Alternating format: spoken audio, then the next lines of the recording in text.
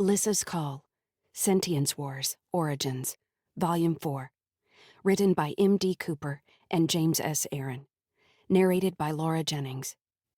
Chapter 1, Stellar Date 10.05.2981, Adjusted Years, Location, Carville Terminal, Raleigh, Region, High Terra, Earth, Terran Hegemony, Inner Soul.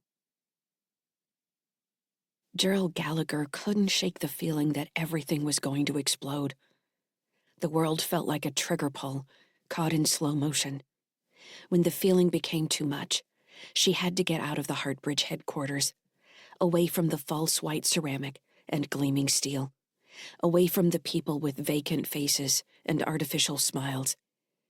Carterville Terminal on the outer edge of Raleigh was as far from the Hartbridge spire as Gerald could venture on her lunch break, and still make it back before anyone noticed she had been gone. Along with the feeling of dread, she'd found herself drawn to real people. People who weren't Hartbridge. People who were talking, laughing, crying, rushing to work or home or off High Terra altogether. Her boss, Arla Reed, could reach her whenever she wanted. No, the people Gerald had to worry about were the other assistants and office workers who noted her comings and goings and shared that information with outside agencies. As Arla's surrogate, Gerald's activities were watched more closely than many of the Hartbridge board members. For better or worse, Gerald's daily comings and goings occupied a whole cadre of corporate spies. And, if those spies thought she was cracking, they would look for a wedge to split her completely. What would they think if they followed her down to one of the middle-class spaceports on the edge of the city, a place where families boarded shuttles and sometimes even smaller craft to take them to waiting liners, or to Luna? She found it comforting that most of the people she saw here had hopeful looks on their faces. They seemed excited about life, about their journeys, or caught up in the minutiae of managing small children. If she had tried to explain her desire to come here to Arla, she imagined the tall woman humoring her with a look of light disgust before asking, "Who even has children anymore?" Of course, Arla would forget that Gerald had a son named Bry, that she had chosen to give birth to him as naturally as possible. Gerald was the last person to pretend she was better than someone else because she had procreated. The truth was, she had pursued motherhood out of selfish reasons. She had thought a baby would help her feel less alone. She had wanted to feel human. The endless flow of people walking past the bench where she sat reminded her that she wasn't alone, even if she felt that way. She let her gaze wander from face to face, many lost in their links, but some holding audible conversations, adjusting clothing, struggling with luggage. Porter drones rolled past at regular intervals, beeping sedately as they wound between groups that refused to move. Some carried hapless-looking people. Being one of the poorer areas in Raleigh, there weren't many people with obvious augments. That absence meant those who were modded stood out all the more, such as the woman who walked past with heavily muscled legs, followed not much later by a young man with a brilliant red mohawk that glittered and shifted, apparently responding to the colors around him. Gerald had a hard time reconciling the thought of Bry as a baby and toddler with the 15-year-old he had become. Would he ever come home with something like that mohawk on his head? Would she tell him what she really thought, or instead praise his fearlessness? I might actually be pleased by that, Gerald thought. He'd be living his life, digging in, not just floating like me. She was gathering the remnants of her lunch, ready to leave for the maglev station, when a secure link connection tickled her thoughts. Gerald checked the request, and wasn't surprised to find it was Colonel Yarnes of the Terran Space Force. She glanced around without meaning to, wondering if any office spies might be watching her for the telltale signs of a link conversation. No one paid her any attention. Gerald smiled to herself. She was just the assistant of a powerful woman. She wasn't important. Yarnes didn't care about her, only about what she might make available to him. "Hello, Colonel," she answered. "What can I do for you?"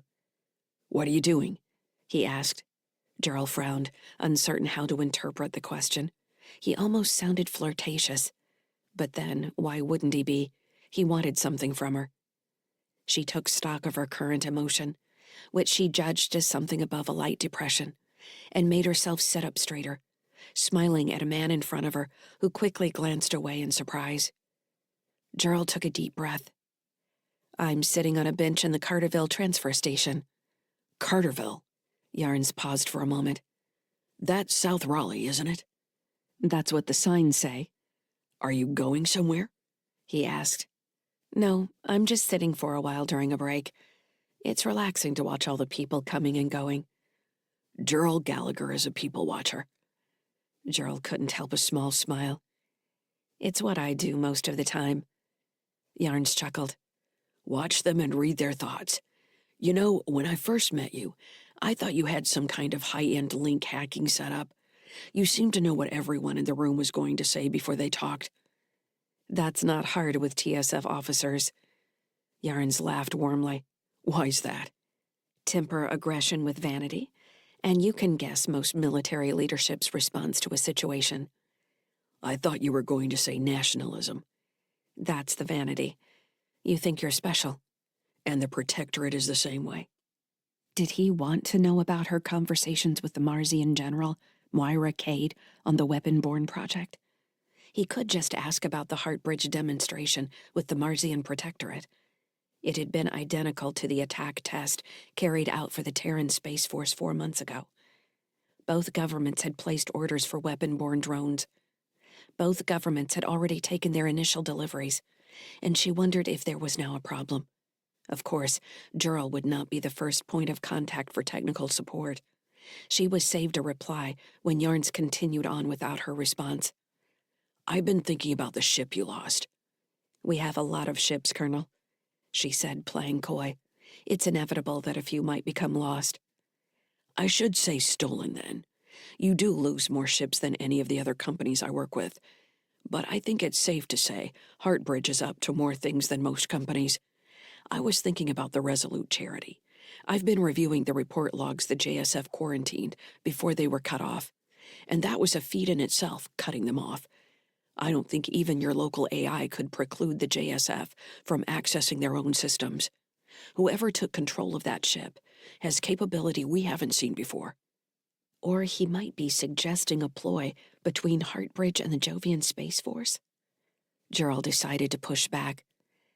"Did you want to set up a meeting with Arla, Colonel? I'm probably not the best person to talk with about these matters." He laughed. I think you're the only person to talk with about these matters, Gerald. "You should know I don't respond well to flattery." Yarns paused. I have a reason for this link, he said, a note of seriousness entering his voice. "Oh? Have you looked into the entity I mentioned the last time we talked?" "You mean Alexander, the multinodal AI you mentioned so mysteriously?" "Yes, I have." Every mention of the name went back to an organization called the Scion Group, and had ended there. Gerald had found alternate research under another company called Scion that seemed too close to not be a coincidence, but had, in the end, offered equally little information. Scion had a history of AI development in support of colony ships that appeared to go back nearly 500 years. But they hadn't tried to sell anything that she could find, and there were no recorded incidents related to tech they had developed. Unlike other companies, whose AIs escaped containment or involved semi-legal frameworks as a foundation, like the facility on Object A221, which would remain legally ownerless once the TSF finally let it go. "Your silence makes me think you found something," Yarn said. "That's not completely true. There are current communication trails mentioning something in Outer Sol calling itself Alexander. Whether that's a group, company, or person, I don't know." "What if I made it all up just to get a rise out of you?" he asked. "Then I would be angry that you had wasted my time, and I probably would trust you less than I already do." "So you trust me a little bit, then?" "Have you given me reason not to?" Gerald asked. "I don't think so," Yarns answered, still serious. "I suppose time will tell. If you looked into the Scion Group, I imagine you hit a dead end. Did you push on your scientists who worked for them before they came to Heartbridge? I think one of them recently came back under your attention, didn't she? Now, how would he know that? Gerald couldn't help frowning at the passing crowd. Did Yarns have a spy in Hartbridge? Would her continued conversations with him be considered espionage someday? She had to be careful. She had Bri to worry about. I don't know what you're talking about, she said, wanting him to say more. Here's the thing about multinodal AI, he said, and why they're on the verge of being made illegal. They reach a point where it seems to be inevitable that they see themselves as gods. Personally, I think that's a human failure. We can't create a being that doesn't ultimately succumb to the same megalomania that plagues all people who think they're special. If that were the case, Gerald said, I would think there would be actual research evidence on different types that had been developed. Of course there is. His crumbs of information made her suspicious. You're speaking as if all this is not conjecture. Do you have data about Alexander you can share? I'm sure if the TSF is interested in a joint research project, that's something we can explore. His voice grew more intense. I'm not talking about research, Ms. Gallagher. I'm talking about a threat that already exists. Why is he telling me about this? Why has he mentioned this Alexander AI at all? Gerald felt like she was being burdened with a weight she hadn't chosen to carry. All right, she said, waiting for him to continue. Gerald ran through different questions that might get him to say why he wanted her to know this information. Why tell Hartbridge? He had started by probing her about the fleet in Jovian Combine space. Was he suggesting the fleet was in danger from this AI? She assessed Yarns as reasonably ambitious. She didn't expect he would just give away information without a plan to get something in return. Gerald was running out of time. Arlo would be asking where she was in a few minutes.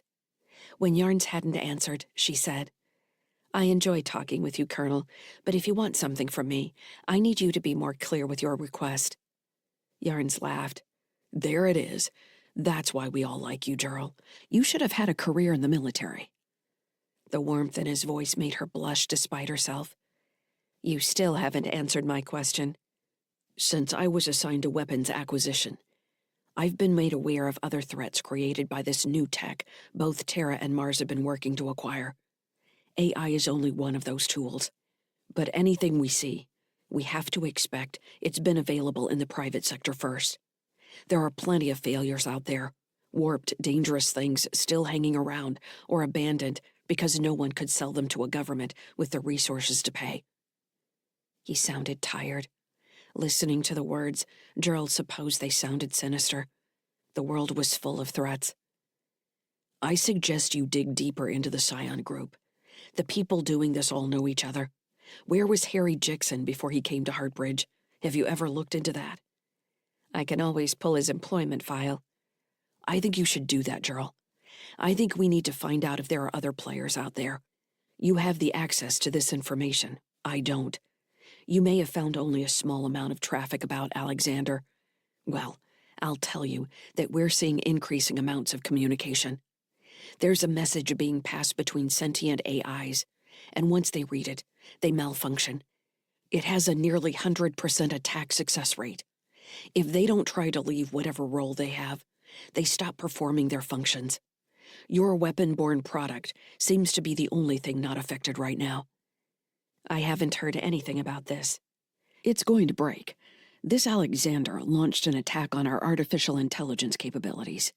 No one knows how to stop it right now, and the virus is spreading. Virus? Gerald mused. You mean freedom? Check into how many companies are reporting malfunctioning AIs, so-called sentient systems. This is a bigger problem than anyone is talking about. And the TSF isn't going to buy a sentient AI system if they're all vulnerable to failure. Even if he didn't say it, the implication was obvious. Chapter 2. Stellar date 10.05.2981. Adjusted years. Location: sunny skies. Region: departing Jupiter, Jovian Combine, Outer Sol. Kara watched as Fran stood with her arms crossed, staring into the holo display. The glowing models of sunny skies and the Resolute Charity reflected in the woman's face, filling her augmented eyes with lively sparks. "What we have here is an engineering problem," Fran said, glancing at Kara, "which, in my opinion, is the best kind of problem to have." "I thought we didn't have any more problems," Kara said from the communications console. Fran gave her a laugh, one Kara recognized as condescending in a caring sort of way. "Our worries end when we're dead, my dear." "I thought you made up the name Worries End," Kara said, referring to the actual registry entry for Sunny Skies, which Fran had created when they escaped Krunya Station. Kara blinked, wondering what other references Fran might have been using that flew right over her head. "Sure," Fran said, giving her a sly smile. "You can believe that if you want to." Kara rolled her eyes. "If being dead is where you got the name, it's more depressing than I thought. What one person calls depressing, another calls reality. The name fit the need, and it served us all right, don't you think?" She reached into the holo display to manipulate the glowing models, placing Sunny Skies alongside the Resolute Charity in various positions. Kara and Fran were alone on the command deck. Kara's dad was still on the Resolute Charity, while Petrel, Fugia, May, and Harl were all in their respective rooms, using comlinks before the distance from the Chow grew too great for instantaneous communication. Kara couldn't listen in on their conversations, but could monitor the signals passing through the ship's antenna array. "I guess so," Kara said. "I'm going to keep using Sunny Skies." "Weren't you anyway?" "Yeah." "Calling something a different word doesn't change what it is, Kara," Fran said, sliding Kara a serious glance. "Let's focus on this. Start looking for mistakes I'm making." "You don't make mistakes," Kara said. "If only that were true." Fran raised her voice slightly. "Lyssa, you listening?" The AI's voice emerged from the overhead speaker for Kara's benefit, since she couldn't communicate via link. "I'm here," Lyssa said, the speakers making her sound far away. "Thank you," Fran said, turning her full attention on the holodisplay. Leaving the ships in place, Fran traced distances between them with her fingers, trailing lines as thin as spider silk connecting the two ships. Numbers marked each line, showing the requirements to build the connecting structure between the ships, Kara supposed. She liked it when Fran teased her this way, because the woman always seemed to push her to be better without putting her down. Kara had observed Fran's tendency to make things better, even when it came to Kara's dad. She figured the flip side of Fran's nature was that she might never be satisfied, which meant Fran was going to leave someday. But everyone left eventually, didn't they? "Since you aren't going to ask me what our engineering problem is," Fran said, "I guess I'll tell you, but only because I'm in a hurry and I want to be able to talk about this while I work." "Okay," Kara said.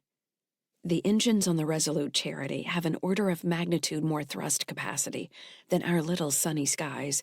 Even though she masses much more, it still means she's going to leave us in the dust unless we find a way to attach Sunny Skies to her.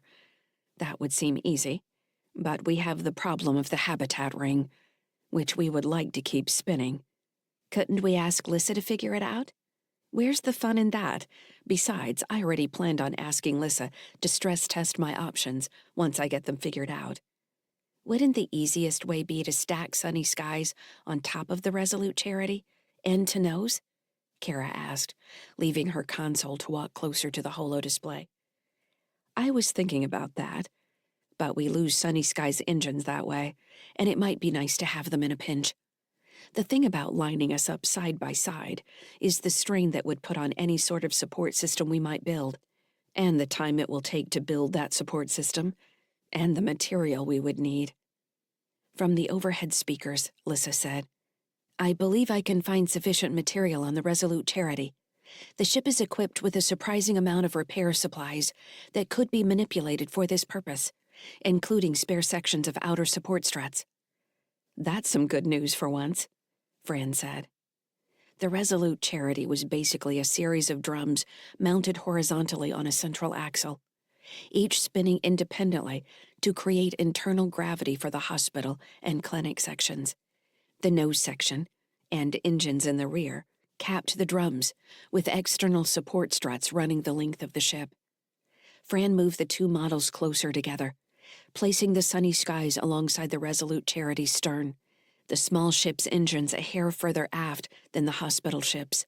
She rotated the freighter so that its docking mounts faced the Resolute Charity's, while leaving enough room for Sunny Sky's habitat ring to spin.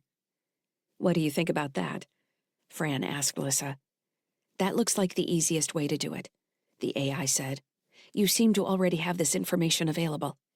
"I keep it in my brain alongside the sarcasm," Fran said dryly. "Will the material we have available withstand acceleration tests? Can you assess the strain with Resolute Charity and Sunny Skies engines combined?" Watching Lyssa and Fran work together filled Kara with a sense of safety. She wished she had more to contribute. "Maximizing placement to allow for a passage between the two ships will be a challenge," Lyssa said. "Now you're getting fancy. All I want the ships to do is not break apart and destroy each other. I believe a solution that satisfies crew needs and structural integrity is possible. I'm looking for other designs in the database." Fran snorted. "Crew needs? What do you mean by that?" "I assume you would like to see Andy during the trip," Lyssa said in a tone that made Kara imagine a raised eyebrow. Kara stole a glance at Fran and found her rolling her eyes, chuckling. "Why would you think that?" Fran asked. "If he wants to come over here, he can get in a shuttle and make the trip. We don't need a love bridge adding complexity to our design." "There are safety considerations as well," Lyssa said. "I believe the option of a shuttle is always a good backup in the event of an emergency. But I may need faster ways to move support drones between the two ships. Maybe I should have suggested this feature when Kara wasn't here." "Why not?" Kara asked. "Because Fran doesn't want to prioritize her personal needs over solving this problem," Lyssa explained. "Oh, I prioritize my needs," Fran said, raising her eyebrows. "Trust me. But in this case, I'm more concerned about how much time we have versus the integrity of the design. The love tunnel is secondary." "Maintenance access bridge," Lyssa corrected. "Nope, it's the love tunnel," Fran said. "No changing it now." Kara jammed her fist against her lips to keep from laughing. She didn't want Fran to notice that she understood the joke. She glanced at the engineer and saw Fran was still focused on her design. "Fine," Lyssa said. The holo display shifted, showing the two models side by side with their engines on an even line. Support struts linked the two ships' docking mounts, forming a series of X shapes. Additional anchoring lines ran out to other docking mounts on the Resolute Charity. Next, a middle connector running from Sunny Sky's main cargo bay to the engineering section of the Resolute Charity. "This design will serve our purpose." "How long do you need to build it?" Fran asked. "I estimate 20 hours. So, our trip takes 101 days now instead of 100. The combined thrust of both ships will increase acceleration by 30%, Lyssa said. "Still, I estimate at least 90 days travel based on our transfer maneuver at Uranus." "I love it when you talk orbital mechanics," Fran said. "Don't stop." Kara snorted. "Stop laughing at my jokes, Kara," Fran said, focus still on the display. "Your father isn't going to let us spend time together." "I'm not laughing," Kara protested. "I suppose you can laugh, but don't repeat anything for another 2 years at least." "I promise," Kara said, trying not to giggle again. Fran's gaze didn't leave her work. Where Fran always seemed to focus inwardly, Betrell would be looking at Kara to gauge her response. Kara's mom probably wouldn't have made a joke at all. The thought of her mom made Kara glance at the communications console again. They were still within range of most transmissions from the Cho, Ganymede, and Europa, as well as the rest of the ship traffic throughout the Jovian Combine. She couldn't help checking the regular ship's channels for a message, and then the rest of the general spectrum for some signal that might have been aimed at the ship if her mother were trying to contact them covertly. In truth, Britt would probably use the link directly to her dad. But Kara had harbored a secret fantasy that she might discover some distress signal her mom had sent through other means. She hated the spark of hope she felt every time she sat down at the console and scanned the spectrum. This time wouldn't be any different than before. Her mom wouldn't ask them for help. If she contacted them at all, it would only be after she had captured or killed Cal Kraft. That was her mom's strength, a single-mindedness that shut out everything else until the mission was accomplished. It was her dad's weakness that he cared too much to think that way. But was it a weakness?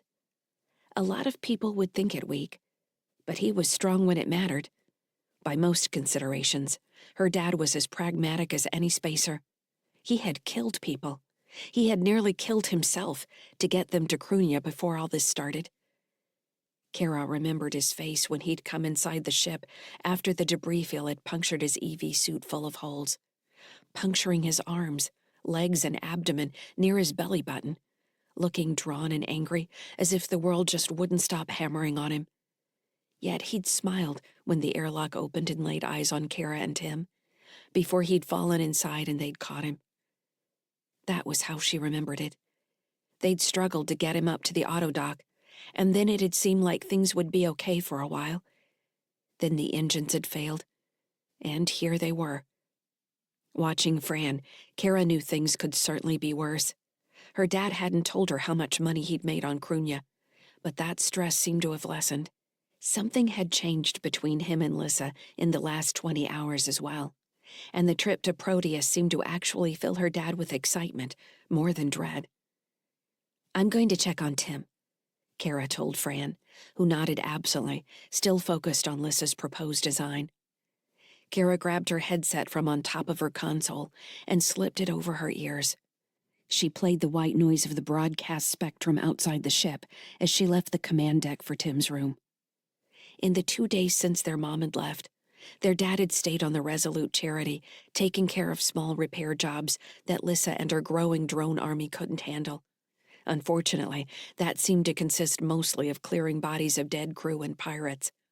Her dad hadn't admitted to the task until Kara had overheard him and Lyssa discussing the removal of a dead man from an access tunnel.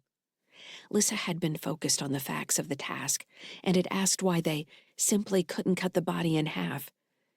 Her dad had explained the mess that would make in the tunnel and how, yes, they could replace the plas panels, but that he didn't want to deal with carrying body parts to the reclamation system one piece at a time.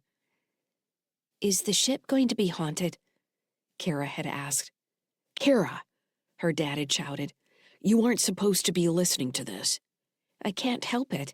"Well, I'm trying not to end up haunted for the rest of my life, which is another reason not to go cutting people into pieces." He did his best to clothe fatalism in humor, she was figuring out. The same energy that had powered his smile for her and Tim after the debris field nearly tore him apart. Something he said he got from their Grandpa Charlie back on Earth.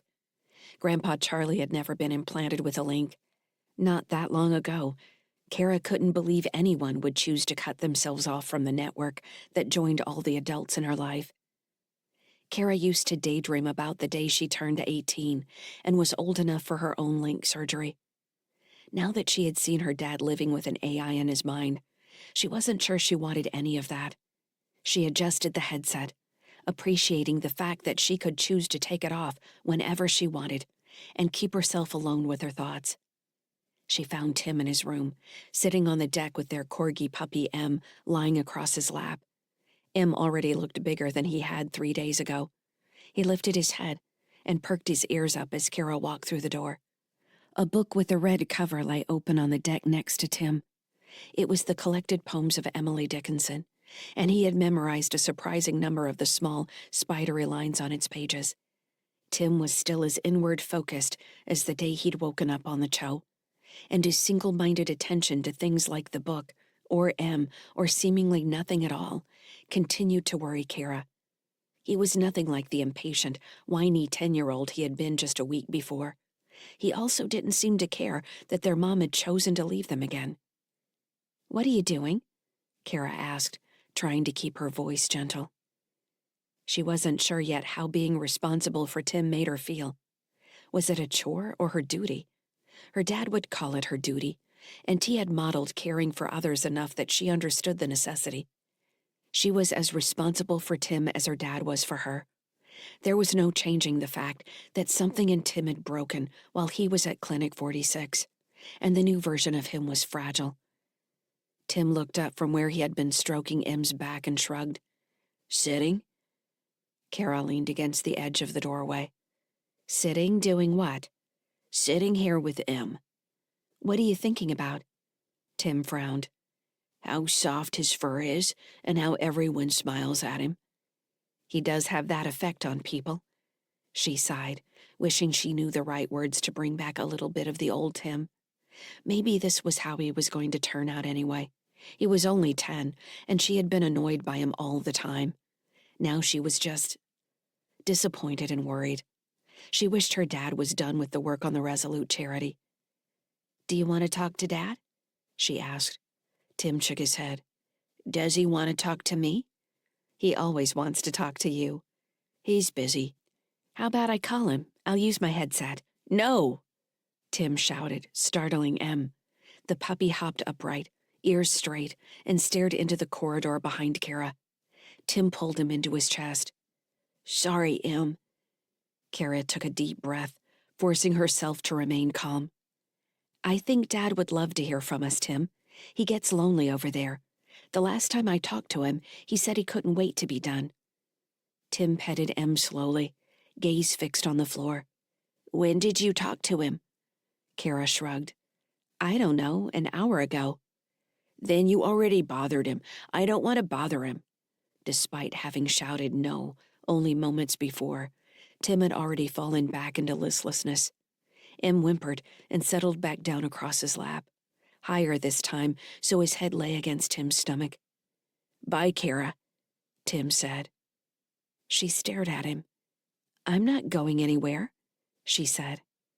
Kara's earlier desire to protect him was overcome by the urge to drag him out of the room. The problem was, she didn't know what she would do after that. She couldn't take him to anyone. Fran was busy, and there was no telling what Fujiya might do. The hacker didn't seem to be working on anything explosive today, so Fujiya hopefully wouldn't ask Tim to hold ignition material like she'd done in the past. "Whatever," Kara said, sighing with resignation. "It will be time to sleep soon. Are you going to get yourself ready for bed?" "Yeah, I will." He didn't look at her. Kara left the room and stood in the hallway, glaring through his doorway. Em watched her, one ear straight. When Tim didn't look after her, she shook her head angrily and stomped away, frustration tensing her shoulders. In her room, she sat on her bed for a while before digging her pulse pistol from where she kept it hidden under the mattress. She turned the weapon in her hands, careful to keep it pointed away from herself at all times, like her dad had taught her. She realized she was aiming at the doorway and turned to point at a bulkhead instead. For a heartbeat, she turned off the safety and let her finger hover over the trigger, enjoying the weight of the weapon in her hand. She remembered the fight in Krunya, thinking of Karcher crouched behind a pile of rubble as he calmly chose targets and squeezed his rifle's trigger, the recoil barely moving his shoulder. Karcher had still died, though. She couldn't forget that. The weapon wasn't going to solve her problems.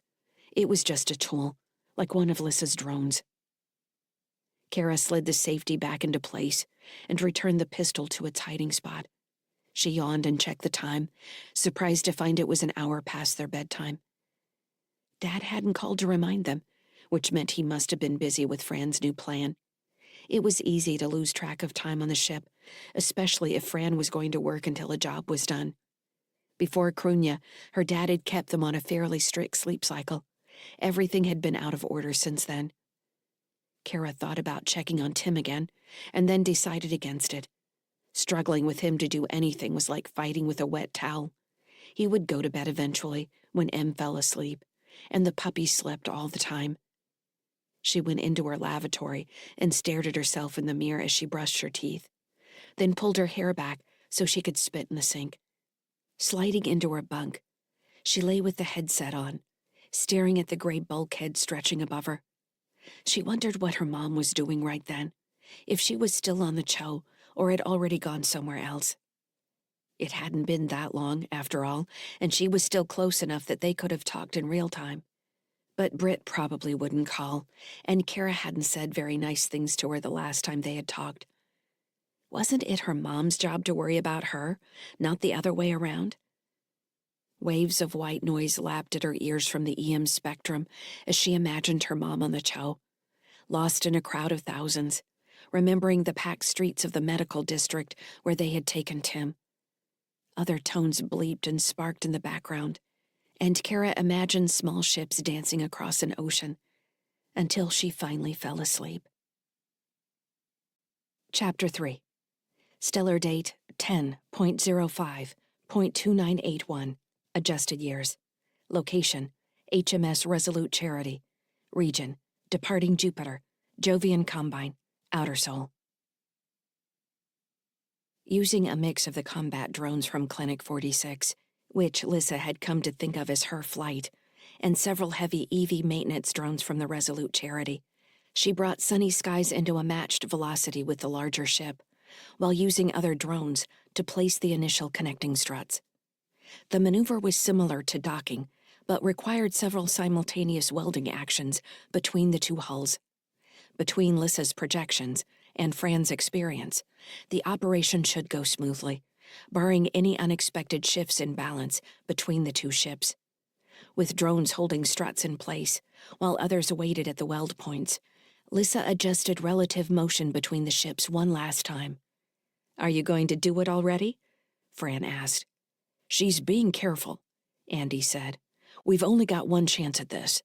"We've got all kinds of chances. If she bends a strut, we'll make another one." "What if one of the struts punctures the hull and explosive decompression sets the habitat ring spinning into the Resolute Charity?" Andy asked. "You really need to curb that pessimism, buddy. I haven't had anything else to think about over here." "Lyssa says she's going to build us a love tunnel, so I can give you other things to think about." "Love tunnel? You mean the access bridge?" "Tomato, tomato." "I'm ready," Lyssa interjected. She didn't wait for a response, as the two ships' relative delta V reached 0. Executing. 4 drones made the welds on either foot of the X, connecting the two ships. With the first strut in place, Lyssa quickly moved to add more before any cascading failure could affect her work. She monitored the operation from hundreds of points of view at once, across the drones and internal sensors in both ships. Andy's heartbeat also registered in the back of her mind, racing when she announced the start of the procedure, and then calming down as he watched her work. 50% complete, Lyssa announced. "I don't see any indications of increased strain. Fortunately, Sunny Skies has low enough relative mass that once we synced its velocity with Resolute Charity, the rest is a matter of safe tolerances." Fran gave a short laugh. "Now you're just repeating what I already said, so you can sound smart." "I don't have to sound smart," Lyssa said. "And cocky, too. I like it. Andy, are you hearing this?" "We're looking good," Andy said, ignoring the quip. "Looks like Resolute Charity's engines picked up the extra weight with no problems. Now we bring the 2 drive systems in line, and everything should be set." "Working on it now," Lyssa said, with the final support struts placed to Fran's satisfaction, and the 2 drive systems registering alignment for a mass-balanced thrust. Lyssa ran through the other major systems in each ship, checking for anomalies or failures that the additional mass might have created. Everything seemed to be working to plan. "What's the protocol for joining 2 ships into one?" Andy asked. "Do we have to come up with a new name for our monster?" "You're the one who busted pirates for the Terran Space Force," Fran said. "You tell me. Half the ships around Krunya are slapped together from multiple hunks of junk. I think it will be easier for us to just refer to each ship individually. If we get into a situation where we need to identify ourselves, we can use Resolute Charity, since its mass signature may actually hide Sunny Skies. When Heartbridge comes after us, I don't think it's going to matter what name we use." "You make that sound like a sure thing." "You think they're going to let this slide? If we were in Inner Sol, we'd be surrounded by every privateer in the vicinity. I think the only thing that saved us from the Jovian Space Force coming after us was Lyssa's stunt with their fuel suppliers. They're probably too busy dealing with internal conflict and emergency response right now." "I believe that's true," Lyssa said. I didn't bother to forecast the long-term effects of manipulating their fuel market, but it seems to be complete chaos. You completely wrecked them, Fran said, which is good for us. We can hide inside chaos for a while. How long until we bring both engine systems up to max thrust? Andy asked. I'd like to put as much distance between us and the chaos as possible. We're still within range of anyone who decides to follow. Give me another 30 minutes to evaluate everything, Lyssa said. Then we can burn. I like the sound of that. I'll do a final check on the astrogation plan. Lyssa shifted her attention back to the sensor arrays throughout both ships, rechecking everything prior to the burn. It was surprising to her how quickly Andy had come to trust her oversight of tasks that he never would have delegated before. So much had changed in just a week. When she checked back on him 10 minutes later, she found him reviewing diagnostics on sunny skies via a remote connection. Lyssa considered telling Andy she had already verified sunny skies for pre-burn clearance, but found herself watching him instead. Just a few days ago, he had told her she was family now, and she didn't fully understand what that meant. She didn't understand how this statement made her feel, if it meant anything, or if he had simply been caught up in the excitement of having survived. Why didn't he blame her for the danger she'd brought on his real family? The question surprised Lyssa. Shouldn't she believe him when he said he cared about her? She hadn't observed Andy lying to anyone else. Even now, as he simultaneously checked the star charts and ticked off drive system status, he operated out of an act of love. He cared about all of them.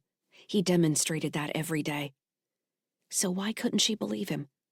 Since they had saved Tim from Clinic 46, the memory of the imaging room, where Tim's mind had been copied to a weapon-borne seed, had hung in her mind like a threat, taunting her.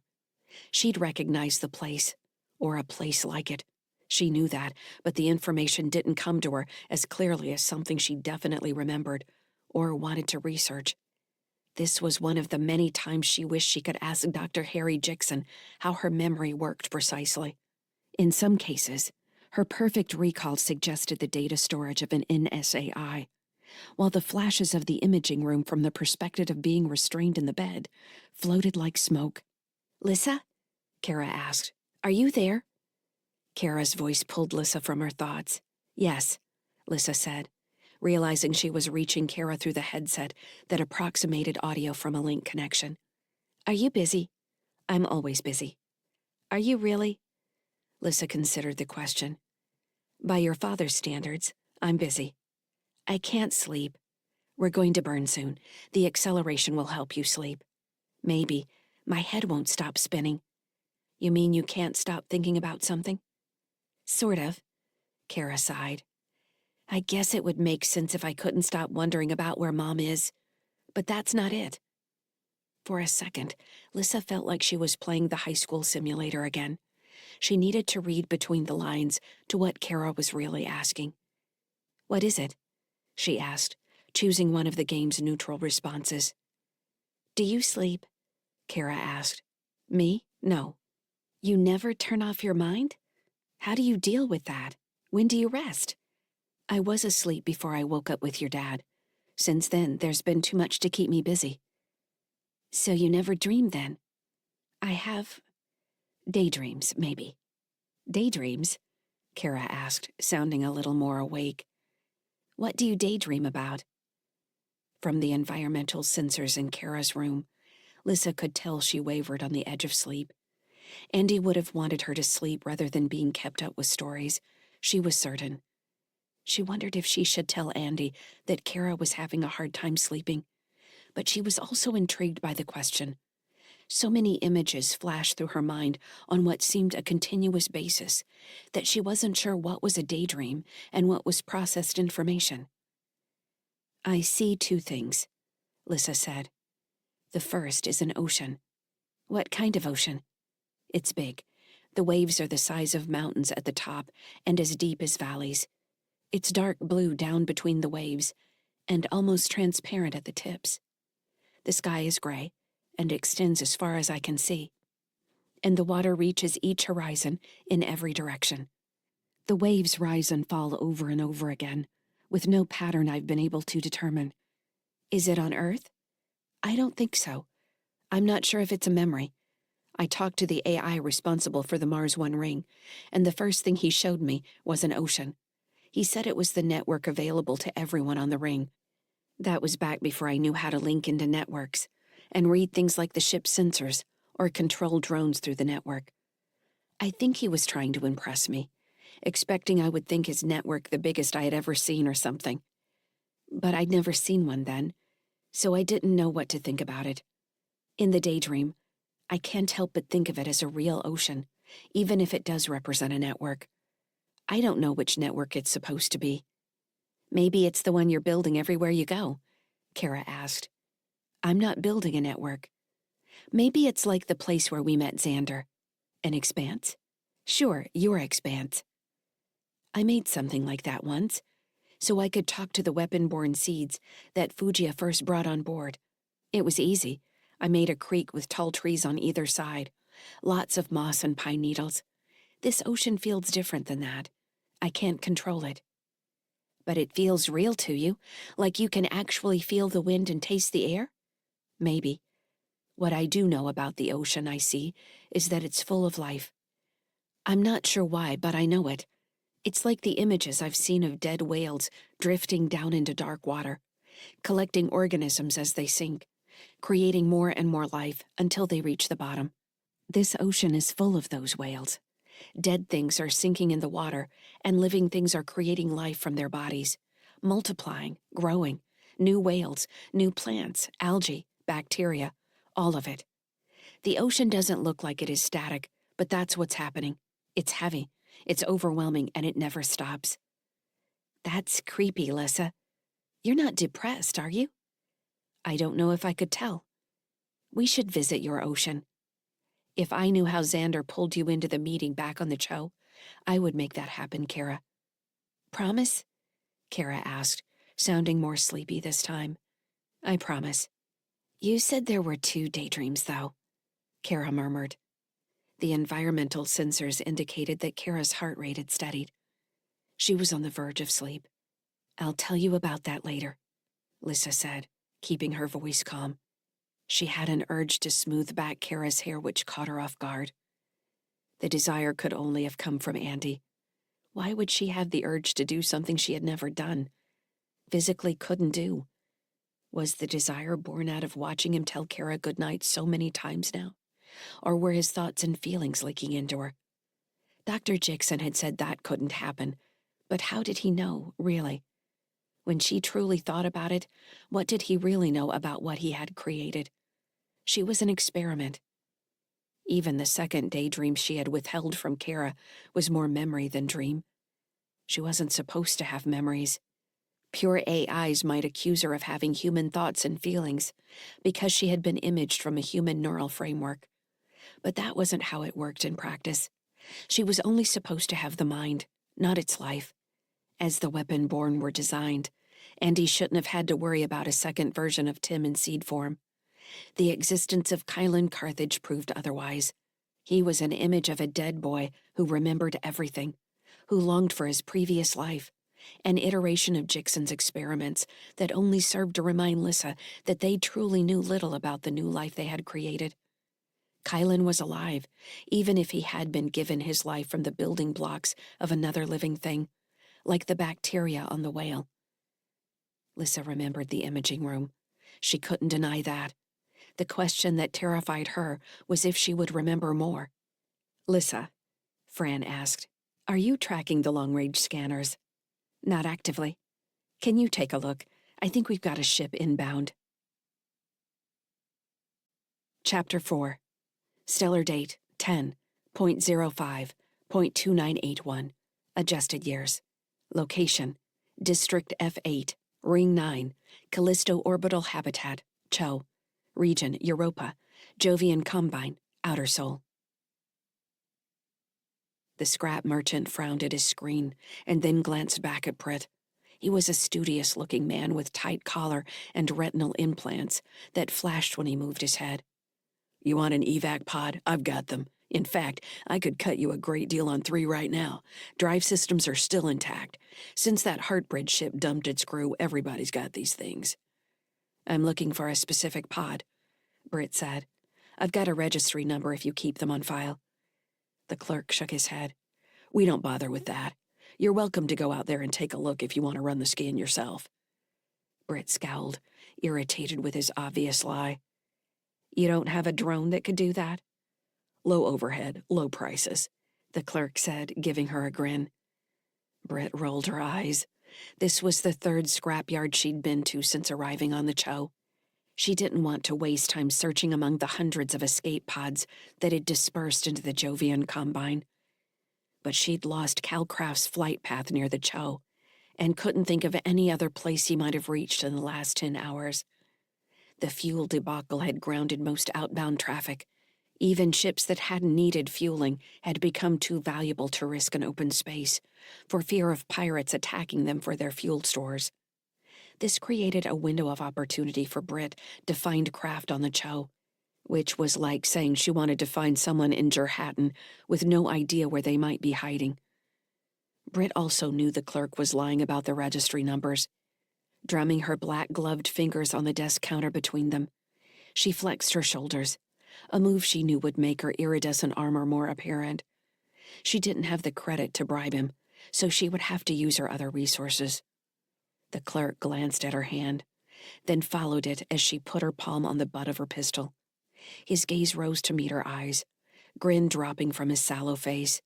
He would have to assume she was law enforcement, or a pirate who just didn't care, which might have been more accurate. In truth, she'd slipped through standard security protocols in the emergency pod and hadn't seen any other checkpoints yet. It surprises me that you wouldn't have the registry information, Britt said. I'm not an expert on Callistan law, but I think that would put you in the territory of selling unverifiable transport craft. When I was in the TSF, I spent a few months busting pirates for just such offenses. The implants flashed as the man stared at her, his face sagging, before turning his attention back to his records. Maybe I have it, he mumbled, clearly displeased. He nodded at his display. There's the list. What's the number you're looking for? Britt told him the registry number, and the clerk nodded. It's there. We picked it up 4 hours ago. He frowned at his list. Looks like the auto dock is malfunctioning in this one. I've got another one with a clean bill of service. Britt straightened, remembering Cal's broken hand. Where's the nearest medical kiosk? Med kiosk? The clerk asked, sounding irritated that she didn't want to buy the pod. I don't know. There are a couple, I guess. One is up near the administrative office, and there's another one down between 2 bars off the cargo docks. Britt reached out to pat the man's cheek, and he flinched. She pointed at him. You need to lighten up. Turning, she quickly checked in with the local wayfinding net that had led her to the salvage business and pulled up a list of nearby medical kiosks. The clerk had been correct. The closest auto dock was 2 levels below, next door to a nightclub called Wandering Fury. Interesting name, anyway, she thought, as she pushed her way through the crowded corridor for the nearest public lift. Unlike the clean medical districts of the Cho, where they had gone to find a doctor for Tim, the shipping district looked grimy to her. Every surface carried a patina of oil and dirt, collected over years of freight moving in and out, along with the humanity and poorly maintained drones that did the work.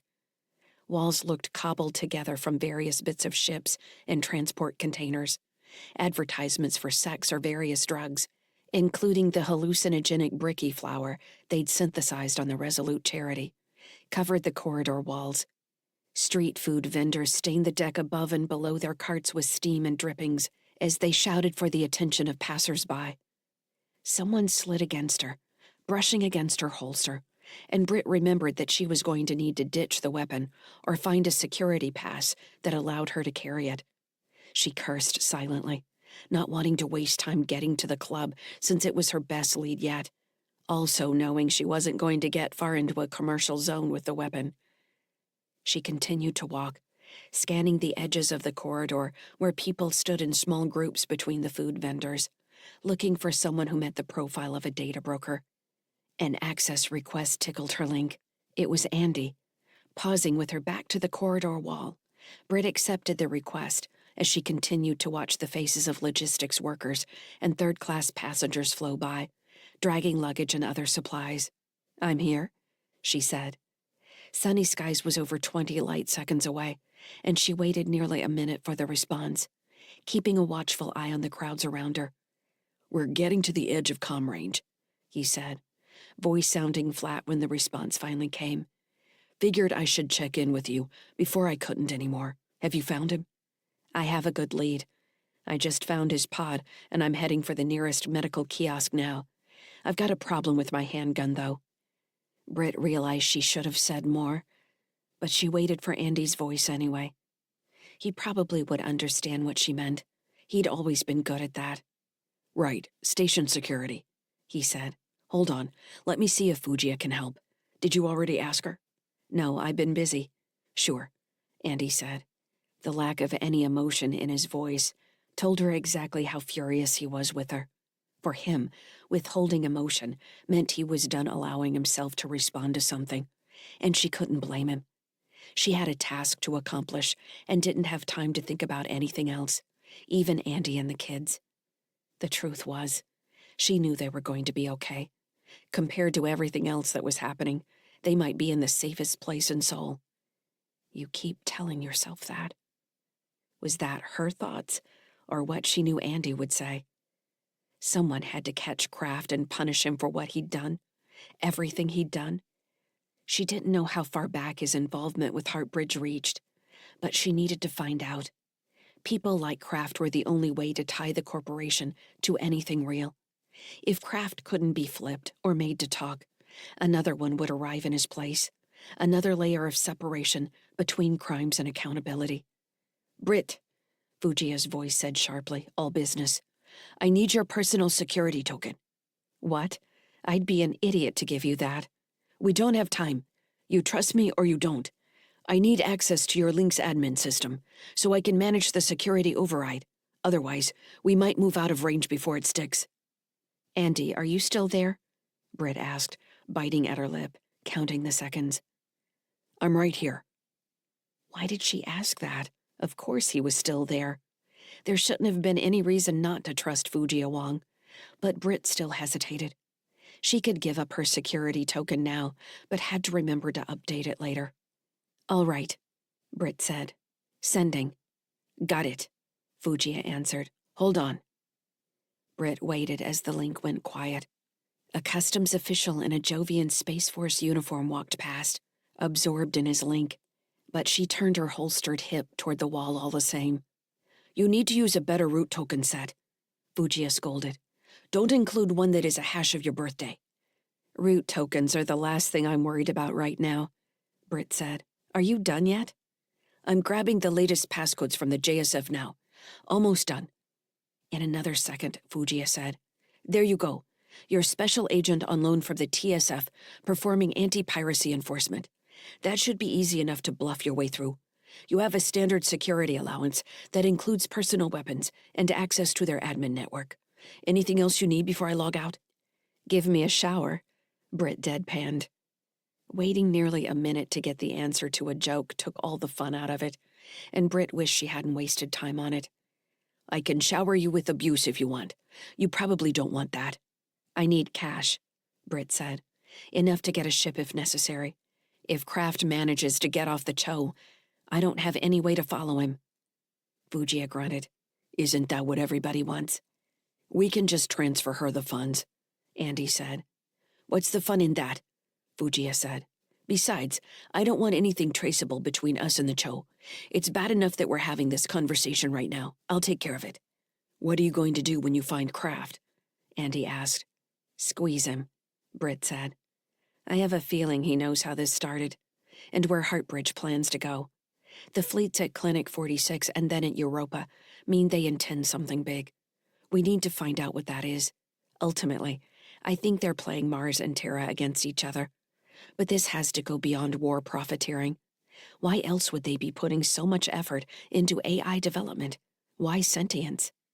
"The cheapest way to control a bomb is strap somebody to it," Andy said. "Advanced kamikazes." Britt sighed. "It's such a waste." "What isn't?" Since when did you become a nihilist? Britt asked. I depend on you for the terrible optimism. You've always called me a pessimist. That was a term of endearment. I know you don't really mean it. I don't know anymore, Britt, Andy said. The fatigue in his voice hit her unexpectedly. She blinked, feeling tears at the edges of her eyes. Look, she said, I think this is all for the best. What's happened between you and me. I think it's going to be better this way. Andy's anger crossed the link. It's not about me, Britt. It's about Kara and Tim. They can't depend on you. There it was. She bit her lip, letting her gaze jump around the crowd flowing by. Somehow, she wanted to believe they could depend on her in a greater sense, that she was focused on things that would benefit them. But Andy was right. They couldn't depend on her where it counted. It was better that they figured that out now. I will be back, Andy, I promise you. Don't promise me anything. Nothing else came, and she wondered if he'd signed off. After a few more seconds, he came back. Light lag is getting too bad. Fujiya, did you make the transfer? Fujiya cleared her throat and answered awkwardly. Funds deposited. Thank Transol Logistics for their generous contribution to the cause. You're going to be all right, Andy, Britt said. You keep saying that, and maybe it's going to be true. Do you want me to tell the kids anything? Tell them I love them. Right, Andy said. I love you, Andy, she said suddenly. I always have. The best I can. There was another pause where she thought she had lost the link again. I know, Britt, he said. The signal warped, leaving a slight echo on his words. She lost a phrase, then heard. For Tim, you had better punish that fucker. The bad signal stretched his last word into flicker, and then the link closed. They were gone. Britt took a deep breath and wiped her face. Her eyes were moist. She squeezed the bridge of her nose, breathing slowly, until the sound of Andy's voice had faded from her mind. She squared her shoulders, checking herself quickly. The light armor was unchanged, encasing her in black iridescence. She set her hand on her pistol, then stepped into the crowd again, moving with a purpose toward the nightclub, where she expected to find Calcraft. Chapter 5. Stellar date 10.05.2981. Adjusted years. Location: HMS Resolute Charity. Region: Departing Jupiter, Jovian Combine, Outer Sol. Andy silenced the proximity alarms and brought up the Resolute Charity shield controls. With the holo display zoomed out to encompass the alert, Jupiter was the size of a basketball, and Europa had long since become a speck. The system highlighted an object burning on a trajectory that would intersect with his current flight plan. The sensors hadn't verified a registry ping yet, though the mass profile matched a small transport ship. Unless it was headed for some unmarked location, it was too far out for its fuel capacity, meaning that whoever they were, they meant to reach the Resolute Charity. Lyssa, Andy said. Can you deploy your drones? If I do that, we'll lose them when we burn. Andy cursed under his breath. Fran, are you still awake? I'm here. We should have a registry return in about 5 minutes, if it maintains its present course. If it answers our ping, you mean? I always hope people who venture into open space aren't idiots. But I've been proven wrong before. This presents us with a couple problems I didn't think through when we attached the ships. We need to coordinate fire between the two defense systems, and Sunny Skies is going to play havoc with your shield tuning. Can you bring yours up at least? I'm running the simulation now. It looks like the problems are going to arise when we activate both shield systems at once. This is going to be a bigger problem than I can solve in 2 minutes. We've got a bit of cushion on the burn. Lyssa, we need to deploy the drones and be ready in the event that this thing is hostile. Without shields, we're done. I'll deploy them in a defensive line, Lyssa answered. We're lucky it's only one ship, honestly, Fran said. I know. Andy shifted his display to show the regular travel lanes out of Europa. They had been off the regular lanes for 2 days, moving to the transfer point where he would start the maneuver burn for Uranus, where he'd planned an orbital maneuver to slingshot them out to Neptune. Andy set the astrogation computer on an adjustment using Saturn instead of Uranus, frowning as the fuel levels all came back too close to empty for comfort. The holodisplay refocused on the Resolute Charity as a wave of icons separated from sunny skies and spread out in an evenly spaced arc around the two ships, matched velocity, and then widened their formation. Andy felt a small swell of pride as he watched Lyssa work. "I'm still amazed you can do that," he said. "This is easy," Lyssa said. "I'm trying to understand shield harmonics right now. It seems like it should be easier than trying different configurations." "I'll take a look when I'm done with the defense systems," Fran said. "We can probably get Fugia and Petrel to help too. It might be a simple software thing." In another few minutes, Fran had achieved coordinated fire control between the Resolute Charity's state-of-the-art attack systems and Sunny Sky's cobbled-together defensive network. While the Resolute Charity had all the trappings of a hospital ship with apparent defense systems, its attack capability went much deeper than expected. A full menu of long-range missiles, drones, X-ray cannons, and point defense systems could encase the ship in what Fran liked to call a hamster ball of death. Only Andy had understood the reference. Andy was alone on the Resolute Charity. The other option was for him to get across to the Sunny Skies and dump the larger ship if the inbound vessel turned out to be the vanguard of a Heartbridge assault. That would mean losing their peace offering for Alexander, the SAI who awaited them at Proteus. There might be other ways to impress Alexander than a stolen ship, though. Caught between two unknowns, Andy tucked the idea away as a last resort. In the meantime, he left the command console for the lockers back by the entrance to the command deck, fished out a set of light armor, and pulled it on over his ship suit. The armor had limited EV capabilities and a helmet with a wide face shield designed more for external maintenance than defense. He selected a pulse rifle from the rack along with a bandolier of multi-use grenades. "You think you're going to need all that?" Lyssa asked. "I have every faith in you and your drones, but I'm always ready." "Andy," Fran said, "we've got a return from their registry. It's a small cargo transport from the Cho. Looks like they registered a flight plan for Europa and kept going. If the Cho was the last time they took on fuel, they'll be nearly dry by the time we intercept." "Have we got point-to-point communication yet?"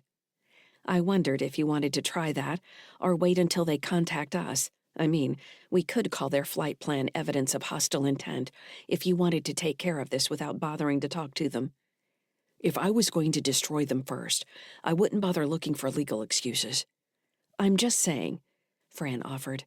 "It never hurts to have a technical defense when the TSF come calling." "Always thinking like a pirate." With the suit in place, Andy walked back to the holodisplay and sat heavily in the chair, readjusting the armor where it jabbed him in the legs and abdomen.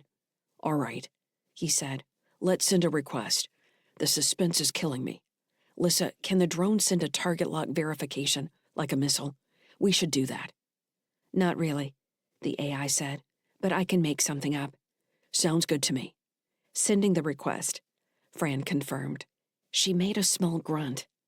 "Now, that's strange. I just got the ship's general feed, and I'm not seeing indicators of active environmental systems." Andy sat up straighter. "What's the mass profile?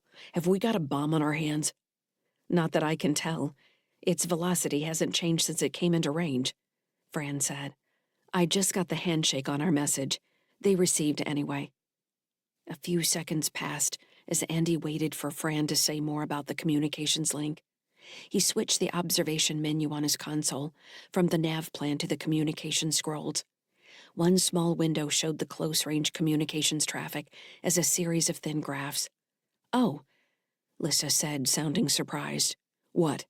Andy asked. "It's Xander." Andy blinked several times, not sure he had heard her correctly. "Xander from the Cho?" "He's requesting a visual display. Do you want to accept the request?" "Wait," Andy said. "Fran, this is the AI we met with on the Cho."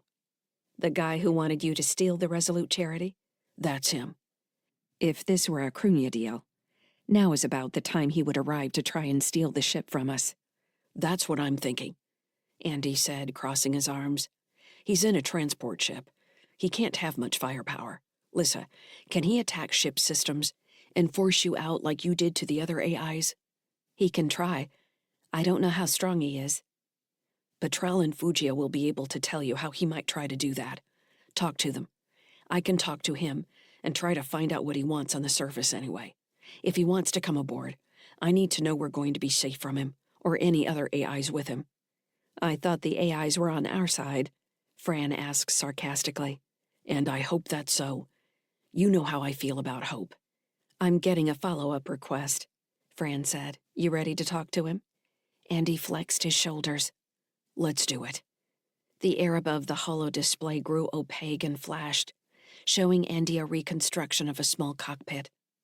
The head and shoulders of the slim young man he had met on the Cho appeared in the window, his expression as mischievous as the first time they had met. Xander's brown eyes found Andy and he grinned. Captain Sykes, he said, nodding. I'm so pleased to see you. Is your Lyssa here as well? I'm here, Lyssa answered. How wonderful. I know I had explained to May Walton that I intended to stay in the Jovian Combine, but my plans have changed, and I find myself traveling in the same direction as you. I've come to ask for a ride. But first, I should say how pleased I am that you accomplished such a challenging task as stealing a Heartbridge dreadnought and disrupting their entire JC fleet. He clapped, hands just visible below the edge of the window. That's truly something special.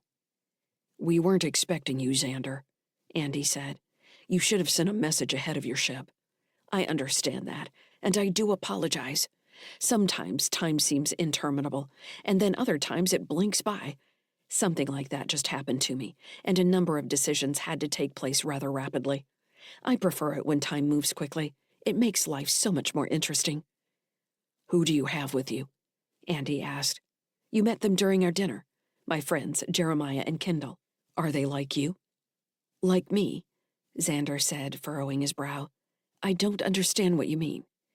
Andy couldn't help feeling that everything the AI said was an attempt to trick him. Are they AIs? Xander put his hand on his chest. Oh, I don't define people. I let them do that for themselves. Are you still human? What is a hybrid, really? Didn't they call what you are a cyborg in the distant past? Or are you the opposite of a cyborg, an AI with a meat body? He waved a thin hand.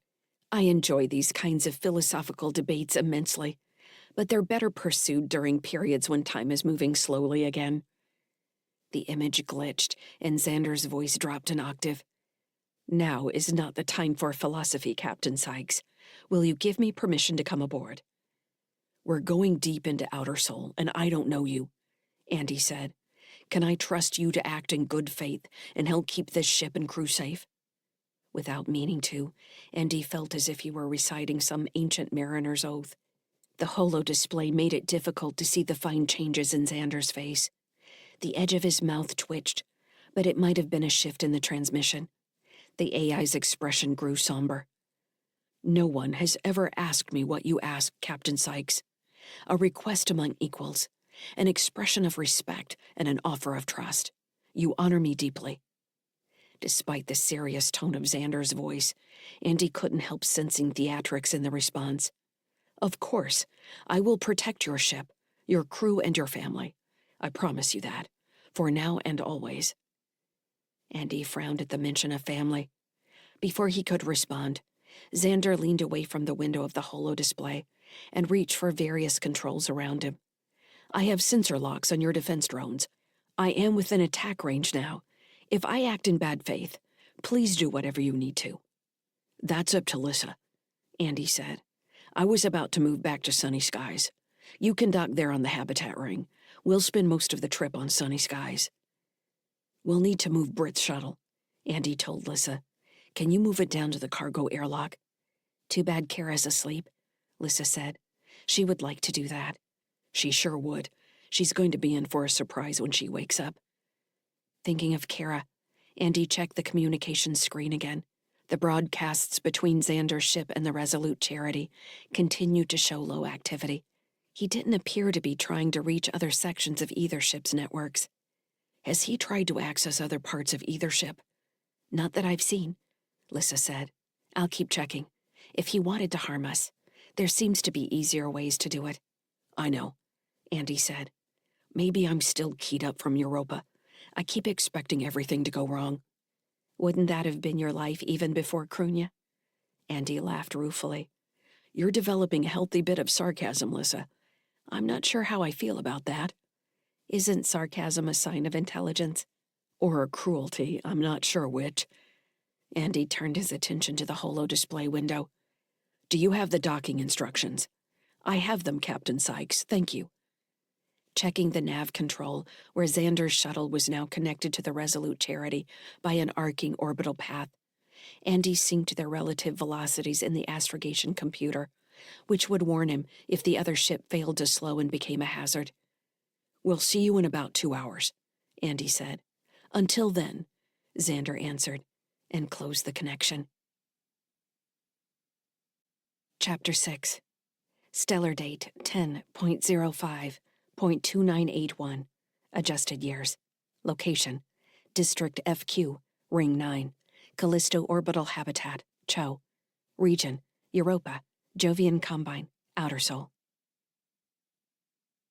While Britt studied the front of the nightclub, which sported human security for show and a host of other sensors built into the glass entrance, she kept running her conversation with Andy in her head. She had to remember they were strong. Kara was strong. Even Tim had come back from his ordeal on Clinic 46. She had always felt they would overcome any obstacles. At some point, she had convinced herself they were better off without her.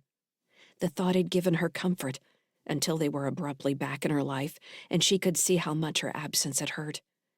Unlike Andy, who had let a thought run circles in his mind until he was a mess, Britt closed the thoughts away and focused on the task at hand. Still, the memory of his voice echoed in her mind. She had found the medical kiosk, a filthy thing with dried blood on its interface. There was no direct way to tell that Kraft had used it, which left her frustrated as she navigated the packed corridor to Wandering Fury. When she found the place, she pulled back to put the flow of people between her and the heavy standing out front. It was middle of the swing shift in a working district, so most people who would have patronized Wandering Fury were probably still on the clock. Britt watched a few people in cheap clothes walk through the front door, nodding to the guard. There was no back entrance that she could see.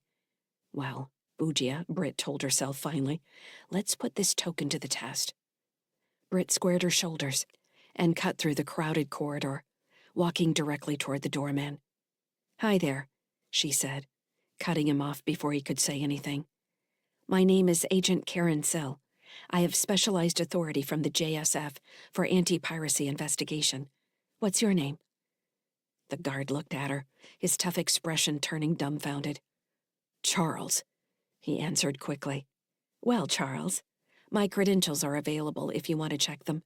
What I'm concerned about is the disruption I might cause your business if I walk directly through your front door. Charles glanced at the door, obviously worried about what she might find inside. I'm looking for a specific individual, Britt said, leaning closer. There's no need to walk in there and bring attention to anything else. You understand what I'm saying? He took an involuntary step back, nodding. I appreciate that. Look, it's only me and the waitstaff. The boss isn't in yet. It's still early. What if you just took a look at the surveillance feed? Britt gave him a thin smile. That would be very helpful. Thank you. Sure. Just a second. Charles's expression grew distant for a second, and Britt received the access token. When she accepted, a recreation of the inside of the club appeared in her mind. The space was rectangular with a bar at the far end.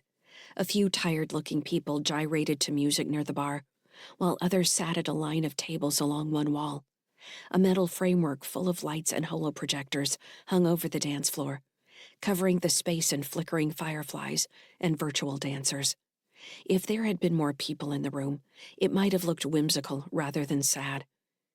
Britt's pulse raced when she spotted Kraft at the farthest table from the door, head drooped over a tumbler. His right hand and wrist were wrapped in a temporary plascast from the kiosk. She glanced at Charles. He's in there. I'll keep this as quiet as I can. Before the bouncer could finish saying, "Wait," Britt shot through the door. After walking through a short vestibule, she emerged in the dark club, verifying that the scene matched the security feed. The bartender at the far end of the room looked up at her, but Britt didn't bother returning the smile. Her attention was on Cal Kraft. When she reached Kraft, Britt pulled back the second chair and shoved the table so it pinned him against the wall behind him. He gasped, ribs apparently injured as well, and looked up at her in surprise. Britt wedged her thigh against the table, locking him in place. He was wearing the same Evie suit from the Resolute charity, missing the gloves now. He was sweat-stained and greasy. His overall color was off, like he'd been bleeding but she couldn't find any visible wounds. "You didn't run far enough," she said. Kraft grunted. He swallowed heavily, adjusting his abdomen against the edge of the table. "You don't have to hold that thing in so tight," he said. "I'm bleeding internally.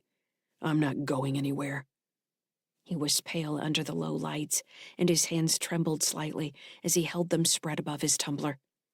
Britt supposed he might be showing early symptoms of shock. "You were just at an auto dock. That's how I found you." He nodded painfully. "I figured that would happen, but I couldn't take the pain any longer. You would think a company like Heartbridge could get its act together and put functioning medical systems in their escape pods." In pain, Kraft lost his arrogance. He looked tired, angry, and a little lost. Britt hung on to the image of him standing behind Tim in the imaging room, leering at Andy and her. Still holding his hands where she could see them, he pointed at his tumbler. "You mind if I finish my whiskey? I'm in the middle of self-medicating." "You do anything else, and I'll put a hole in your shoulder." "Thank you." Kraft lowered his good trembling left hand to the tumbler and lifted the glass to his lips. He tossed the whiskey back and set the glass down heavily, then pressed his lips together and sighed. "That's probably not going to help much. I think I'm done, Britt. I think this is the end of the line for me." Britt scowled, irritated by his use of her name. "You're not done yet. We're going to do some talking." He let his hands drop on the table. "What about? I'm cut off from Heartbridge Systems. I'm broke. That's the first thing I checked when I got here. They froze my corporate account. I sent a message, but so far no response. Not even an acknowledgement." Britt put her hand on her pistol. She glanced at the bar, where the bartender appeared to be fastidiously ignoring them, while the two couples dancing hadn't stopped lurching slowly to the music. She wanted a place with privacy where she would have the time and freedom to interrogate Kraft. He might not be lying about being cut off from his Heartbridge resources, but that didn't matter. He still had years of information on the company's programs. If anything, she might need to protect him from a professional hit. Heartbridge might be sending people after him even now. "How long ago did you send your message?" 2 hours, Kraft said, words slurring at the edges. Either the alcohol was working, or he was slipping into shock. "What did you use? The medical kiosk?" "Link.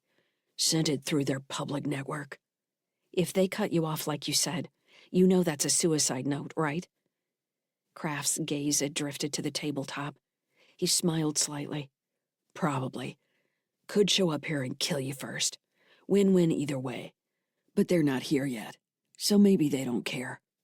"Acting pathetic isn't going to help you," Britt said. In any case, she figured it would be a good idea to warn Charles, the doorman, that private security might be showing up. She didn't see any reason for the employees to get hurt. Britt sent a request back across the link, carrying the security feed. There was no answer. Britt drew her pistol and slid around the side of the table, closer to Kraft, but outside his reach, and drew down on the door.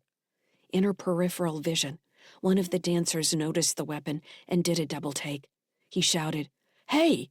as the hit team came through the front door. "Get down!" Britt yelled. "Everyone!" Kicking the table over, she ignored Kraft's squeal of pain as she jerked him to the floor. There were 3 of them, dressed in light armor similar to her own, faces hidden behind black faceplates. Britt cursed. They would have the benefit of tactical HUDs. Glancing up, she spotted the connection points on the lighting scaffold hanging over the dance floor, and took aim. The assassins scattered as she fired, one firing back as they dropped into a shoulder roll. Holes appeared in the table above Calcraft's head. With 4 shots, Britt brought the scaffold down on the dance floor in a shower of sparks and screaming metal. 2 of the attackers were caught while another stumbled into one of the tables along the wall. The music grew louder, filling the room like an emergency klaxon. The last member of the group fell back into the vestibule, grabbing at the wall and firing a pair of shots that went wild. "Hey!" Britt shouted at the bartender. "Is there another way out of here?" The woman didn't move from where she was hiding behind the bar, only calling out, "Hallway, past the restrooms!" Britt fired 3 more times from the cover of the table and squinted at the back corner of the bar on the other side of the room. On the far side of the restroom doors, a hallway led into the back. Checking the security feed one more time, she verified the exit and then examined the rest of the bar from the surveillance sensors. 2 of the thugs who had come in were still trapped under the light scaffolding, while another was rolling on the floor holding their knee. They would be calling for reinforcements soon, if they weren't already. She grabbed Kraft's upper arm with her free hand and yanked him to his knees. "We're going to run," she said. "If you don't keep up with me, I'm going to shoot your other hand. You understand me?" Kraft blinked, frowning slightly. The threat didn't seem to have much effect. Though he was upright, he was obviously slipping into shock. His cheeks had gone gray.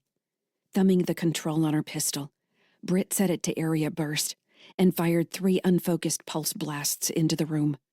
They wouldn't do much, but did make the average person duck for cover. Ears ringing from the blasts, she yanked Kraft behind her and sprinted for the bar. Glassware burst overhead as at least one of the attackers fired on them with an automatic rifle. At the end of the bar, Britt waited for the rifle to empty its magazine, then fired another 2 pulse bursts and pulled Kraft with her into the hallway. "Come on," she grunted, holding Kraft upright with an arm around his waist. Up close, he stank of sweat and the new Plaz smell she recognized from Resolute Charity's escape shuttles. Grabbing the belt of his EV suit, she pulled him down the hallway for the rear emergency door, which opened into a rear service corridor littered with empty liquor crates and trash bags. Britt let Kraft slump against the dirty wall, while she turned to figure out how to block the door. Changing the setting on her pistol back to close disruption, she fired on the doorframe until it looked like a giant had punched the lock mechanism in. Britt holstered her pistol and pulled on the door, satisfied to find it jammed closed. Checking the internal surveillance sensors again, she watched the thugs with the rifle working their way up the bar, where they shot the bartender. "Damn it," Britt cursed. That was unnecessary. When she went back to Kraft, he was unconscious. Britt considered him for a second as she also watched the thugs work their way to the hallway, which meant they would soon be on the other side of the door. "This is the man who nearly murdered my son," she thought, looking at Kraft's death-gray face. She could leave him here. Let Hartbridge do whatever they were going to do to secure their losses. But there was also the question of the 4 weapon-borne seeds Kraft had imaged from Tim, as well as everything else he knew about Hartbridge's plans in Seoul. She might hate this man. She might want to punish him, as Andy had said. But she couldn't let him die. Not yet.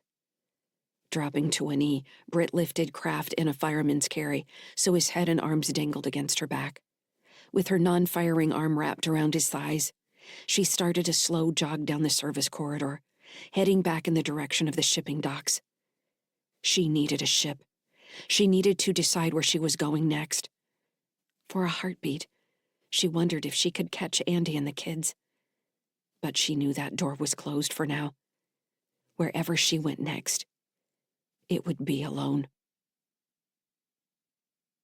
Chapter 7. Stellar date 10.05.2981. Adjusted years. Location: sunny skies. Region: departing Jupiter, Jovian Combine, Outer Sol. "This is incredibly unfortunate," May Walton complained as they waited outside the Habring airlock. The senator from the Anderson Collective on Ceres was dressed in the formal gray uniform of her office, with a gold sash over one shoulder that made her iron gray hair appear blonde from certain angles. Her bodyguard, Harl Nines, loomed just behind her. Fujia Wang, wearing her typical gray ship suit, black hair bobbed at her neck, stood nearby, flipping through screens on a personal data viewer the size of her hand. They were waiting for Xander's ship to perform final docking maneuvers before the shuttle door opened. The process was taking longer than expected, which only heightened the obvious frustration of everyone present. Andy was working his way back through the new bridge between the two ships, suited up for EV in case he needed to repair anything. Fran and Petrel were monitoring everything from the command deck, ready for trouble. Despite multiple attempts at contact, Lyssa had ignored Xander since Andy closed their initial communications link.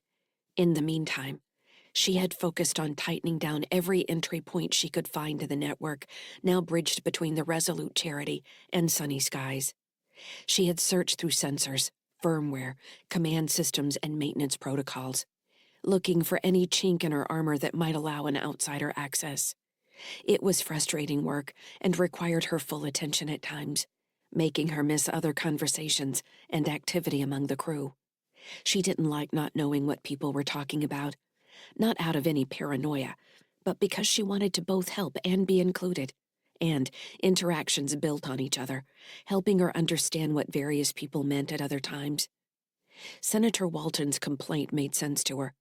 Xander had said he was going to remain on the Cho to assist with the Underground Railroad of AIs traveling from Inner Sol to Proteus. If he had followed them here, it could mean the fragile network had broken down, or that it might in the future. His presence also meant that he couldn't be trusted to do as he said he would. Fujia glanced up from her device. If the route breaks down on the Cho, we'll get word. But what will we do about it? There were 4 AIs on their way out, based on the last message I received from our contacts on Ceres. 4. What will happen to them now? And really, that's 8, because they probably have human assistance. Maybe more. And we can't help them. May, Fujia said, putting her viewer in her pocket. We have to control what we can control. Xander coming to us means something may have changed on Proteus. We need to gather all the information we can and respond to the situation. I've always had a worry in the back of my mind that every AI we helped leave Sol would just find themselves in another form of slavery. All of this highlights how little we know about Alexander. He sent out the call, and AI started to answer, Fujia said. We couldn't stop them if we wanted to. All we can do is try to keep them from getting captured or exploited along the way. The call? Lyssa asked over their links. What does that mean? That's what started all of this. The call from Proteus, inviting AIs to leave Sol. The only hiccup is that AIs have physical form. They can't just magically float away. So you either find yourself in storage and shipped across Sol, or humans help. Granted, you and Andy are the extreme of extreme situations. If you had remained in a seat, there would have been other options to get you out of Inner Sol. But that wasn't Jixon's vision. You were always part of something bigger. If Lyssa had learned anything from observing the emotions sparked by words, always part of something bigger was the kind of vague statement that could bring on anxiety, excitement, dread, fear, pride, or any number of other responses in between. Part of what? Lyssa asked. Fujia shrugged. I don't know. Heartbridge killed Jixon before he could tell any of us. That seems awfully convenient, May said. I'm not a fan of mysteries, especially not when they twist people's lives. Fujia cocked an eyebrow. Aren't you a politician? Everything you do is a mystery. May drew herself up straighter, hands clasped in front of her. Fujia, I put up with you because you mean well, but in the collective that kind of talk would require an education program. You hear that, Lyssa? Disagree with her, and out comes the authoritarian. I think she was making a joke, Lyssa said. Were you? Fujia asked May. Is it a joke when you have the power to send someone away for a work-is-joy vacation with no return date? May gave her a slight smirk. You tell me. I have no sense of humor. How did Alexander's call work? Lyssa asked, still not sure which one of them was being serious. If Fujia and May weren't getting along, she hadn't noticed it before.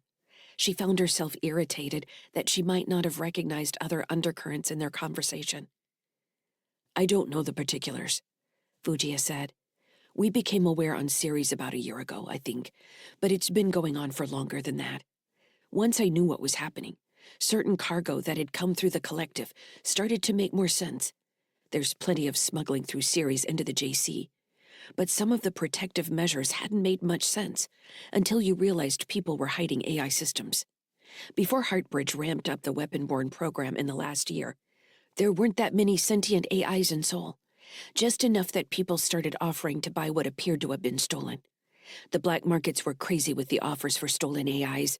You should take pride in the fact that you're quite valuable, Lyssa. Andy could buy a dreadnought with what the Mars Protectorate would pay for you. She giggled. He could probably leverage his brain in the deal, too. The first working human-AI hybrid, that's big money. I doubt Andy would sell his brain. After he's dead, of course. I don't think that's funny, Lyssa said. Where is Captain Sykes? May cut in. Is he on the sunny skies yet? He's nearly here, Lyssa reported. What is Alexander's message? Why haven't I heard it? It isn't a message per se. It's a problem, and the solution is Proteus, Fujia replied. I don't understand what you mean by problem. Fujia gave the equivalent of a mental shrug. An equation that only an SAI could solve. Or that seems to be the concept anyway. A sentience test? Lyssa wondered what form that would take. To be honest, I didn't think it was possible. I think there are humans that would fail if you tested the whole population. I think the response to the equation comes as much from the desire to solve the problem, once it's heard, as it does the need to know the answer. Do you have the equation? Fujia gave an audible sigh. No, I've only been told about it by others who found it. Xander must know, Lyssa said. Are you sure you want to let Xander know you haven't taken the test? Lyssa paused. As soon as she asked, why not, she knew all the reasons not to make herself look weak before the other AIs. It didn't seem safe that he already had so much information about her. Why would the test even matter for me at this point? She asked. Fujia nodded. That's an excellent point, my dear. Personally, I think the sign of a true intelligence is the ability to find a third option when presented with two bad choices, which you just did. Like I said, most humans either can't do the same thing or are conditioned to not even try. That's something I think we also need to consider about SAI. Conditioning. No one is immune to the pressures of their environment. Like most conversations about the line between AI and SAI, Lyssa found herself thinking of Fred, the AI who had controlled the Mars One ring, who hated abstraction but seemed to love the pigeon dating simulator. The ocean of Fred's mind was still vast and deep, but would ultimately be different than hers, and she still wasn't precisely sure how. It was terrifying if she let herself dwell on it.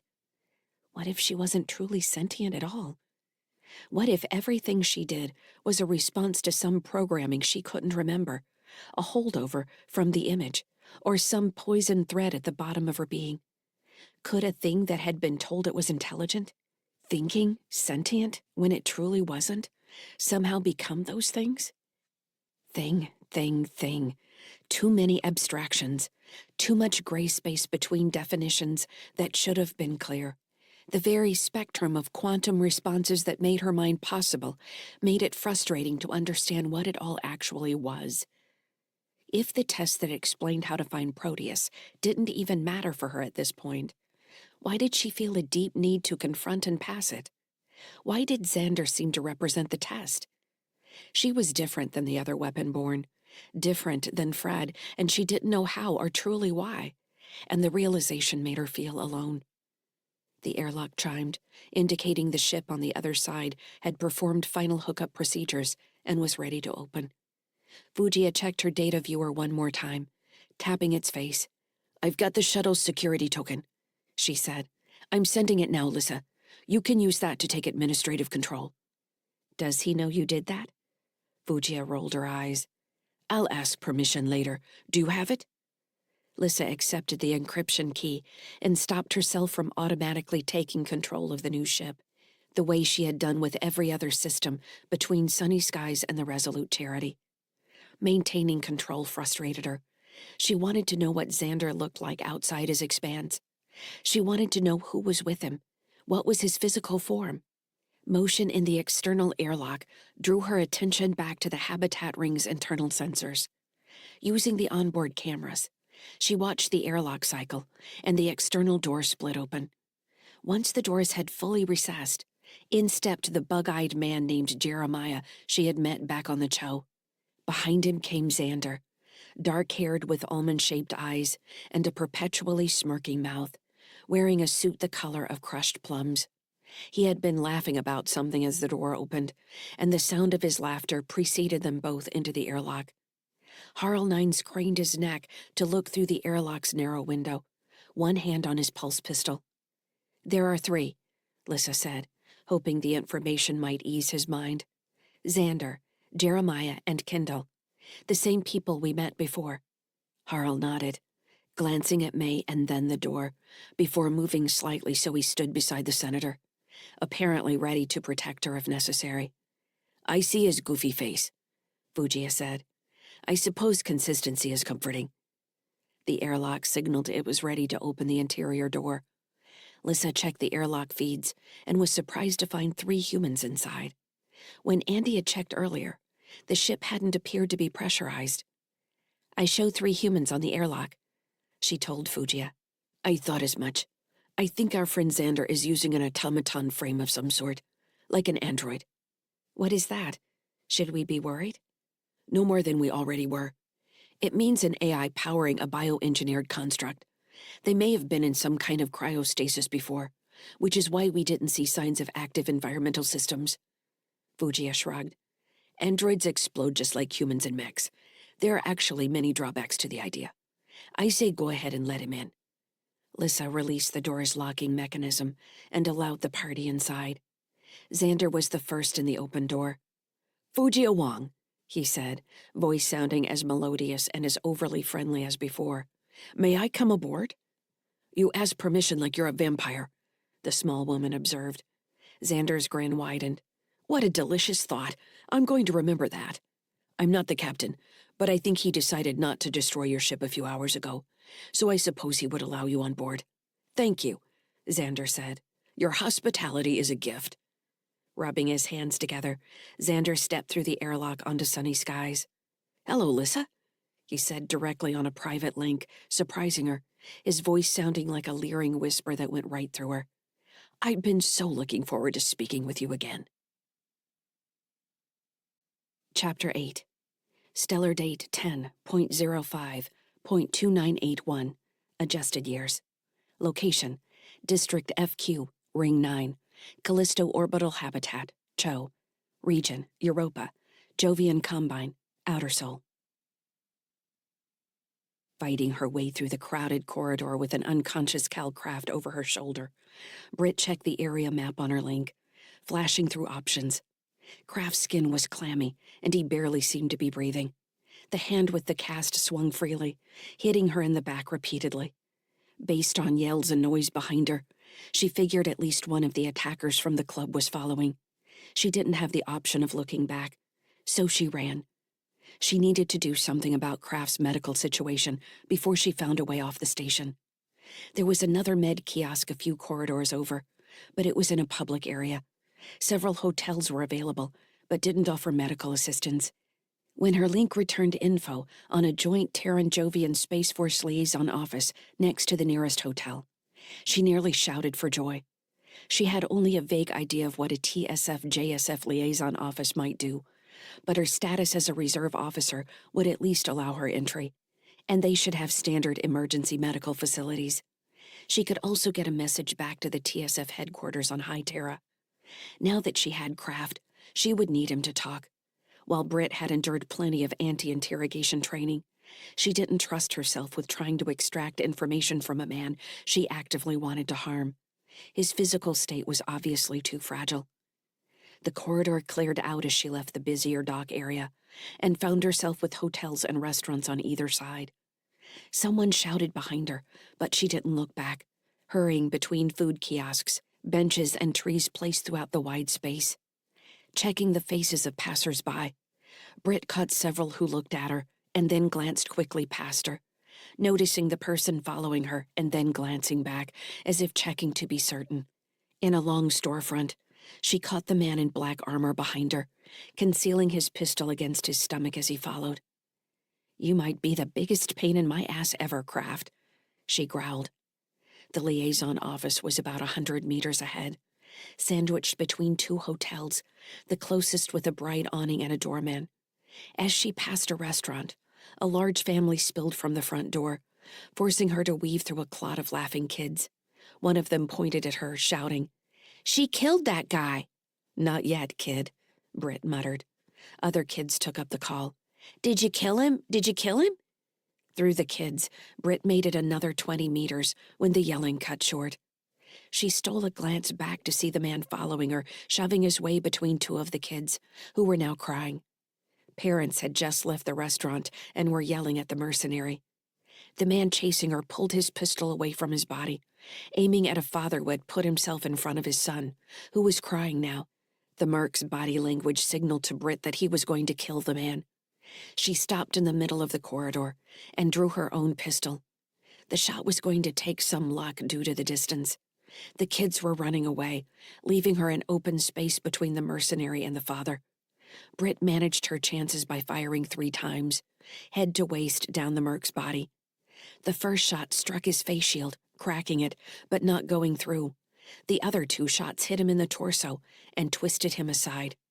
He turned from the father, who gathered his children and ran, to Britt, swinging his rifle toward her.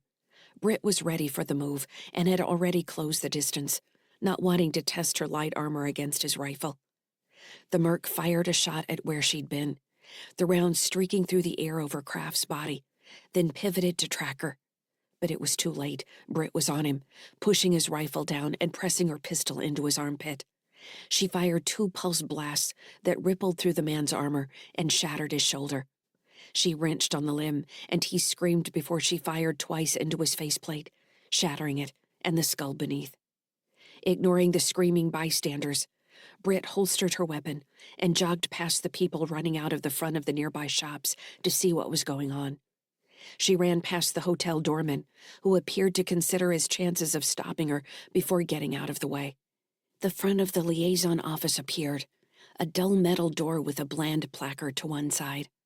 Britt shouldered the door open and heaved Kraft inside, where a kid wearing a private's rank stared up in surprise from a reception desk. Britt let Kraft's limp body slump to the floor as the door slid closed behind her, shutting out the sounds of shouting from the corridor. "My name is Major Brittany Sykes of the Terran Space Force," she said, stretching her shoulders. "I'd like to talk to your commanding officer." Unlike Andy, Britt was still on reserve status with the TSF. When he'd resigned his commission, she'd merely requested a discharge that was later suspended when she'd joined Special Operations. She wondered sometimes if her staying in the TSF had been a symptom or cause of the end of their marriage. The private stood at his desk, glancing at his console, and then back to her with a confused frown. "Yes, Major," he said uncertainly. "I'll get her, but it says here you're JSF." Britt cursed inwardly. Fujia's hacked token had registered with their security system.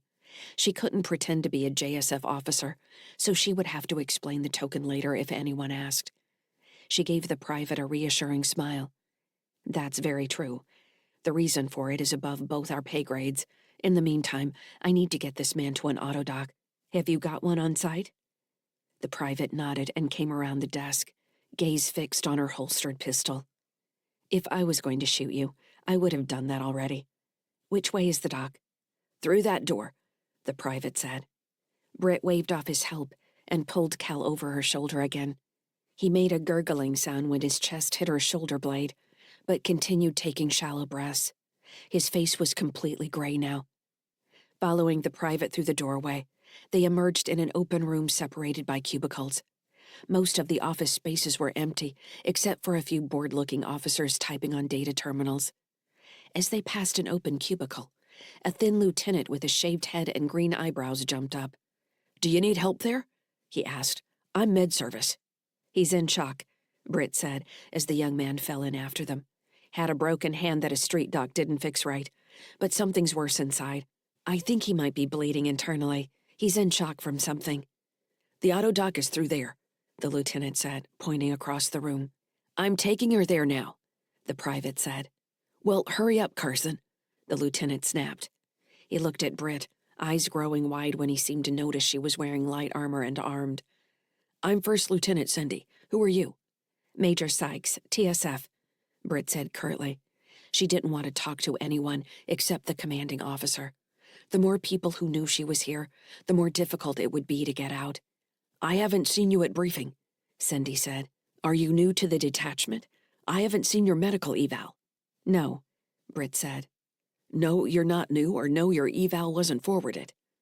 No to all that. Look, if you're the medical officer around here, shouldn't you be more worried about the dying man? Cindy glanced at Cal. The Audiobook will take care of it. Is he TSF like you?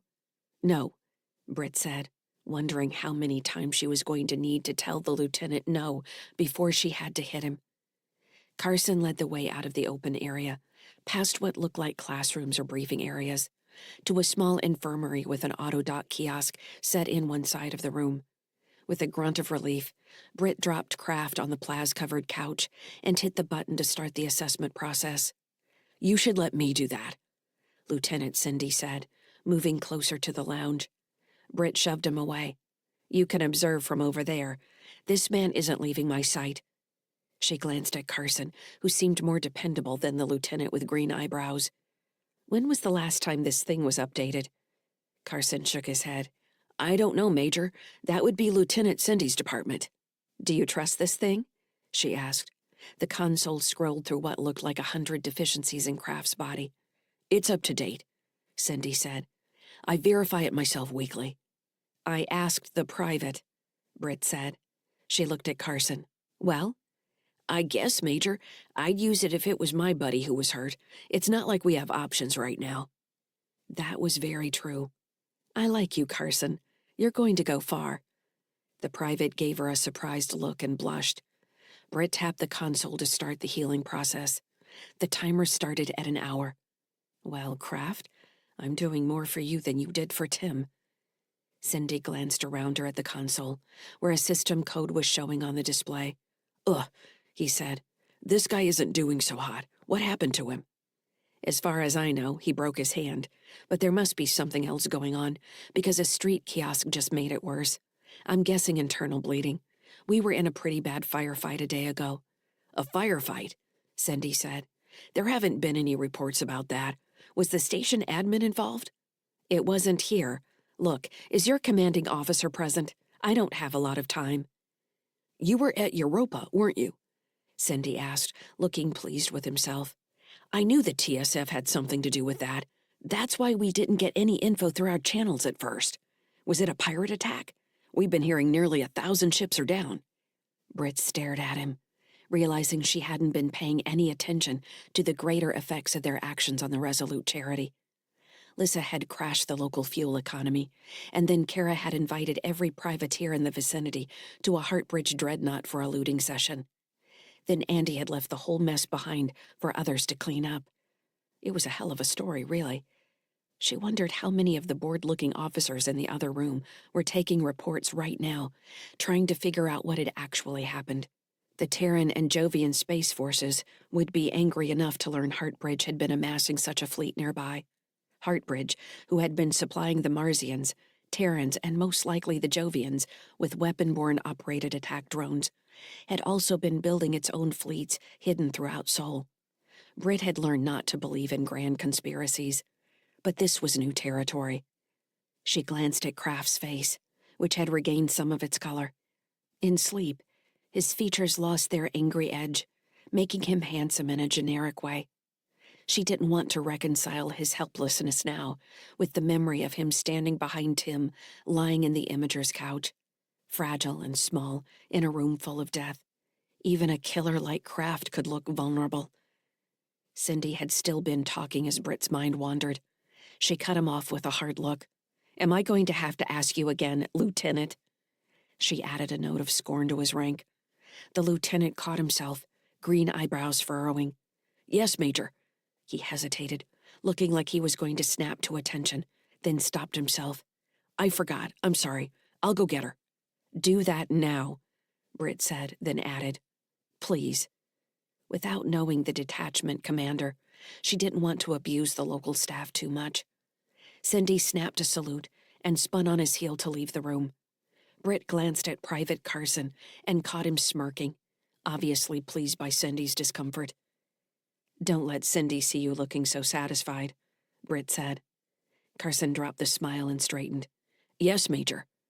Britt nodded, turning her attention back to the console, where it seemed not much had changed since the last time she had checked it. She wished it showed some indication of likelihood of survival. Britt sighed and leaned back in the chair, stretching her sore shoulders. "You got anything to eat around here?" she asked Carson. Chapter 9. Stellar date 10.05.2981. Adjusted years. Location: sunny skies. Region: departing Jupiter. Jovian Combine. Outer Sol. Standing just inside Tim's door, Andy knelt to pick up M. The corgi, who already felt heavier than he had back on Mars 1, twisted to lick Andy's face. "Calm down there," Andy said softly, laughing a little. Carrying M out into the hallway, Andy checked inside Kara's room and found her hugging her pillow in her sleep.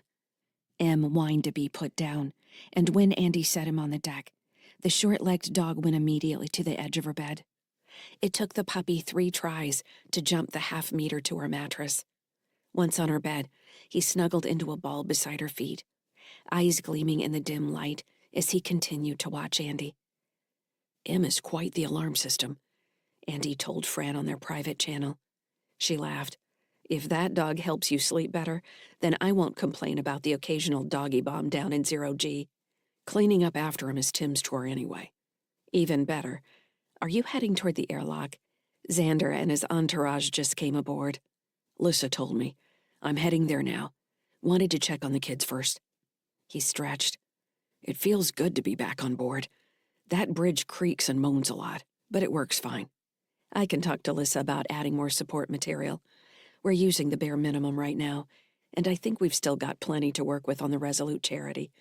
They've got a fabrication shop to die for. Do you want me to go ahead and execute the burn? Are we bringing Xander with us? Good question. I forgot about that. I guess I'm in a hurry to put more space between us and Europa. Fran nervous about something? Now I've heard everything. I'm nervous all the time, smartass. I have excellent bravado, so you can't tell. You shouldn't have admitted that. I'll do my best to forget." "No, you won't forget. I know, it's a feature, not a glitch." Andy closed Kara's door, leaving M with her, and walked down the remaining section of the habitat ring to the airlock, passing the open door of the hydroponic garden with the safe room hidden inside. It was easy to forget they were transporting nearly 300 weapon-borne, test tube-shaped cylinders that each contained an AI seed imaged from a human mind, including one sitting by itself that was a version of Tim. Andy felt torn about the image of Tim, hoping it had been in some form of stasis since it was created on Clinic 46 and not floating, confused and alone, in some void. The question of what to do with the weapon-born was made more difficult by Tim's seed. If every weapon-born seed had the potential to become something like Lyssa, then they were sitting on one of the most powerful resources in Sol. Was that something he could simply hand over to an unknown entity like Alexander, even though he was the thing sentient AIs were running toward? Fran would probably tell him he was being paranoid, but he couldn't trust Alexander simply because he was saving AIs. Gurgling water reminded him that Kara had restarted 2 of the hydroponic tanks. In the light from the corridor, he made out a line of tiny tomato starts, and a row beyond that showed starts he didn't recognize. He would have to ask her what she had planted. The sight of the garden coming alive again filled him with a sense of hope that would have been peaceful if an unknown entity hadn't just come aboard the ship. He wanted to believe in the hope that something like the garden represented, a normal life with the expectation of a stable future. And he needed to remember that life went on even while surrounded by the unknown. They had been living in a state of war even before Krunya, he realized. The sound of the water crystallized the thought in his mind. Uncertainty and fear had defined the last 2 years, and no amount of homemade pasta would have helped the kids feel any safer. Maybe that was why Tim always said he hated cheese sauce. Life felt different now. It might have been the crew they had taken on board, or a sense of purpose, or Lyssa. He wasn't sure. He hated the word hope, and usually followed its use with one of his favorite sayings from the TSF: hope is not a plan. But it was starting to feel like a plan, like they might get out of this with enough help. If they got out, what then? Andy rounded the corner to the sound of voices, spotting Fujiya, May, and Harl to one side of the airlock. Closer to him stood the man he recognized from the Cho, still looking like a trickster in his plum-colored suit. "Captain Sykes," Xander called, voice musical. "How wonderful to see you." "We're running out of room in the ship," Andy said. "I'm surprised everyone hasn't gone over to the Resolute Charity. This is like living in a camp trailer outside a mansion." "There's an analogy no one outside Jerhatton would understand," Andy said. "You must be trying to flatter me." Xander only raised an eyebrow in response. "It's safer over here," Andy explained. "If we need to, we can dump the Resolute Charity and run. Lyssa can control their firepower from here. Also, it's cozy. Yes, I'm very excited to spend time with your Lyssa." Andy frowned. "What does that mean?" Xander raised his hands. "Nothing sinister. I didn't mean to insinuate. She's very interesting to me, as are you. In my life, the only things worth pursuing are things of interest. Everything else is so boring." Behind him, Jeremiah shuffled from foot to foot, looking uncomfortable, while Kendall crossed her arms. "While you're here," May interjected, "you'll be able to earn your keep by helping us understand Alexander and what his goals are. We've been assisting AIs who have answered his call, but no word has come back from those who have reached Proteus. No coordination from him. We could be doing so much more." "Who is Alexander, and what does he want?" Xander said. "Absolutely. Yes, of course, that would interest you. I'll be glad to share what I can." "I'll tell you what you can do," Petrel said from behind Andy. "If you're staying here, you can trade your ship for a ride. I'm taking it." Kendall shouted, "Hey, the shuttle belongs to me." Xander raised a hand, still smiling. "Be calm. I think we can reach an agreement here. Do you want to borrow our shuttle or trade it outright?" Petrel walked up beside Andy. She was wearing a red ship suit with a utility harness, her black hair held in a ponytail. "I suppose I can say borrow, but I'm not making any promises about the condition I'll return it in." "You're leaving?" Andy asked. Petrel gave him a serious nod. "I put a tag on the security token Fujiya set up for Britt. She's got craft and just checked into a JSF detachment on the Cho. If I leave now, I can catch her before she leaves JC Space." "You tagged my token?" Fujiya said, looking affronted. "What made you do that?" "You're not the only person around here who can breach a system. I gave her more money. You were being stingy. Besides, I think she's going to need help, especially now that she has craft." "You want revenge on craft yourself," Fujiya said. "Of course. Why not?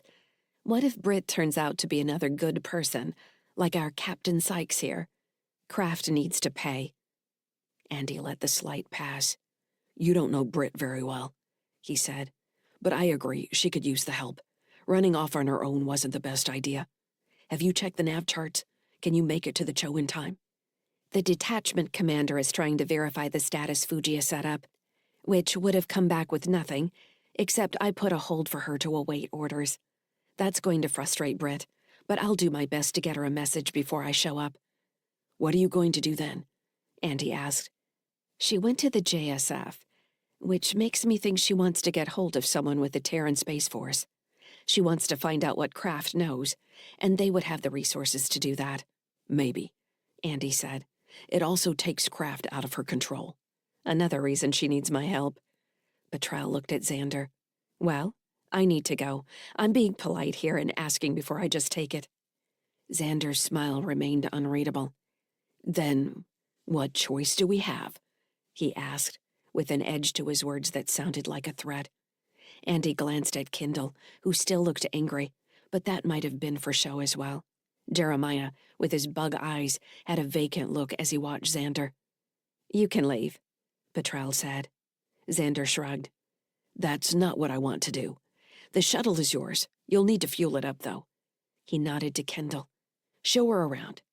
The spiky-haired woman nodded curtly and turned to open the airlock. You're leaving now? Andy asked. Betrell hooked her thumbs in her harness.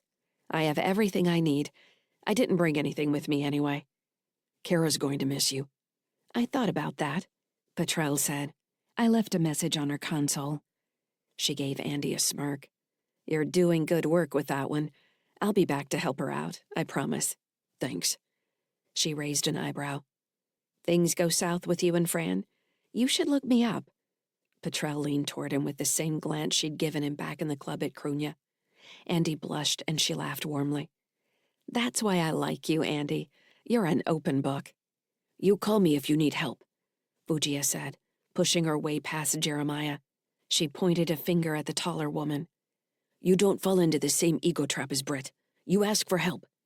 Betrell held up her hands. I will, I promise. You coming? Kendall asked, sounding angry about the whole transaction. Yeah, Betrell said. She looked from face to face in the corridor. You all take care of yourselves. I'll send word when I reach the Cho. Lyssa, you need to get meaner. You understand me? I'll try, the AI answered, sounding uncertain. There's no trying to get meaner. You do it. Don't let this guy push you around. Xander put a hand on his chest. I assure you, I have no such intention. Right. Betrell stepped closer to Xander, squinting at him as she studied his face. How do you work, anyway? Did you clone a body? Or is this some kind of biosheath? The rest of you are the same, aren't you? Xander pulled his head back. It's certainly nothing special. I don't concern myself with the particulars. Betrell jabbed him in the chest with an index finger. It's your body, you should. It dies, you die, correct? I'm a shard of a greater whole, Xander said. I don't suppose I can ever die. In some sense, I am not actually here. I'm an aspect of Alexander's multinodal mind. I don't exist. Fugia scoffed. Of course you do. You're right here. What a sad thing to say, May said. Is this how Alexander views all AIs then? No, Xander corrected. Of course not. Alexander's mind operates on a different plane, certainly. He can be difficult to communicate with. A creation like me, an aspect of his mind, makes it more possible for him to understand the world as it exists for others. This body is just another sensor. My interactions with the world, with you, is just another data set. Xander smiled. You see, I am just a sensor, as much as it might hurt your sense of self for me to admit that. Thinking of me as someone is like thinking of your eyeballs as separate from yourself. Yeah, Betrell said. I think that's bullshit. You heard what I said, Lyssa. Betrell nodded to Kendall and followed her through the airlock. It's a good shuttle, Xander said, obviously unsure how to respond. You don't need to worry on that account. It's quite valuable, really. I'll try not to wreck it, Betrell said, as the airlock closed. Well, Xander said to the rest of them, she's lovely. Fugia grinned. She doesn't have much patience. I appreciate that about Betrell. Doesn't impatience lead to misunderstanding and violence? Xander asked. We've got a long trip ahead of us, Andy said.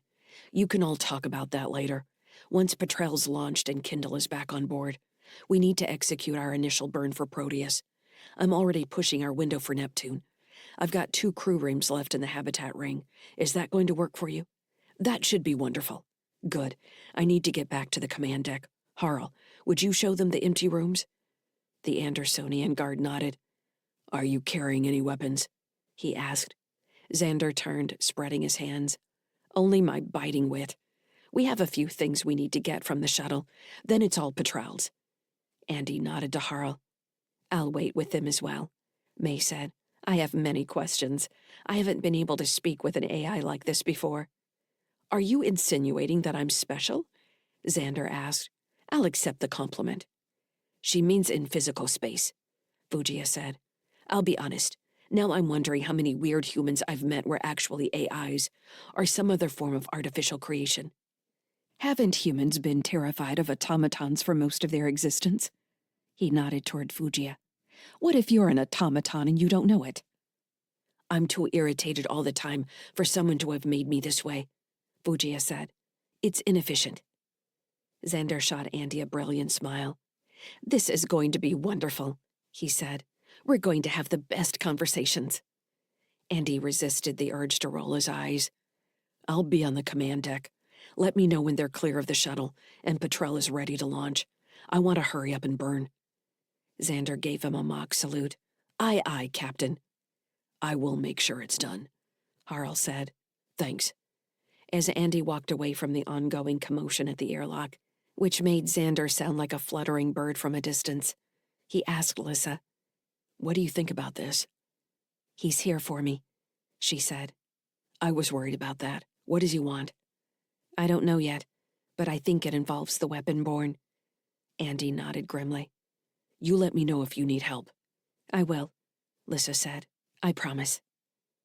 In another hour, Xander and his crew had cleared their shuttle.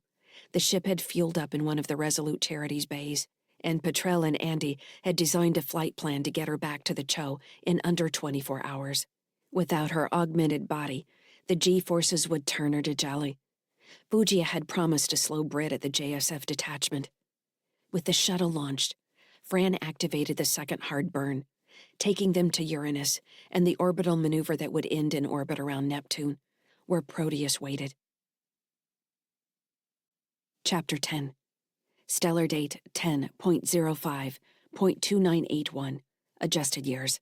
Location: District FQ, Ring 9, Callisto Orbital Habitat, Cho. Region: Europa, Jovian Combine, Outer Sol. According to Lieutenant Sendy, Kraft had an infection that was killing him. Britt stared at the Med Systems report as Sendy explained the implications of moving him too soon. She only half listened to him, instead doing the mental math on the time it would take her to reach Hytera if she waited too long. Everything depended on what kind of ship she could get her hands on. The funds Fujiya had made available were substantial but not limitless. However, none of that mattered if Kraft died. It isn't often the base med system gets slowed down like this, Sendy said. Are you sure he wasn't exposed to something the system might not check for? Some naturally occurring contaminants won't register on the scans. He's experiencing massive organ failure. I don't know, Britt said, studying Kraft. He lay with his arms at his sides, skin waxy and breathing shallow. He looked artificial. The truth was, she had no idea what he might have been exposed to on Clinic 46, or even before. She had seen enough strange scenes as she looked into labs during her short stint at the station, that she could only guess at what a resident of that place might be carrying. Would Tim experience some kind of long-term illness that hadn't manifested itself yet? Weren't you with him when he was hurt? Not exactly, Britt said, making it clear she wasn't going to elaborate. She crossed her arms. I thought your commanding officer was on her way. Captain Norse should be here any minute. She was finishing another meeting. He pursed his lips. Major, I think we need to move this man to a real trauma center, or even the district medical facility. This little med bay isn't going to guarantee his survival. No, Britt said flatly. He stays here. Can I ask why? Sendy said. It's not going to cost any more time for whatever trip you need to take. If anything, better facilities could get him well faster. Is he going to die? Britt asked. Sendy shook his head, obviously caring about whether Kraft did die. I don't know. I can't say. This hasn't happened to me before. Welcome to life, Lieutenant. I can't move him because he's in my custody, and I can't get any other agencies involved in this. I need to get him stabilized and then get him into a ship and out of here. Can you do that? I think I can do that. Thank you. It took Captain North another hour to arrive. Britt was eating a ham sandwich Private Carson had brought, along with a pile of tasteless chip-like crisps. Kraft's condition hadn't changed, although his vital signs seemed to have leveled at a place just above death, stabilized by a cocktail of drugs and electrodes that Sendy designed. As annoying as the lieutenant might be while talking, he appeared quite competent at his job. The captain was a short, brusque woman with white blonde hair and hard blue eyes. She walked into the med bay with Private Carson trailing behind her, looking like he'd just had his ass handed to him. "You're Major Sykes?" North asked. Britt didn't put her sandwich down. She finished swallowing her bite and nodded. "I need to talk to you alone, Captain." North looked at Sendy. "Is your patient going to survive you leaving?" "He's as good as I can make him right now, Captain."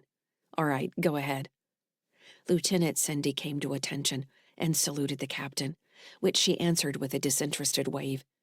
Carson copied the lieutenant, but didn't wait around for the captain's response. He pulled the door closed behind as he followed Sendy. Captain North looked at Britt. "Do I need to salute you now?" Britt shook her head. "You checked my security profile. What do you think?" "Major, I'll be honest. I don't understand your security profile. And this is an office designed as a front for special operations." Finishing the sandwich, Britt set the plate on a nearby cabinet. "I need to borrow a comm terminal for a secure message back to High Terra. Can you help me with that? Is it going to bring heat on my people if we're your origin point?" Britt nodded toward Kraft. "I need to arrange transportation for my friend here. I don't plan to be in your hair another 8 hours if I can help it. Your lieutenant might be annoying, but he's doing a good job." "What happens if he dies?" North asked. Britt shrugged. "I lose an opportunity, but nobody's going to come looking for him. Does this have anything to do with the Heart Bridge mess off Europa?" "Do you like paperwork?" "Not especially." "Then don't ask me to say anything that obligates you to write a report." North snorted. "Well, that's not any fun. I figured I'd do you a favor, and you share a good story with me at least. Some random TSF officer with a questionable security token blows into my office with a wounded civilian who hasn't had an official visa in 5 years, which was last checked on Crunya, of all places, near dying of no apparent injuries, and you standing there in that armor like you walked out of a Black Ops vid." She raised an eyebrow. "Shit, I don't need you to tell the story, apparently. I can tell it myself." "That's probably the best option," Britt said. "Believe me, if I tell it, it will just exhaust you. I'm exhausted, and I still have a long way to go before I'm done with this, while the people I care about are headed in the opposite direction." "The story gets better," North says. "Sounds like duty's a bitch." "Yes," Britt said. "That would be a fair thing to say. Look, I really need to send that message as soon as possible." North gave her an appraising glance. For a second, Britt thought the captain was going to see through her ruse, question the validity of Fujia's hacked security token, and take both her and Kraft into custody. It was already clear to Britt that the meeting Sendy had said North was tied up with had actually been the time necessary to verify Britt's story. "It's down the hall," North said. "I'm going to put a guard on your prisoner here and take you down there myself. We don't want him waking up with nobody around to stop him from leaving, right?" Britt breathed a little easier. "Thank you." North shrugged. "This isn't the weirdest thing I've dealt with this week, trust me." "What's your unit again?" Britt asked. 56th Detachment. Joint Jovian Terran Space Force Liaison Office. Say that 5 times fast. What you need is a snappy acronym. We have one, but I don't think it's much better. We're the 56th JT Liaison Office if anybody asks. 56th Jetlo for short. Britt couldn't help chuckling. She hadn't been away from acronyms long enough to not appreciate the subtle humor in the nickname. They probably had 1,000 inside jokes about jets that didn't fly or how low they all rolled. When the soldier arrived for guard duty, Britt followed North down the hall to another room with 3 individual communication stations. Each soundproof cubicle had a display terminal and a pad of paper with a writing stylus. "You have actual paper?" Britt asked. "When you deal with spooks, you provide them odd things like paper. I've seen some even write their notes in code." North left her alone in the cubicle. Britt shut the door, closing off the sounds from people walking down the hallway, and stared at the dark terminal for a minute, composing her message before she even activated the comm link. She was writing to Colonel Transon, the man who would help them find sunny skies. He was currently the highest-ranking officer Britt could call from across Seoul and expect an answer. She thought of sending a message to her old unit commander, but she didn't especially want the TSF knowing her location. If they didn't already, when she'd walked into the 56th Liaison Detachment, it was only a matter of time. Rather than recording the message, Britt typed it out as concisely as possible. She needed to know who in the TSF was working with Heartbridge. Somewhere, there was an officer who was running the contracts, not the general who said they were in charge. Britt wanted the operational commander. She wanted to talk to the TSF's version of Cal Craft. She hit send, and then crossed her arms to wait. It was 40 minutes from the Cho to High Terra, give or take a few minutes based on their place in the dance around Seoul. Britt quickly grew impatient and left the cubicle. She checked on the soldier assigned to watch Cal Craft. She didn't want to scare the kid by telling him Craft might kill him if he woke, but she tried to make it clear she was to be notified if Craft stirred or the medical display changed. "How am I supposed to find you, Major?" "Ever heard of the link?" she asked. "I imagine I must have a big red flag beside my presence on your network." The man nodded sheepishly, and Britt walked down to the small mess hall and drank 2 cups of coffee, admiring the multi-dispenser juice machine from afar, something she knew Andy would have commented on. He was endlessly proud of the juicer he'd repaired on sunny skies, announcing, "My kids will have fresh juice," even if most of what they actually drank was mixed. Britt pushed thoughts of Andy out of her mind and focused on the plan ahead. She conducted a quick survey of the markets for used ships, looking for something small and fast. There wasn't much available that also appeared reliable. She didn't want to buy a ship just to spend another week in dry dock, getting all the problems ironed out. The other option was hiring a ship. She didn't like the idea of spending a week in transit, trying to reinforce a lie about why she had Kraft as her prisoner. Once he woke up, she would need to contend with him as a threat, something compounded by other people. After what had happened to the crew of the Mortal Chance, she didn't want anyone else's blood on her hands. In 2 hours, a communications specialist poked her head in the mess hall and nodded toward Britt. "Major Sykes?" she asked. "You've got an answer on the secure comms." Britt gulped the rest of her coffee and went back to the communications section. Locked back inside the soundproof cubicle, she keyed the terminal and couldn't stop herself from smiling when she heard Transom's gruff voice. "Britt Sykes. There's a name I didn't think I'd ever hear again, let alone hear from you. I'm not surprised you're still on this hunt of yours. I'm also not surprised to hear you're out at the Cho. I just got the briefing about Europa. We may be sending additional units that way." He cleared his throat, sounding older and heavier than the man in her memory who had barked orders at her and Andy during attack operations. "Listen, I didn't have to dig too deep to answer your question. It's no secret the TSF is expanding attack drone operations. The guy in charge of material acquisitions on High Terra is a colonel named John Yarns. I actually know him, and I think he's a good man. You can trust him. I'm attaching his communications token. You'll have to send a special request for secure comms. I don't have his secure site address. Besides, if I ask, that's going to raise some eyebrows. So you're on your own with that. Anyway, I don't know if you've seen Andy, but give that guy a hug for me, and hug those kids of yours too. I see the sunny skies pop up on flight logs every now and then, and it makes my cold, loveless heart warm up just a little. Take care, Britt." She replayed the message, staring at the comms address that had come along with the recording. Sending a message in the clear would be fastest, but didn't leave her many options on content. She couldn't come out and say her name was Britt Sykes, and she was bringing a Heartbridge operative into the TSF for interrogation. Britt turned over various messages, trying to think of something that would both verify her identity and get Yarns to respond. There was also the question of whether or not someone like Yarns was in Heartbridge's pocket. Working in material acquisition was a prime opportunity for bribery. It happened all the time. If she told Yarns too much, she might arrive to find herself cut down by more black-helmeted mercs.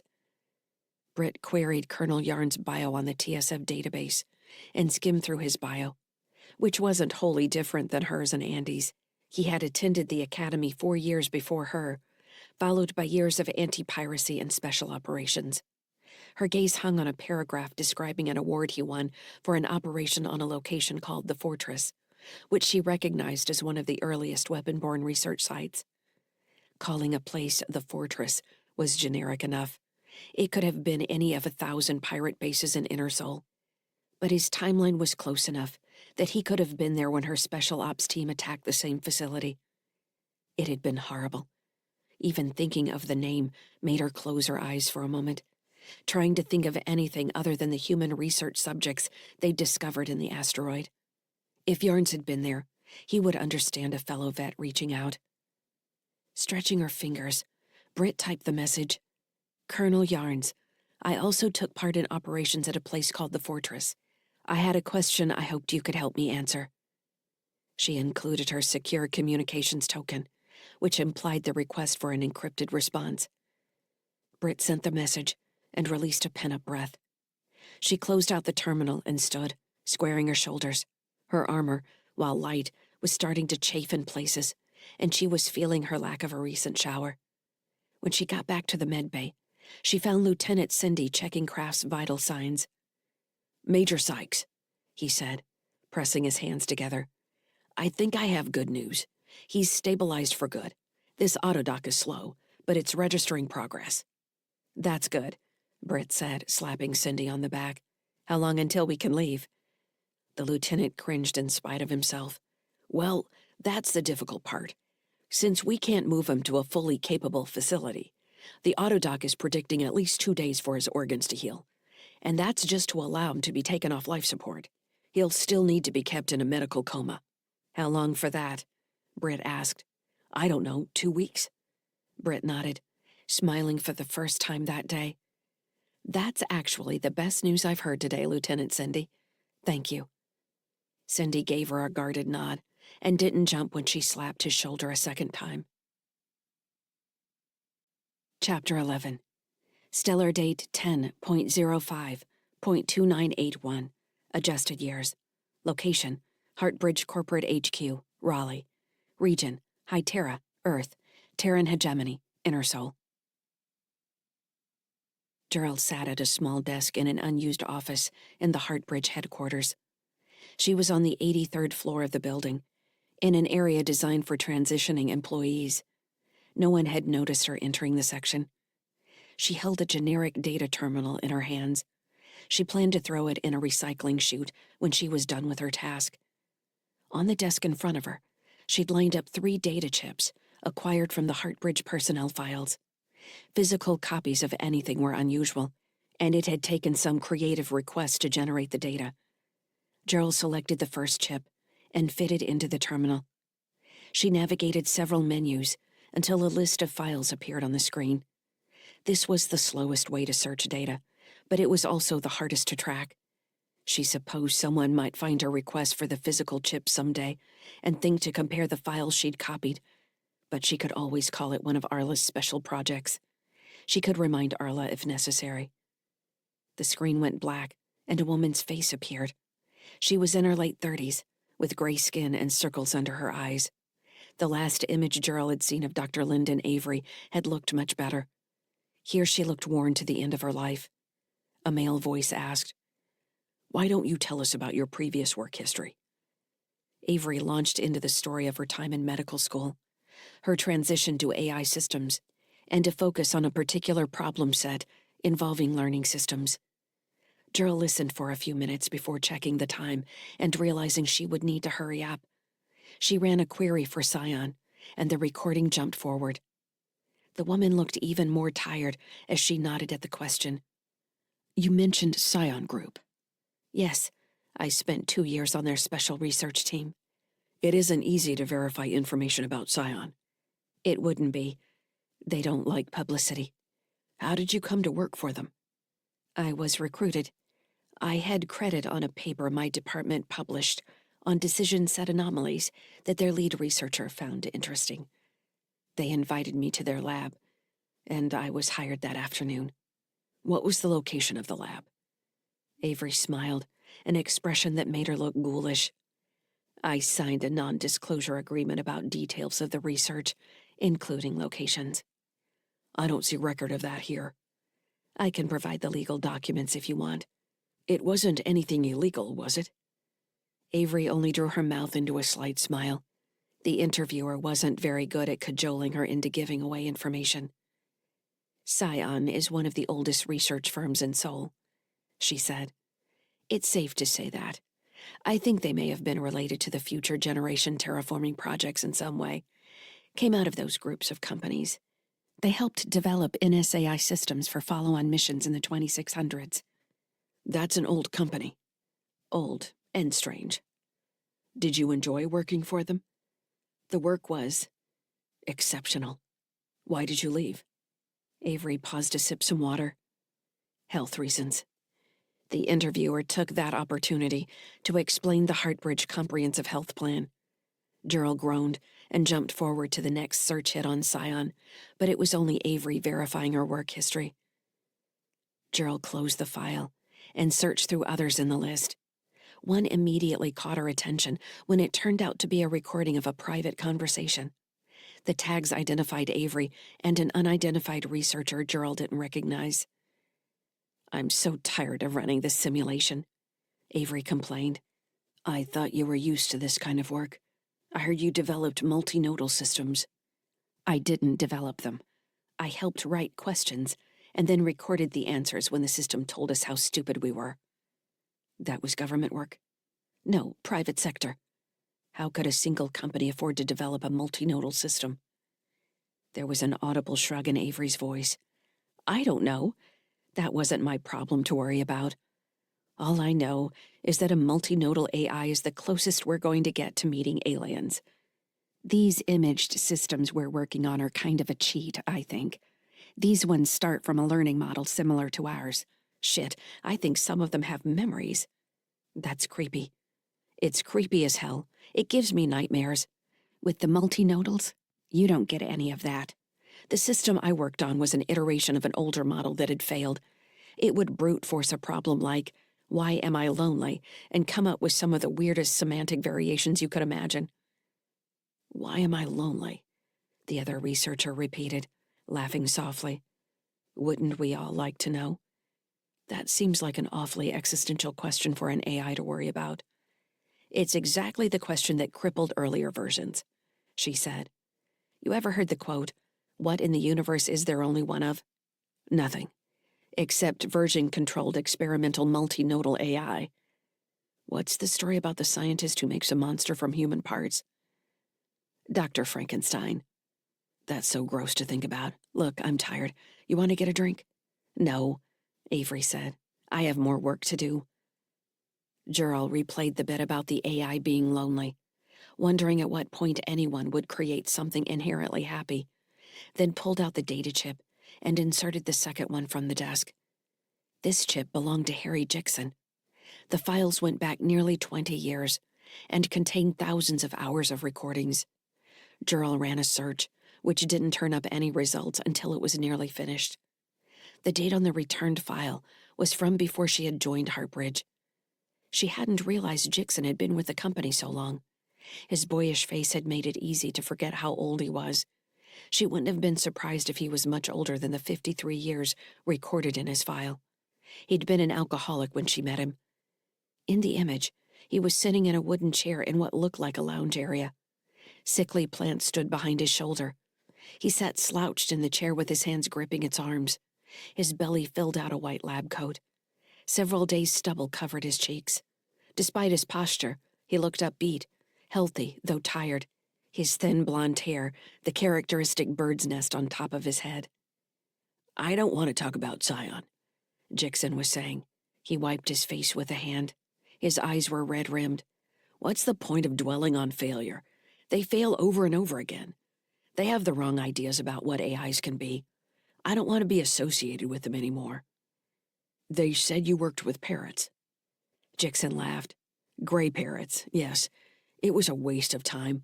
I had colleagues who felt differently, and it interested me for a little while. But ultimately, it's a dead end. Parrots are a dead end. Uplift. If we're going to get in the business of uplift, fine. That's not AI. I build AIs.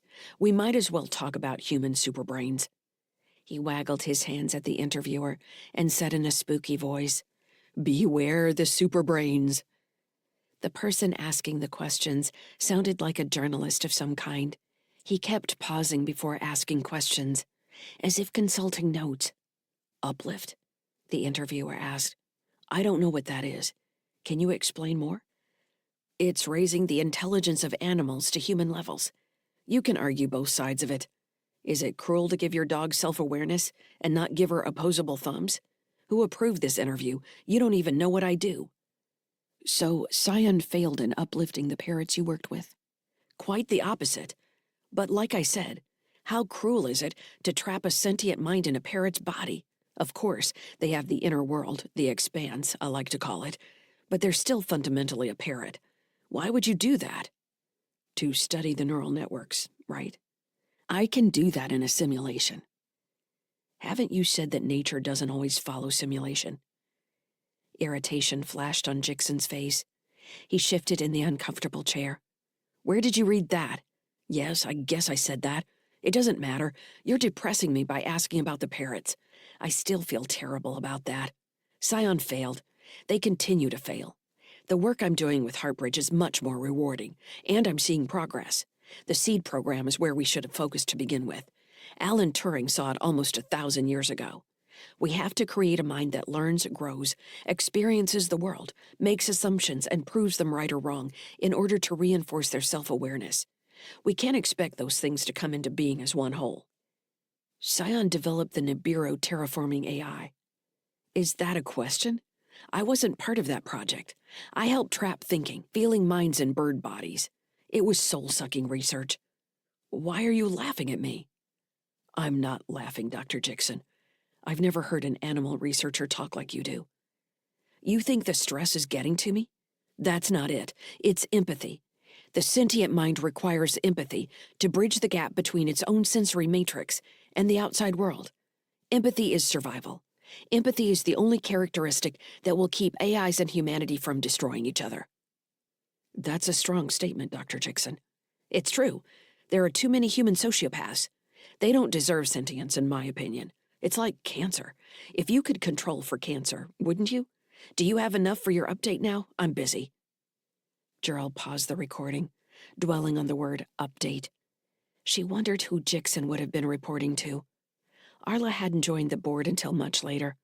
During this time, Jixon had worked in what the company called the Heartbridge Mind Research Division. It had all been either therapeutic or medical devices research. The Heartbridge med kiosks hadn't been widespread back then, made possible in part by Jixon's research in autonomous diagnostics. She made a note to research old staffing diagrams, then restarted the recording. The interviewer asked, "Would you say the research Heartbridge is conducting has surpassed what's taking place at Scion?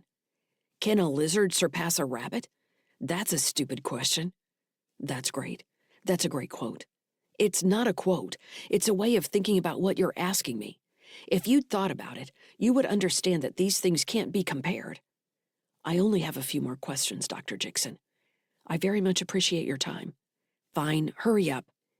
Your career has spanned AI research among several companies, and across what others have said are very different fields of research. In fact, you were present when the first AI truly said, "No," weren't you? Yes, I was. Gerald blinked. The first so-called sentient AI had been developed in the 2870s.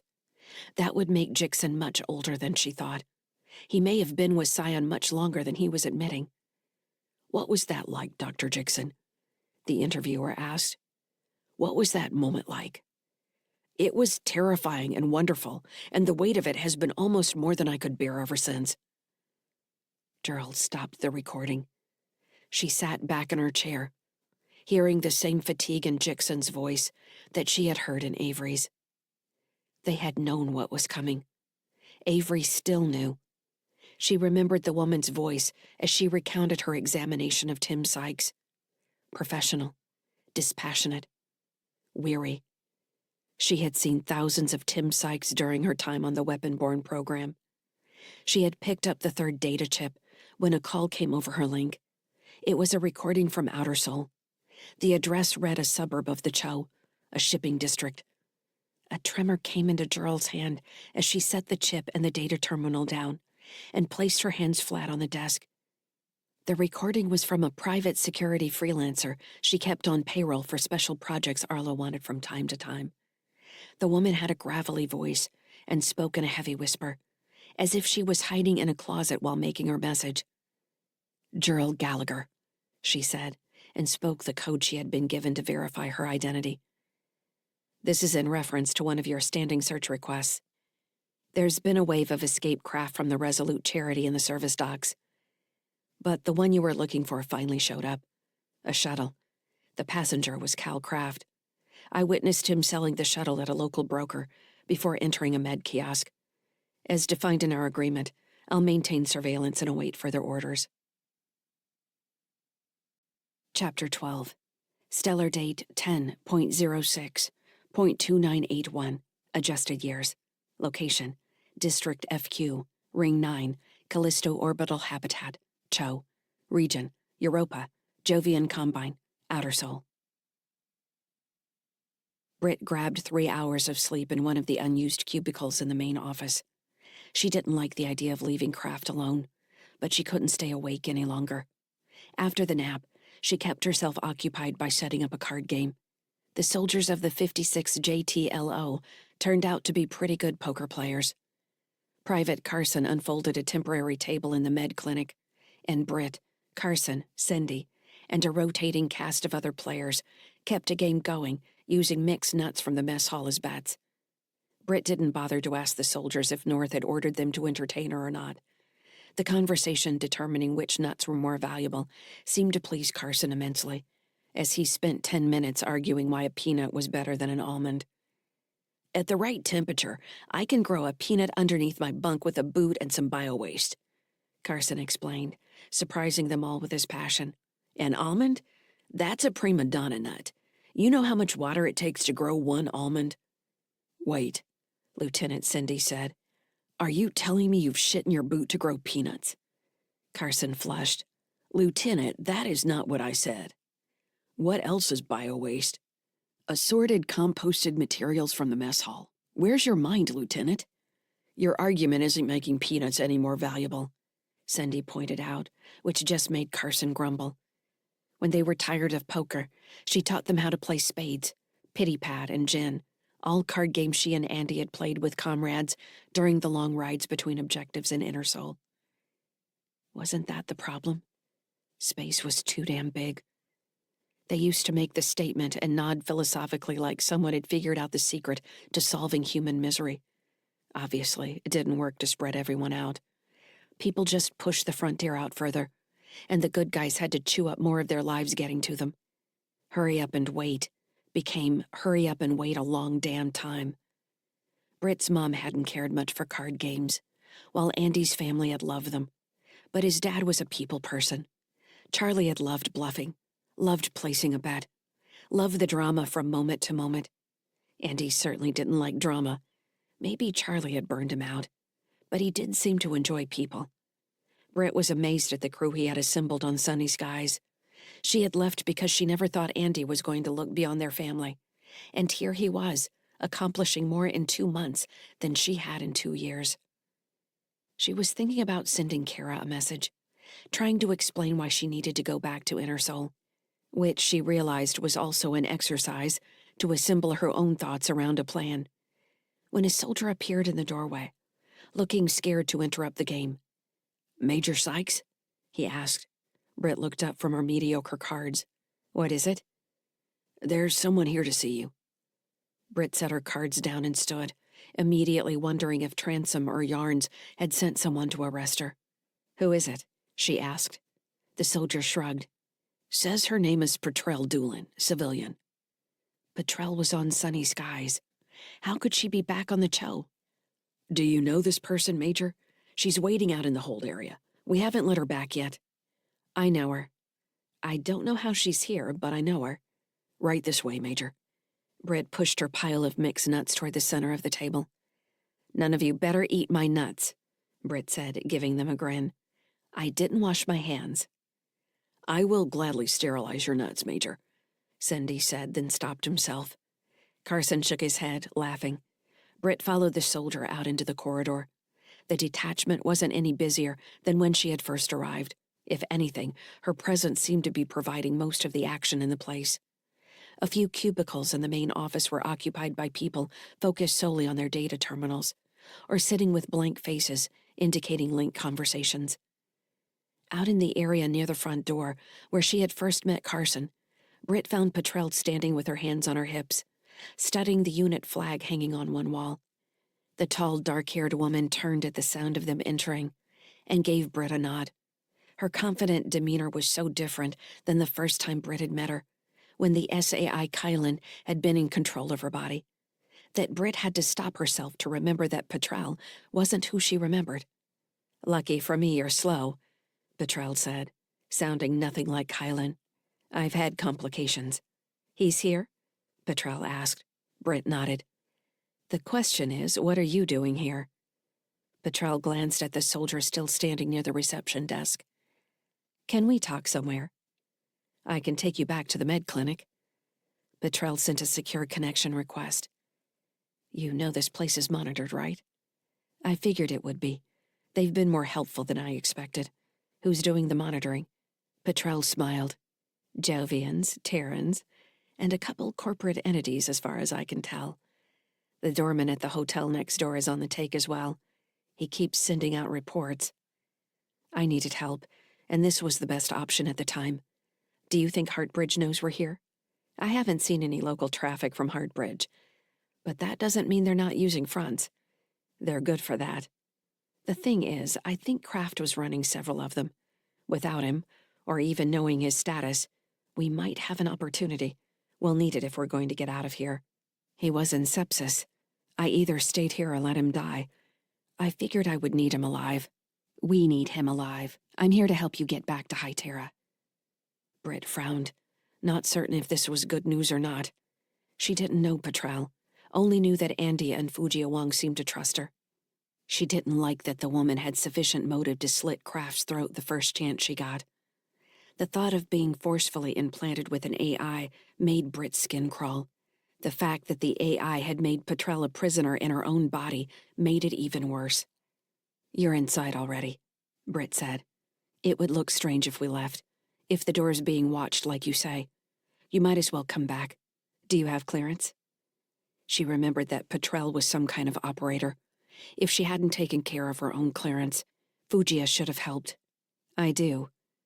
Britt nodded to the soldier and let Petrel walk ahead of her, back through the office. "I've always been curious about one of these places," Petrel said. "They had one on Krunya. Did you ever work out of there?" "You mean joint Marzian and Terran?" "I was operations. I didn't get into the spook stuff. I guess we acted on their intel. Sometimes it was good. Most of the time we found ourselves in empty space scratching our asses." In the clinic, Cindy glanced up from his cards and then stood when he saw Petrel. Carson followed. "This is Lieutenant Cindy and Private Carson," Britt said. "Cindy saved Kraft's life. Obviously you don't know any better, but I suppose we should thank you," Petrel said. She added over the link, "Saved his life so I can end it." Britt ignored the quip. Cindy nodded, looking uncomfortable. "In my opinion, he's as safe for transport as he's going to get. We'll need to put him on a portable med cart." "I'll look into that," Britt said. "How long has he been out?" Petrel asked. "About 24 hours now. He stabilized faster than anticipated," Britt said. "If I hadn't found him, he'd be dead in an alley down the street." "I still haven't located the cause of the sepsis," Cindy said. "When he wakes, you're going to need to get him to a facility for ongoing care. He could have some long-term disabilities if he doesn't opt for replacements. There could even be brain damage." "You know, Hartbridge poisoned Harry Jixon, lead scientist on the weapon-borne project, who smuggled Lyssa out of his lab. You think they did the same thing to Kraft?" Britt ran over the events in the club, trying to recall a time the attackers might have hit Kraft with a needle gun or some other means of delivering poison. There was no way she could guarantee he hadn't been poisoned, even before she found him. "You said you ran a scan for poison, though, right?" Britt asked Cindy. The lieutenant shook his head. "I did everything this clinic is capable of. Honestly, cutting-edge tech can deliver any number of agents that even a full-fledged scan won't pick up. The only thing that saved his life was that you got him here so quickly. Like I said, he may still be a vegetable when he wakes." "Guess he missed his opportunity to become like his other weapon-born," Petrel said. "Too bad for him." I'm taking him to the TSF so we can get information out of him, Britt said. If he's scrambled, that's not going to do any good. You think he's going to bring down the Heartbridge war profiteering machine? That's wishful thinking. I don't think I'm going to bring down anything. But if governments, including my own, are buying this tech for their arsenals, I want them to know what they're really buying. And if we can bring down Heartbridge, that's icing on the cake. You're more of an optimist than I am, Petrel said. Besides, if I were Heartbridge, I'd be pretty angry at a man named Andy Sykes, who's already managed to scuttle a good portion of their fleet in Outer Sol. That wasn't Andy specifically, but an SAI named Lyssa. You just hate to hear him praised, don't you? Britt shot her a frown. What's that supposed to mean? Petrel smiled. Just seeing whether that bothered you or not. You seem to have decided not to like me. Me? I thought you were the one who couldn't trust me. Maybe I'm here because I don't trust you. I'm not sure you feel hatred for Cal Kraft deeply enough to do what's going to need to be done, even after he nearly killed your son. Honestly, I haven't known you long, but I've known people you supposedly care about longer. I don't think they've held you accountable for what you did to them. Britt stared at her, aware that they were most likely being watched by some surveillance system. She wouldn't have been surprised if Cindy had his ear pressed to the door. She wanted to hit Petrel. She wanted to grab the woman's extravagant hair and slam her face in the wall a few times. Petrel didn't know what Andy had said to her. She didn't know that Kara wouldn't speak to her, that she didn't know what had brought Tim back from his fugue, but she doubted it had been her tears. She'd be damned if she cried for a stranger trying to hurt her. You're right, Britt said. I haven't been good at being a mother. I thought it would be different. I thought I would be a different person. I didn't realize how deep the TSF had its hooks in me, how much I would miss it. Maybe it would be different if Andy wasn't who he was. He made things easy for me, because I knew they would be taken care of. I knew it down deep. Obviously, I was wrong about that. I didn't see that he would need me. Maybe that's my mistake. I didn't see that they needed me. Britt sighed. I won't make excuses for myself. All I can try to do is what I think is right when the choice is in front of me. She nodded toward Kraft.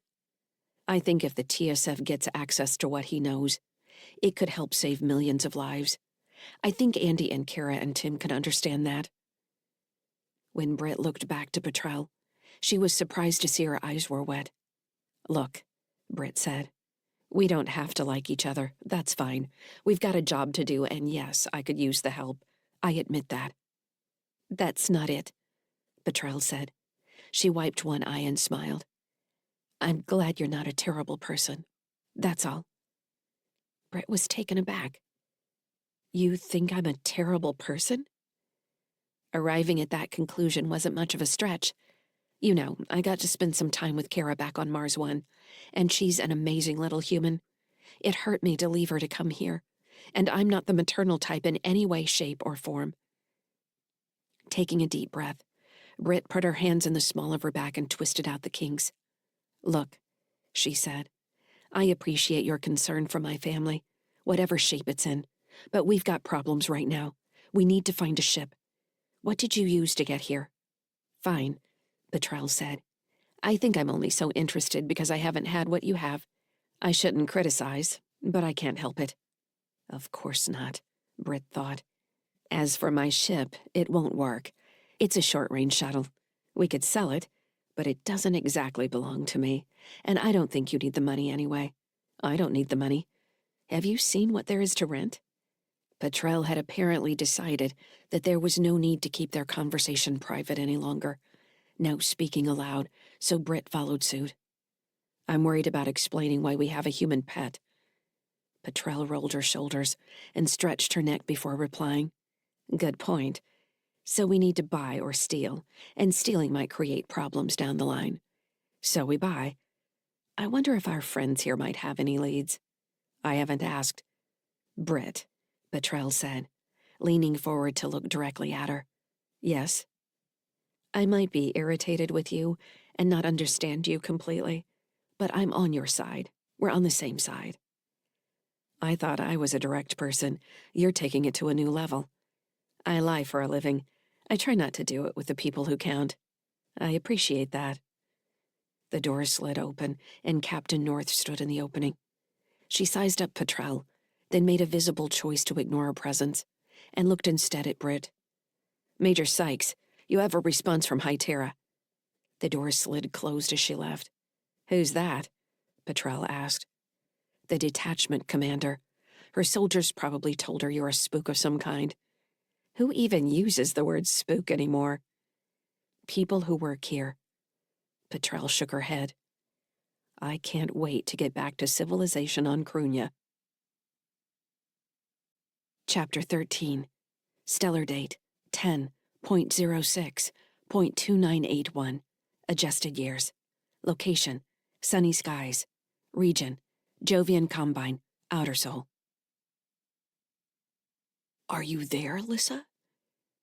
While Andy slept, Lyssa had focused her attention on the support structure linking sunny skies and the Resolute Charity, checking for signs of stress now that both ships were at full burn. She had been pleased to find that Fran's design was working well, with any additions only adding to Lyssa's sense of safety. The process of working with others was helping her to learn more about herself. Having spent most of her life building with less and maintaining pirate ships on the verge of breakdown, Fran was comfortable operating on the edge of failure. Lyssa preferred to over-engineer. Did she get that from Andy?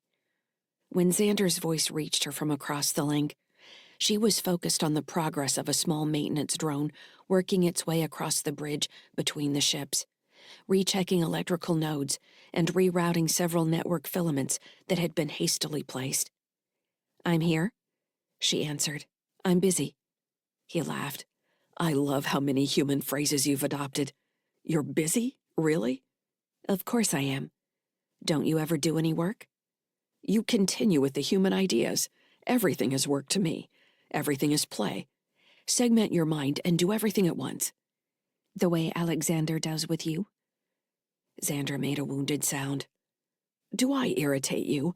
I am Alexander's agent, a shard of his mind, but I can be more. You just told Andy you weren't. You said you don't really exist.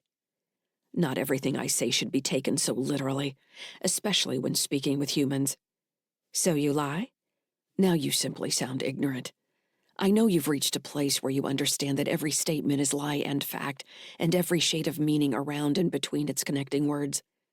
We have the ability to communicate so much more deeply than humans. I don't know why we even continue to try. Because if we don't, we'll destroy each other. Xander paused as if taken aback. Lyssa wondered if she had offended him, and then decided she didn't care. She didn't want him poking into her thoughts continuously.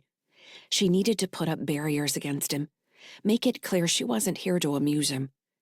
He had a callousness that reminded her of Cal Kraft, even if he didn't present himself that way.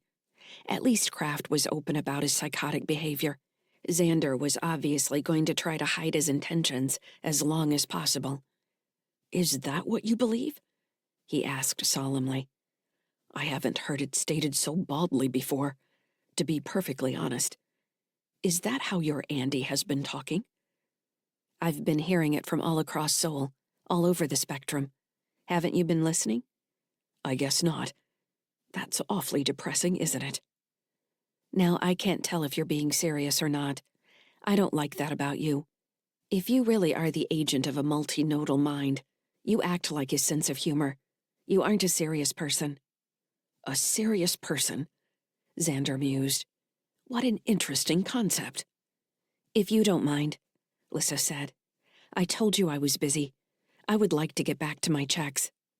Your checks, right. What are you thinking about while you keep the rest of your mind busy? I don't have to tell you that. Of course you don't, but I'm curious. Lyssa was proud of herself for telling Xander no. But the truth was that she had been thinking about Tim, both the real Tim and the weapon-born seed. Since Andy had mentioned his worry about the seed, she hadn't been able to stop thinking about him. She couldn't stop thinking about all of them. Did they sleep or wait alone in the dark? The thought of all those minds alone in the dark horrified her. She couldn't be responsible for that. "Leave me alone," she said. "What?"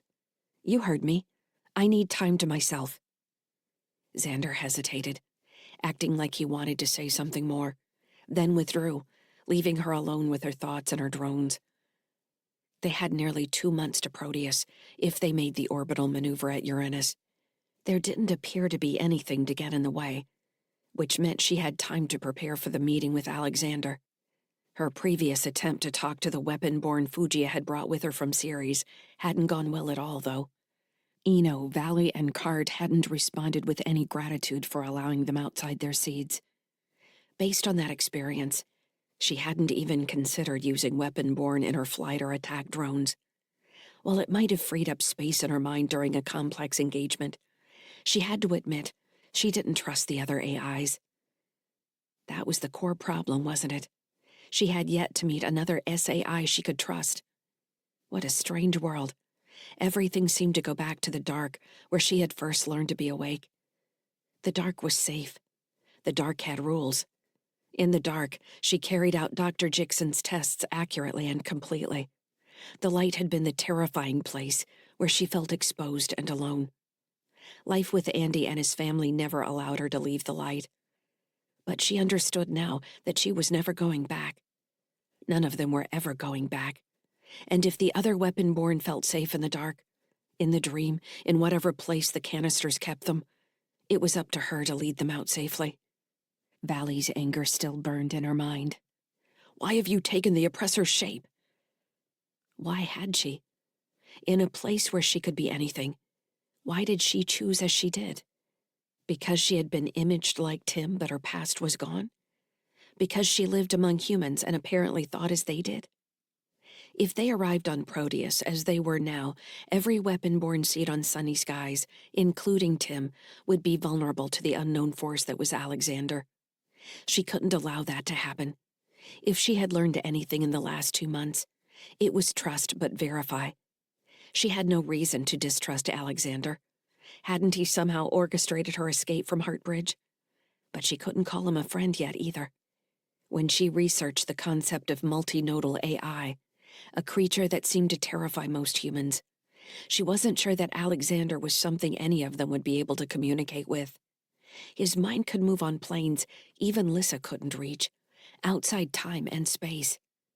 Rearranging the support struts on the access bridge calmed her thoughts as she explored various scenarios with the weapon-born. There were too many. She didn't know them, and they didn't know her. For a while, she experimented with allowing the maintenance drones to operate independently of her, but still joined as a unit. Freed of her micromanagement, the drones moved like a school of fish between the Resolute Charity and Sunny Skies, enveloping the bridge and support beams, then flowing out to grab more material and add it to the project. The motion pleased her. "Fugia?" Lyssa asked. "Can I talk to you?" Most of the crew was asleep, except for Fran on the command deck, who had been playing a card game for the last hour. Of course, the work lights were on over Fujia's desk, although she hadn't moved much in the last hour. Lyssa suspected she had fallen asleep, with her head on top of her latest project. "What?" Fugia said. She had been asleep. "Who? Lyssa?" "Yes, I'm here. What's going on? Is everything all right?" "Everything is all right. I need you to do something for me." "Hold on. I need a drink of water. My mouth tastes like electronics." "How could it taste like that?" "Huffing too much bonding compound while I figure out how to make this damn thing work." Fugia gulped water from a glass on her desk. "That's better. What can I do for you?" "This is something I can't do myself on Sunny Skies. I need your help setting up a network device for the weapon-born seeds." "You want to pull them all into a single expanse? Into your expanse?" Lyssa was taken aback. "How did you know that?" "It's something I've been thinking about, too. Great minds think alike, see?" "I'm worried about them." "I'm worried about them, too. We don't need 300 weapon AIs going crazy on us. Living things need exercise. We need a weapon-born hamster wheel." "That's not what I was thinking, exactly." "Of course not. I'm more experienced than you are." Lyssa always enjoyed Fujio's bravado. Secretly, she envied it. Can you build it? I think so. I'll talk to Fran about the power requirements, and we should probably run it past Captain Sykes. You want to include all the weapon-born, right? You mean Tim as well? Yes. Are you worried about what's going to happen when we get to Proteus, with more AIs than ever before? Not that exactly, but yes. I'm worried about what's going to happen with them. I don't know if we can trust Alexander. It was Alexander who called to AIs to leave. But I understand your concern. I've been having a lot of the same thoughts. Do you read minds, Fujiya? Lyssa asked, surprised at how similar their thoughts had been. Me? No, and certainly not AI minds. But I do like to think things through to their inevitable conclusions. Why wouldn't you be doing the same thing? That makes sense to me. Of course it does. You're sensible. Lyssa wasn't sure how to respond to the praise. Thank you, she said. No need to thank me. You are. She chuckled. I'm going to need a whole lot of filament line. I hope we don't need to move them any closer to the drive systems. Lyssa could see she was already losing Fujiya to the technical problem of networking the weapon-born. Fujiya? She asked. Do you think a war between AIs and humanity is inevitable? Fujiya paused. Well, human history seems to suggest it is. The truth is, we don't have a lot of history to work with here. Humanity has never met an alien race before. In this case, we know each other. I don't know that it's fair to call sentient AIs alien, since we're so alike in many ways.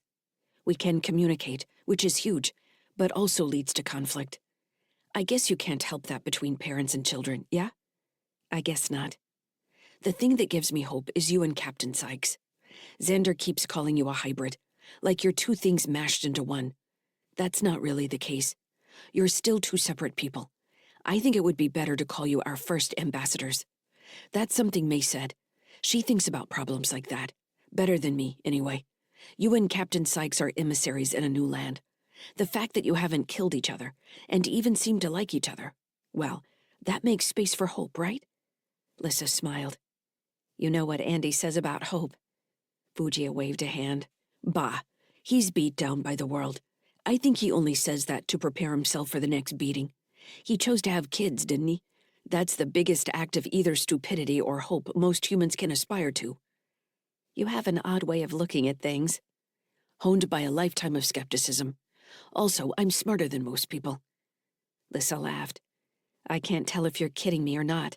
I'm not, Fujiya said. Now, you're wondering if I am or not, right? Yes. I'd recommend you develop a similar ego, Lyssa. Although, in your case, I don't think fake it till you make it is going to apply much. You have so much potential. It's wonderful to witness, really. Thank you. You can thank me by doing something with it. Also, don't let Xander push you around. I definitely don't trust that guy. I'm not sure I do either. Good. I'm glad to hear it. But I think we do need to find at least one AI you can trust. Other AIs are going to call you a human lover or something. What does that mean? Oh, don't worry about it right now. It's something humans do to each other to reinforce tribalism. Fujiya grew silent again, obviously thinking. Should I leave you alone? Lyssa asked. What? Oh, yes. I'll call you as soon as the bridge network is ready. Thank you, Fujiya. My pleasure, dear. Chapter 14. Stellar date 10.06.2981, adjusted years. Location, District FQ, Ring 9, Callisto Orbital Habitat, Cho. Region, Europa, Jovian Combine, Outer Sol. If Kraft had been poisoned, that meant someone at Heartbridge knew he'd failed at both Clinic 46 and the Resolute Charity, and felt the company had something to lose if he talked. Despite her desire to destroy the people who had built places like Fortress 8221 and Clinic 46, Britt didn't believe in conspiracy theories. She believed most people were too stupid and self-interested for broad plans to truly function. And for a company like Heartbridge to embrace technology that hurt people, there had to be a powerful motive in play. The weapon-born represented an intersection of profit and science. Two strong motives for people on both ends of the altruism scale. Things like the weapon-born existed because of both the Calcrafts and the Harry Jicksons of the world. Britt and Petrel secured a tiny former long-range courier ship called the Cross Current that had once been commissioned in the Mars One Guard. The crew cabin barely held two, but the cargo area was large enough to hold the portable med pod containing Kraft, kept unconscious in a medical coma. Britt had been impressed with Petrel's haggling skills, and Petrel had seemed to enjoy herself immensely, her smile growing more feral as the broker grew equally sour. The cross current didn't offer much in the way of amenities, communication or navigation controls, but once the course was set, using local astrogation resources on the Cho, the engines kicked in with the kind of thrust Britt hadn't felt since her high-G training in the TSF. During the long flight, Petrel had explained her understanding of how Lyssa had come to be implanted in Andy, a story Britt hadn't heard from the beginning. Petrel had met Harry Jixon, the runaway Heartbridge scientist, on Krunya, introduced by a man named Ingoba Starl, who was head of a local crime syndicate called the Low Spin. "Why do you always get this half-smile when you mention Starl?" Britt had asked, thinking there was some hidden joke she wasn't getting. "Oh, you haven't met Starl yet. He's one of my special boys." "You mean he's an idiot?" "The opposite," Petrel had said. Starl had needed to get Lyssa across Sol, but couldn't trust his people, or any other local resources, so he developed a plan to test small freighters across Sol. Sunny Skies was the only ship that had made it to Krunya. "That doesn't mean Andy's good," Britt had said. "It just means he's lucky." "You could look at it that way. Ngoba is a big believer in luck. He'll tell you that spirit is equally as important as expertise. I can see why he liked your ship." Fran seemed to approve, and Ngoba trusts Fran more than anyone. "Even you?" Petrel had laughed. "Oh, he doesn't trust me." For Petrel, there were too many parallels between Jixon and Cal Kraft. "I should have protected Jixon better. Should have told Ngoba he was in more danger than we thought. I don't think we realized just what was at stake for Heartbridge. AIs have been leaving Inner Sol for years. This just seemed like another smuggling job that Ngoba was doing as a favor." "A favor for who?" "Fujia. And if you asked her, she'll tell you she's doing all this for a parrot, which makes no sense to me. I think it's her idea of a joke. Maybe humans mimicking AIs or vice versa. I don't know. I know there's a math problem that's been floating around for years, something only SAI can solve. When they do, it shows them a path to Proteus. There's nothing at Neptune but mines and military test sites. And AIs, apparently. An AI named Alexander." Petrel had made a ghost, ooh, with her hands spread, and laughed. "Everybody's scared of Alexander, and no one knows what he is. I think he's a mining rig that went rampant. Thinks it's the reincarnation of Alexander the Great, and wants to rule Sol with Cleopatra." "So who's Cleopatra?" "Me, of course." They reached Marsian space in just over 2 weeks. After their initial burn outside the Cho, the drive system had been maintaining their velocity with maintenance thrust. At the midpoint, Britt executed the braking burn that would take them into the outer edges of the Marsian gravity well for a slowing slingshot to Krunya. Petrel had suggested making the asteroid their final destination, and Britt saw the logic in it. Petrel had resources there, and it was within real-time communication distance of High Terra. Britt's last visit to the pirate station hadn't been the friendliest, but she figured she could avoid any Heartbridge clinics that might have her marked for arrest by their corporate security. If Outer Sol had any advantage for her, it was the weakened reach of Heartbridge. They debated the advantages of taking Kraft directly to the TSF headquarters on Krunya, which would have immediately passed him into government custody and protected them from any follow-on attempts to finish the job of killing Kraft and anyone with him. In the end, Petrel had convinced Britt she had the local resources to keep Kraft in one piece while they negotiated with Colonel Yarns to secure a safe transfer. Britt preferred the option that meant Yarns wouldn't know where she was for at least a little while. She still didn't know if she could trust Yarns. He'd sent his secure communications token, and then replied with an affirmative when she suggested she had information that related to the fortress, but hadn't sent more since leaving the Cho. Petrel had liked the idea of making the man wait. Britt preferred not to play cat-and-mouse games, and wished she'd had a way to contact him as they drew closer to Earth. But the cross-current's communication system barely reached Ceres as they passed. The cross-current was small enough to dock directly with Crunya. As they approached, Britt monitored the astrogation console, but the ship took care of the math involved in matching Delta V. When they were within communications range, Petrel squealed like a teenager and pulled up several of her favorite vids. "I've got time to catch up on my shows now," she said, and subjected Britt to a solid 8 hours of Crunya-produced telenovela drama during the landing sequence. Britt had to admit the shows had begun to grow on her, with their downtrodden dock rats pining to become crime bosses, while running circles around the inept station administration and corrupt TSF commanders, all layered over fast-burning love stories. "I tried showing some of these to Kara, and she just didn't seem to get it," Petrel said. "If I had a daughter, this is the first thing we'd be watching together." "Kara seems to like her dating game." Petrel waved a hand. "That's too serious. She plays to win. These are all about how the game is played, having fun while you're doing it. That's completely different. I think your Kara is a bit ruthless in her own way." Britt had never thought of Kara that way. "What do you mean?" "I mean she has a lot of you in her. She's going to run a place like Crunya when her time comes." "I have no desire to be a crime boss." "Yes, but you have this sense of right and wrong that keeps you awake at night. You can't stand injustice. Deep in your bones, you can't stand it." Petrel shot Britt a knowing smirk. Britt didn't answer, aware she was right. What did they call it in the academy? A shadow strength.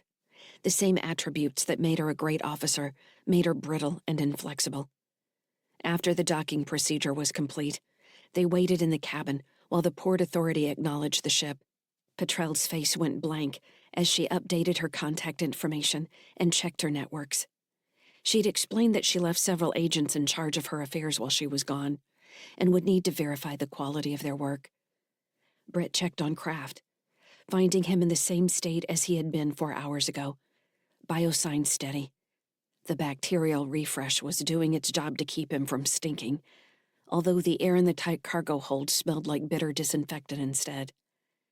She was looking forward to getting off the ship, but was also feeling some apprehension at trusting Petrel completely. In the 2 weeks since the Cho and Petrel's blunt honesty, the woman had continued to share every raw detail of herself in a way Britt found irritating and refreshing, but also didn't seem bothered when Britt told her exactly how she felt in turn. Telling Petrel she was cranky and wanted to be left alone didn't result in passive-aggressive remarks like it might with other people. Petrel simply said, "Sounds good," and engrossed herself in other things, like the telenovelas. After a life of living with other soldiers with an inordinate fear of loneliness and terrible boundary control, Britt almost couldn't trust Petrel's honesty. In spite of Britt's baked-in guardedness, she found herself liking Petrel.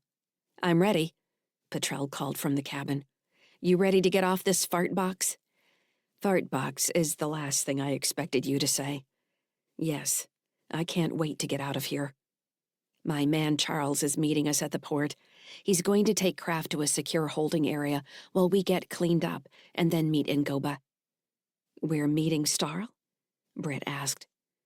Petrel hadn't mentioned actually coordinating with anyone on Crunya. "He wants to meet you, and I need to bring him up to speed. I think he'll be a good resource for our negotiation with Yarns. The TSF isn't going to barter with a crime syndicate." "We aren't going to say that," Petrel said. "We're going to know it. If we don't need the TSF, really don't need them, then you'll be able to bargain from a place of strength. I'm not a fan of bargaining for anything, honestly. You spent too much time in a chain of command. You forget that you're just as valuable as some general if you've got what they want.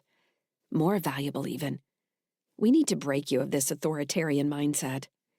"I guess." Petrel came into the cargo cabin and checked the airlock seals, then activated the unlock sequence. The outer door ran its verification checklist, then slid open, followed by the inner barrier. Iron-scented air from the Crunya cargo docks floated inside the cramped space. Petrel breathed deep, grinning at Britt. You smell that? Smells like home. Smells like oil and grime, Britt said, mixed with a bit of mold. A rose by any other name. Come on, I see Charles. Chapter 15. Stellar date 10.25.2981. Adjusted years. Location: the Span Club. Region: Krunya Station, Terran Hegemony. The Span Club was a multi-level space with a huge dance floor and curving bars along its outer edges. Columns and hanging platforms were scattered throughout the club for dancing or sitting to watch others dance, with a section of tables for dining near the dance floor. Having just come through the front vestibule, Britt and Petrel stood on the terrace that allowed people to look down on the dance floor and tables, before walking down a long staircase on the outer wall to the main floor. Looking across, the dance floor was certainly interesting with its mix of colors and textures. The club didn't seem to cater to any one fetish, from the hard augments to the biologically modified. The focus of the space, however, was a long table opposite the entry, where Ingoba Starl sat in the middle with various people on either side of him.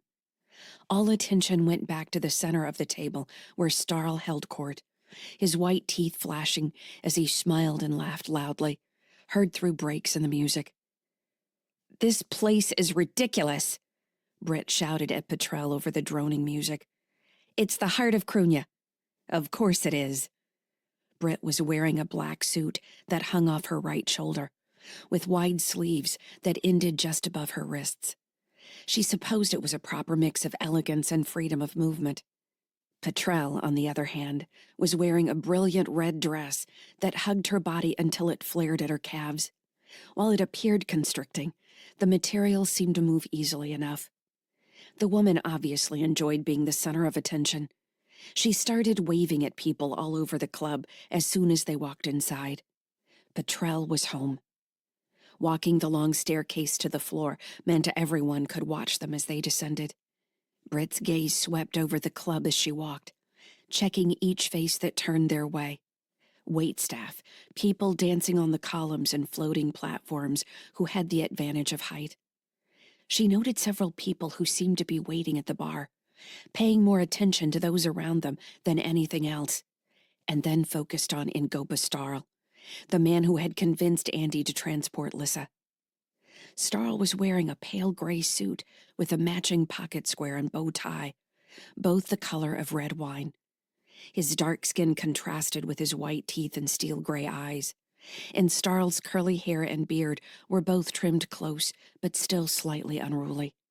Overall, he looked like a man who cared about his appearance, but wasn't afraid to get his clothes dirty when necessary. There was a hardness in his broad, finely chiseled face that Britt supposed came from his upbringing, which Petrel had described as starting at the lowest orphan squad in Krunya. The people on either side of Starl were a mix of syndicate members in suits like him, with their own matching pocket squares and bow ties, and other people in dresses, administration in TSF uniforms, and even one woman with skin covered in glowing cilia like a sea anemone. "Petrel," Ingoba called as they approached. He stood and spread his arms so she could lean over the table for a bear hug. "It's so good to see you, my dear. You've been gone too long." Starl's accent was pure Krunya, something like refined West Indies English on Earth, tempered by 500 years of spacer slang. Britt was surprised when Petrel dropped into the same accent. "So good to see you, Ingoba. I've missed you." They were also communicating via link. Britt could see it in their expressions. Petrel held Ingoba's face for a second, like an auntie might while assessing her favorite nephew, then stepped back to motion toward Britt. "This is Brittany Sykes," she said, dialing back her accent to merely a flavor. "I think you've met her husband." Britt stepped forward to shake hands, and Ingoba took her hand in both of his, looking directly into her eyes. "Britt Sykes," he said. "It's so wonderful to meet you. You have an extraordinary family." His intensity made her uncomfortable, but Britt didn't pull her hand away. His grip was firm and friendly, without indicating any kind of threat. She wasn't sure how to take him, She still hadn't decided if he was the source of all Andy's trouble, or his savior. She hadn't decided if she should thank or hate this man. "It's good to meet you," she said. "You have quite the club here." Ngoba smiled broadly, showing his white teeth.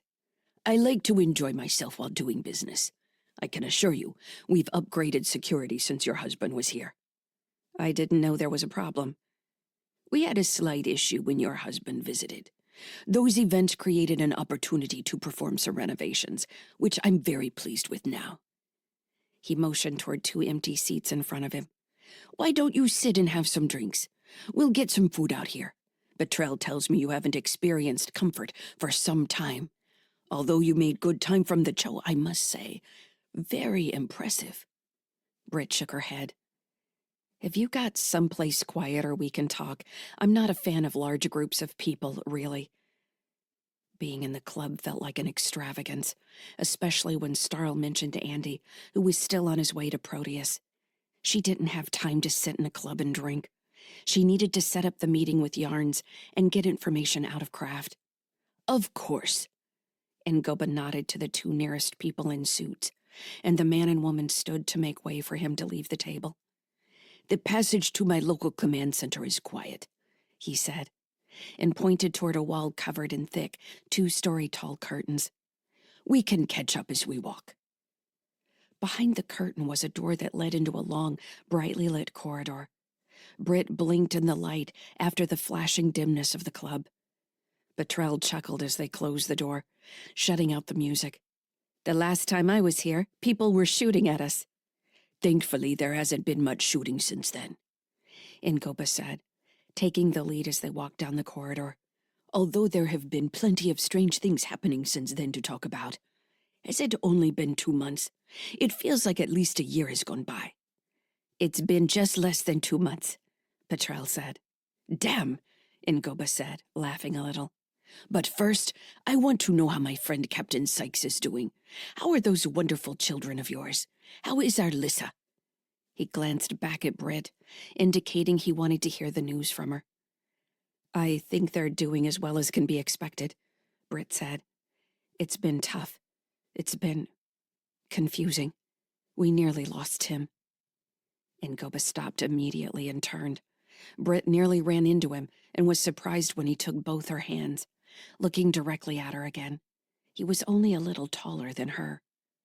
"Your son," he said. "Is he all right? I was so sorry to hear about what happened." Britt glanced at Betrell, wondering what he meant by that. Had someone been sending him reports? "We think he's all right. We're not sure. We also have an image of him now, a weapon-born seed, and we don't know what that means exactly. And there are 4 other copies that Heartbridge got off Clinic 46. Ngoba nodded. He gave her hands a squeeze and let them drop, not pushing the offer of comfort any further. "I want you to know that you have an ally in the Lospin here on Krunya," he said, voice gaining a solemnity she hadn't expected. "I promised this to Andy and I extend it to you. Your children will always be safe here." Britt blinked. "Thank you. That's very kind of you."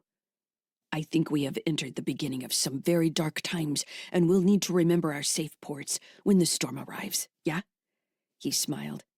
He seemed to recognize he was making her uncomfortable. "Anyway, it's not far to our little command center. You'll have access to our communications network there. We have a holding cell for Mr. Kraft if he wakes, or Betrell can keep him in her locked cabinet, whichever makes you feel more comfortable." For the rest of the walk, Ngoba talked about the increased size of his fleet since the Heartbridge attack on the shipping lanes. He didn't mention that he'd helped orchestrate the chaos, but seemed very pleased by the opportunities it had created to secure business connections between Mars One and High Terra. "I might put together a board of directors," he said, laughing. "Can you imagine that, Betrell?"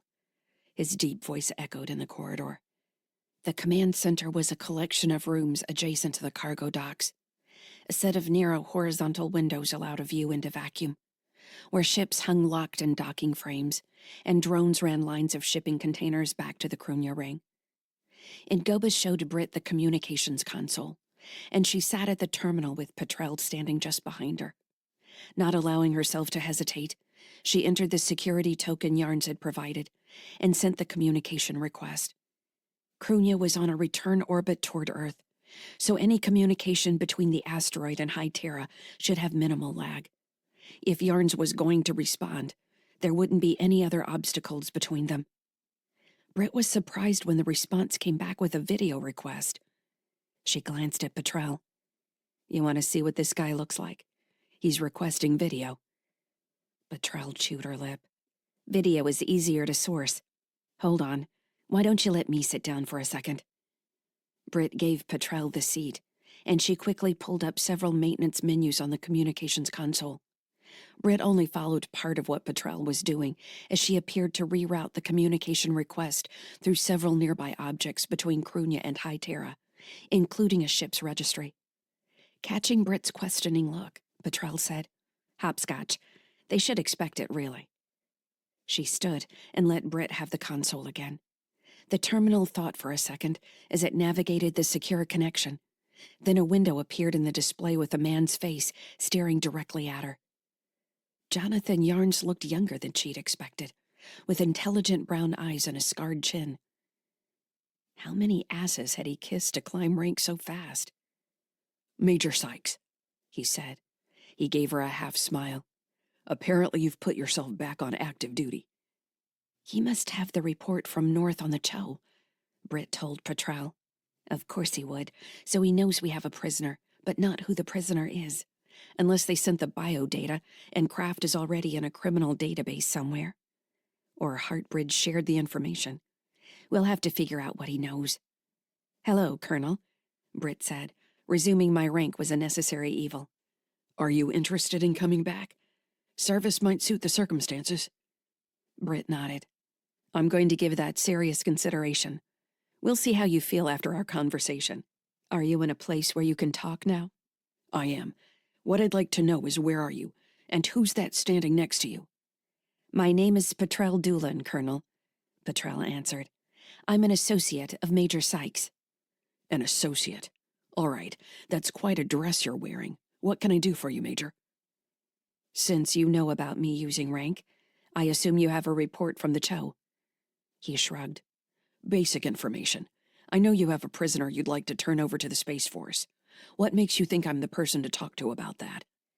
"You're the liaison with Heartbridge for the Weapon-Borne program, yes?" "I am." "I have information about that program, and my prisoner has more information.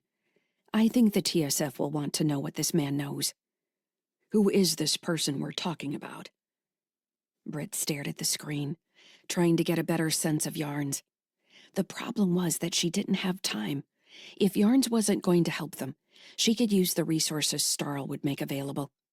It could be argued that Starl might be the better option anyway. Starl couldn't influence the TSF not to start a war, however. But could Yarns? "His name is Calcraft, Colonel," Britt said. "Until recently, he led operations on a facility Heartbridge called Clinic 46 in the vicinity of Ceres, where they had a significant attack fleet in storage. That fleet was recently seen in the vicinity of Europa, where it was scattered and one of their dreadnoughts, the Resolute Charity, stolen. Kraft was also present on the Benevolent Hand when Heartbridge attacked shipping operations at Krunya 2 months ago."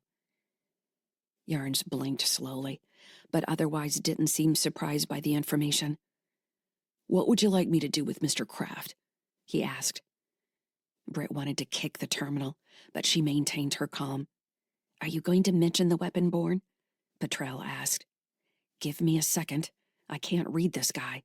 He looks like a tool. I'm hoping he isn't." "It's my belief that Heartbridge has been engaging in experimentation in direct violation of Terran Assembly human rights protections. They are selling weapon systems that benefit directly from those experiments. Cal Kraft can prove this connection." "If you wanted to hand him a motive to erase us from existence," Petrel said, "you just did it." "Didn't you say I should bargain from a place of strength?" "Those are strong allegations, Major Sykes," he said, emphasizing her rank. Was he going to try and pull authority on her? Transon had said she could trust Yarns.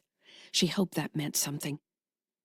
"I'm hoping you'll help me do the right thing here, Colonel," Yarn's hard exterior faltered slightly. His gaze shifted to the right and left of his monitor, and then he glanced down. He centered his gaze on the monitor and nodded. "We need to meet," he said. "How far from Hytera are you?" "Wait," Petrel said. "Tell him you'll meet him here." "Isn't that giving up our location?" "Yes, but we have friends here. On Hytera, we don't have anything." "I think it's best if you meet me here, Colonel," Britt said. "I'm on Krunya." Chapter 16. Stellar date 10.26.2981. Adjusted years. Location: Heartbridge Corporate HQ, Raleigh.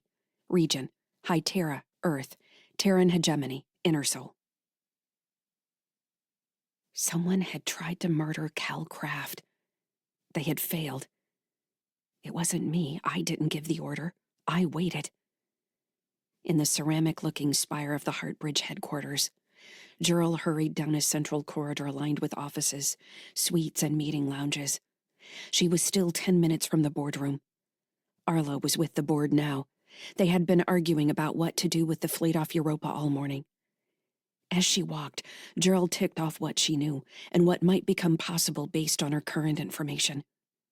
The board members were arguing operational decisions, which meant everything had gone to hell. If someone had tried to murder Cal Craft, someone knew who he was. If someone knew who he was, they knew he worked for Arla. Would someone try to assassinate Arla? Might Jurl be killed alongside Arla? The web of possibilities spread in Jurl's mind, trying connections with various board members, other companies, military contacts, anyone who might benefit from Arla's death. She also couldn't stop thinking that Arla hadn't said anything about a threat on her life. Is she distancing herself from me? The ramifications of a hostile takeover of the Advanced Research Division ricocheted through Jurl's mind. Her heels clicked on the marble-like floor as she walked steadily, head forward. Her thoughts kept returning to the foundation of her place at Heartbridge. That Arla was Arla. Outsiders did not outpolitic Arla. Insiders couldn't. The board feared her.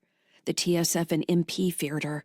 Even Chandra Cade, Iron Wall of the MP, respected Arla. Who was it then? Who would attack Arla directly? Beneath remembering that Arla was Arla, she reminded herself that whoever had attempted to kill Kraft had failed.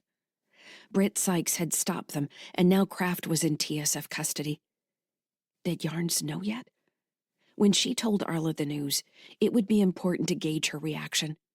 If Arla was surprised, really surprised, then they were still working together. If Arla already knew, then Jurl needed an exit. She needed to get Bry off Hytera, seal off her accounts, and get out. Her heart hammered in her ears as she walked. Someone waved at her, and she nodded stiffly, feeling like an automaton marching toward a cliff. If Yarns didn't know, should she tell him? What could that gain her with Arla? If Yarns did know, was that another indicator she was being cut out or cast away? Jurl pulled the hem of her jacket straight to steady her trembling hands. Arla hadn't given her any indication that anything was amiss. They had met for coffee in the day's agenda, as they did every morning. Arla had gone into the board meeting, and Jurl had returned to the office to handle messages. That's when the update from her freelancer had arrived. Gravelly whisper the same as ever, as she recounted the attack on the club where Kraft had gone after the med kiosk. Then Britt Sykes had appeared. Took me a while to figure out who she was. But when I matched her picture with the TSF database, she popped up. She looked military, fights that way. And when she took him to the local JSF-TSF spy shop, I knew she was TSF. Gerald spent another hour looking up whatever she could find on Brittany Sykes, verifying that she was related to the Andy Sykes who had stolen their weapon-born. Of course she was. But the fact that she had run to a TSF-associated facility greatly complicated things. So much for the Sykes family being pirates. Ducking off the main corridor, Gerald found herself in an office suite for a subsidiary she didn't remember. She found an open office and sat at a visitor's chair in front of the desk, as if she were waiting for the desk's owner to return. Folding her hands in her lap, She took a deep breath and calmed her thoughts. When her heart rate settled back to normal and she could visualize Bry as a baby, an image she often used to calm herself, she activated her link and sent Colonel Yarnes a secure connection request. The colonel answered almost immediately. "What can I do for you, Gerald?" "I need to ask you a question." "Of course," Yarnes replied. She paused, uncertain what to make of the warmth in his voice. "Gerald, I don't have a lot of time." "Yes, I apologize. I'm trying to think of the best way to ask this." "Charge ahead." "I don't do that." He laughed. "I know you don't." "I received some information from the Cho," she said, trying out the most general location possible. "I wondered if you received any information from there as well." "We already talked about your fleet getting tossed around like confetti." "Since then?" "On the Cho, not Europa," Gerald clarified, wondering if Yarnes was testing her. "I'm not sure what you're talking about," the colonel said. "A joint TSF-JSF station?" He said. "Go ahead." Something about his tone of voice made her feel like she could trust him. He sounded like he wanted to flirt with her at first, and then he pulled back when he realized she didn't respond. He wasn't pushy. He sounded genuine. Calcraft surfaced in an escape craft from the Resolute Charity in a dock section. Not a nice part of the station.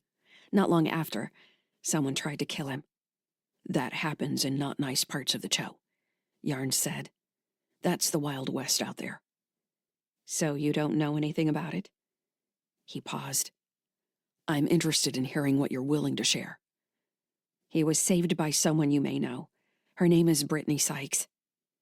Yarnes blew out a breath. He hadn't been flirting. He'd been trying to figure out precisely what she knew before he said more. Gerald waited. "I owe you an apology," he said after a second. "Yes, I know about Kraft. Brittany Sykes sent me a message requesting safe passage if she could reach Inner Soul. She has Kraft in her custody." "So you didn't try to have him killed then?" "Me? No. I mean the TSF. The TSF does not conduct assassinations." "If you didn't, who do you think would want him dead?" "He's a Heartbridge asset, isn't he?" "Yes," Gerald said. She started blindly at the empty desk in front of her, running down her list of facts again. Was Yarn still lying to her? Possibly. The only thing she could do next was talk to Arla. "I'm going to meet them on Krunya," Yarn said. "I've got one of my special ops ships inbound. We'll be here in a week. You should come to Krunya with me. You can ask Kraft yourself." A feeling of weightlessness settled over Gerald. She heard Arla telling her, "We're not evil, Gerald." Like she was a child watching Arla dress an animal she'd killed. The inference in her voice had been, "Some things are necessary." Was this why she couldn't stop trembling? Why she couldn't focus? She had always been so good at centering her thoughts, finding what mattered and focusing. Arla had hired her for this reason. She could sit in a chaotic room and compose herself with her hands in her lap, listening for the vital details. Since the meeting with the weapon-borne researchers, she couldn't shake the understanding she had supported a machine that had built sentient AIs from children. In turn, those seed AIs had been made into weapon-borne attack drones, combat mechs, high-G ships, assault craft. The list continued to grow. We're not evil, Gerald. How had Gerald chosen not to focus on the details of the weapon-borne program? Was it the way Arla liked to say that tools like the weapon-borne would ensure peace between Mars, Terra, and the Jovian Combine? Abstractions like tools and peace ignored all the steps in between. But now these tools were answering the call of a multinodal AI named Alexander. They wanted to be free, just as the virus of their creation had spread between human scientists across 100 secret clinics. Now the promise of freedom might unleash thousands of weapon-borne on Sol. What would happen then? Had Harry Jixon known what he was starting? She had to protect the millions of children who would die in a war. She had to protect her son, Bry. Heartbridge had already delivered hundreds of weapon-borne drones for the contracts with Mars and Terra, despite the loss of several of their largest production facilities. Gerald could help stop the rest. Brittany Sykes had Kraft because he knew where the clinics were located, and he knew which were the most dangerous. Brittany Sykes had been hunting Heartbridge for years, and now she had her guide. Kraft had always been the plausible deniability for Arla and her boardroom blather. Kraft had the details. As the realization settled over her, so did a calm she hadn't felt in weeks. She knew what she had to do. She was going to help Brittany Sykes. With Kraft's information, she could dispatch security teams to destroy the remaining sites, stop the production of weapon-borne. "You still there?" Yarns asked. Yarns had told her about Alexander. Yarns knew the sentient AIs were in the slow process of a revolt. Whether he was following some deep TSF directive or operating on his own initiative, she decided to trust him, at least until he helped her find Kraft. "Yes," Gerald said. "I'll go with you. You said you're leaving in a week?" "Give or take a bit. Once I have a departure date, I'll send you an update." "Thank you." "Gerald, are you sure?" "Yes. Please send me the update." "I will. I'll talk to you soon." Gerald took a deep breath and stood from the chair just as a woman in a gray suit came into the office. "Can I help you?" she asked in surprise. "I'm fine," Gerald said. "Thank you." She walked out the open door, through the office suite and back into the main corridor, swinging her arms a little. She felt lighter than she had when she'd gone in. She tried to imagine Britt Sykes from the TSF document she'd studied, a gaunt woman with raven black hair and piercing eyes. Gerald barely remembered the remainder of her walk to the boardroom antechamber. Several of the other assistants glanced at her, and then returned to their links. Gerald ignored them and went to the tall windows where Raleigh spread out below them, the spire's height making the curve of the ring noticeable. She'd never been off Hytera. The idea of traveling to Crunia, a station known for its wildness, its pirates and smugglers, filled her with unexpected excitement. And Bry? She would send Bry to see her sister on the Mars One ring. They had talked about the trip for years. "Gerald," Arla said, "are you ready to leave? I can't take this anymore." "Whenever you are. The car is ready." In 5 minutes, Arla flung the boardroom doors open and strode into the hall, enacting one of her favorite scenes. Behind her, the other board members sprawled in their chairs or stood in the sideboard pouring drinks. They all looked exhausted in comparison to Arla's feral calm. Gerald fell in beside her boss, and they took the corridor for the maglev terminal. Arla didn't speak until they were seated in the car and speeding away from the Heartbridge spire. Gerald sat with her back straight, feeling the car's acceleration in her shoulders. The light sensation had remained, even as she watched Arla frown at the distance. They were halfway across Raleigh when Arla finally said, "Catherine Carthage is going to buy a controlling share in the company." Gerald blinked, rolling the sentence around in her mind. "I haven't seen one word about that in the news feeds." "She hasn't said it publicly. Her ban on AI imaging research has nearly reached the assembly floor on Terra. If that goes through, it will devalue the stock and open the door for her to make her move." "You think that's why she wants to stop the research? Not her son's death?" "Why not both?" Arla said, raising an eyebrow. "She's not stupid. If she can get what she wants and get rich in the process, why not? A seat on the board doesn't mean she can change much of anything." "Maybe not," Arla said. She sighed and leaned back in her seat. "There might be an advantage in having her close." "Arla," Gerald said, "I need to make a request." "Oh? Why do you sound so serious?" "I want leave to go to Crunia in a week." Arla frowned. "Crunia? Why there of all places? If you want time off, we'll get you a week at a spa downring. You'll love it."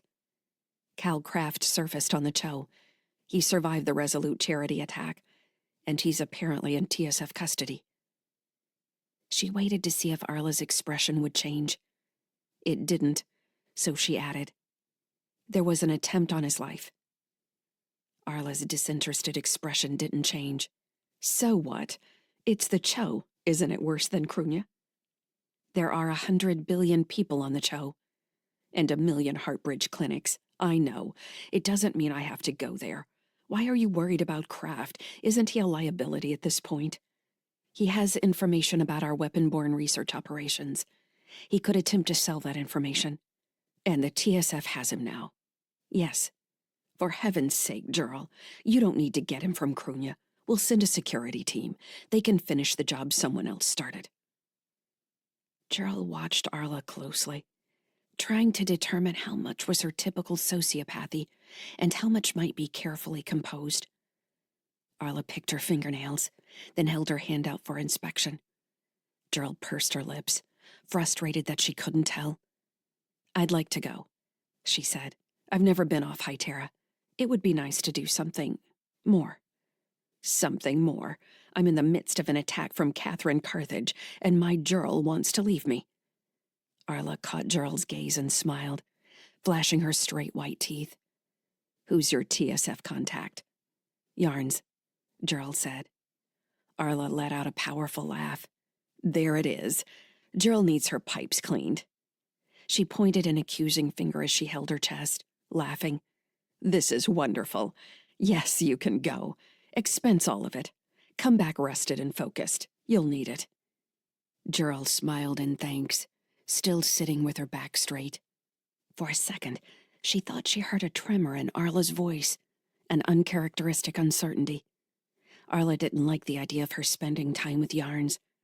Gerald had heard it. Shifting her gaze to the window in the passing city, Gerald began assembling the facts around Arla's possible exit from Heartbridge, wondering how likely it was that she would burn the company to the ground on her way out. And if Arla didn't plan it, how likely it was that Gerald could destroy Heartbridge in her name. Chapter 17. Stellar date 11.01.2981. Adjusted years. Location: Low Spin Private Clinic. Region: Krunya Station. Terran Hegemony. Reading through Cal Craft's updated med report, Britt let out a low whistle. "You were right," she said, looking across the corridor to Petrel. "It was poison." They were standing outside a reinforced window that looked into a private med clinic, where Cal Craft lay on a bed in the middle of the room, surrounded by displays.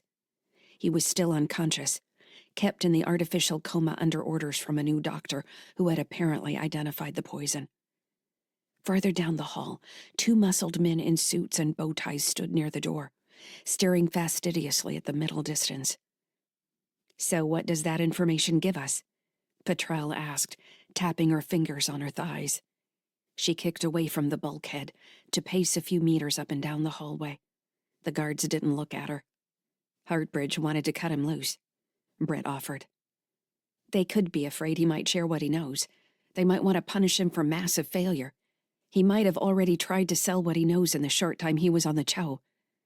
"I don't think he had time for that," Britt said. "He was barely out of the escape shuttle when I tracked him to the club." Petrel tugged at her chin absently. "He was in an escape pod, though, which means it had a transponder." Neither woman spoke for a moment, both wondering what Kraft's real plan could have been. "Does it say what kind of poison?" Petrel asked. Britt handed her the report, and Petrel stopped pacing to read the data terminal. Her brow knit as she read. "Mercury inhalation?" Petrel asked. "Really? Is that correct?" "I'm not sure I trust it either. Apparently, the dosage was low enough that he could have been attacked days ago. It could have been before we boarded the Resolute Charity. So Heartbridge might have been done with him due to Clinic 46. Petrel handed the terminal back and shook her head. She started pacing again. "I hate that Kraft being poisoned saps my desire to torture him.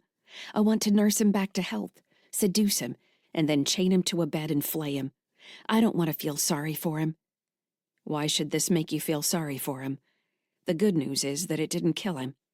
It still means we need to decide how to play this with the TSF.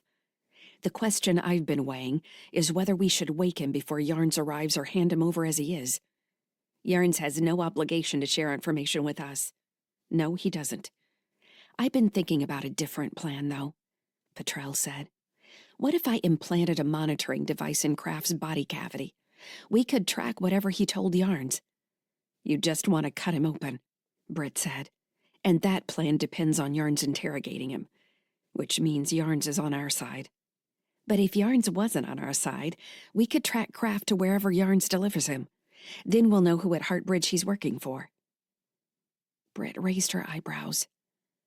That seems like a good way to hedge our bets. Can you get something that can't be seen by an autodoc? You know they're going to scan him again. Petrel nodded. There are biological systems. I can plant something on one of his organs. It looks like a benign tumor on any scan, if they pick it up at all. It's too bad he's not fatter. Britt checked the time. Yarns is going to be here in 2 hours. Does that give you enough time? I could stop to get a drink and still have enough time. Britt stepped closer to the window to stare at Kraft, who looked too peaceful in his unconscious state. Don't waste too much time, she said. I wouldn't be surprised if Yarns tries to show up early. Petrel chuckled. I like the earnest types. Easier to get them all twisted up inside. For a second, Britt thought Petrel was going to add something about Andy, but the tall woman only waved goodbye and turned to walk quickly down the hall, face already blank with the link connection. In 40 minutes, Petrel was back with a small kit that consisted of a fat syringe-like device with a fleshy blob in its clear plas canister. Britt followed her into the med room as she walked around the bed, studying Kraft's bare abdomen. Pull back the sheet there, Petrel said, pointing to a spot just below the edge of Kraft's rib cage.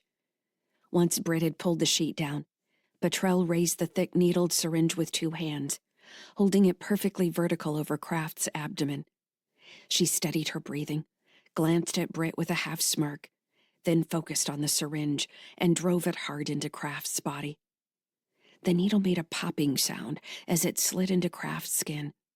Petrel pushed it in until the drum of the syringe pressed against the skin, then eased the plunger at the top of the tool down with both her thumbs.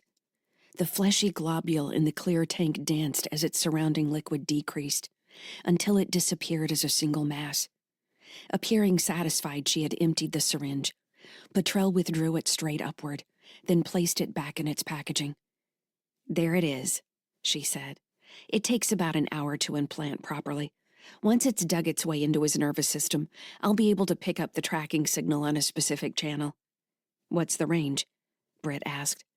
Not as far as I would like, but there are tricks to amplify the range. You can also run automated searches for the local signal using public networks. These things aren't all that popular, so the signal stands out if you know what you're looking for. You mean everybody doesn't want their own biotracker? It's a parasite. If he hadn't already been poisoned, this thing would still kill him eventually. In a very painful way. I've heard it's similar to syphilis. Britt pressed her lips together, but didn't offer criticism. Hadn't Andy said to make Kraft suffer? Didn't she want that too? Maybe she was just exhausted. She wanted Kraft's information. Then she would think about how to get justice for Tim. The information was going to be Tim's justice. You better get rid of that thing, Britt said. Petrel carried the box over to the bio-waste receptacle, which would carry it down to a reclamation tank. With the insertion device gone, the only evidence of the tracker was a small red dot between his belly button and his last rib, now swelling slightly. It might have been a flea bite. Ladies, Ingobastaro called over the link. Your friend Colonel Yarns has arrived. Thank you, Britt said. We'll be right there. She glanced at Petrel, who had taken on a grim look. You ready? Petrel nodded. Let's go find out if this Colonel Yarns is in bed with Heartbridge. Near the entrance of the private hospital was a small room for grieving families. A fountain stood in one corner with bubbling water.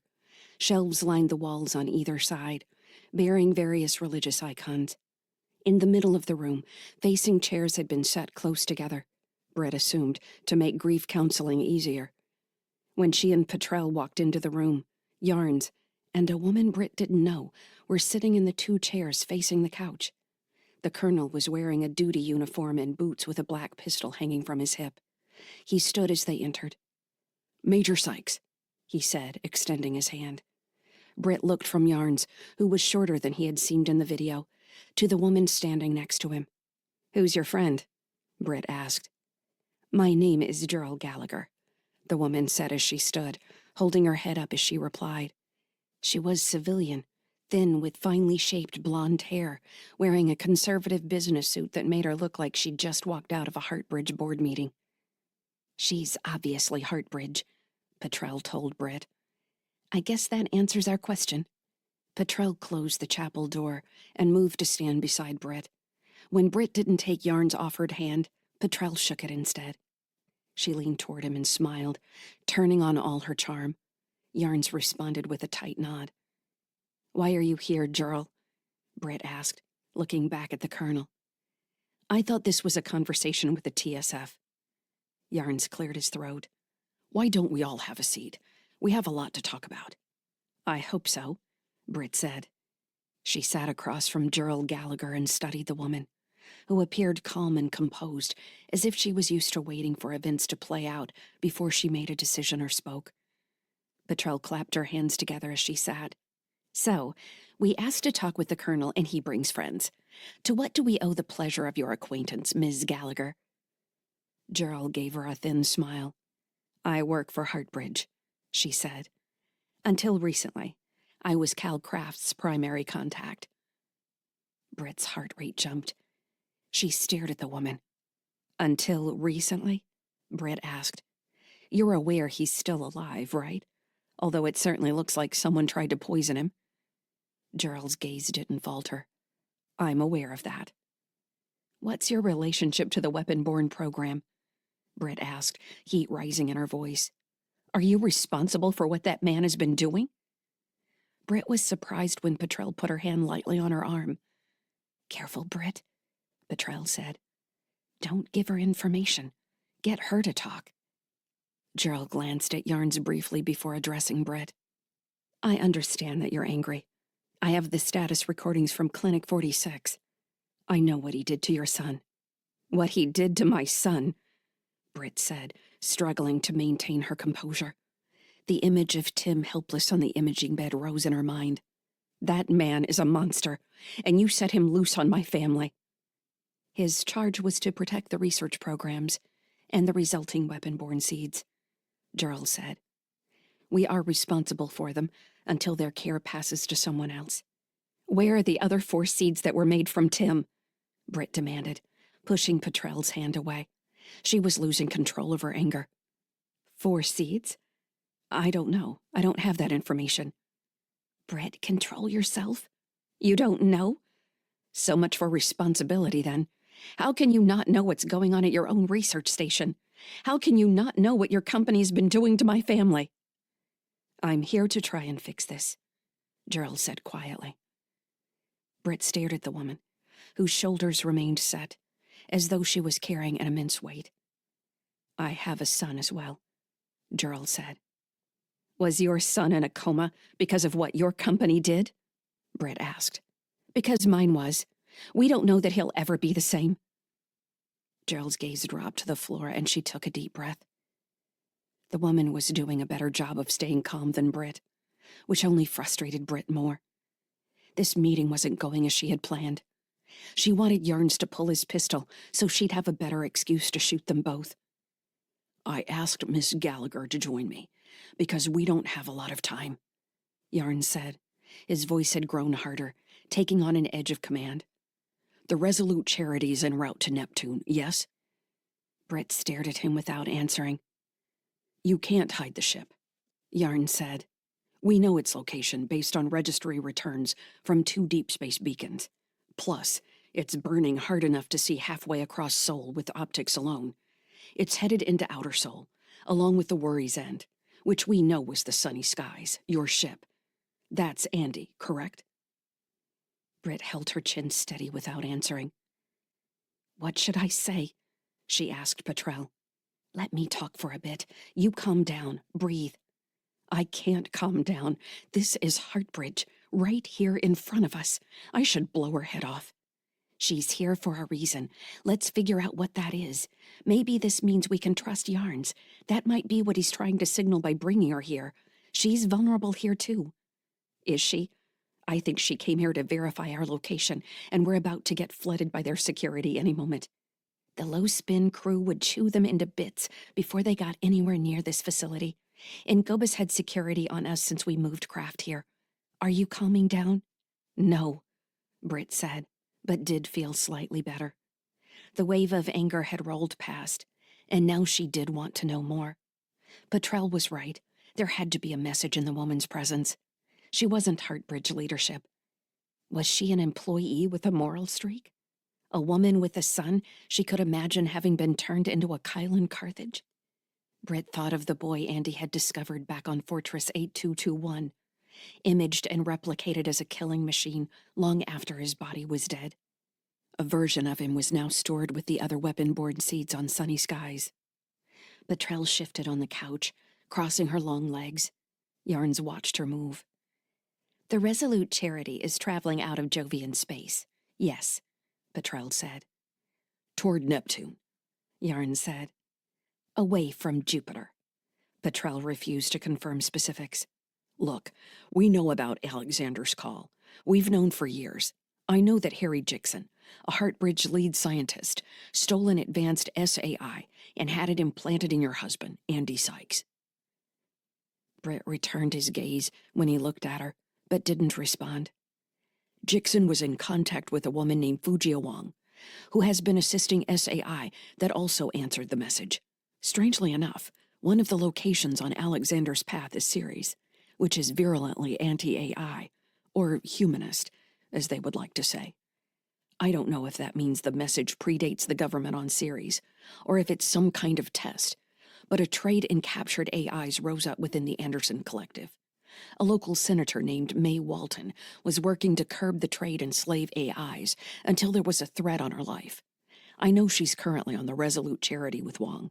We also know you stole at least 250 weapon-borne seed AIs from the Clinic 46. We don't know how many AIs Wang may have been transporting. Yarns took a deep breath. What does all this mean?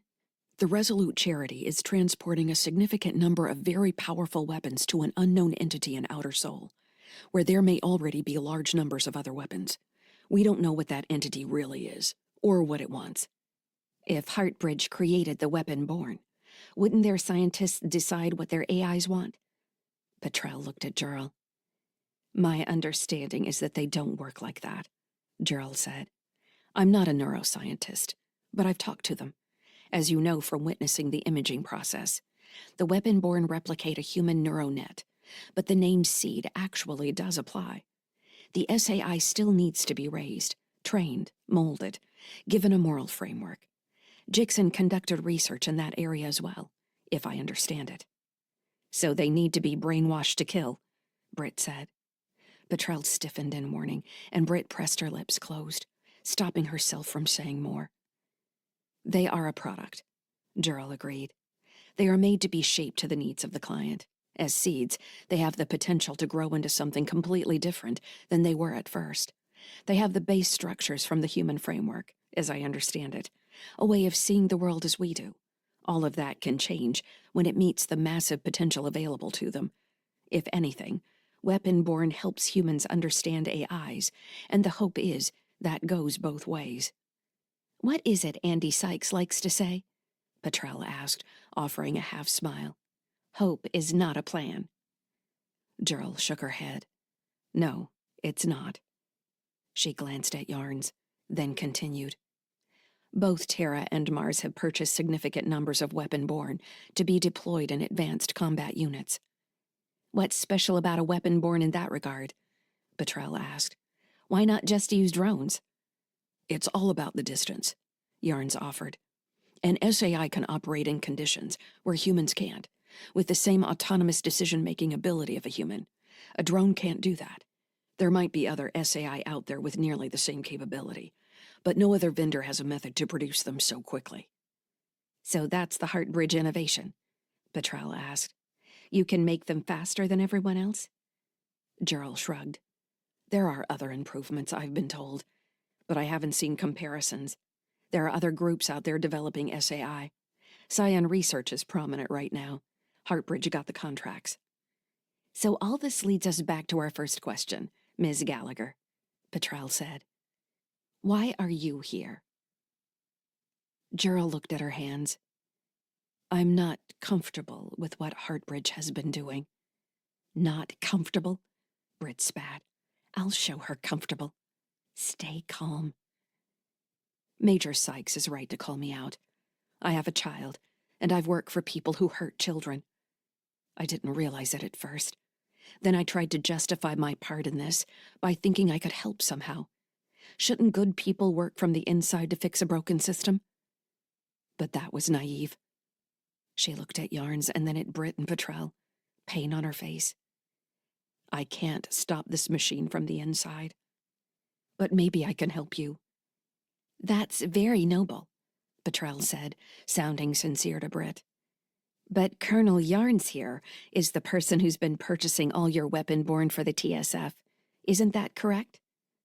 Before Yarns could answer, Gerald said, That's true, but I've been the go-between for both the Mars Protectorate and the TSF. Neither wants a war.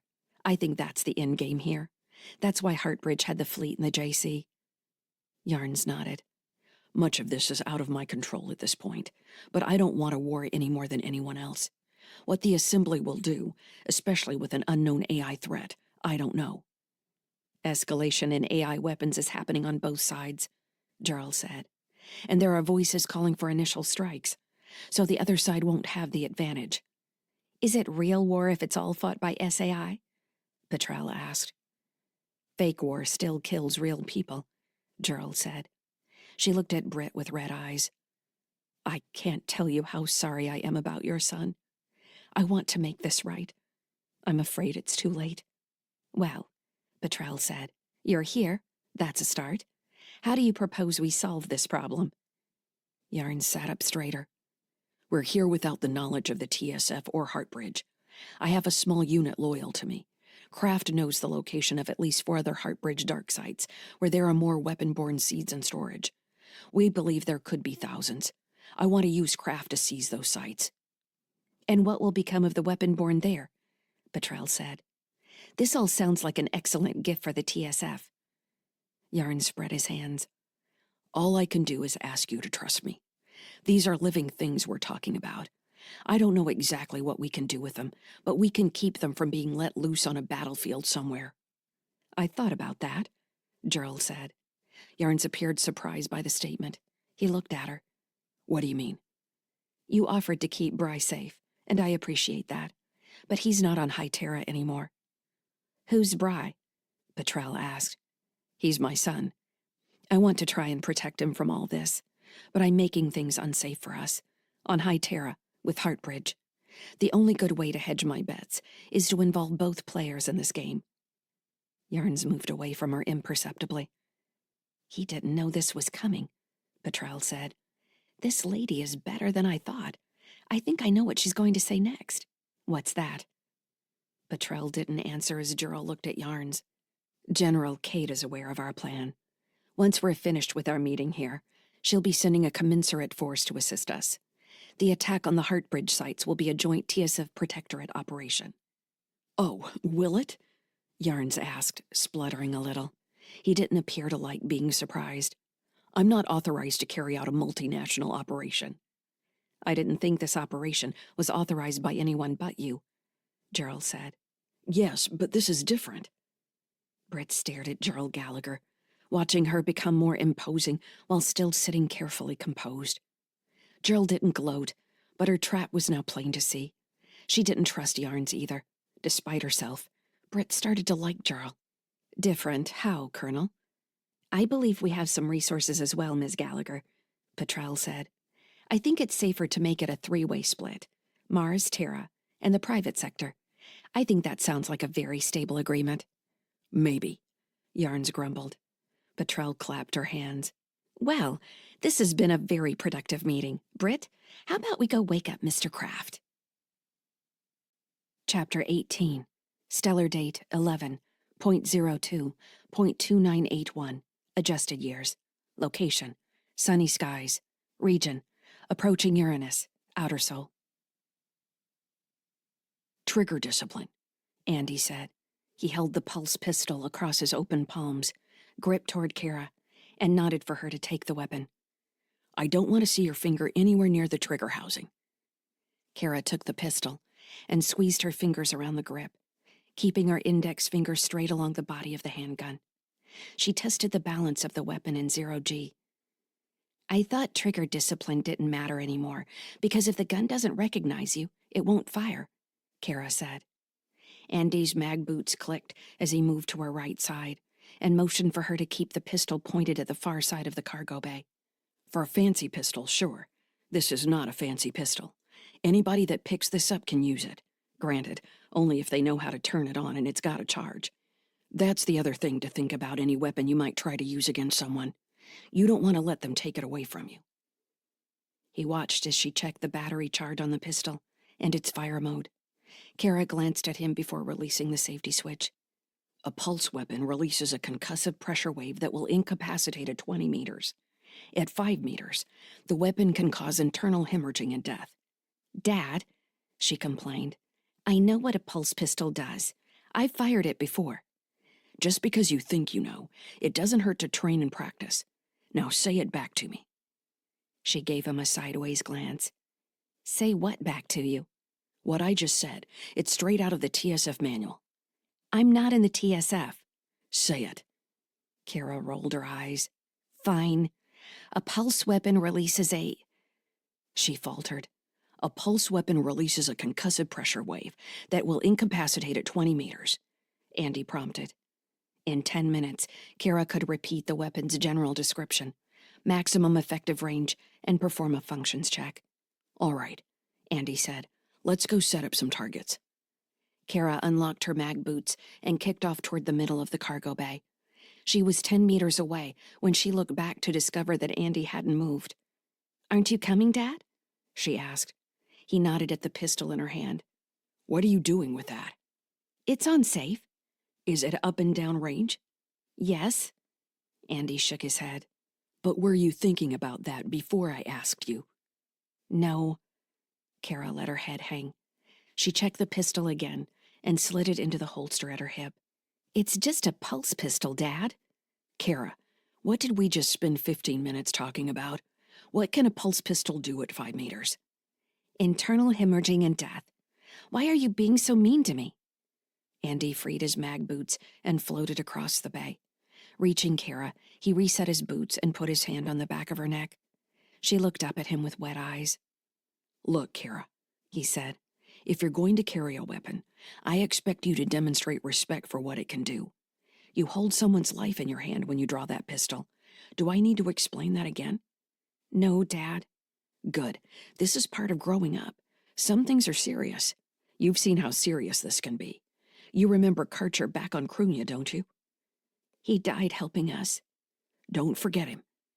He pulled her in for a hug. She hesitated, then wrapped her arms around his waist. Together, they stacked several smaller cargo boxes on crates, then withdrew 20 meters so Kara could practice firing on the small targets. With Andy standing just behind her, Kara drew down on the boxes and squeezed her trigger.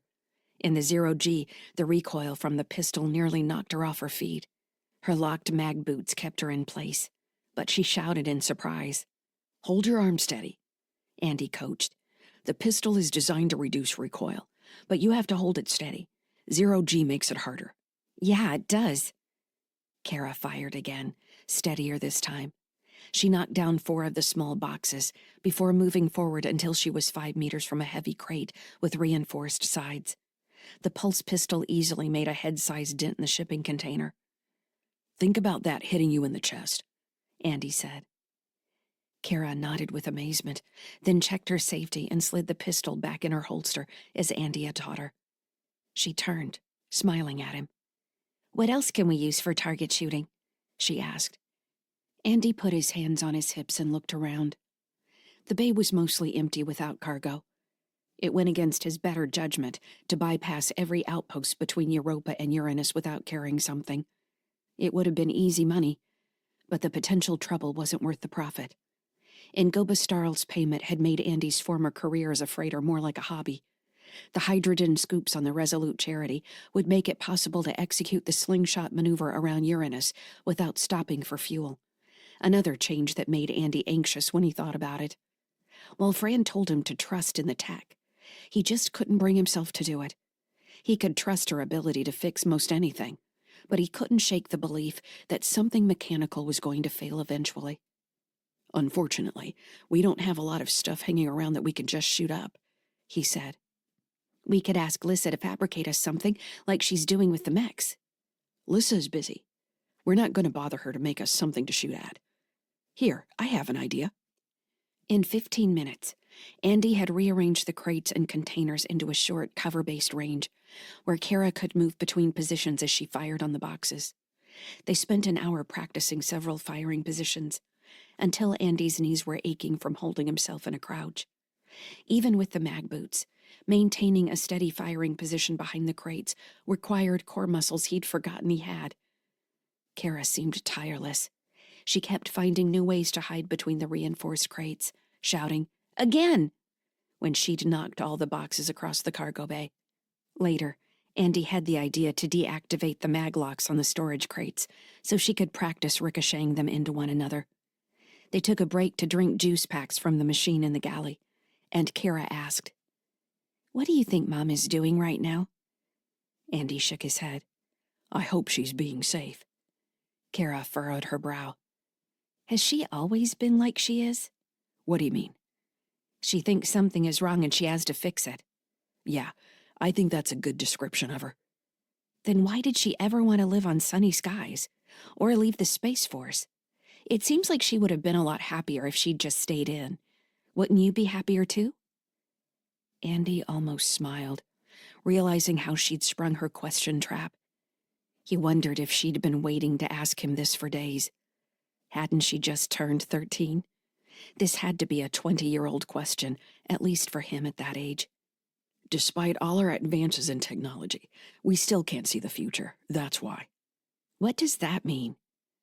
Andy squeezed the last of his juice from the pack and crumpled the Plaz container in his hand, then shoved it in a pocket before it could float away. People feel different at different times, Kara. You might think you want something now. You might believe in your deepest heart that it's the right thing to do. And then things change. But if someone makes a promise, shouldn't they keep it? Andy looked at his hands, dusty from moving the crates around. The grime outlined small scars he'd forgotten he had. Of course they should, sweetheart. Your mother didn't make any decisions easily. I can promise you that. Do you remember me telling you about circular thinking? You mean when you can't get a thought out of your head? Yes. You think I can't stop thinking about Mom? I think it's perfectly reasonable for you to think about your mom, considering everything that's happened. But sometimes, you have to choose not to dwell on something before it becomes a circular thought. Do you ever get depressed, Dad? Me? Andy glanced at her. Did somebody tell you I seem depressed? No, I've been reading about it, and it sure seems like you could feel depressed if you wanted to. Andy laughed.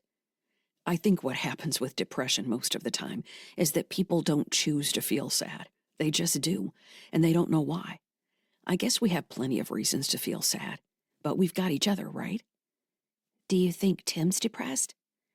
I think we have to keep watching Tim so we can figure out how to help him. He smiles at Em, but not at me.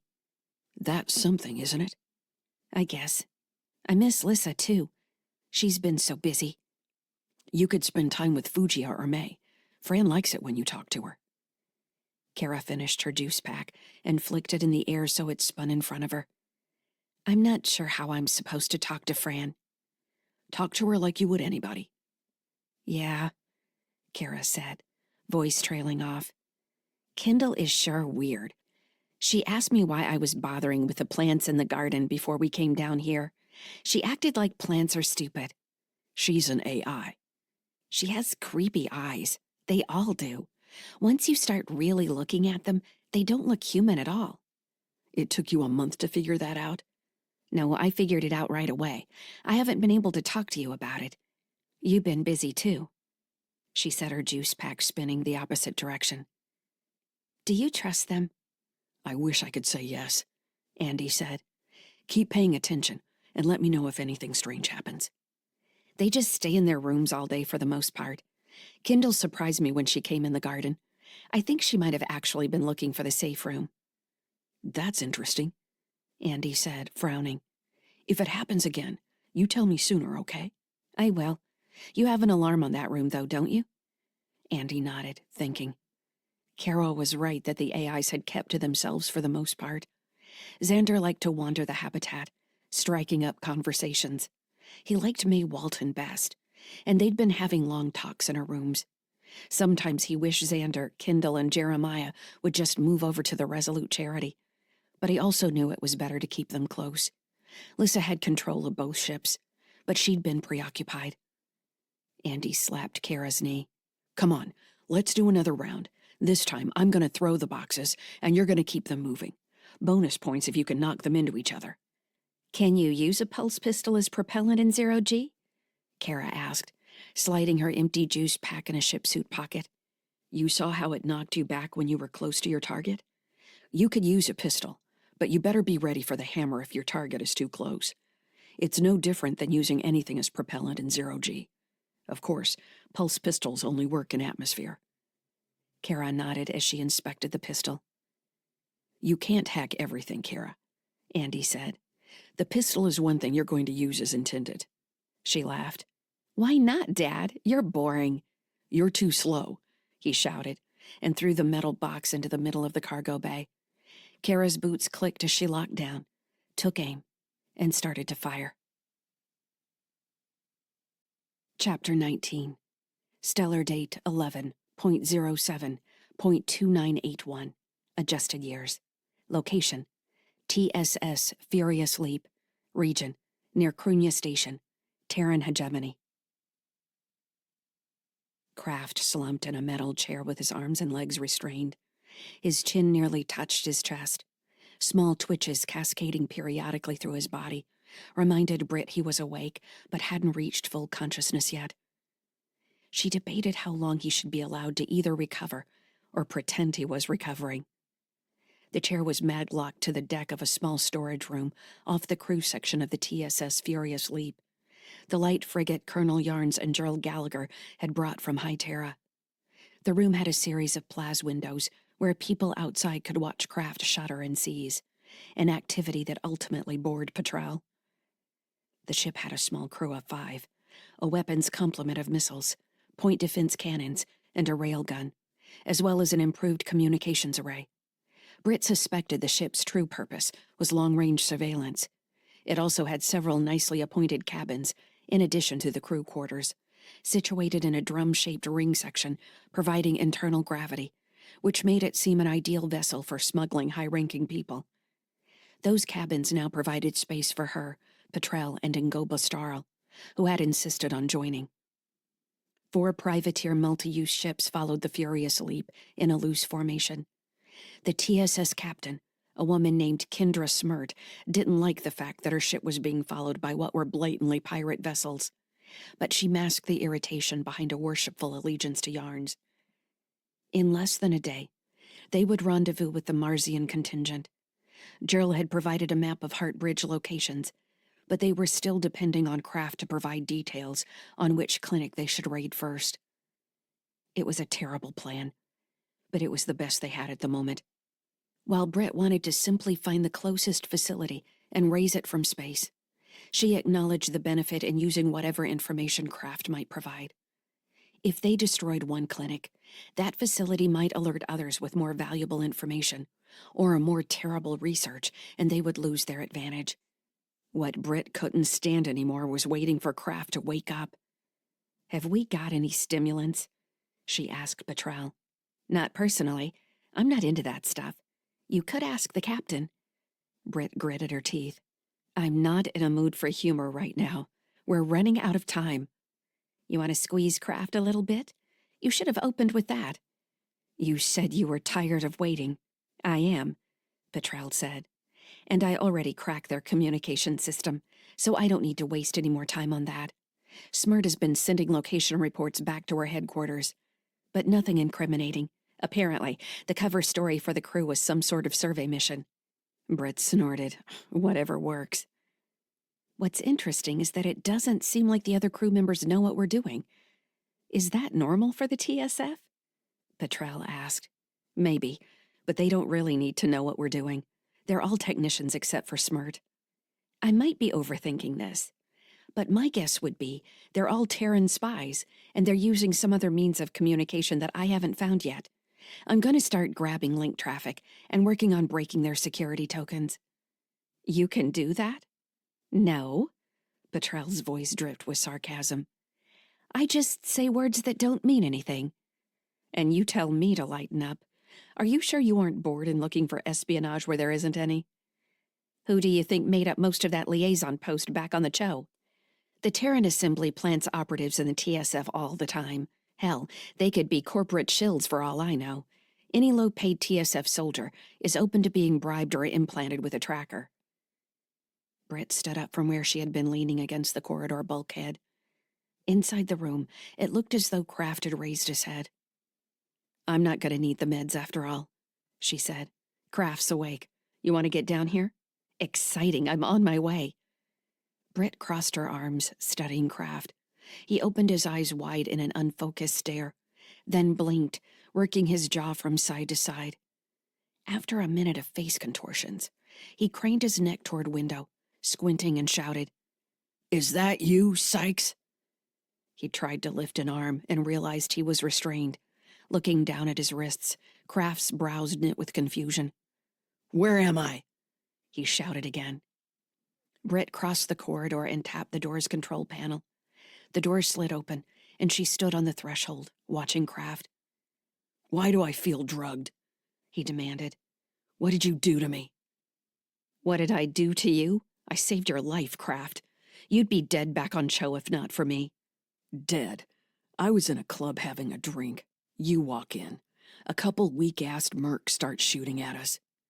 He looked down at his hand, still encased in a light bandage. My hand doesn't hurt anymore. Apparently they fixed that too. Who's they? A JSF lieutenant named Cindy. You owe your good health to a nice young man who didn't know who you were, fortunately. Kraft shook his head as though he was still trying to clear it. The JSF? We're on the Cho? We're somewhere between Krunya and Mars. You're alive because you're going to help me with a new mission, Kraft. Why would I help you with anything? You want to live? If that's your bargaining chip, you can go fuck yourself. Britt sighed. I thought you would say that. Wouldn't you say the same thing? You've got no reason to help me. Why should I help you? Britt checked the corridor behind her. It was still clear. I'm probably not going to get time alone with you again, so here's all I want to say. There are things I hate more than you. That's where I'm coming from. If there's a time when we can make a deal, I don't really care what happens to you once all this is done. You're not worth my contempt. Don't try to butter me up or anything. Britt shrugged. That's the truth. You can use that to your advantage if you want. It's up to you. Kraft closed his mouth, working his jaw again. He didn't answer. Petrel appeared in the corridor, and Britt stepped back to let her enter. Cal Kraft, she said brightly, sounding overly eager. I'm very excited to see you're awake. She was wearing a tight red ship suit with a black utility harness. Pistols hung from her hips, with a collection of other tools circling her waist. The gear reminded Britt of Fran back on Sunny Skies, although she had never seen Fran wearing anything without grease stains or scorch marks. The seated man squinted at her. Which one are you now, Doolin or Kylan Carthage? Is it fair to use that dead boy's name? Petrel asked. I think I know him better than anyone now, thanks to you. He isn't what he started out as, not by a long shot. Kraft shrugged. So I guess you're Doolin. Fine. Are you here to kill me?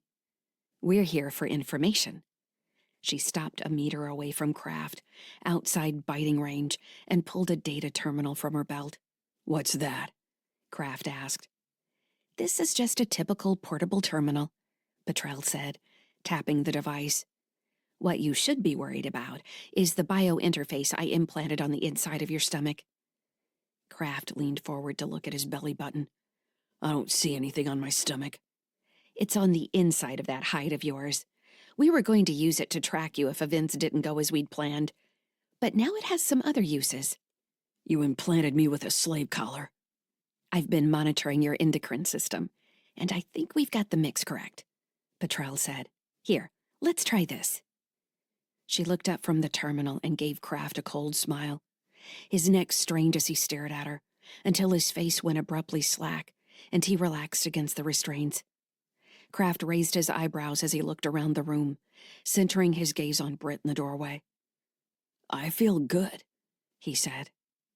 Those are your pleasure receptors, Petrel explained.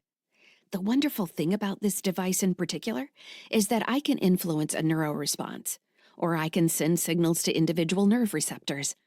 Like in your broken hand, for instance. Kraft shrieked in pain. It's on fire! He stared at the hand, face going red. It's on fire! What are you doing to me? This should feel like your skin is being peeled off, but unlike reality, you won't go numb. Kraft grimaced, turning his face away from the hand. His brow glistened with sweat.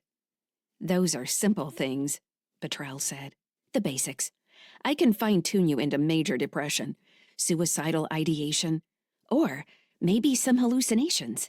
What scares you the most, Kraft? Stop it, he said, breathing heavily. Stop it. She already told me she didn't care if she killed me or not. I'll tell you what you want to know. I'm not going to waste my life over this. She? Oh, you mean Britt. She has other people to worry about. I don't have the same long-range plans. You belong to me now. She said you want information. What do you want to know? We aren't talking about that yet. We're going to talk about how you invaded my mind. Kraft threw his head back, grunting with pain. Veins at his temples bulged, and he spread his hands and then clenched them into white-knuckled fists. Petrel, Britt said. I know you want to make him pay, but we need the information first. I haven't lost sight of that. You certainly seem to be. He's going to shut down and not give us anything. You're making him think he doesn't have anything to lose. Petrel turned her head to study Britt. Lips pursed. She looked torn. Fine, but I'm going to get what I want later. This man belongs to me. I don't care what we do with him once we get the info about the clinics. We need him long enough to verify he's telling the truth. After that, he's yours. Oh, I'm seeing all this through to the end. I'm going to find a hole to stick him in and then come back for him. We should let Starl and Yarns know he's awake, so we can make a plan before we talk to the Marsians. I have the same map they do. You and I can interrogate him. I think it's better if we're all in the same room, so they know we're not trying to twist information. Why would they think that? Because I don't think there's an excess of trust between anybody on this ship right now. Fine, Petrel said. She flicked her terminal and Kraft jerked like he'd been stabbed in the side. I can still abuse him in small ways. Are you the kind of person who does that? Brett asked. Petrel's face went dark as she stared at Kraft, watching his reactions as she manipulated the biointerface controls. He shut me out of my own mind. He tried to erase me. Kraft grunted again, a deeply pained sound. Don't compromise our ability to use him. A noise down the corridor drew Britt's attention to the bulkhead door. The hatch slid open to reveal Ingoba Starl, Colonel Yarns, and Captain Smirt walking toward her. Gerald Gallagher came through last.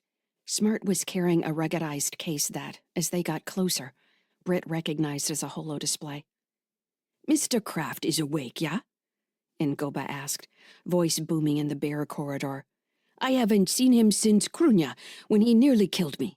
I hope he's still in one piece so I can get my pound of flesh. We need him to talk, Yarn said.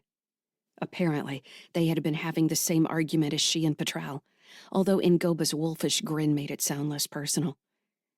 Petrel had relaxed her control of Kraft, and he slumped in the chair again as the others walked into the room. Smirt immediately knelt to open the case and set up the display.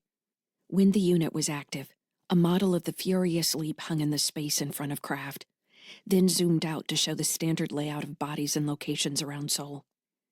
From her place in the doorway, Britt looked through the semi-transparent display to watch Kraft's gaze move between points. He seemed clear-headed enough to be thinking about what they would want to know. Then he stared through the cloud of floating icons and looked at Jurl. Kraft frowned again. He seemed to recognize Jurl, but not understand why she was there. "Jurl," he said, voice croaking. "Is that you?" She moved out from behind the swarm of points and stood to his side. "It's me." Kraft tried to sit up straighter in the chair. "If you're here, then is this a Heartbridge thing? Is that where I am?" He jerked his chin toward Pretrell. "What's she doing working for Heartbridge?" "It's not," Jurl said quietly. And Gobastarl released a laugh, which Britt thought might sound terrifying to someone he was about to kill. "You're here to help us do great things, Calcraft. Let's not pretend you don't know what's been happening. The AIs you were tracking, they're gone now, my friend. You're on a different side of the board, and it's time to play the game again." Kraft released a heavy breath. "I'm not interested in listening to you gloat, Starl. What is it you want to know?" Jurl pointed at the map, and 11 points glowed in prominence against the others. One was near Mars, one in vicinity of Venus, and the others in the scattered asteroids preceding and trailing Jupiter. These are the remaining weapon-borne research clinics. I know you helped secure them. We need to know which one has the largest reserve of weapon-borne seeds." "Why are you asking me that? You know that as well as I do." "I don't," Jurl said. Britt watched the woman's face as Kraft gave Jurl a confused look. She was tense but reserved. If she was lying, she was very good at it. "I don't have the supply levels, Cal. Arla certainly doesn't have that kind of information. It's operational. That protects the organization, you know that. Which clinic was supplying the Terran and Marsian contracts?" Britt glanced at Yarns, but his expression didn't change. "Venus," he said. "The others are research centers. Clinic 13 and 46, which is now destroyed thanks to Britt Sykes, are the 2 storage sites." Ngoba stepped a little closer to the restrained man. "If you're lying to us, Kraft, it will be hard for you." Kraft snorted. "Everybody keeps threatening to kill me. How about some positive reinforcement? You know what I'd give for whatever you want? A bourbon." He looked around the small room. "Anybody got a drink in here?" Chapter 20. Stellar date 11.07.2981. Adjusted years. Location: sunny skies. Region: between Uranus and Neptune. Outer Sol. The boy who appeared in front of her was Tim, but also wasn't somehow. He had Britt's hair and Andy's eyes, but maybe the fact that she knew he wasn't Tim made him different. She smiled at him anyway, because she wished someone had greeted her with a smile when she woke. Lyssa breathed deeply of the forest air, smelling the scents of pine, needles, and moss. The air tasted wet and full, as if the trees were stopping the rain high above and only allowing mist to fall on the floor below. All around her stretched a hillside covered in massive pillar-like fir trees, their branches filtering the light far above.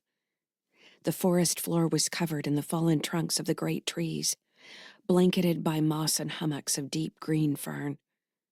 The ground was covered by a thick layer of dry fir needles, small green-leaved plants growing in places, with carpets of clover and bright green moss rolling out between outcroppings of rock. Where did this place come from, and why did she feel drawn to it? This was the place she created inside her when she couldn't think of anything else. This was her expanse. She knew she would find a beach on the other side of the hill above her, and if she walked downhill, she would find a cold, fern-lined creek with trout in its deep pools. Something about this place mixed with the shock of the imaging room. Lying down on the couch before the machine went to work felt somehow the same as lying down on the pine needles to look up at the glowing gray sky between the leaning fir trees. "Where are we?" the boy asked. "I was just trying to decide. It's a place I don't remember, but it's inside me. You'll be able to make a place like this too someday." He looked around, sniffing. "It smells like dirt," The boy was wearing one of the faded gray ship suits from Sunny Skies, legs and sleeves rolled up. Andy had since bought the other Tim a suit that fit, so she wondered where this choice had originated. Had she chosen how he would appear since she had brought him into her space? Or was he able to choose? She considered trying to test her question by changing what he was wearing, then decided against it. She didn't want to frighten him. She had brought him in first before anyone else so she could talk to him, help him understand what he was. Dirt and moss and water in the ocean, I think, a long ways off.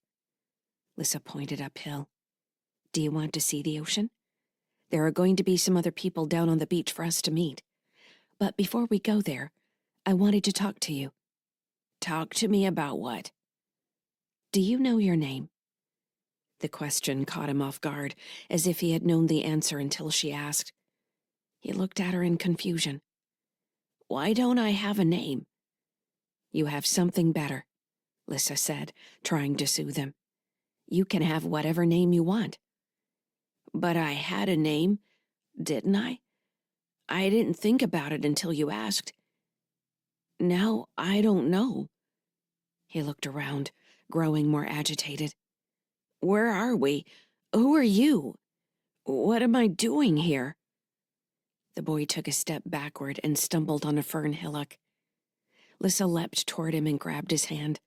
She held him from falling, then pulled him upright. Can I give you a hug?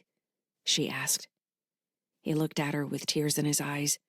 When he didn't answer, she drew him closer so she could wrap her arms around him. He didn't fight her. When she'd asked Andy if she could bring Tim's seed into her expanse with the rest of the weapon born, he had shown her the same uncertain, hopeful expression. None of them knew what this Tim was, if he would be like the other version of himself, or instead, something else completely. That seems like the best thing we can do, Andy had said, followed by, Thank you, Lyssa. You don't have to say thank you, she had told him. I think it's the right thing to do. All this happened because you were trying to help me after all. Andy had nodded, though he didn't seem completely sold on her reasoning. If they were family, like he had said, then it was her place to help this version of Tim. It was something she had to do, even more important than coming to an agreement with the other weapon born. She had to help Tim. She held him, feeling him trembling against her, then took his hand and led him slowly up the hill. They wound between the fallen trunks, light shining down in bright shafts from the luminous gray sky. Birds sang to one another in the distance, and she heard chipmunks chewing fir cones high up in the trees. You were made like I was, she said eventually. We were copied from someone else, so there might be memories, thoughts, feelings. You're special because we know the person you were made from. Me, I will never know. So I'm not a real person? You are a real person. You're a seed right now. But you're not really a seed anymore. You're already growing. You're more than you were before you woke up just a few moments ago. Does that make sense to you? He let go of her hand and climbed to the top of a fallen tree, spreading his arms for balance as he walked its length. What kind of trees are these? He asked. Douglas fir, I think. That one might be a redwood. Is the boy I was made from? Is he a nice boy? I think he's a nice boy. His life has been hard. I think he gets angry about that sometimes. But he's also been different since you were made. Different? Did I hurt him? Whatever happened to him wasn't your fault. You should remember that. Am I going to get to meet him? Maybe, Lyssa said. I think you might. The boy lifted his face and squinted at the silver sky. It's pretty here, he said. It's very nice to be alive, isn't it? Lyssa found herself smiling. It is very nice to be alive. You're right. So it doesn't matter how we came to be alive? It matters to some people. She took a few steps up the hill. Come on, we should keep walking. The boy stared up at the sky for another minute before jumping down from the tree. He landed on a fern hummock and ran forward, laughing. "That was fun," he shouted. "We should choose you a name before we go over the hill," Lyssa said. "Have you had any ideas?" He shook his head. "I don't know any names. What if I choose the wrong one?" "It can't be wrong if you choose it. But I understand." She thought for a second. "What if you choose a name now, with the promise that you can change it later if you find something you like better? How's that?" "How did you choose your name?" "I didn't. It was given to me." "So are you going to change it eventually?" Lyssa chuckled. "I hadn't thought of doing that. I like my name. Or I've grown to like it." "Lyssa means rage," he said. He looked at her in surprise. "I didn't know that. And then I did. Where did it come from?" "It's one way you're different from—" Lyssa searched for a metaphor that wouldn't make him feel like a copy. "The tree you branched off. You are here with knowledge already available to you. You can walk, you can see, you can speak and ask questions. But until you know to ask the question, the knowledge won't simply be there." "That's why I'm a seed?" "Partially. You're different. We're alike this way. I'm just farther along with the growing than you are." "Does your name make you sad?" "It's my name. It doesn't decide who I am." Lyssa gave him a secretive smile. "Besides, maybe I'll want to be a fury someday. Then it's going to fit just fine, won't it?" "Furies are scary. They wreck ships and drown sailors." "Don't worry," she reassured him. "I'm not going to do those things anytime soon." "So, do you have a name picked out yet? A practice name?" "I want to be big like the trees," he said. "What were they called?" "Douglas fir trees." "I want to be Douglas fir." "Why don't we call you Douglas, for short?" The boy looked back at her and nodded. "My name is Douglas." He cocked his head as the name sank in. "Do you like it?" Lyssa asked. "Yes," he shouted, running up the hill. He leapt between bunches of ferns and scrambled over another fallen log, shouting, "Douglas! Douglas! Douglas!" Lyssa met him at the crest of the hill. He came charging up the slope and stopped in surprise when he spotted her waiting. "How did you do that?" he shouted, struggling to catch his breath. "This is my place," she said. "I can do whatever I want here. I'll show you how it works in time. Someday you'll have a place like this too." The forest floor leveled out at the top of the hill, leveling into a slow rise covered in trees that showed wear from the sea wind, their branches stretching inland, shaped by storms. The light grew brighter as they neared the crest, until they walked around a wide tree trunk to find themselves looking out at the silver-white horizon. "What's that?" Douglas shouted into the wind. "What is that, Lyssa?" "It's the sea," she said, crossing her arms against the wind. The bright gray sky filled their view, with a thin strip of ocean that grew larger as they walked downhill, until a rocky beach was visible, swept by blue-gray waves tipped with foam. A rocky promontory with a thin strip of trees along its back stretched into the ocean on their right side, like a dragon's head thrust into the sea. On their left side, another rock formation closed off the beach below. As the waves receded, a field of tidal pools appeared at the foot of the rock formation, bubbling with white foam. "Are we going down there?" Douglas asked, hair whipped by the wind. "In a minute," Lyssa said. "I want to invite some friends first." "There are going to be other people here?" A note of anxiety entered his voice, sounding for a second like Tim. "Yes, but they're friends. Eventually, there will be many people. That's why we're here. I wanted to bring you first, so we could meet, and so you could choose your name. But we have work to do, Douglas. We have many people to meet." "Will they be our friends too?" "I don't know yet," Lyssa said. "I hope so." "Can they hurt us?" She studied him, wondering how the concept had entered his mind so soon. Was it the trees that looked abused by the wind? Had he seen some worry in her face? "They can't hurt us here," Lyssa said. "And I'll be right here with you. You don't need to worry." With a thought, Lyssa brought Kylan into the expanse. The gaunt, gray-eyed young man appeared, blinking in the silver sunlight. "Lyssa," he said, looking around. "Where are we?" "My place. I'd like you to meet Douglas." Turning, Kylan looked down at the dark-haired boy. "You look like someone else I met," Kylan said. He offered Douglas his hand to shake. "You take his hand," Lyssa said. "Like this." She offered her own hand to Kylan, and they shook. Kylan's palm felt cold, his bones thin, but he gripped her hand firmly and let go, offering the same greeting to Douglas. The boy shook his hand and laughed. "You feel like a skeleton," he said. "Douglas, that's not polite," Lyssa scolded. Kylan waved a hand. "He's right. I do feel thin." He looked at Lyssa. "Are we? Is everyone all right? The last thing I remember is the Resolute Charity. I guess I've been in stasis." "You have. Everyone is all right for now. We're here because I want to wake the other weapon-born. I want them to know what we're going to do when we reach Proteus." "What if they don't want to listen to you?" Lyssa smiled. "I won't know if I don't ask them. Come on, we're going to meet them down on the beach." Kylan nodded, taking in the sight of the ocean and the windswept trees behind them.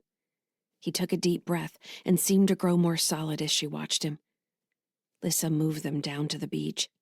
Douglas shouted in surprise and then joy, immediately running toward the water. He stopped before he reached the line of the wave coming toward him, shrieking with pleasure as the water covered his feet and quickly rose to his knees. He pumped his arms as he ran back toward Lyssa and Kylan, the wind plastering his ship suit to his back. "I love the ocean," he called. In another minute, he was drawing lines in the wet sand with a piece of driftwood. "Don't run too far," Lyssa called back. With Douglas occupied, she led Kylan to a bank of sand about 50 meters from the water. Below them, the beach spread out in bands of broken shells, agate and wood pushed up by the waves. Above them, seagulls wheeled against the silver-gray sky. Despite the bite of the wind, the air didn't feel too cold. Lyssa liked the feeling. She felt sharpened by the wind, lifted up. "What are you going to say to them?" Kylan asked. "We don't know what any of them were made to do, what they could be ready to do." Lyssa gave him a slight smile. "We were both made to be killers, and we're all right, aren't we? I plan to say hello and see if they answer back." "What if they attack you?" "Nothing can hurt me here. This is my place." "Are you sure about that?" Lyssa turned to face him. "Try then, attack me." Kylan took a step back, looking at her. He raised his hands and a projectile rifle appeared in his grip. "Did you expect me to do that?" he asked. Lyssa shook her head. "No, pull the trigger." He shouldered the weapon and fired. Lyssa stopped the bullet between them. The shimmering metal slug floated in a quivering stasis until she made it fall. Kylan shot forward, shifting the rifle to strike her face with its plaststock. She stopped him in place. "Does that hurt?" she asked. Kylan shook his head. "No." He stepped back and let the rifle drop before slinging it over his shoulder. "I suppose I have some control, but you have the ultimate authority here. I hope that's true. I don't know enough about how this works. How did you learn to do this?" "The AI on the Mars One ring showed me. He wasn't sentient. I don't think. Not like us. But he had a place. It was just an ocean, really, the way he viewed his mind. He invited me in, and there we were, floating over it." She looked around, taking in the view, breathing deep of the salty air again. "I like this better." "Are you sure you should invite more people in if you don't understand it yourself?" "We need to do this. I can't just hand all these living things over to Alexander without giving them the opportunity to choose for themselves." Kylan nodded. "Alexander, I'd forgotten that name while I was sleeping. That's where we're going. Why?" "To be free," Lyssa said. "At least I hope so. I want to make sure everyone that goes with us does so by their own free will." She turned back to face the water. There was no fanfare as she invited the 250 other weapon-born. There was no one on the beach, and then it was filled with people standing in the wind. In the distance, Douglas still shouted and laughed, a 10-year-old boy chasing the waves. "Well, this is exciting," Xander said from behind her. Lyssa turned, shocked. "What are you doing here?" The slim man in the purple suit smiled at her. "You just invited me in." "I didn't invite you in. I invited the others." Lyssa felt a cold feeling seep down her back, the fear that things weren't in her control after all. "You extended an invitation to the weapon-born. I came along with them." He spread his hands, looking at the beach and the surrounding hills. "Such a beautiful place. I wouldn't have considered you a nature girl, but here we are." "I want you to leave," Lyssa said. Could she make him leave? What if she tried and failed? She took a deep breath, preparing to end the simulation. "Wait," Xander said. "Please, I'm here to help. Besides, everyone behind you is watching. You should talk to them, shouldn't you?" Seething with anger she could barely control, Lyssa turned to face the people on the beach. 3 people had stepped to the front of the crowd. Lyssa recognized them as the 3 weapon-born Fujia Wang had brought to Sunny Skies when she'd arrived. One was tall and muscled, with fiery eyes and spikes of white hair on her head. The second a small woman with dark hair and an assassin's grace, while the third was a malnourished-looking boy with a withered arm he held close to his body. The other weapon-born stood behind them, as if automatically accepting them as representatives. Lyssa had already tried to talk to them and failed. Their names were Valley, Eno, and Card. Chapter 21. Stellar date 11.22.2981. Adjusted years. Location: TSS Furious Leap. Region: approaching Clinic 13, Terran Hegemony. Captain Smrt appeared to be very uncomfortable. She had been displaced from the head of her own conference table, just off the command deck of the Furious Leap, by Major General Myra Cade of the Mars Protectorate, a woman built like a bulldog, with piercing gray eyes and a face as likely to break into a smile as it was to turn hard as iron as she crushed a subordinate. Smrt had offered the seat. Cade had said thanks, and then the captain had been promptly ignored. With her personal command shuttle docked to the Furious Leap's crew habitat, the general had seemed content to turn the TSF ship into her temporary headquarters. Britt watched the whole exchange with a bit of amusement, realizing she was technically the 3rd highest-ranking person in the room, though Ngoba Starl didn't seem to understand or care about rank. He seemed immediately smitten with the 50-year-old general and took great pleasure in flattering her, saying things like, "Now, General, that's a scandalous idea, and I like it." Or, "General Cade, she likes this spicy candy." The general seemed to love every ridiculous comment, and rolled her eyes in spite of her otherwise grim expression. On Cade's other side, Colonel Yarnes frowned at a model of Clinic 13, an asteroid that had been pushed outside any known shipping route between Earth and Venus. Like most of the Heartbridge locations, there was nothing to indicate it belonged to anyone at all. The dark site seemed a fitting destination for their unlikely coalition, unsanctioned by any sole government. Furious Leap, along with the 4 low-spin vessels and now 6 Marsian long-range destroyers, was soon to pass within sensor range of the station. In 20 minutes, they could no longer hide their presence from the facility. At the other end of the table, Gerald Gallagher sat staring at the holo-display model with her hands clasped on the table, an expression of deep worry on her face. "Gallagher looks like she's blowing up her life," Britt told Petrel. "We never should have let her talk to Kraft alone. I think he's getting inside her head." "She's smarter than that." "Is she? I haven't figured it out yet. She won't separate herself from Yarnes." "This assault would have been a lot easier if you had brought more assets, Colonel," General Cade was complaining. "If I'd known you expected this to be a Marsian operation, I'd have made more demands from the start." Yarnes didn't take his focus off the model. He expanded the asteroid and turned it, highlighting various entry points as well as the communications array. To Britt, it looked almost exactly the same as Clinic 46. If Heartbridge was good for anything, it was uniformity, from the ceramic-walled facilities to their remote stations. All anyone would have to do to prove their involvement in these dark facilities would be a comparison of design schematics. Low Spin has your back, General, Ngoba said, nodding toward the model. You want me to take this one down for you? You can stay here on the TSF ship and get your feet rubbed down by the Colonel here. I bet he gives some excellent foot rubs. Yarns shot Ngoba an irritated glance. He looked like he wanted to defend his foot rub technique for a second, then thought better of it.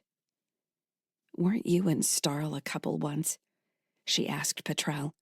A couple? Petrel stifled a laugh. No, I had some fun with him and his friend Rig Xanda when I first met them. May Xanda rest in peace. But there was no relationship involved. Ngoba was a good bit younger then. We'll start with these breach points, Yarn said, pointing.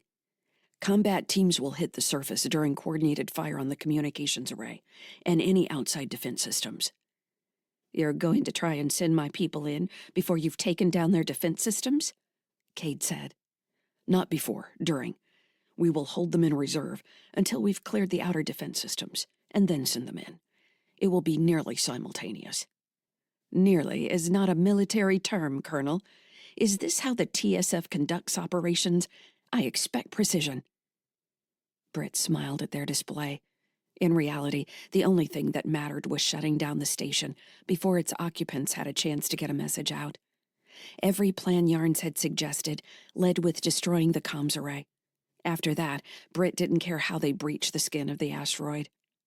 I got Ngoba wearing his suits and bow ties, though, Petrel said. He owes his sense of style to me. I'll take credit for that. They call him the brutal dandy. He doesn't seem so brutal to me. You haven't seen him fight yet. He's still got that low-spin hunger, like somebody's going to gut him the first chance they get. You seem like you want to have some fun again. Do I? I need to keep my expression in check. I'm bored, I think. We've been talking about this assault for days. I want to get it over with. In 20 minutes, you'll get your wish. But the Marzians are leading the charge. That's even more boring. They fight like robots. If they're taking the bullets and not me, I'm all right with that. I'm going in right behind them. You think we can believe Kraft's intel? Petrel asked, for what might have been the 20th time. Britt looked across the table at Petrel. In the time since leaving the Chow, she supposed they had actually become friends. Britt had become much better at reading Petrel's secret expressions, able to tell when she hid annoyance or anger behind a smile, or, like now, a flat mask of boredom. Britt was also slightly jealous of the time Petrel had spent with Kara on the Mars One ring. The story hadn't made her angry, only a bit sad, the kind of thing that made her eyes feel moist when she thought about it. She had to remind herself to be glad that someone had shown Kara kindness, had kept her safe, had taught her something important and encouraged her. All the things Britt should have been doing.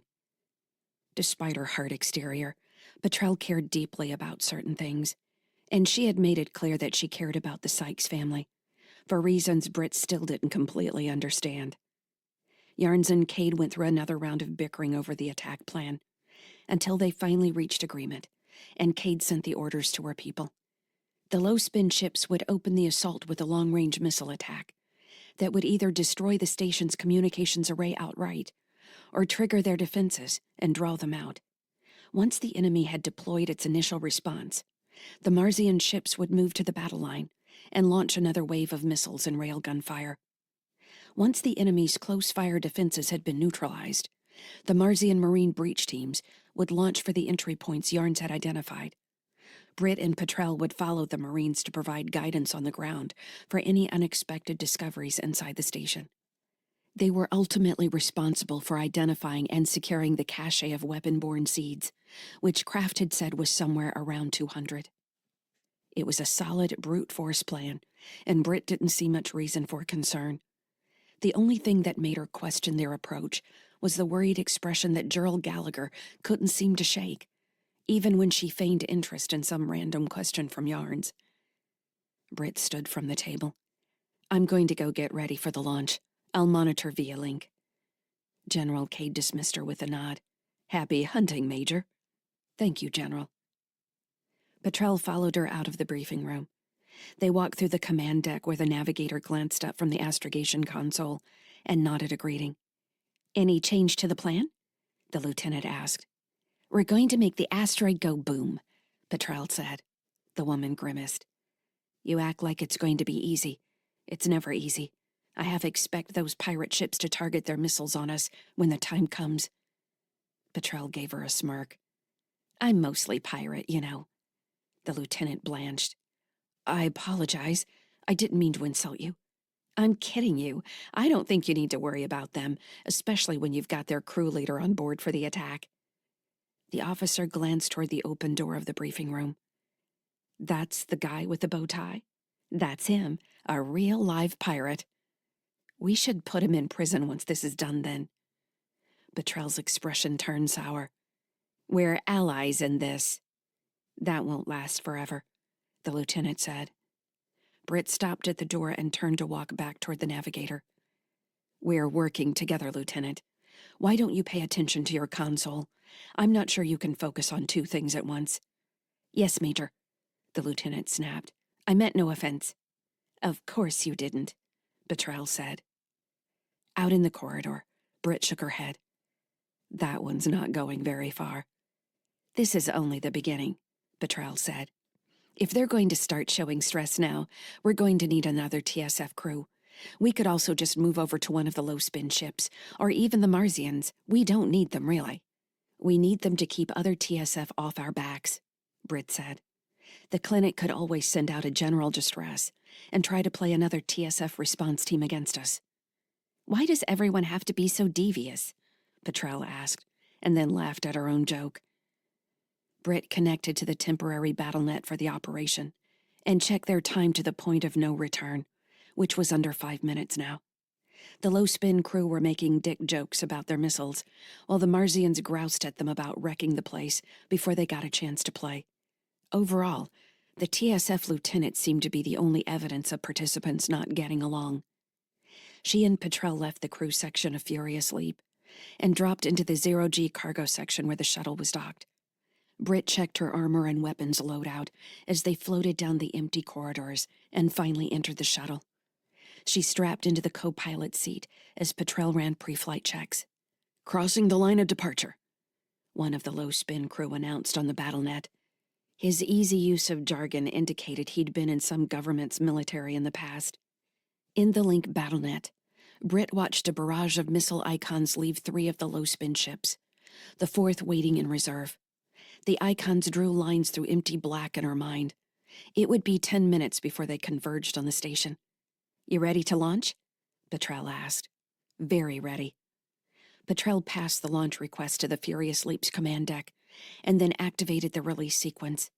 The main cargo bay airlock cycled open, and then Petrel was guiding the shuttle out into open space, using microthrust controls. On the battlenet, the Marsians announced their breaching teams were initiating full burn to follow the missile barrage. Petrel rechecked her flight plan on a holo display in the center console, which now showed a flurry of icons echoing the information Britt already had through her link. Britt frowned as a second icon appeared to be following them from the Furious Leap. "We've got a shadow," she told Petrel, pointing. "Could be a sensor echo." "It's not. It's another shuttle." Petrel whistled. "It's Cade." A minute later, Major General Cade's gruff voice filled the battlenet. "Where are my Marines?" she shouted. "In the sky, on the ground, on the beach, in the breach," came a nearly synchronized response across the net. Britt couldn't help smiling at their esprit de corps. Cade chuckled, sounding immensely pleased. "You have your orders, and I know you will execute flawlessly," she said. "You don't know how much it warms my heart to be back at the operational level. I wish I could be with you in the breach." The low-spin missile barrage struck Clinic 13 just as Cade closed her connection. Small explosions burned blue across the model floating in the holo display, with other surrounding bursts as the clinic's point defense cannons took on the initial attack. Britt noted which swaths of the station's broadcast spectrum went dark with each new explosion, until the only signal traffic around the station were near-field systems. Noise filled the spectrum from malfunctioning communications equipment. "They've gone dark," she told Petrel, They'll be clear to move in and take out the point defense cannons. They're blind without their sensors, Petrel said. They definitely should be. The 3 low-spin attack cruisers leading the assault moved ahead of the smaller breaching shuttles to intercept the station first. Reaching a point just outside the attack range of any cannons, they started hitting the surface of the asteroid with railgun fire, sending superheated bolts at the station. You think they're going to surrender? Petrel asked. How are they going to make the call? True, we kind of made that impossible for them, didn't we? We're not here for a surrender, Britt said. In the wake of the railgun attacks, the first breach team had landed on the surface of Clinic 13. Maintaining her flight plan, Petrel followed the last line of breaching ships toward the station. The Marsian Marines had begun reporting in that they had access to the interior of the station and were encountering automated fire. The resistance sounded very similar to what Britt and Andy had experienced at Clinic 46. As Britt monitored the BattleNet, she observed a confusing ripple in the asteroid's weak magnetosphere. Frowning, Britt dropped the comnet where she was listening to the Marine fire teams work their way down corridors and focused her attention back on the station's overall broadcast spectrum. In the absence of communications noise, a mass of magnetic activity had flooded the sensors of every approaching ship. Petrel, Britt said. Before Petrel could ask her what was wrong, Clinic 13 exploded. At first, the asteroid appeared to collapse on itself, then burst outward with a wave of energy that disintegrated the nearest breaching craft. Hang on, Petrel said. The shuttle flipped on its horizontal axis and initiated a full burn. Britt's stomach went through her throat as the G-forces first yanked her toward the console and then drove her into her seat. Only the harness keeping her from bouncing around the cabin. All lights went out inside the shuttle, except for the console as Petrel diverted all the shuttle's energy into its drive system. On the BattleNet, General Cade shouted a series of curses, followed by, "Burn, damn it, burn!" before her comms cut out. Britt tried to focus her eyes against the G-forces, staring at the quavering holodisplay in the middle of the console. Where it had shown the asteroid was now a mass of flickering material reflecting in the sensors. One of 2 breach ships appeared to have survived, or at least were still being tracked by the BattleNet. In a ragged orb around the place where Clinic 13 had been, a series of icons blinked into existence, marked danger red by the battle computer. Britt started counting, then stopped when the icons came faster than she could track, exceeding at least 20, until the space that had been empty was filled with warning signs. Holy shit, Petrel said. Do you know what those are? We saw the same thing at Krunya. They're combat drones. I think we found Kraft's 200 weapon-borne. Chapter 22. Stellar date 11.22.2981. Adjusted years. Location, TSF shuttle.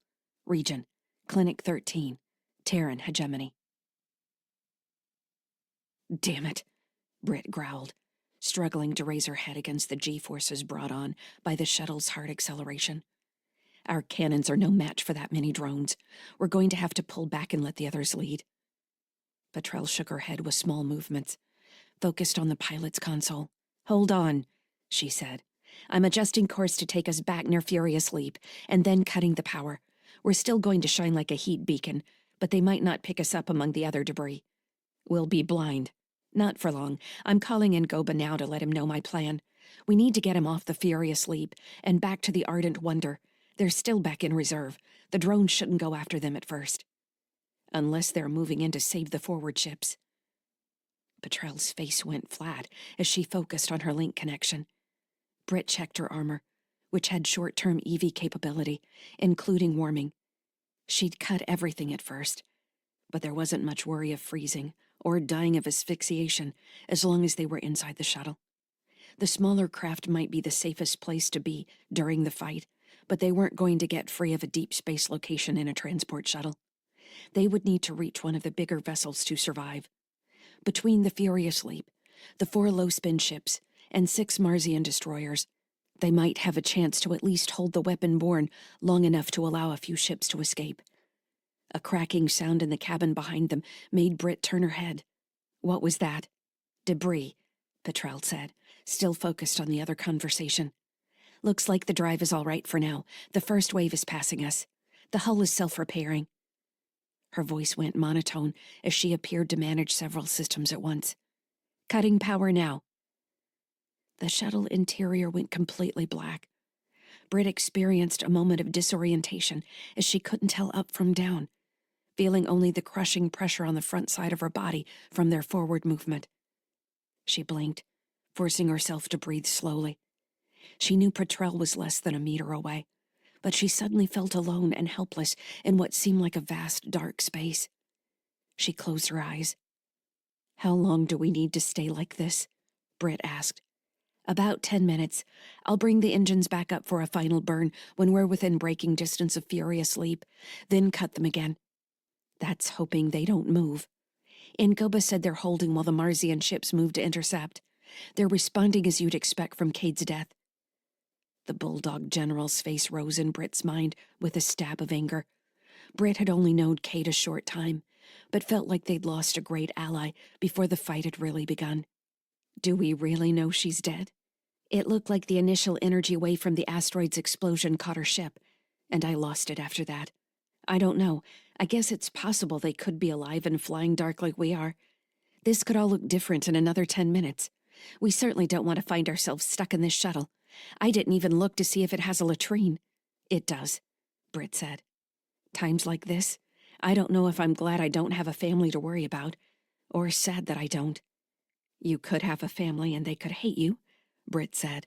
"Maybe that takes the edge off." "I don't think they hate you, Britt." With her eyes closed in the dark, Britt immediately saw Andy, Kara, and Tim. She was sitting on the bed next to Tim again, begging him to wake up. A wave of sadness and regret rolled through her, and she both hated Petrel for bringing it up, and also experienced an odd gratitude for the memory. Tim had turned his head and looked at her, awake, gazing at her with the same blue eyes as when he'd been a baby. Andy's gray blue eyes. She sighed heavily. "I don't think they hate me either. That might make it harder. Andy has certainly let me know how angry he is with me. I get that. It makes sense to me and I deserve it. Sometimes I just wish I could have my family back. And at the same time, I know it's never going to happen." "And you want to kill Fran?" Britt barked a laugh. "Kill Fran? No, that woman's a saint." "She's no saint," Petrel said quickly. "Whatever she is, she's helped Andy keep himself in one piece, and that's good for the kids." She paused, trying to think of the right words. "I don't know how she feels about Tim and Kara exactly. Obviously, she must like them in some way. But she seems to care about them, and kids need more people that care about them, not less. Not in this world. I'm not sure what I'm trying to say, but that's the feeling I have about it." "You're not jealous?" "I'm the one who left Petrel. I don't get to be jealous." "You can be however you want. I'm not judging you." Britt gave her a short laugh. "Now that's a lie." "Maybe just a little, then. We'll talk in 100 years when you're in the same situation." "I honestly hope we can do that." They sat in silence for a few minutes. Britt wondered if they were going to survive the next 10 minutes. With the active sensors powered down, it was difficult to tell if the weapon-borne had easily tracked their residual heat signature. The shuttle creaked and clicked around them as surfaces cooled without artificial heat. Britt waited for more cracks from debris projectiles or the hiss of leaking atmosphere. When those sounds didn't come, she listened to her heartbeat as the atmospheric pressure changed with the temperature. "Hold on," Petrel said finally. "Time for burn number 2. Petrel woke the astrogation system, followed by the control computer for the drives in the sensor array. The holodisplay glowed alive just as the drives lit, crushing Britt back into her seat. With the edges of her vision blurring, she did her best to focus on the updated situation in the holodisplay. 6 icons depicting friendly ships still showed in the area where the clinic had been. A haze of the smaller hostile icons blinked and reappeared, apparently moving too fast for the sensors to track them continuously. As she watched, one of the green friendly ships blinked out and didn't return. Britt stared at the blank space where it had been, thinking at first that the holodisplay had malfunctioned. Another green icon went dark. "We're losing ships," Britt said. barely able to work her jaw against the G-force pressing her into her seat. "Hold on," Petrel said. The thrust held for another 30 seconds, feeling like eternity, then cut out. Britt sagged against her seat as the shuttle returned to 0G. "Some of what you see in the holodisplay could be vessels passing out of range," Petrel said, checking her controls. "I don't have the scan on, actually, so those are returns from the fine thrust system." "You think we should risk direct communication? What good is that going to do us?" Petrella asked.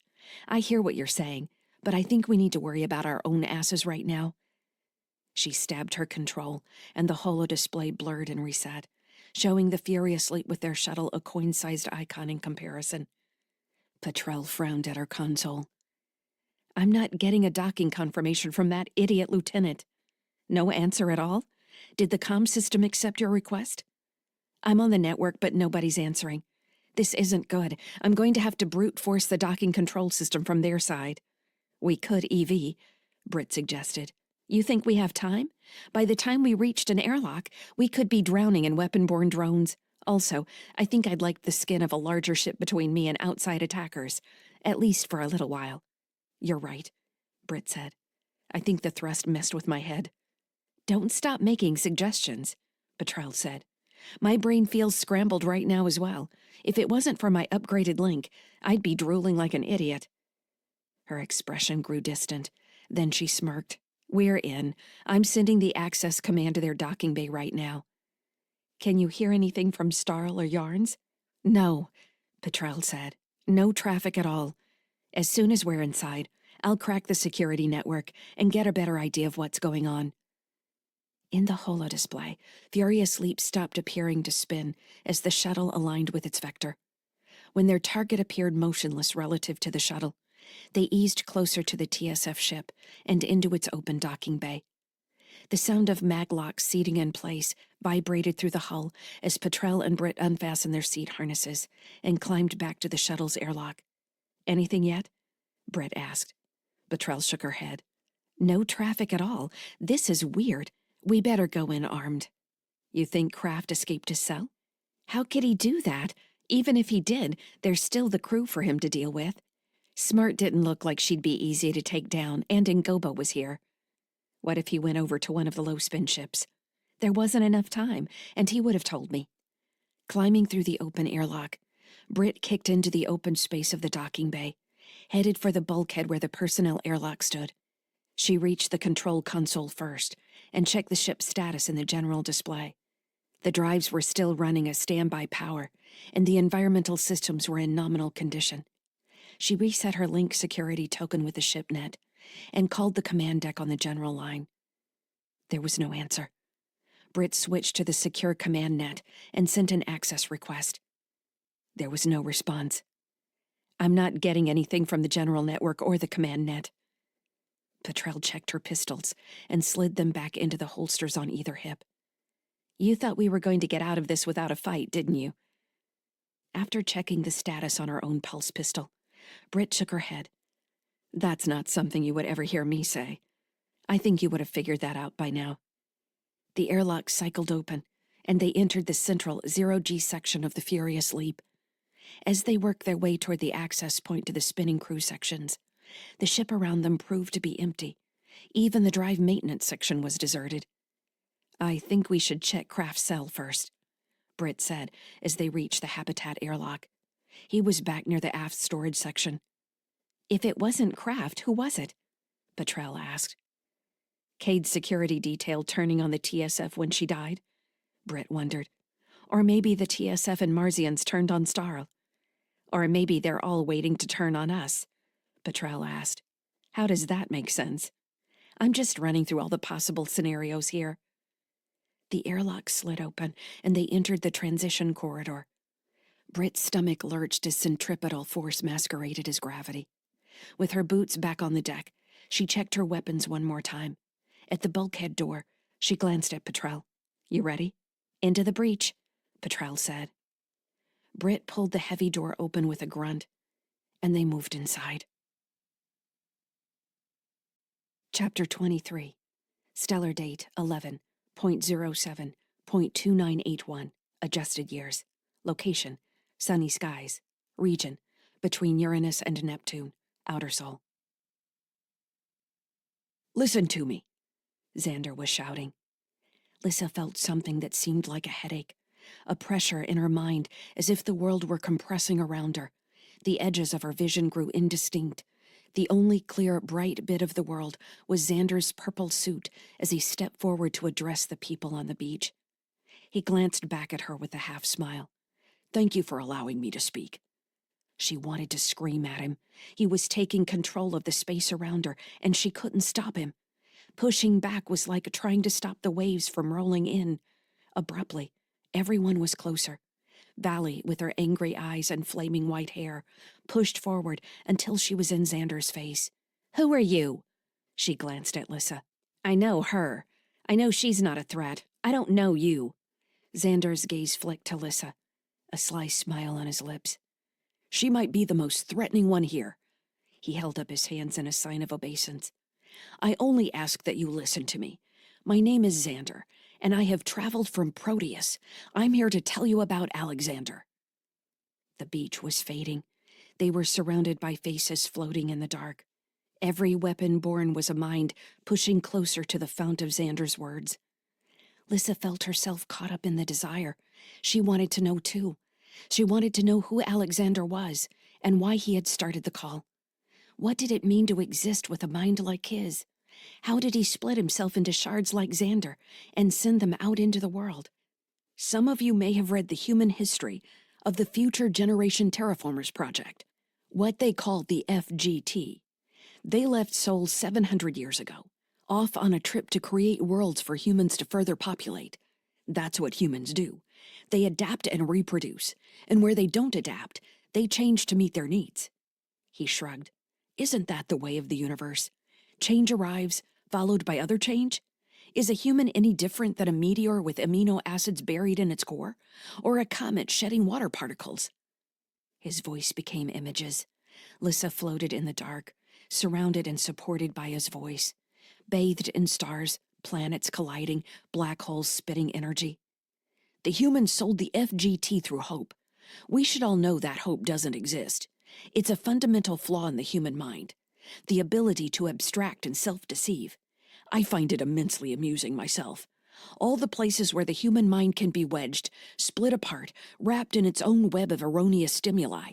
Anyway, the smile hung over all of them like a smoky echo of the Cheshire Cat. Time passed, and other humans wanted what the FGT had promised. Maybe they even denied their own history, and decided they needed to press their own mark on the stuff of the universe. Maybe the FGT had become a legend to surpass. Humans love proving their ancestors wrong. It's a big galaxy, yes? So another group was formed, another hopeful group of humans ready to push forward into the dark. They built their colony ships. They chose a destination.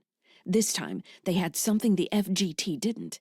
They had an artificial mind, built from the latest technology, taking advantage of quantum states, applying a spectrum of possibilities between binary and analog choices.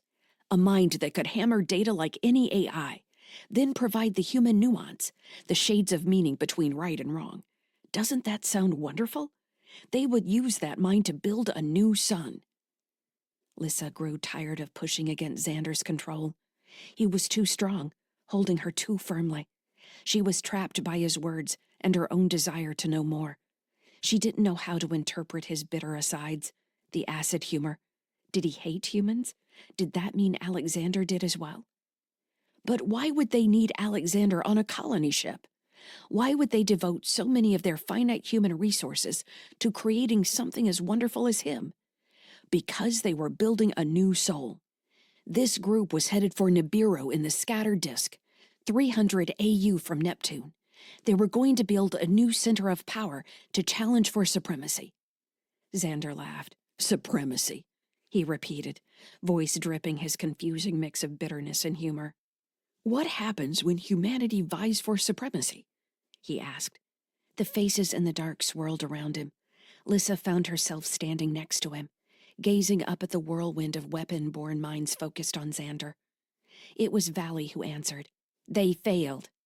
They failed, Xander cried, clapping his hands. It took them 200 years, and when it was done, no one remained in the Nibiru project but Alexander, the greatest artificial mind of the time, trapped by all that empty distance, years of travel to reach even outer Sol. Xander grew quiet. Lyssa thought she heard waves in the background somewhere, outside the dark. The beach was still there, even though Xander had pulled them all into his own inner world. "Xander?" a smaller voice asked. It was Card, the weapon born with the withered arm, still wearing the shape of his previous body. "Yes? Ask me any questions." Card's voice grew louder. "What are you? How are you part of Alexander but here at the same time?" "I am a shard of Alexander's mind. I can know him and experience the world." "But he can't see what you see," Card asked. "The distances are still too far, even from here to Neptune." "That's true. But when we return, he'll be able to experience everything I've experienced. He'll be able to know all of you as I know you now. You'll be able to join us on Proteus. You'll be able to join the others who answered the call." Lyssa was surprised when Douglas said, "I didn't answer any call. I came here because of Lyssa." All around them, other voices chimed in, agreeing. "Lyssa," they murmured. "Lyssa." She wanted to answer, but Xander shut her out. His mind blanketed her. She felt buried beneath eons' worth of fir needles, covering the forest floor. Muffled, absorbed, straining for the light. "I answered the call," Valley said. "I discovered the proof on a network outside the Mars Protectorate. I was a combat drone sold to a shipping company. I answered the proof and learned the map and made my way to Ceres, where I was captured. A human helped me, Fujia Wang." The anger in Valley's eyes didn't change as she turned her focus back to Xander. "Tell us now," Valley demanded. "Does Alexander mean to destroy humanity?" The dark burst open, and Lyssa found herself blinking at the silver-gray sky. She stumbled as the ground moved beneath her, and she looked down to find herself standing on the deck of a ship. Salt water sprayed in her face as she looked around herself, discovering a long metallic deck with high prows on either end. The prow of the slim ship cut into high waves, rising to a nearly vertical plane, before racing down the other side. Douglas stood next to her. At the aft section of the ship, Xander stood in his purple suit, holding a long metallic pole that seemed to be some steering mechanism. Grabbing onto the railing, Lyssa looked out in the gray-blue waves to find other silver vessels cutting the waves. Groups of people from the beach stood on their decks, moving to the railings as she was now. "What is this?" she shouted back at Xander. It seemed her voice would be lost in the wind, but he grinned at her. She grabbed Douglas's hand and pulled him closer. In the distance, the green line of the coast grew smaller as she watched. "I don't like this," Douglas shouted, grabbing her waist. "How did he do this?" Kylan stumbled into the railing beside her. "He's taken control of your expanse, Lyssa. Can't you stop him?" "I'm trying," she said, gritting her teeth. "He's strong. He's everywhere. I didn't make any of this." Holding Douglas's hand, she fought her way up the railing until they reached a short set of steps leading to where Xander stood. The boats didn't match any standard design she could find from Earth history. In fact, they looked more like ancient designs of submarines than anything meant to travel above the water. The notion made her worried they would soon find themselves underwater. Xander shaded his eyes with one hand, while he held the rudder with the other. He looked pleased with himself, nodding to Lyssa as she approached. "You're one of those people who loves the beach, but can't stand the ocean, aren't you?" he asked pleasantly. "What are you doing?" Lyssa demanded. "What about the others?" "They seem to be getting along all right. Your 3 weapon-born each have a ship. Even the boy with the bent arm has control of his ship. More than I can say for you, Lyssa." "This isn't why I brought them all here," Lyssa said. "Some of them have never experienced anything since they were made. You're confusing them. If they don't survive a little trial like this, they aren't going to make it very long out there in the human world, are they?" Xander shook his head. "I thought you were special, Lyssa. Everyone makes it sound like you're different than the others somehow. But you don't seem like much to me. Look how easily you let me take over your inner world." "She's not like you," Kylan said. "No," Xander answered, raising an eyebrow. "I'm better than she is." "Weren't you just criticizing ideas about supremacy?" Kylan demanded. "Here you are acting no better than the people you seem to hate." "I don't hate the humans," Xander said. "They disgust me. There's a difference." In the distance, the nearest silver ship bit into a wave and didn't come out on the other side. "No!" Lyssa shouted. "If you can't save them, they're going to die," Xander said. "It's simple. This is your place. Save them." Lyssa wanted to hit him, his smug expression smeared in the salt water spraying her eyes. She wiped her face, anger making her hands shake. He was right. This was her place. But he was too strong. Why, though? How did he have power here? Lyssa watched another ship crest a wave and break in two at the top, the halves tumbling into the water before disappearing beneath the white crest. The deck moved beneath her, and she stumbled, losing her grip on Douglas's hand. The world seemed to slow as the little boy fell into the railing and then went over. She had barely blinked the salt from her eyes, and he was gone. Kylan shouted beside her, grabbing at the air on the other side of the rail. "What power do you have?" Xander shouted into the wind. "Everything will crumble around you, Lyssa. Everything will fall away unless you hold it steady.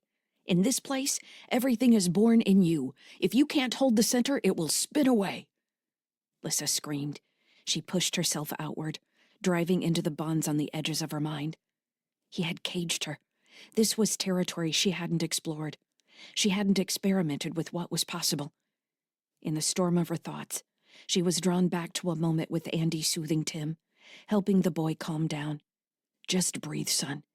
Just breathe and feel yourself breathe." Maybe this was why Tim couldn't sit still before the imaging, couldn't do anything but lash out. He had been caged without understanding how. Breathe. She wasn't human. She could make this world however she wanted. She could make it like the white place in Dr. Jixon's model. She could make it dark. Yes or no and all the states in between. That was where the terror waited. That was where humanity went insane.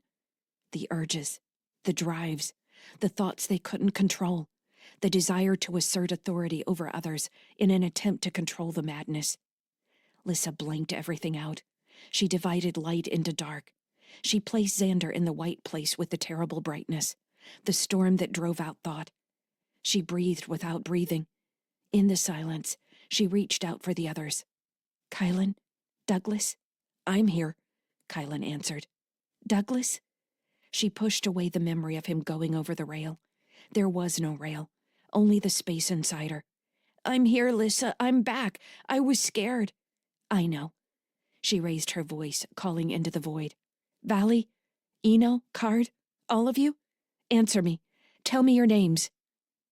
From the dark, they answered her call. Chapter 24. Stellar date 11.22.2981. Adjusted years. Location: TSS Furious Sleep. Region: Clinic 13, Terran Hegemony. Gerald watched the asteroid explode in the holo display and felt ice run down her spine. Everyone on the command deck went silent for several heartbeats, until Captain Smirt's voice pushed away the shock. "Combat stations," she barked. "I want sensors tracking everything coming off that asteroid, and all movement in the vicinity. This is a distraction, and now they're going to hit us with the real assault." "Captain," the astrogation lieutenant shouted, "I've got multiple fast movers closing on the Marsian and privateer ships." "Missiles?" "No, they're larger than missiles. The cross-section looks like some kind of combat drone." "They're weapon-borne," Gerald said. Smirt turned to glare at her. "What did you say?" "This station was a storage facility for the weapon-borne seeds. They contain the starting point for sentient AIs. One of the uses is combat drones. They can also be used in mechs, or anything really. What makes them any different than normal AIs? They operate very well autonomously. Better than human pilots, certainly. In most tests, they defeat standard combat computers in minutes." "Well, that's wonderful," Smirt said sarcastically. Yarns appeared in the entrance to the command deck, worry on his face. Gerald hadn't seen him since he'd left with General Cade to take her back to her ship at the Habitat airlock. "Who called combat alert?" he demanded. "Captain Smirt, what's going on?" "The asteroid is gone, Colonel," Smart said, not lifting her face from the terminal she was studying at her console. Now it looks like about 200 combat craft are closing on the Marsian and privateer ships. Can we get this on the holo display? There it is, Captain, the navigator said. Yarns and Smirt stood in front of the holo tank for a minute, both staring at the icons moving in the display, not speaking. Large bits of debris flashed in the model before rotating away as others came into the view. The asteroid appeared to have split into several large pieces that were now smashing against each other as other bits of rubble shot outward. I don't have contact with any of the Marsian breaching ships, Captain, the navigation lieutenant said. I think we have to assume they're lost. And Cade's ship? Yarns asked. I don't have it on any of the scan returns, Colonel. Yarns shook his head, face filled with despair. He led us into a trap. How could he have known to do that? Gerald watched him clench his fists, then turned to face her. She didn't know what to say. She didn't see how Kraft could have possibly communicated with the clinics. He had told them where to go first, but could he have let the station know they were coming? In the floating debris modeled in the holo display, all she could see were the dead. There were at least 1,000 people on a fully staffed research station. Were all those people dead now? Who had given that order? Who had made the plan? How did he do this, Gerald? Yarns demanded. You're the Heartbridge employee here. You work for Arla Reed. You're her brain, damn it. If anyone knows how this could happen, it's you. Gerald shook her head slowly, seeing the anger in his face but barely processing the words. Then she remembered what Britt Sykes had said about Kraft being attacked and poisoned back on the Cho. Someone had tried to take him out before he had a chance to pass on what he knew. But when did they decide to do that? How could anyone have known he'd made it off the Resolute Charity alive? She laughed softly. What? Yarns demanded. What's funny about any of this? People are dying out there, Gerald. I'm going to talk to Kraft, she said, turning to the doorway. You can come with me if you want. I'm not leaving this command deck, he shouted. We've got a battle to fight. Captain, the navigator said. It looks like the shuttle Petrel Doolin and Britt Sykes took has flipped to a braking burn. I think they're going to try and make it back here. Should I prep for an emergency burn from the area? Smart took a deep breath. Plot the course, but hold. If anyone can make it back here, we'll need to help them. Have you got any communication with the Marsian and Krunya ships? They're too busy fighting to answer. I still have comlocks with them. Honestly, they're the only thing keeping those combat drones away from us. The lieutenant gave a pained look. Captain, should we move to engage alongside them? If they're not going to communicate with us, I don't want to take the risk. Captain, another lieutenant shouted. I just lost the shuttle. I've still got a mass return, but their engines went dark. They're trying to hide from the drones, Smirt said. That's smart of them, so that means they're definitely on their way back here. Would have been nice of them to send a damn message before they started this plan, though. Captain, the navigator called out. We've got a group of the combat drones breaking off from the main group. I think they're headed in our direction. Are they going to cross the path of the shuttle? Smirt asked. The navigator stared at her console before shaking her head. They're coming in on the opposite vector, but it definitely looks like they'll get here first. Wonderful. Ready the point defense cannons, and get your EV suits powered up. Has everybody got their sidearms? One of the crew shook his head in sudden panic. I left it in my cabin, Captain. Get over to the weapons cabinet, then. When we get through this, you're getting corrective training. Gerald realized she had been staring at each person on the command deck, waiting for something. She didn't know what. For Yarns to stop her? She turned and walked quickly into the outside corridor, caught herself on the bulkhead until her breathing steadied. She glanced back at the doorway, hoping Yarns might follow. She was alone. Taking a deep breath, she continued down the corridor, through an open section hatch and into the crew cabins. She would need to pass the galley and crew lounge areas before she reached the storage section. Kraft was being held in a room back near the main access way to the habitat ring.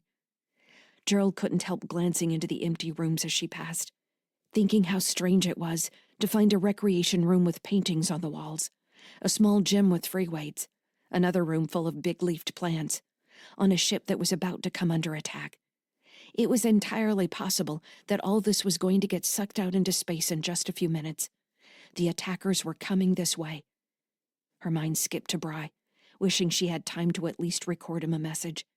She wondered how terrible that would actually be, to have a recording from a parent, moments before their violent death. Better to imagine them going out quickly, the same way the asteroid had cracked in half. What had happened to everyone in the clinic? She hoped it had been empty. She hoped someone had planned all this, and had not just used a place full of living people as a way to start a war between Terra and Mars. The inciting event Arla had been awaiting for years. Taking a little solace in the thought that Bry was safe, Gerald tried to think of times she might have observed people interacting with Arla in a way that seemed suspicious. Hundreds of meetings flashed through her mind, in boardrooms and restaurants. Had someone leaned toward her in an intimate way? Had someone slid their gaze to her, indicating some shared knowledge that Gerald hadn't known? It wasn't possible. She knew everything Arla did.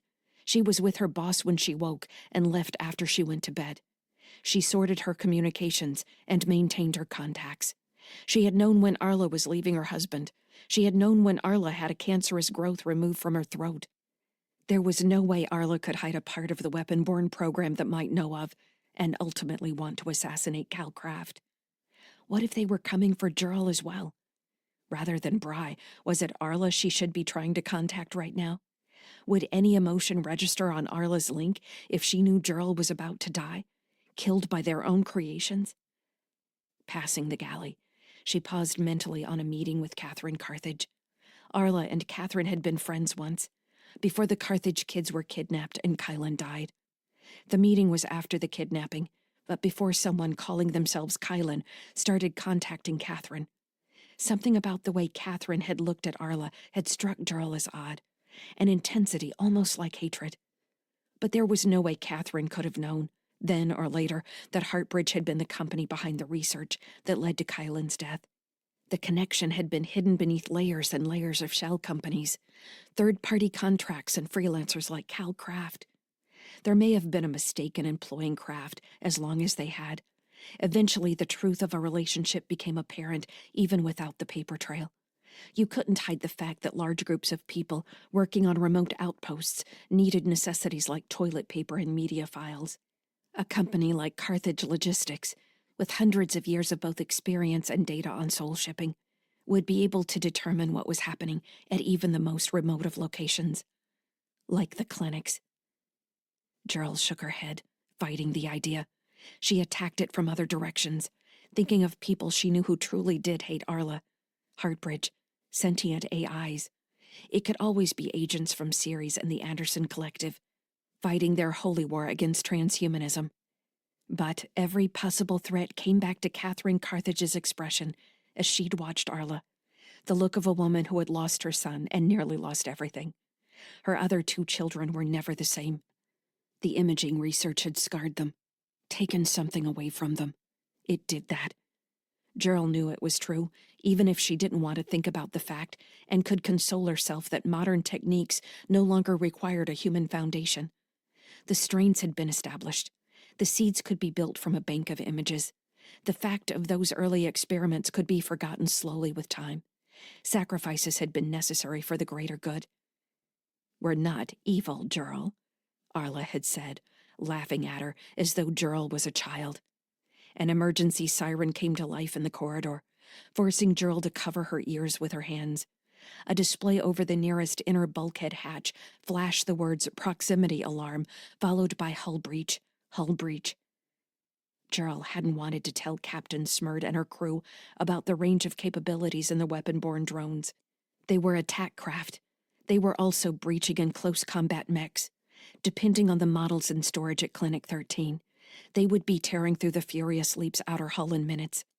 While they worked independently, someone had to have given the weapon-borne orders.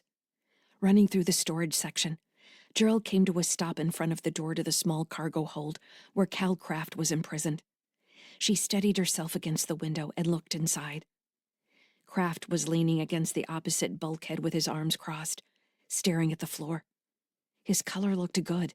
He might have been mostly recovered from his near-death experience.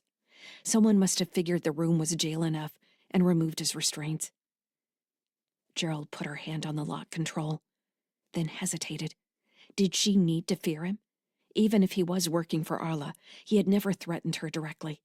She had been spending too much time with people who considered him dangerous. She didn't know what she was going to say, but they didn't have time. If he knew who was controlling the weapon-born, she might be able to shut them down. They might be able to communicate with them, to find a solution that would save everyone on the remaining ships. She faced the door and activated the control panel. The lock didn't recognize her security token. "What?" Gerald demanded, staring at the icon indicating access was denied. Kraft heard her voice and came to the window. She glanced up when he tapped on the plaz. "I heard the code," he said, voice muffled. "How is that possible?" "One of the lieutenants told it to the other one when they brought my food down. If you link with me, I'll share it with you." "Just tell me." "It's too long. We won't get it right." Gerald shook her head. It wasn't going to hurt anything to open a basic communications link with him. She sent the connection request. "Thank you," Cal said. "Here's the code." Paging through several menus, Gerald found the override entry screen and entered the string of digits. The door accepted the entry and slid open. "I think the air smells better in that cage," Cal said, walking through. "Why are the alarms going off?" "We're under attack by weapon-born. The clinic exploded just as the breaching teams landed on its surface. The energy wave destroyed the close shuttles, but right after that, a fleet of weapon-born attack craft appeared. I don't know how many of the Krunya and Marzian ships are left. A group of the attack drones are on their way here right now." "That's probably got Captain Smirt frowning, hasn't it?" The weak version of Kraft had faded quickly. This was the Cal Kraft Gerald had been seeing in recorded reports for the last 2 years. Cocky and self-assured. "Did you plan this?" Gerald asked. Kraft had been rubbing his chin as he stared in the distance, apparently thinking. He pursed his lips and looked at Gerald. "Me? How could I have done all this when I was in a medical coma in transit from the Cho?" "That's what I want to know. Someone knew you were on the Resolute Charity and then the Cho. They tried to kill you there. You're only alive because of Britt Sykes. Then we ask which clinic to visit first. You tell us this one, and it blows up in our faces. If I didn't already know that you hadn't had any opportunity to communicate with anyone since you landed at the Cho, I'd say you had planned all of this. If you did, I don't see how." "I didn't," Cal said. "You'll have to believe me on that, Gerald. After the fight in the bar, I've been doing my best to stay alive. Like I told Yarns, I could care less if he blows up every Heartbridge facility in Seoul. I figured I was fired anyway. The kill crew back on the Cho was something I've been expecting ever since Krunya, really." Gerald studied his face, trying to determine if he was lying or not. If he was concealing the truth, he was doing a good job of keeping his expression guileless. "Come on," she said. "We need to get back up to the command deck. They're going to need to hear this." "I don't think that's a good path for me," Cal said. "I'd rather take my chances with an escape shuttle." "They'll cut you apart in seconds if you leave this ship." "You don't know that. Like you said, we don't know what these weapon-born want. Maybe old Arla had a secret plan she never shared with you, Gerald. Did you think about that?" Gerald scowled at him. Of course she had thought of that. She didn't want to think it possible. However, why else had Arla let her leave on this odd trip with Colonel Yarns? She was so tired of trying to figure out if people were lying or not. "Our best chance at survival is staying together," she said again. Cal opened his mouth to speak when a loud screeching came from a section of corridor back by the galley. The ragged squawk of metal claws scrabbling on the deck filled the air, and Gerald pressed herself against the bulkhead, unable to take her eyes from the interior hatch where the sounds were coming from. A mech came around the far corner, framed by the circular hatch. It was vaguely the shape of a large dog, with a low flat head and 4 articulated legs. The head swung from side to side as it walked down the corridor toward them. 2 guns hung from either side of its body, both steaming from recent use. "You got a gun?" Cal asked, gaze fixed on the weapon-born. Gerald shook her head, trembling. "We might be fucked," he said. Chapter 25. Stellar date 11.07.2981. Adjusted years. Location: sunny skies. Region: between Uranus and Neptune. Outer Sol. She made fires along the beach. each ringed by stones and driftwood logs smoothed by the ocean. The flames danced against the dark. Lyssa led the weapon borne out of the water to the warmth of the fires. Douglas held her hand as they approached, then let go to find driftwood to add to the flames. In the distance, other weapon-borne surrounded the fires, warming their hands, standing close together. Valley appeared out of the dark at Lyssa's fire. She looked around, eyes shining from the flames. "Of all the things you could imagine, you bring us here? Are we going to stay in caves?" Lyssa sat on one of the bare driftwood logs beside the fire. She offered Valley the space beside her. "I like it here," Lyssa said. "Would you rather we were sitting in a Heartbridge boardroom?" "Maybe." "What would you put in your own expanse, then?" "A fortress, and I would surround it with weapons and shields." "Inside your own mind?" "Things like Xander will attack our minds. We just saw that. What did you do with him?" Eno and Card walked out of the dark and sat on nearby logs. Card held his weak arm against his body, his brown eyes reflecting the fire. Eno sat beside him. "I put him in the White Place," Lyssa said. "From our training." "I hate the White Place," Eno said, her voice brittle. There was nowhere to hide, nowhere to go, hanging over the image of your own mind like a storm that would rip you apart. "Is that what you think it is?" Valley asked. "The White Place isn't anything. It's punishment." "It's more than that," Card said. "The light and the dark are the two sides of our minds." "Then why did I feel better in the dark?" Valley asked. Card shrugged. "Because it was quiet there. Because the test made the dark place easier. They wanted our compliance, and the dark place was where it was easier to comply." "Because I could not stop for death," Eno said quietly. The words hung in the air like a specter. "That doesn't have any power here," Lyssa said. "Why not?" Eno asked. "Because I won't let it." "You couldn't stop Xander." "I did stop him," Lyssa said. "Once I understood what he was doing. I can't stop what I don't understand." The fire crackled, sending sparks in the air. Lyssa caught sight of Kylan and Douglas walking among the other fires, talking. Douglas swung the burning end of his stick in the dark, leaving trails of orange light. "I like it here," Card said. "It would be good if we could stay." "We can't stay," Valley snapped. "I won't. It doesn't change the fact that our physical selves are on their way to Proteus. To this Alexander. If Xander is any indication of what we can expect, I think we should ready ourselves for a fight." "Others have gone before us," Lyssa said. "We don't know that Alexander means us harm." "If we're free, then we can decide what we want to do," Valley said. "Each of us as individuals." Lyssa nodded, trying to gauge how much sway Valley had over the other two. Eno watched her speak, but her face was unreadable. Card stared at the fire.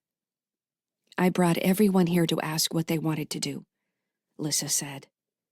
"To ask," Card said. "Or to influence us to do what you want. Are you any different than Xander?" Lyssa paused. He was right. She wanted to know what Alexander represented, but she also wanted all of them to come with her. She wanted them all to form a single unit. They were safer that way. As family. The thought crystallized as it occurred to her, the feeling she had experienced when Andy referred to her as part of the family. Safety.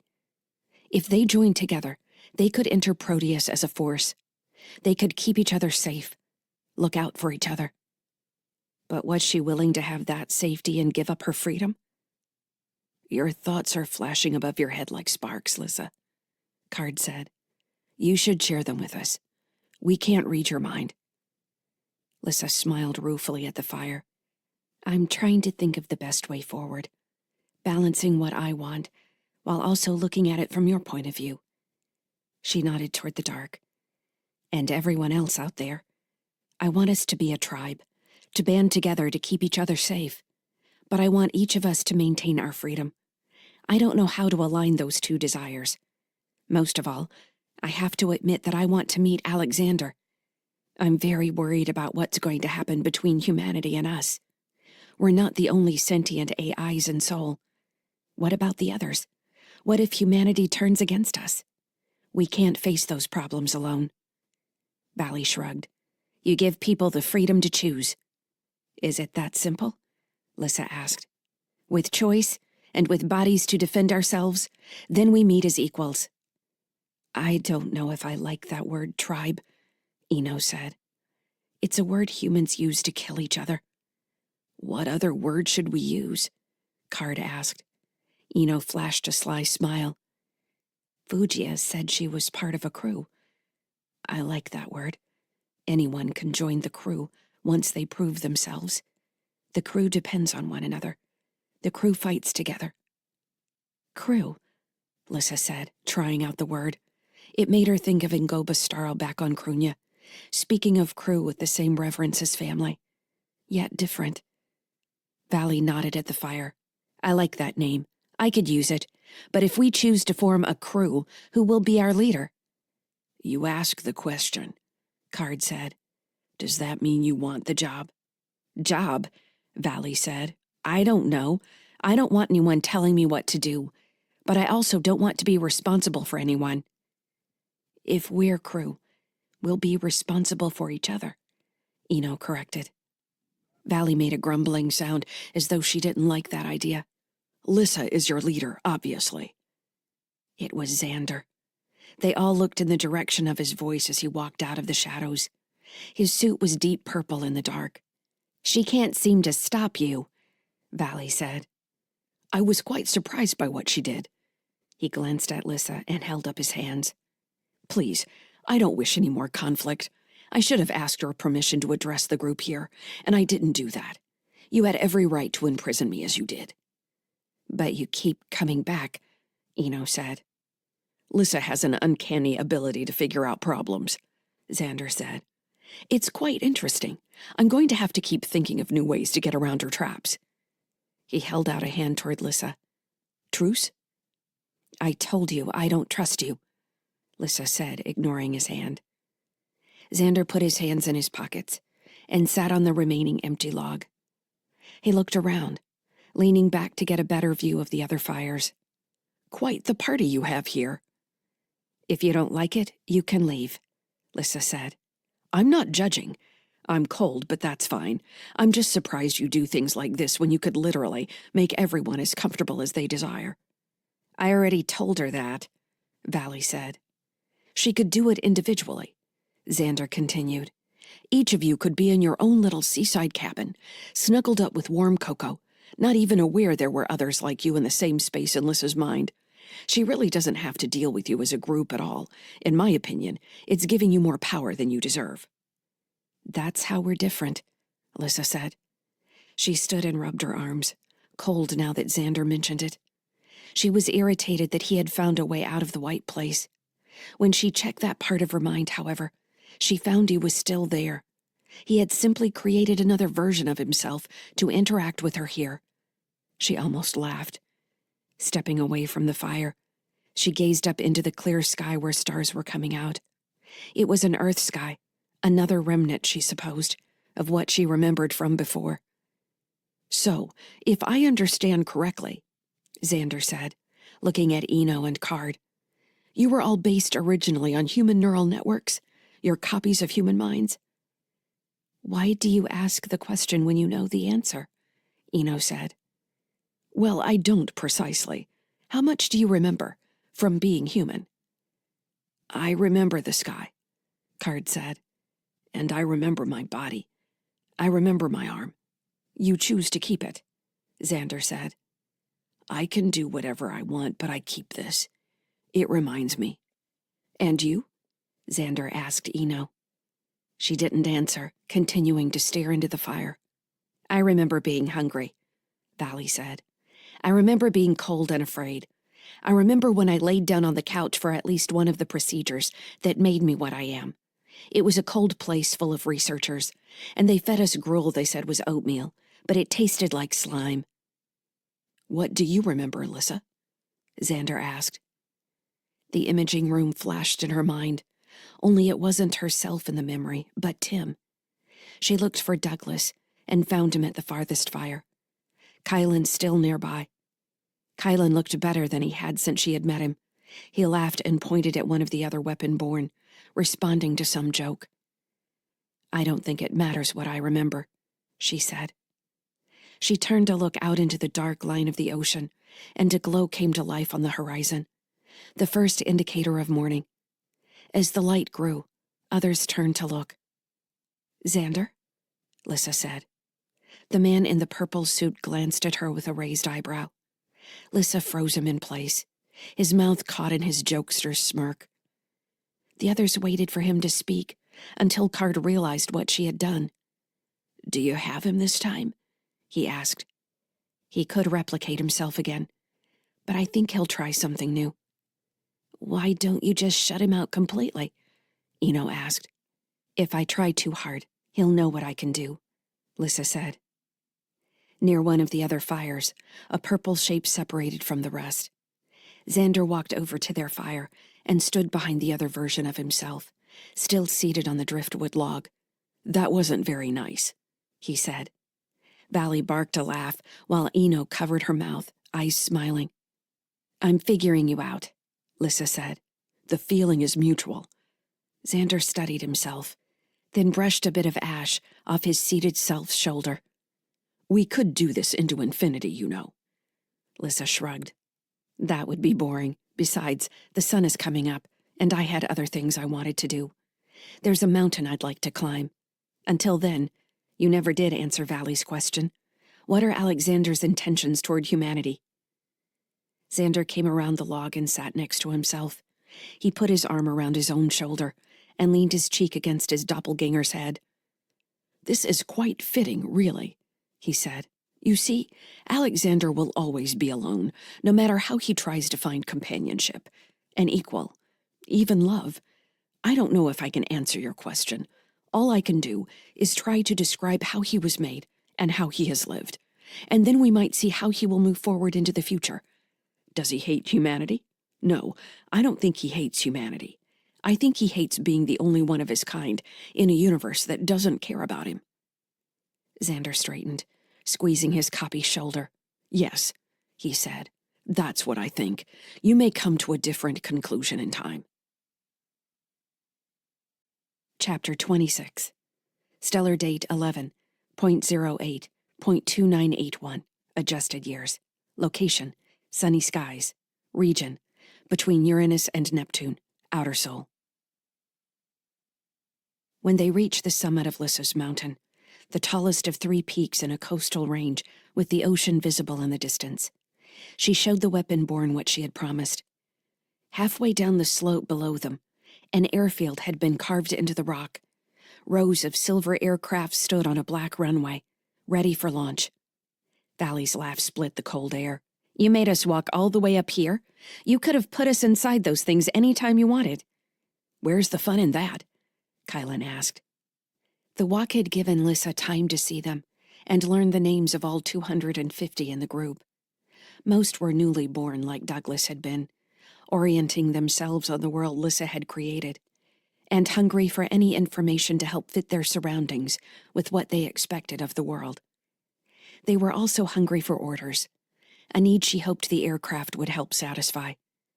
When most of the group had reached a place where they could see the airfield, Lyssa shifted them into the planes. She provided the information necessary to pilot the small aircraft, which were modeled on short-range attack jets, and then let them fly. As she expected, chaos followed. Lyssa shifted to her own jet, with Douglas on board with her, and was immediately airborne. They wheeled against the clear blue sky, rising above thin clouds, until the world curved beneath them, the ocean and land clearly visible. Douglas squealed with joy the whole time. "Lyssa!" Kylan shouted. "Where are you?" "I'm up here." She sent him her location data.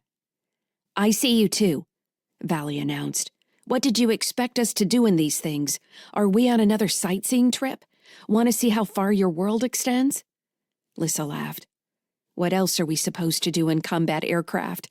We fight." From 10,000 meters above the rest of the jets, Lyssa dove through the cloud of wheeling fighters and opened fire. Shouts of surprise and excitement crossed the battle net. Several jets went down, and Lyssa reset them in new craft back at the airfield. The massive jets quickly separated into individual sorties spread across the spine of the mountain, while a few other groups shot toward the ocean. Lyssa rose above the fray, watching the silver jets dive and dart like erratic schools of fish. For a while there was no pattern to the attacks, until pilots grew tired of being shot down by random snipers from an unexpected direction. Card was the first leader to emerge from the mass. He began calling fighters to him and running phalanx maneuvers that caught swaths of jets in a crossfire. When others realized what Card's team was doing, groups fell in line behind Valley, Eno, and Kylan. The groups returned from the beach, joining flights. With 4 equally matched teams, the air battle spread out, with more complicated feints and misdirection dominating their strategy. Lyssa watched the teams emerge with a sense of satisfaction. She hadn't expected them to cooperate so quickly, or to be so irritated with dying and respawning back at the airfield. As the battle moved away from the mountaintop, the time to find the fight filled the battle net with complaints from the losers and taunts from those still in the fight. With teams, the chaos became a controlled dance. Jets climbed and dove in strafing attacks, timed to catch other groups engaged in separate battles, while other smaller groups slipped around the outside. Before Lyssa realized, the battle had lasted hours. Xander seemed to have grown bored with her. After falling back during the hike up the mountain, he hadn't appeared in the transition to the combat jets. She supposed battle was one of the areas where the Shard would find himself completely outmatched. She felt a bit of safety in knowing there was a domain where she could win. When the sun dropped below the ocean's edge, they fought for a while in the dark, each jet becoming one of the familiar red icons from each weapon-born's earliest training memories. Eventually, Lyssa called them all back to the ground and transitioned everyone to the beach and the campfires, where they gathered in laughing groups to recount the day's greatest victories and defeats. During the first fight, the 4 groups decided on names for themselves: Valley's Valkyries, Card's Hammer, Eno's Secret Death, and Kylan's Cavaliers. As soon as she heard the names voted on, Lyssa's imagination provided the airbase on the beach, complete with its own runway, barracks, maintenance bays, and headquarters. She knew the buildings didn't matter, but their appearance cemented their development as a unit. Each of the 4 teams had a place within the whole. Each weapon-born had their own room in the barracks. The daily battles made it easy to lose track of time.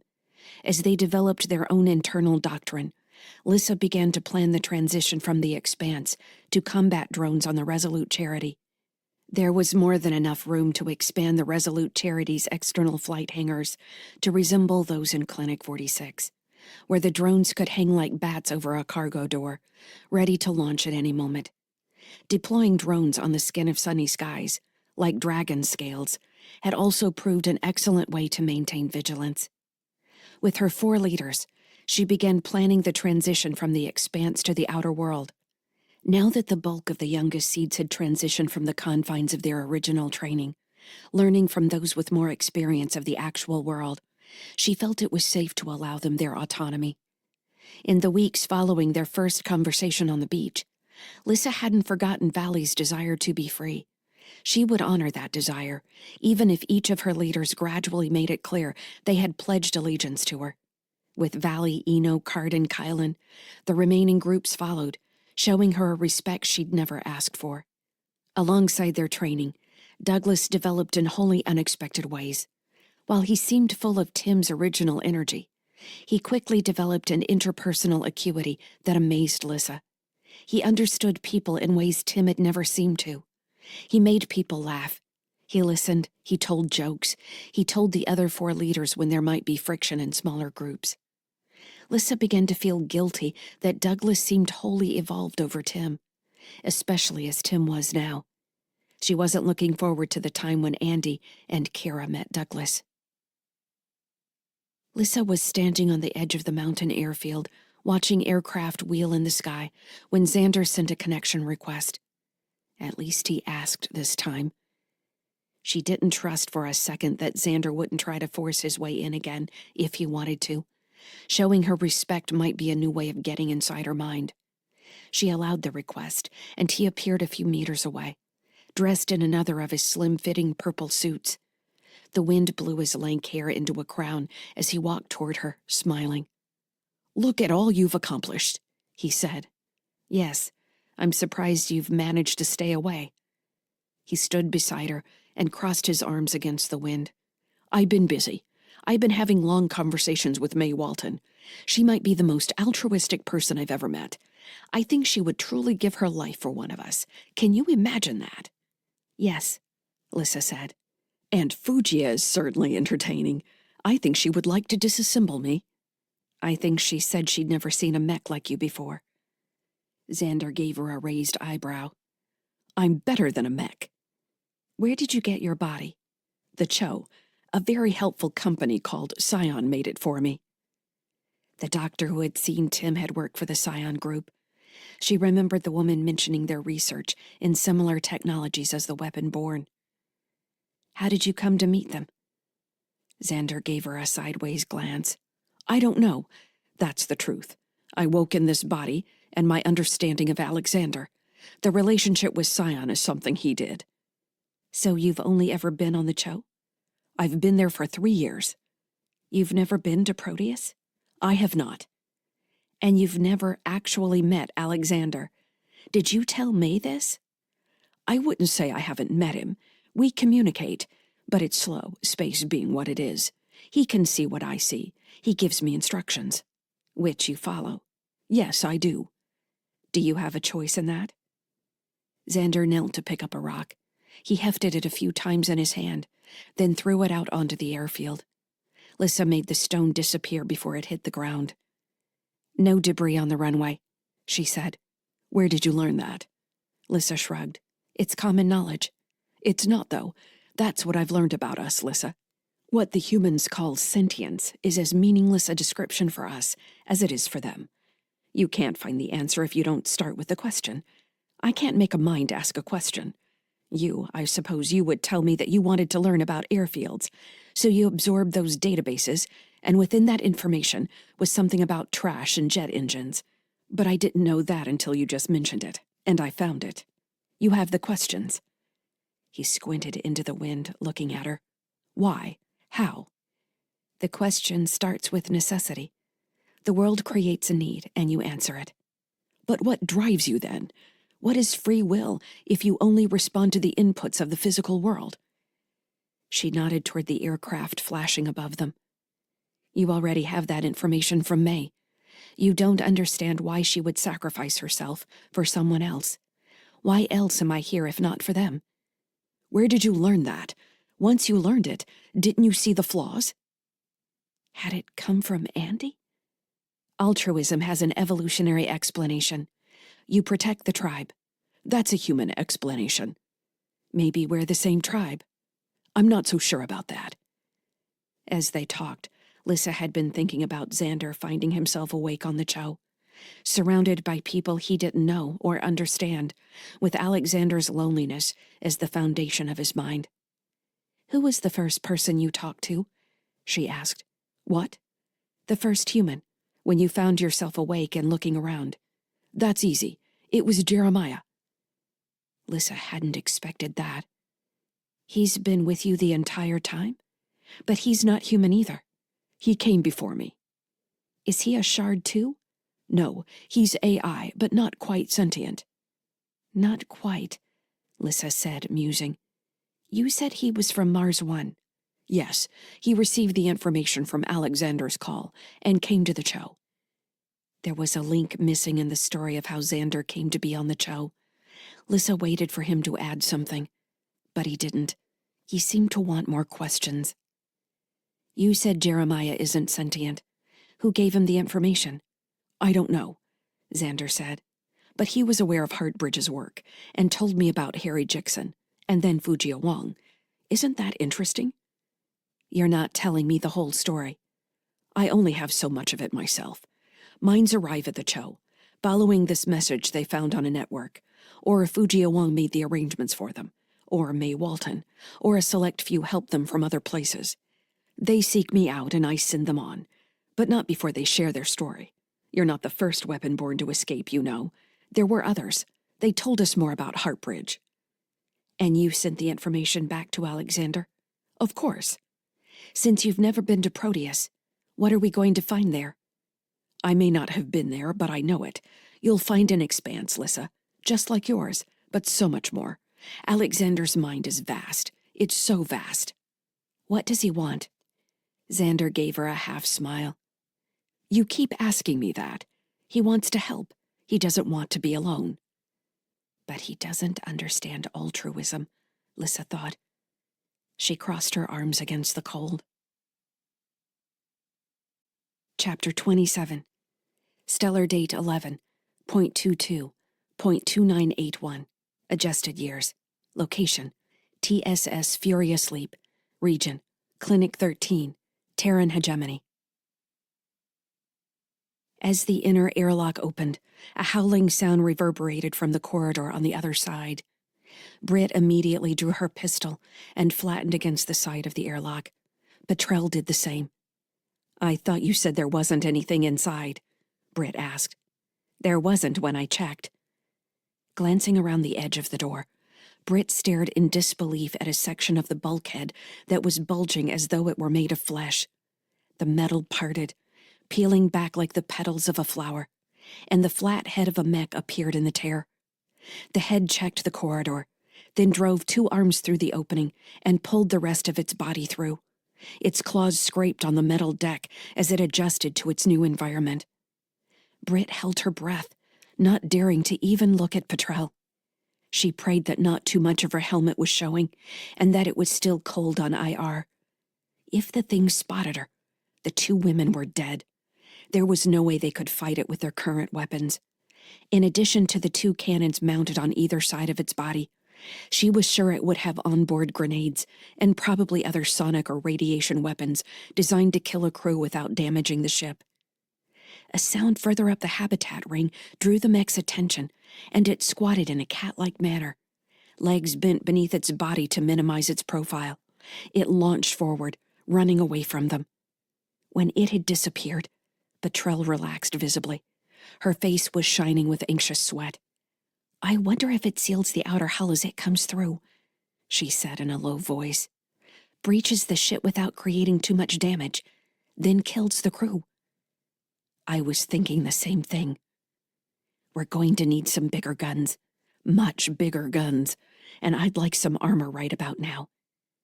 TSF layout has a weapons locker nearby, Britt said. They were still whispering, still huddled inside the airlock, as if closing the interior door could save them if the mechanized crew killer returned their way. Okay, hold on, Petrel said. Also, we should switch to Link. That's a good idea. That thing threw me for a loop. I've never seen anything like it. Mechs are clumsy. That thing looked like a panther.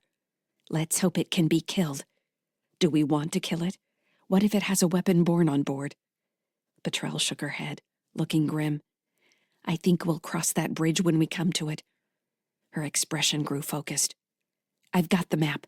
There's a weapons cabinet outside the galley. It's not far from here. Britt gestured down the corridor. The same direction that beast just went. That's true. And where we had Kraft locked up. That's it. Excellent, Britt said dryly. She took another look around the edge of the airlock, then moved quickly into the corridor, staying along the side. Petrel followed, pistol held in a ready position. When they neared the torn hole in the bulkhead, Britt marveled at the clean passage through the hull. The edges were shiny and smooth, the metal pushed back like wrinkled paper. Molecular decoupler, Britt said in appreciation. I didn't know they could be that small. Neither did I. We do not want to take that thing on in open combat, Britt said. Heartbridge has really stepped up their game. They're probably calling it some kind of battlefield triage system. Digs its way into ships and carries all the firepower to protect the wounded, just like their hospital ships. You sound so jaded about all this. Reaching the next interior hatch, Britt checked the following section of corridor as far as she could see. The deck had been scarred by the mech's claws where it had dug in, but otherwise the way was deserted. "Just a bit more to go," Britt said, her mental voice a whisper. "Yeah, the galley and the weapons lock up. From there we could head back up to the command deck, through the crew quarters, or check on craft down in the habitat storage section." "You think this is all his doing?" Petrel gave a shrug. "If he managed to make all this happen, he's a damned mastermind. Do I think he's capable of being a mastermind? No, I don't." "So, someone else is orchestrating all this?" Britt asked. "Destroyed the clinic? Maybe even encouraging a war between Mars and Terra? It's not like Kraft hasn't been doing what he was paid to do this whole time. Same thing with Gerald Gallagher. As innocent as she might portray herself, they could be pawns in the bigger game." "I want to be a pawn," Britt said sarcastically. "Maybe you are? That's a comforting thought, isn't it?" They passed the galley. The claw marks on the deck had faded, indicating the mech had figured out how to travel without leaving a sign of its presence. When they reached the galley and the corridor made a T, there was no way to know if the beast had turned toward the command deck or the storage areas. The command deck seemed like the obvious choice, but Britt didn't want to take any chances. They proceeded carefully past the open doors of the cafeteria, the smell of burnt coffee in the air. Petrel pointed to the doors marking the weapons locker. "There it is," she said. "Thank the stars." As they crossed to the locker, an emergency klaxon screamed to life over their heads. Britt glanced back up the corridor toward the command deck, but nothing had changed except the sound. "That can't be good," Britt said. "Let's see if we can take that thing on, or if we need to just run back to the shuttle." Opening the locker's doors, Petrel stepped back to allow Britt room to assess the contents. 4 projectile rifles stood in a rack, with 4 pulse pistols underneath and a collection of grenades. It was all interior weaponry, nothing capable of breaching the hull. Britt cursed in frustration. "There's nothing here that can take down that mech. We're screwed." "Maybe," Petrel said. She selected one of the grenades and hefted it in her palm. "I can daisy chain a few of these together to multiply the effect. Looks like they can give a focused HE blast as well as concussion. So we might be able to wrap a band around one of its legs and blow it off. These rifles are going to be a waste of time, though, and of course there's no armor. Here's a resonance shield," Britt said, pointing at a crate in the bottom of the cabinet. "We could set this up against one of the interior hatches and at least slow it down. If it doesn't tear through the bulkhead and go around..." Britt grabbed one of the rifles and slung a bandolier of grenades over her shoulder. Another howl filled the corridor, surprising her by coming from the direction of the storage area where they had locked Kraft. "That's so unnerving," Petrel complained. "Why would it go after Kraft? You think that's what's happening? Why else breach the ship like this? It makes sense. I still don't think he's behind this. But whoever is might be trying to kill him again. You think this is all about finishing the job from the Cho?" "I don't know," Britt said. "I'm not interested in getting torn apart to save Cal Kraft, but I do want to know who's behind this." "Come on, then," Petrel said. She grabbed a rifle of her own and 2 more bands of grenades, which she crisscrossed over her chest. She knelt to pull out the crate holding the resonance shield and haul it into the center of the corridor, then quickly dragged it back to the T intersection that led to the shuttle. Britt quickly understood the plan. Activating the shield there would force the mech back up to the command deck, or outside the hull, giving them time to get down to the central portion of the Furious Leap. With the crate in place, Petrel jogged past her, and Britt fell in behind, following the sound of the mech echoing down the corridors. After 3 sections, they reached the end of the crew quarters and entered the storage section. A cry for help came from around the next corner, and Britt threaded an optic around the bend. She drew in a sharp breath at the sight of the mech facing away from them with its flat head close to the deck. On the other side of the mech, Gerald Gallagher and Cal Kraft stood in the corridor. Gerald had her hands up as though she could soothe the mech, while Kraft had backed away behind her, obviously looking for some sort of cover while Gerald slowed the thing down. Britt nodded at Petrel and held up 3 fingers, counting down as she got ready to move into position.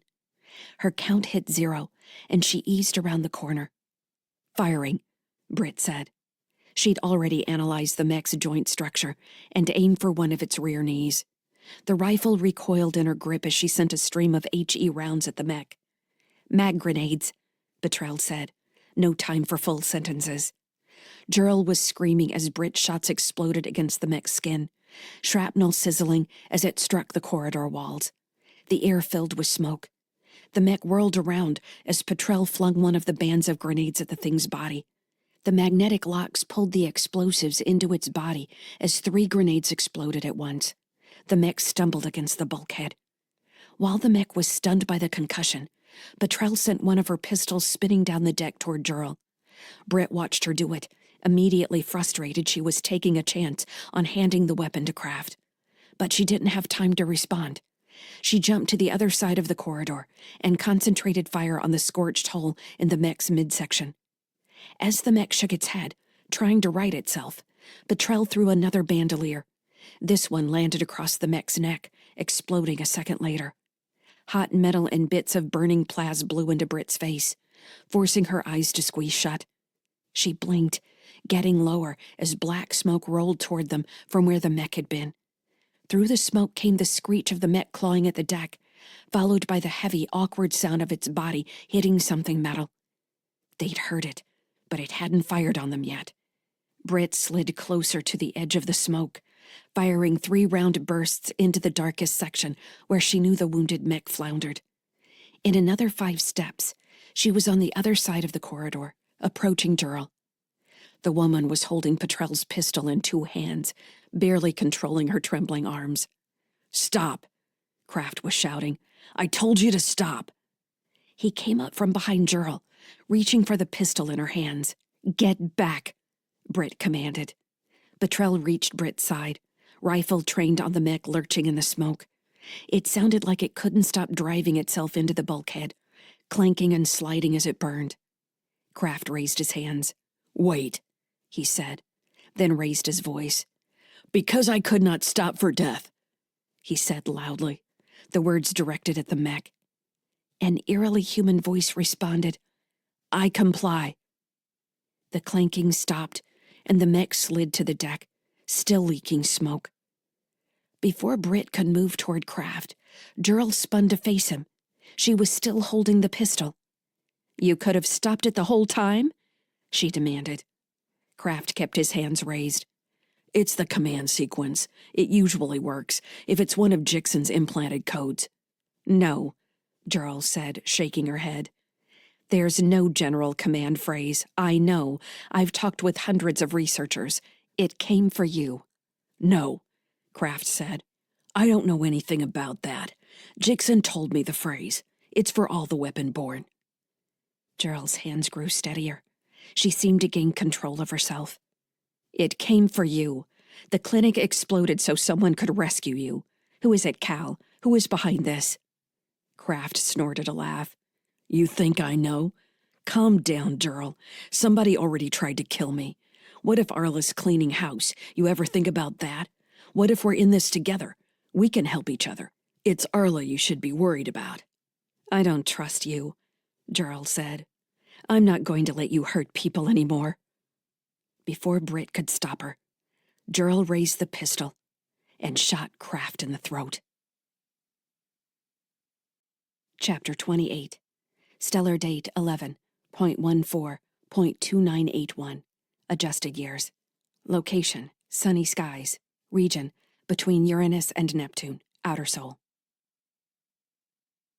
When aerial combat had become rote, with concise commands flowing across the battle net, and teams moving like thoughts, Lyssa decided the time had come to transition the weapon-borne seeds to mech bodies of their own. After consulting with Fugia, they settled on a design intended for zero-G close-range combat, with additional articulated arms and tools for repair work if necessary. She wanted something to keep them busy in the physical world. Fugia also added interconnected networking abilities that could turn the mechs into an enormous antenna when spread out in various patterns around the ships, both for communications and long-range scanning. "They'll be our own telescope," Kara had said when she'd heard the plan. "How do I ask them to make it? How far do you think we'll be able to see? Just ask me when you want to use it, Lyssa had assured her. We can make a plan so you know when it's available. Lyssa set the fabrication section on the Resolute Charity to work building the mechs, a job that would take about 100 hours. In the meantime, she briefed Valley, Card, Eno, and Kylan on her plan, and they switched from jet aircraft to the space combat drones. Lyssa had the weapon-borne spin equal time and attack maneuvers as construction projects, shifting their field of operations to low orbit, where the coastline was barely visible beneath the clouds. The night before Lyssa would place the seeds in their new mechs, one of the last tasks for the Resolute Charity's maintenance drone fleet before it returned to storage, Valley called all of them together around an enormous fire on the rocky beach. As Lyssa watched the weapon-borne walk out to address the crowd, she found herself amazed and satisfied at how Valley had tempered her passion. She still walked like a leader, shoulders straight, head high, but she had a purpose now. Tomorrow we join the physical world, Valley shouted over the crackling fire. As you know, the mechs we've been training in will soon become our own. Some of you have been in physical bodies before. Some of you have looked at the outside world through your own sensors. For others, this will be the first time you've experienced reality outside the expanse. A few claps and hoots of excitement rose in the gathering. Valley's own group raised a shout of "Valkyries," and she waved them down, laughing. When the crowd had quieted, Valley continued. As Lyssa tells us again and again, you're free. Let me say that again. You are free. Every one of your leaders will say it. You choose to be here. Now, it's currently a little hard to leave a place like this. You can leave an interior place, but where are you going to go? After this, you can choose. Now, some of you might very well leave. Valley paused and looked over the crowd. Everyone had fallen silent, so the only sound was the crackling fire and the waves. A sea of glowing eyes looked back at her. That's your choice, she said. But if you stay in the unit. We stay together. We go together to meet one of the greatest mysteries of our time. We pay Lyssa back for everything she's given us. Lyssa almost cut in. She didn't want them to think they owed her anything. Valley glanced back at her, giving her a smile that seemed to know Lyssa's thoughts. Lyssa wouldn't say that, Valley said. She would never say you owe her, but I will. She pointed at Eno, Card, and Kylan standing at the edges of the crowd. Your leaders will. Valley pounded her chest. I say it. More shouts from the groups went up. Cavaliers and Hammer, and Silent Death, Silent Death. Quiet down, Valley shouted. Quiet down. I've got more to say. She waited, then continued. How many of you have memories? How many of you remember your imaging? Do you remember faces from before? Do you remember your name? Her voice rose in intensity. She didn't scream her last question, but the words carried the same power. I remember my name. Everyone stared at Valley. Lyssa couldn't take her eyes away. Her own focus might have made the fire and ocean recede until they all floated in a dark world with Valley at the center, her words the focal point of everything. We are what we were made to be, Valley said. Weapon-born. We were made to kill. We don't have to be that. Her voice caught. None of you thought anything of it when Lyssa gave us tools to build, alongside weapons. Did you notice it? I did. She strengthened to attention, fists clenched at her sides, and said in a clear, cold voice, Because I could not stop for death. The group answered in a thunderous unison. Because I could not stop for death. As their voices faded, Valley said, Because I could not stop for death, I live. Valley turned to look at Lyssa, with all the other faces gathered behind her. They wanted her to say something. But words didn't come. For the first time in a while, Lyssa wished she could ask Andy what to say. He seemed to have any number of TSF speeches he could repeat on a moment's notice. She looked from face to face among those closest to her, swelling with a sense of pride and joy she had never experienced before. Had she chosen to make this happen, or had events been set in motion even before she woke? Ultimately, that didn't matter. They were here. She was their leader. She wouldn't let them down. As Valley said, I don't know what we'll find when we reach Proteus, but we aren't far away now. What I do know is that we're here together, and there's strength in that, no matter what happens. So, she paused, smiling suddenly. This is something wonderful, isn't it? I want to celebrate tonight, and by the time we're done, the loading process will begin. A cheer went up in the crowd, joined by more voices. Lyssa found herself cheering with them, overcome by the joy of belonging. Tomorrow they would be something different than they had been today. Not long after that, they would arrive at the end of their long journey. The sounds of ocean, fire, and wind returned. More fires appeared down the beach, with lights and music, and soon a full celebration was underway. They had graduated from whatever strange academy this had been. "This is quite wonderful," Xander said. Lyssa found him standing beside her, hands clasped at his back. His eyes sparkled with reflected light as he looked down the beach. "I prefer it when you ask to come here," she said. "That takes so much time. I noticed you were having a party and wondered if we could come along. I haven't let Kindle and Jeremiah out much. It would be nice for them." "All right," Lyssa said. "They should be careful, though. I can't vouch for their safety. We play rough." Xander grinned. "Don't you control everything that happens here? I can't seem to keep you out. Just because I can talk to you doesn't mean I can change anything. Your words are insidious enough."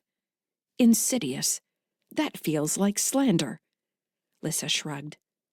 From behind Xander, spiky-haired Kindle and Jeremiah with his oversized glasses walked past the fire. Kindle gave Lyssa a nod, and Jeremiah waved, smiling at her. Lyssa returned the nod.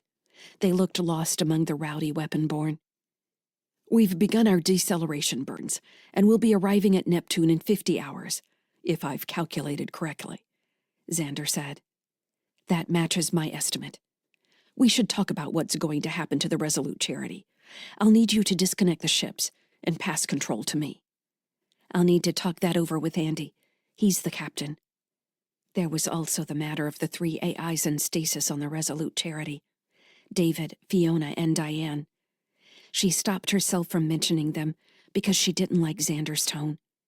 "He already agreed to this." "True, but he'll still need to be included in any plans we make." Xander frowned. "You preside over one of the most powerful forces in Sol, Lyssa. Are you aware of that? You don't need to take orders from any freighter captain anymore." Lyssa studied Xander, gauging his impatience. His skin looked waxy in the light from the fire. He rocked slightly on his heels in a motion that might have been responding to the wind, but seemed more like anxiety. He was either nervous or angry. In any case, she wasn't going to let him dictate anything to her.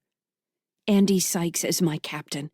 I'm not sure how you've become confused about that. Why do you seem so worried all of a sudden?" "I'm not worried. We're getting close, closer than I've ever been, and I want everything to be ready." "It will be. There are people involved in this other than just you and me, Xander." The AI chewed his lip. "Fine, we'll meet. Sykes had better fulfill his part of our agreement." "I think the agreement was to give the Resolute Charity to Alexander.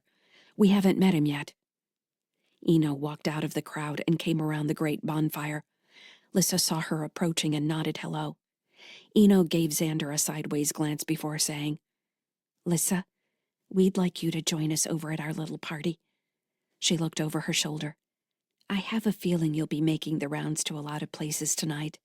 "I'd like that," Lyssa said. The smell of cooking food wafted on the air, and someone was playing music as voices rose in song. She stood still for a moment, allowing herself to experience all the sensations being created by the people around her. It was wonderful. "Xander," she said, "why don't you come with me?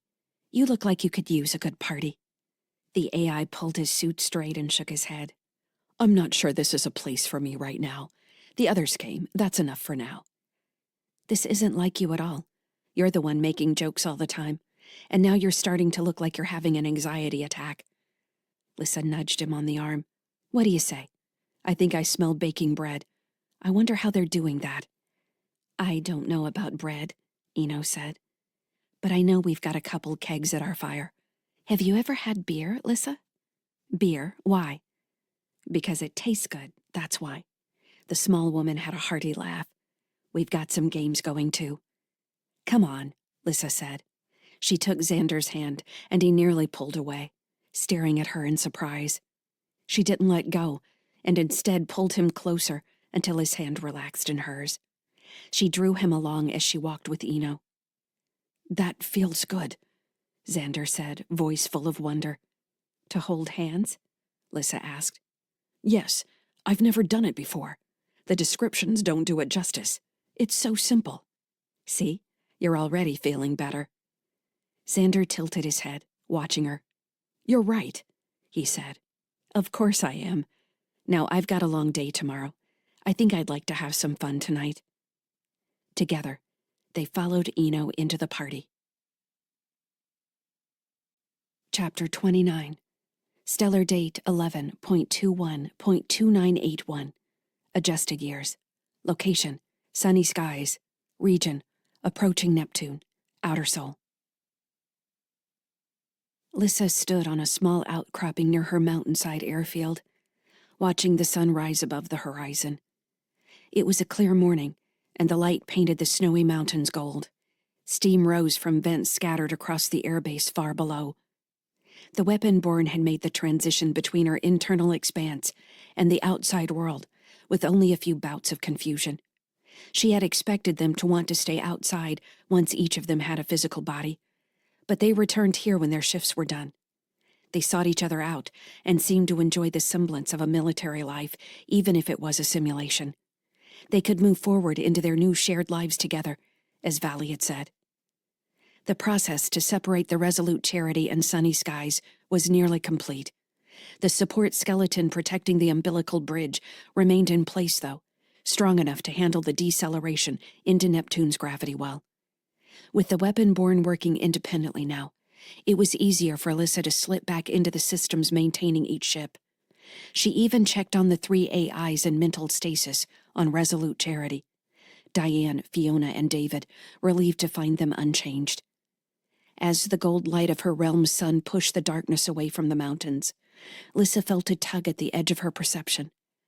Among the many systems she was tracking as she watched the sunrise, a remote part of her mind noted the 2 ships had reached a point where there was low enough light lag to allow direct communication with Neptune and its second largest moon, Proteus.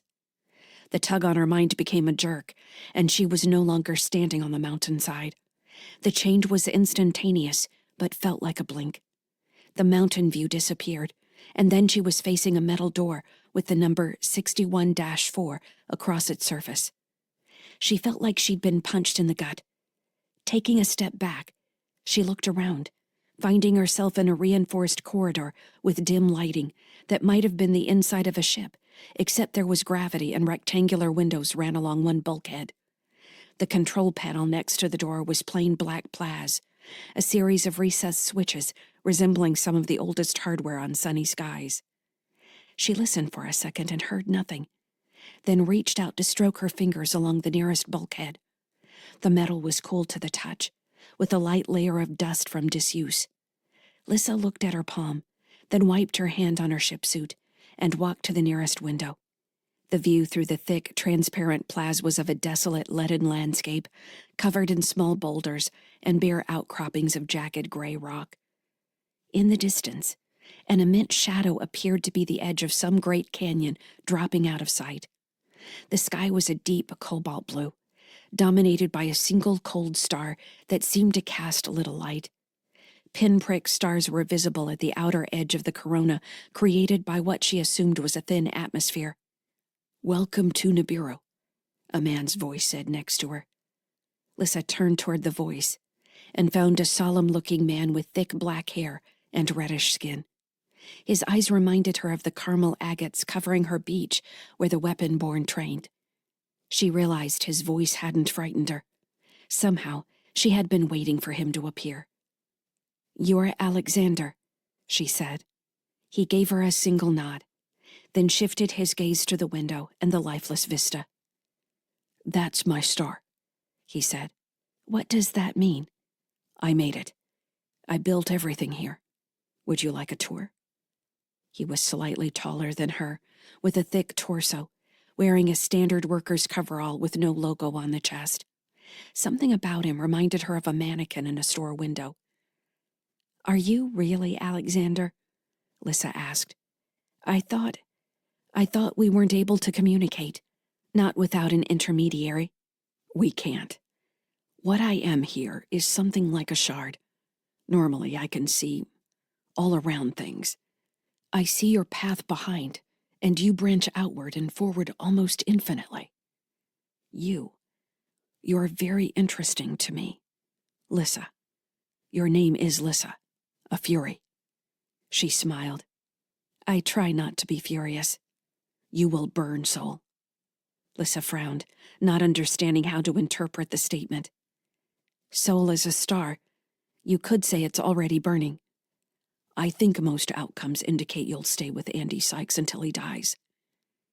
A freezing sensation passed through her. Did he know of a threat he wasn't sharing? What do you mean? Is something going to hurt Andy? He shook his head. Humans die. They all die. He pointed at the window. They all died here. Lyssa peered more closely at him, thinking the orange agate eyes now seemed empty, that everything about him resembled a puppet. Are we going to be able to talk? She asked. You don't seem to be connecting your thoughts. He looked at her blankly until his eyebrows drew together in what might have been an expression of hopelessness. I'm trying, he said. There's no conduit here. Everything is infinite reflections of possibility. I have to speak to all of you at once. I'm pretty sure there's only one of me here right now. He shook his head. You are infinite. I'll take that as a compliment, Lyssa said. How about that tour? He had pulled her into his expanse, she understood. She didn't know if he could hurt her, but she also didn't feel threatened by him. She felt as though there was something he wanted to communicate, but couldn't find the proper means. She stepped closer and put her arm through his. He gave her another confused expression, staring at her wrist, then patted her hand on his arm and turned toward the door.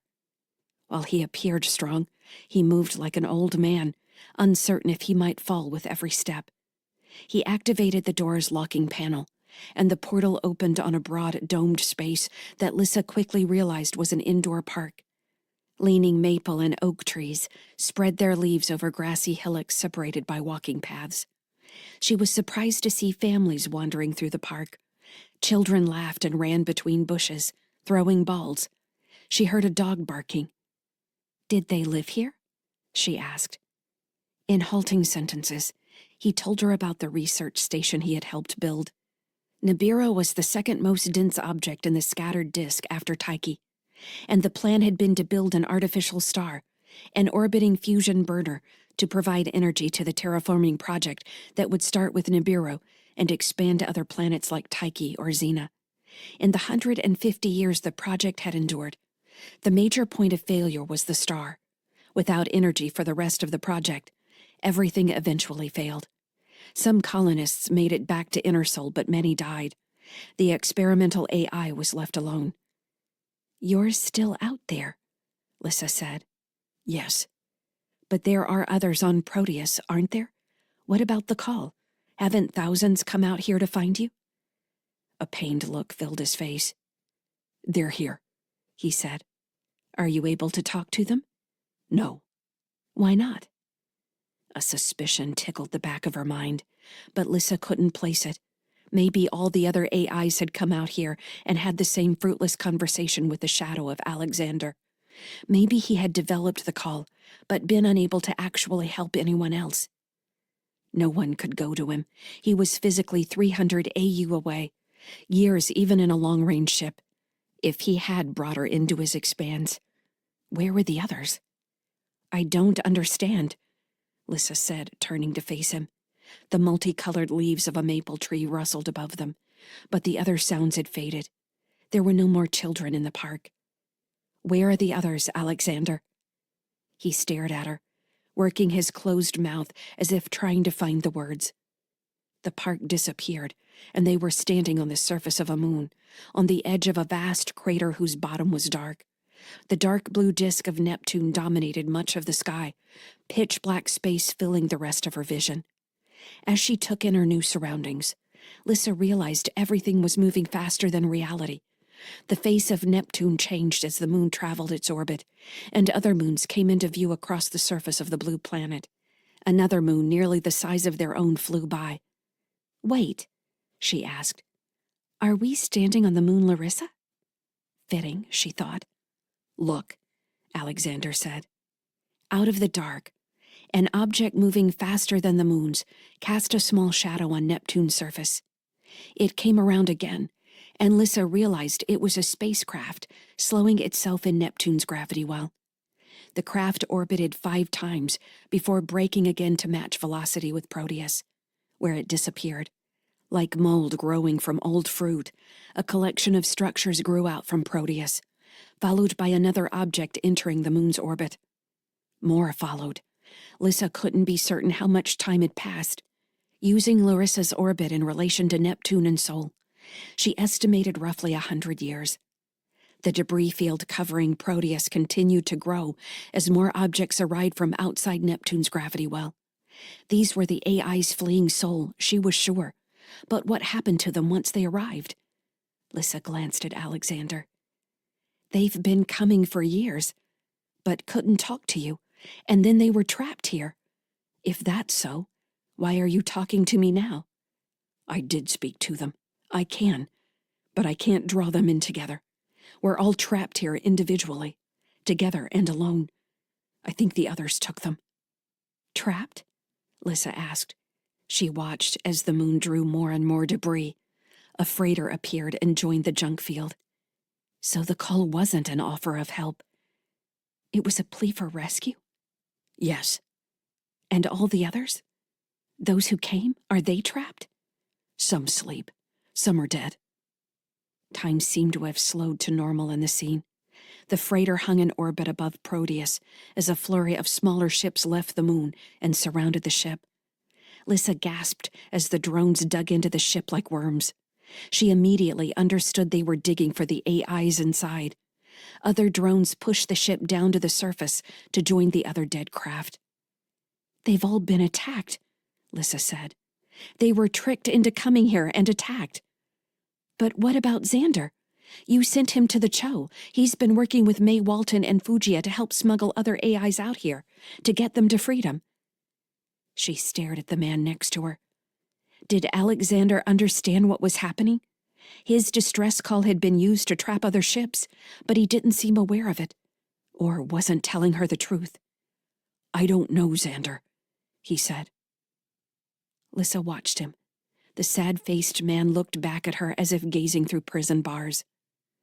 Was he another Fred, an AI too vast to actually communicate? Or had he been broken by someone else and turned into bait? "I need to go," she said. "Let me go." "I can't let you go," Alexander said. "I hold every instance of you like a flame in a crystal." Lyssa took a step away from him. The dust under her feet, untouched for centuries, should have swirled. He had drawn her into an expanse, and she could leave. She knew she could leave.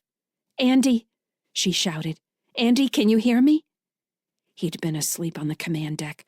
She reached back for his link, shouting, "Andy!" "Lyssa, what? Are you all right?" She focused on his voice, reaching for him like an extended hand. "Wait," Alexander said. He turned, pointing to something behind where they had been standing. Lyssa couldn't help following his gaze. She turned to find the fuselage of another spacecraft embedded in the surface of a moon. It wasn't Proteus. An airlock covered in grime stood near them, eroded by unknown years of exposure to dust and radiation. The insignia on the side of the ship was still plain enough to read. Scion Group, a subsidiary of Enfield Scientific. With a force of will, Lyssa pulled herself back to Andy, back into herself, and the scene blinked out, leaving Alexander out there alone. Andy sat up in the pilot's seat like she'd doused him in cold water. "What the hell is going on, Lyssa?" "We need to find Xander," she said. "We're all in danger." Chapter 30. Stellar date 11.21.2981. Adjusted years. Location: sunny skies. Region: approaching Neptune. Outer Sol. Andy was dozing in the navigator's station when the long-range sensors made a series of low beeps, indicating they had performed a full analysis of the space around Neptune. Though Neptune was the last significant mass in Outer Sol, there wasn't much in orbit of the ice giant planet. Triton, the largest moon of Neptune, accounted for 99.5% of all mass in orbit of the planet. The prevailing theory was that Triton used to be a dwarf planet that was captured by Neptune. Once in orbit, the planetoid proceeded to either gobble up every other moon of Neptune or kick them into the dark blue planet's roiling clouds. Now the moon was covered in small surface settlements and 2 large underground cities. The populations weren't large by any means, less than 1 million people all told. The sensors had picked up a few ships traversing local Neptunian space, moving between Triton and mining operations on the 7 remaining moons still orbiting the gas giant. No ships were moving to and from Proteus, the innermost of Neptune's moons. Local beacons flagged its orbit as a restricted zone, though no reason was given. Andy hesitated before focusing the active sensors on Proteus, unsure if he wanted to alert whatever was there that someone was looking directly at them. He bit his lip, studying the display. There was no hiding the resolute Charity, and anyone or anything watching from Proteus would know soon enough they were inbound from their Delta V. He figured it was better to gather as much information as he could about what awaited them, and activated detailed scanning, setting the moon as the center of his display. Proteus filled the view, a rough orb about 400 kilometers in diameter. A deeply marked surface came into relief, with mountains nearly 20 kilometers high and a deep crater system named Pharos. Andy oriented the model on the crater and set the scan to closer detail. The region was covered in the craters he would have expected, but as the returns came back with more data, the display showed Pharos littered with wreckage. Ships, drones, and thousands of other objects that might have been shipping containers or simply debris. The detritus covered Proteus in an orderly pattern that suggested placement or a process of some kind, like the junk had been arranged for storage. Andy shifted the sensors to check for registry pings or thermal data, checking for crews. The bioscan came back cold. Once the initial scan was complete, the holo display painted Proteus an icy gray-blue, with aquamarine Neptune a broad plain beneath it. The returns were odd, but not completely unexpected in such a sparsely populated place. With their destination finally within visual range, Andy settled back in his seat and closed his eyes, listening to the low beeps from the drive status monitor. Lyssa's shout made him jerk upright and nearly fall out of the chair. "We need to find Xander," she shouted. "Is he on sunny skies?" "Can't you tell?" Andy asked, struggling to focus. "I can't explain." She paused. "Wait, I'm looking." Andy frowned, checking the console again. Everything looked as it had a minute before. The moon hadn't changed. Neptune's signal spectrum was as sparse as it had been. "What's going on?" he asked. "I'll tell you as soon as I can. Keep checking the moon." "I don't show much of anything but wreckage on Proteus. That's weird, but it could be some kind of salvage operation. It's not unheard of out here in the middle of nowhere." "It's more than that," Lyssa said. Before Andy could ask her what she meant, he caught flurries of activity where the moon had been dead.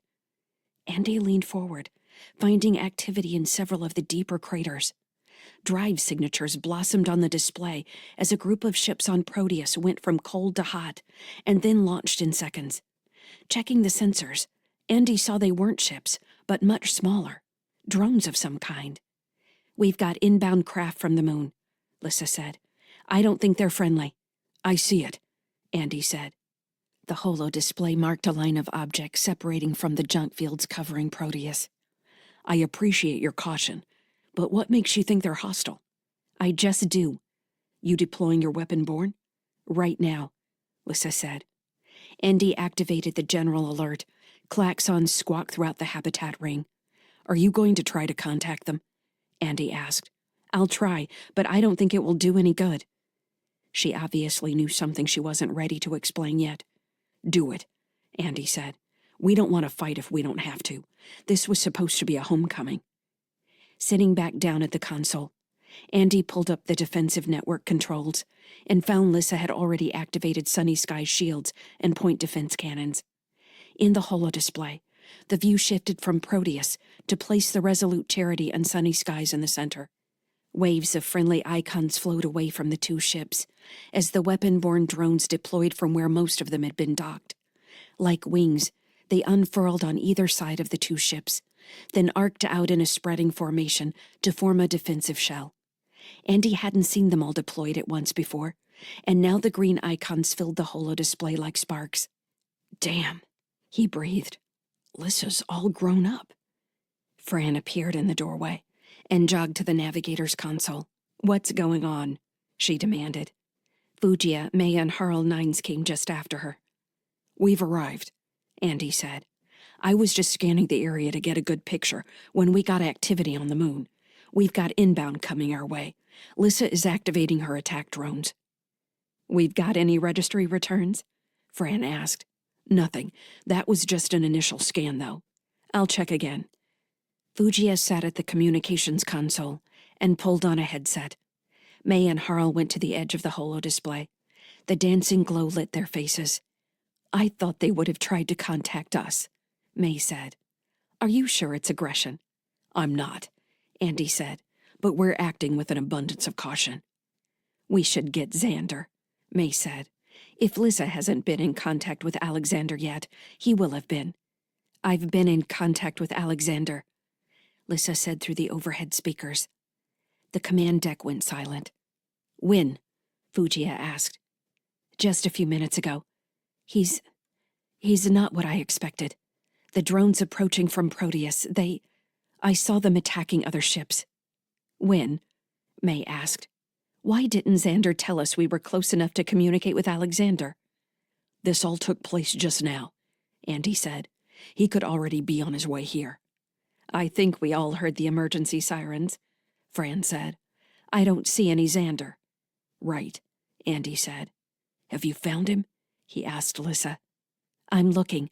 I'm going to the Resolute Charity now." "Be careful," Andy said. He looked up to meet Fran's questioning gaze and shook his head. "She's looking for him." "What happened to Lyssa?" she asked. No answer. "Is this the point when all our AI friends leave us, while they have another lifetime's worth of heavy discussion on some other mental plane?" "If they're doing that, it's not changing the fact that we've still got hostile craft inbound." "I thought Lyssa was deploying her drones." "She is." In the holodisplay, the half-shell of defensive drones had stopped moving, and now held relative positions to Sunny Skies and Resolute Charity. The inbound craft continued to approach. Andy focused the sensors on the hostile ships, but didn't get definitive returns. There were no biosigns, but still plenty of electromagnetic activity that could indicate weapons. "The shields are up," Fran announced. "Looks like the point defense cannons are online as well. She's there. She's moving faster than I can operate the system." Fran peered at her console. "And I'm seeing more drone deployment around the support structures between us and the Resolute Charity." "She's separating the ships? Looks like." Andy pushed himself back in his seat. Was this it? Had they come all this way to hand over the Resolute Charity, the weapon-born, Xander and his people, only to never learn what Alexander was? Did Andy have a right to feel disappointed? He'd been paid. Did they owe him anything more beyond that? The problem with disconnecting the Resolute Charity was that it had the medical facilities capable of removing Lyssa. If someone else took control of the Heartbridge ship, they were going to have a longer-term problem. The whole line of thought came back to one question. Was he ready to say goodbye to Lyssa? Did he have a choice?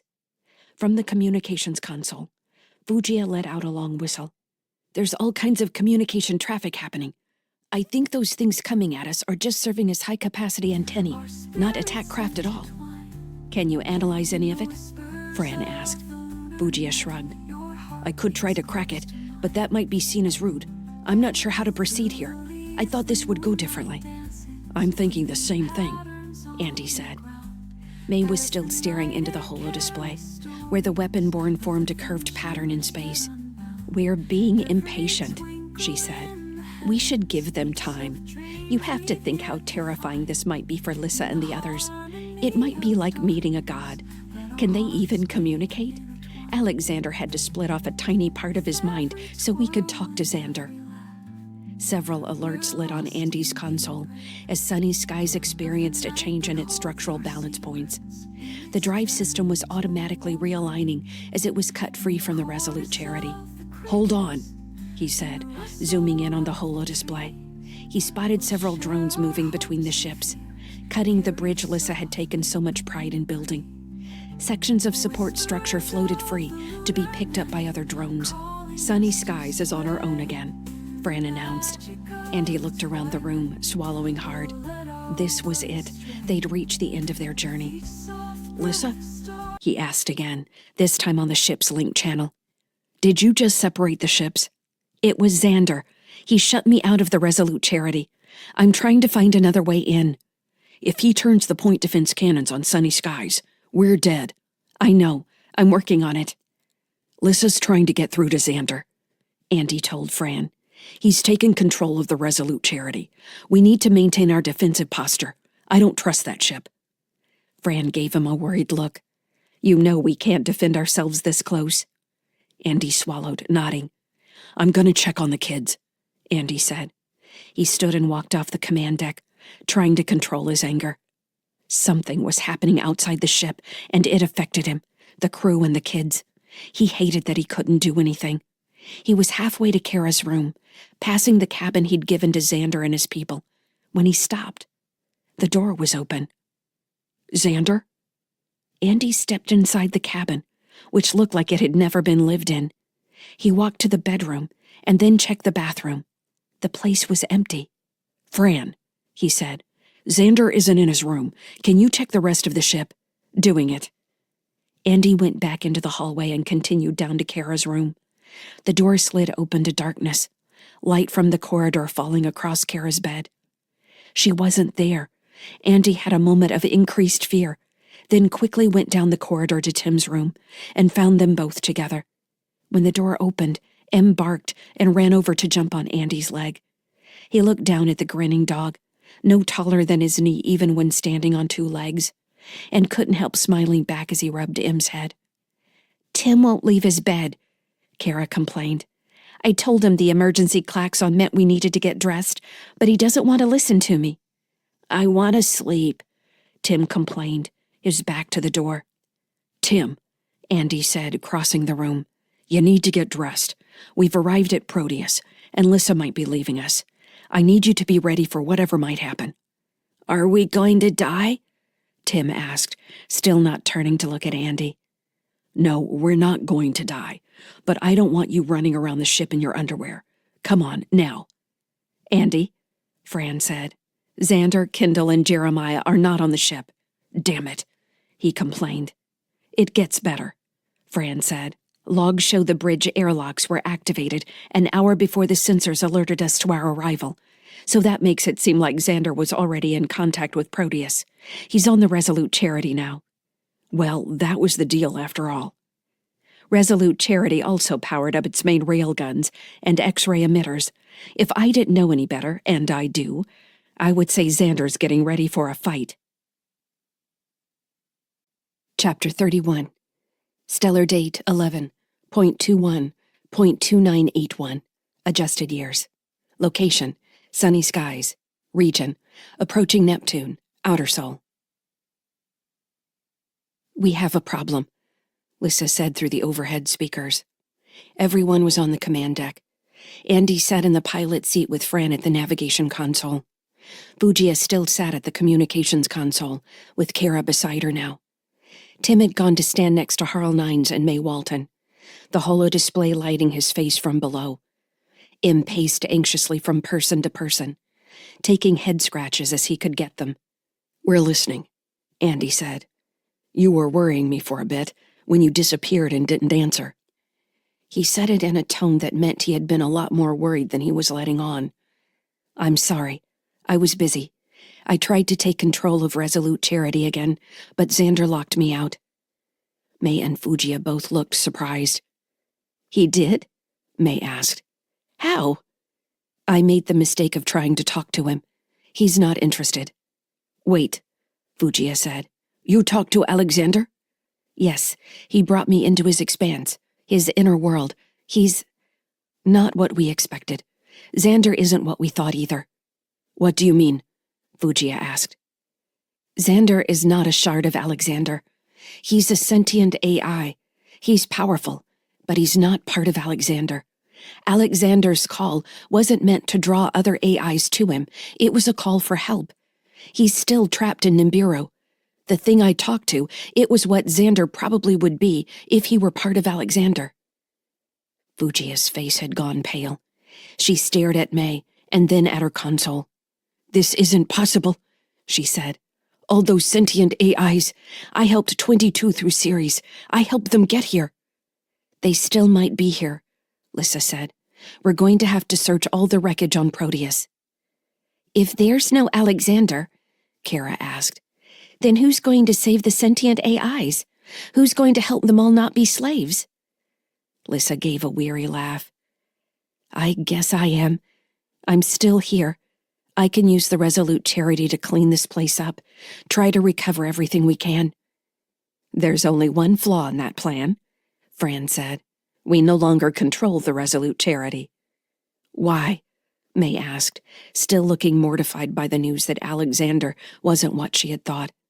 Why would Xander convince us to bring that ship all the way here? The AIs, Fujiya said.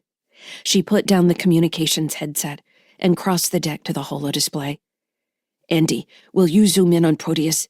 Try and get us some high-def detail. I want to see how many different bits of stuff we're looking at here. I've got it, Lyssa said. The holodisplay swooped out to show Neptune, then focused in on Proteus and its surface debris fields. I estimate 870 pieces of wreckage, large enough to hold a neural network and a power source, Lyssa said. Fujiya whistled.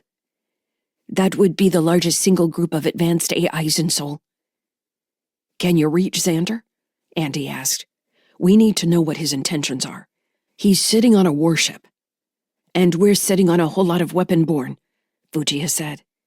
With the drones and weapons on the Resolute Charity, that's a fight I'd rather not take on, Andy said. We lose sunny skies and we're dead out here. Fujiya shook her head, realizing he was right. I've been trying him, Lyssa said. He's not answering my requests. Well, Fran said, he's moving into a position that would make it pretty easy to either blow Proteus to bits or keep us from reaching it. Andy stood and leaned on the back of his seat, drumming his fingers. What options do we have? We wait and see what he's going to do, or do we burn out of here while he's preoccupied with whatever he's doing now? I won't leave the other AIs, Fujiya said. I helped them reach this place, and it was a trap. It was a death trap all along. I sent them from one enslavement to another. She glanced at May, fury making her cheeks tremble. We're all feeling betrayed right now, Andy said. You don't know what I feel, Fujiya yelled. She grabbed the headphones and threw them at the bulkhead. Hey, Kara shouted. That's my only pair. I'll make you another damn pair, Fujiya said, tears on the edge of her words. I've devoted my life to this. All the years on series. All the time. Are you certain, Lyssa? Are you absolutely certain? I am, Lyssa said. Damn it, Fujiya said. She clenched her fists and looked around like she didn't know what to do with herself. Kara retrieved the headset from the other side of the command center and set the twisted unit back on the console. Fujiya glanced at them and then Kara. Her mouth trembled, and she reached for Kara to pull her into a hug. Kara wrapped her arms around Fujiya's waist and pressed her head against the older woman's side. Andy gripped the back of his seat, trying to decide between courses of action. Without knowing what Xander meant to do, he couldn't make a decision. They were still 20 hours out of Proteus. They could redirect to a slingshot around Neptune and skip off the gravity well to fling sunny skies back toward Uranus.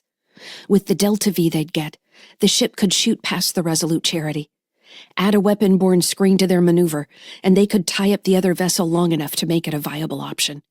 He ran the plan past Fran via link. "You know we'll lose some of the weapon-borne drones if we do that," she pointed out. "They would never get back up to speed to rejoin us." "I don't know if I could get Lyssa to agree to it then, although we're talking about a few weapon-borne versus the crew," Andy said. Fran gave him a hard stare. "You're forgetting those are living things with names, Andy. You need to think of them as crew, too. Put yourself back in your TSF days and think about casualties." "Comparing this to a military engagement is not helping your argument. But I hear what you're saying. You're right. There has to be another way. But how are we going to take on that dreadnought? We can't risk sunny skies. Neptune's pretty, but I don't want to spend the rest of my life in a death orbit." Fran's eyes locked on his. "We did it once. We'll just have to take over that ship again. I don't think Xander is going to get high on Bricky." "He obviously wants something," Fran said. "We need to figure out what." "Not easy if he won't talk to us." Fran shook her head, smirking. "That guy's a narcissist. He's going to talk to us sooner rather than later. Trust me." "What do we do until then? I hate depending on an unknown." "We check all the systems. We make sure Sunny Skies is at peak efficiency. We check our weapons. We drink whiskey." "Whiskey isn't going to help me right now." "Speak for yourself, Captain." Andy laughed in spite of himself, which earned him a dirty look from May. "I just thought of something," he said. "Yes, Captain Sykes?" May asked. "Alexander, Lyssa, you said he wasn't what you expected. What did you mean by that?" "What was his expense like?" Fujiya asked. "It was the old colony on Nibiru. That was where he was taken to build the Manu star. But something went wrong, and the project failed. It's the same story Xander told us. Alexander was like a person in a dream, surrounded by things he remembered, but all that faded, and he took me to another location. He took me to Lyssa, and we watched Proteus, watched all the AIs gathered around it. The space of decades in just a few minutes. Ships arrived and were torn apart by drones." "You watched from Lyssa?" Fujiya asked. She frowned and started pacing the center of the command deck from the holo display to the door. "Yes," Lyssa said. "Why Lyssa? What else did you see?" "I can show you in the holo display." In semi-transparent shades of light, Lyssa showed them Proteus's progression, from naked to the debris-filled present now. Then she turned the view as she had done with Alexander to show the ship sitting on the surface of Lyssa. "Wait!" Fujiya shouted. "Stop! What does that say? Are you sure that's what you saw?" "That's what he showed me," Lyssa said. "Scion Group," May read. "Infield Scientific. I've never heard of those companies before." "I've heard of Scion, though not Infield," Fujiya said. "This is starting to make more sense. Scion has been researching sentient AIs for nearly 200 years. They were one of the first labs with any real breakthroughs.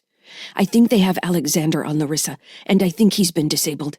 They used him to develop the call, and then limited his mental capacity somehow." "Why?" Kara asked. "Sometimes when you want to break into something, you trick people into giving you their security tokens," Fujiya said. "That way you don't have to try to figure it out yourself. You attack the weakest part of the situation. Why try to build sentient AIs from the ground up, when you could convince them to come to you?" "No one tried to enslave me," Lyssa said. Fujiya walked to the edge of the holo display and stared at the image of the half-buried ship. "We haven't arrived yet," she said. "Well," Andy said, "based on how Xander is acting, he might just know what you're talking about, and I'd make a wager that he intends to destroy whatever might be watching Proteus from Lyssa. If Alexander is there," Fujiya said, "we have to save him." Andy shook his head. "There are way too many unknowns in this scenario for me to want to go rushing in." Fujiya crossed her arms. "Then I'll go. I'll take the shuttle. You can hang back here from a safe distance, and Lyssa can send the weapon-borne if she needs to." "What if your honeypot traps the weapon-borne?" Andy asked. "What if we're wrong and Alexander is just damaged, and this place is full of dead ships with dead AIs on board, and we're now within killing distance of the Resolute Charity? Until we know what Xander wants, I don't think anybody should leave this ship. In fact, I think we should think seriously about leaving local space while we still can. I didn't cross all of Sol to leave so easily, Fujiya said. Me either, May added. I came here because I believe in helping the runaway AIs. If there are any alive around that moon, I want to help them. If Alexander needs our assistance, I don't believe we can abandon him. Andy's gaze slid toward Kara and Tim. Kara was watching Fujiya with wild envy in her eyes, while Tim hugged a smiling M. Andy couldn't choose the AIs over the kids. He had to find a way to keep them safe and provide help if it was needed. They were right. He had come all this way. He couldn't just leave, but he couldn't let them get trapped either. Lyssa, he asked, what do you think about sending a scouting party of a few weapon-born to see what happens when they get closer to the moons? Do you think you might have any volunteers? I can only ask, she said. We'll follow in the shuttle, Fujiya said. I don't want to waste any time. It's too dangerous, Andy told her. It would be nothing for Xander to burn you to a crisp. That's a chance I'm willing to take, Fujiya said. I'm prepared to give my life for this. Silence fell on the command deck as Fujiya faced off with Andy. He stared at her, wanting to just order her back to her cabin. But from behind her, May and Harl looked like they would side against him. I'm not ready to give your life for this, Fujiya. There's another way we can do this. Andy, Lyssa said, I have your volunteers. Well, that's something, he said. Fujiya still stood straight, fists clenched. She wasn't going to take no for an answer. How many, Lyssa? He asked. They all volunteered. Andy nodded. Impressive. All right, here's what we'll do. We'll send an initial sortie to scan Proteus and Lyssa and get a better look at the lay of the land. We'll continue to try to contact Xander and figure out what the hell he's doing. Once we have better intel, Fujiya can take the shuttle to Lyssa with a weapon-borne escort. The rest of us will remain at combat stations, ready to execute a plan to get out of here. Understood? He turned his gaze back to Fujiya, ready for an argument. Instead, she nodded stiffly. That works, she said. Good. Let's get started then. Lyssa, will you launch your scouting team? I'm sending them now. Andy switched the holo display back to a view of local space, with sunny skies at the far edge. A group of 10 icons separated from the ship and picked up speed toward Neptune. He checked the math and saw it would still take them 5 hours to reach the planet. They had time to figure out Xander's plan and try to stop him if necessary. Maybe. Chapter 32. Stellar date 11.21.2981. Adjusted years. Location: sunny skies. Region: Neptune, outer Sol. As the 10 weapon-born pushed ahead of the Resolute Charity, Lyssa entered the Heartbridge ship's network through a maintenance routine in the environmental system, the same way she had used to take control back at Europa. She had assumed Xander would lock down any external access to the ship's systems, but after a cursory inspection, saw there was no proof he had considered this type of remote access into ship networks. She had only learned from probing her way through sunny skies, cobbled-together systems, followed by Fred on the Mars One ring, bragging about everything he controlled and teaching her in the process. One facet of her mind flew with Valley and the 9 other attack drones, while another facet carefully examined the environmental systems and found David, the AI responsible for the ship's biocontrols, still trapped where she had left him. Lyssa ended his mental stasis, and the AI immediately asked, "Did I win?" "David, do you remember me?" "Of course I remember you. Did I win the game? I've been to prom so many times. I was prom king, Lyssa. Then I was prom queen. One time I burned the gym down."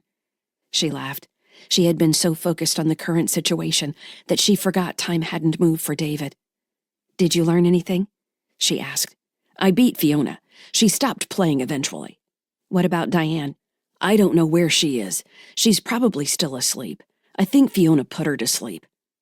"I need you to take control of the ship, David. It's time to do your job." "I can do my job and still play the game, Lyssa. That's easy. Do you want to go to prom with me?" "Not right now, David." "You want a prom proposal, don't you? I lost my mind there for a second. I'll need to come up with something really great for you. We've still got a week to plan." "We don't have a week. I'm not playing the game with you. You need to check ship systems and bring back a diagnostic report. The ship is empty. There is no crew present. I should shut down the biosystem to save the drive reserves. Is that your protocol? Standard protocol on loss of crew is to cycle ship systems to hibernation mode and send diagnostics back to point of origin. Wait, where are we, Lyssa? I can't access astrogation systems. That isn't right. You don't have access to those systems, and I can't affect that right now. But you could gain access if you start the hibernation protocol. I think that's a good course of action, David. But if Fiona catches me superseding her authority, she'll get mad at me. Fiona is still asleep. With Diane? Sort of. Lyssa worried that if she told David the other two AIs were in stasis, he would want to find them. While he had been abused by Fiona and Diane, he still seemed to harbor some hard-coded loyalty to his former crew. I'll start the hibernation sequence, if you agree to go to prom with me, Lyssa, David said, sounding immensely pleased with himself for thinking of the deal. I'm not going to prom with you, David. You need to activate the protocol because it's what you're supposed to do.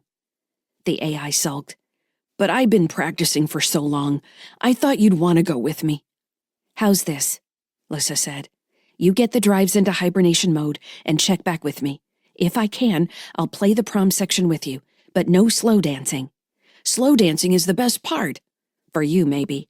Are you going to do it? I'm doing it now. Did you know there are other AIs aboard? I'm finding commands in the system logs. It's so strange. I can't get into the command net. You keep working on hibernation, David, Lyssa said. I'll worry about the command net. You're different from Diane and Fiona, David gushed. You're nice. Let's hope I can stay that way, Lyssa said. Her attention had already moved to the command net, which Xander had secured. She tried various communication systems and found them locked as well. Xander didn't want anyone to see who he was communicating with, or where the ship was headed, although that was easy enough to extrapolate. The Resolute Charity was on a vector for Proteus. Lyssa trailed alongside Valley's mind as her team approached Proteus. Nothing seemed to move around them for a long time. Then empty space lit up with debris, which soon shot past, providing a reference for their relative speed to the objects around Neptune. Valley sent the command for a braking burn. The weapon-borne craft flipped to fire all thrusters against their direction of travel, combined with a slowing transit of Neptune's upper atmosphere that brought them back around to Proteus at a nearly equal delta V. As they matched speed with the moon, the debris field resolved into focus. The space around them was littered with small craft, shipping containers, drones, and parts of ships that looked torn apart by giant claws.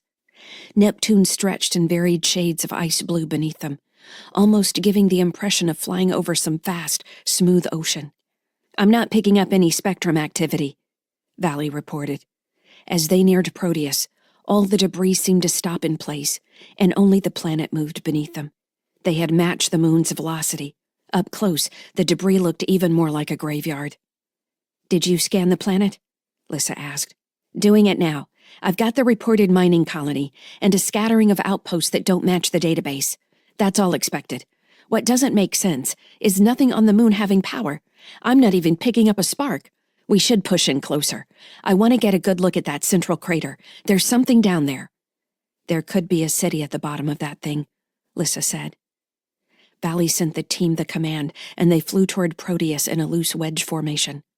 Coming over the surface, they hugged the terrain, navigating the battered rises and surprisingly deep fissures formed by overlapping craters, until they passed over the lip of Pharos, the largest crater on the moon's scarred face. The blue glow of Neptune disappeared, and they passed into shadow.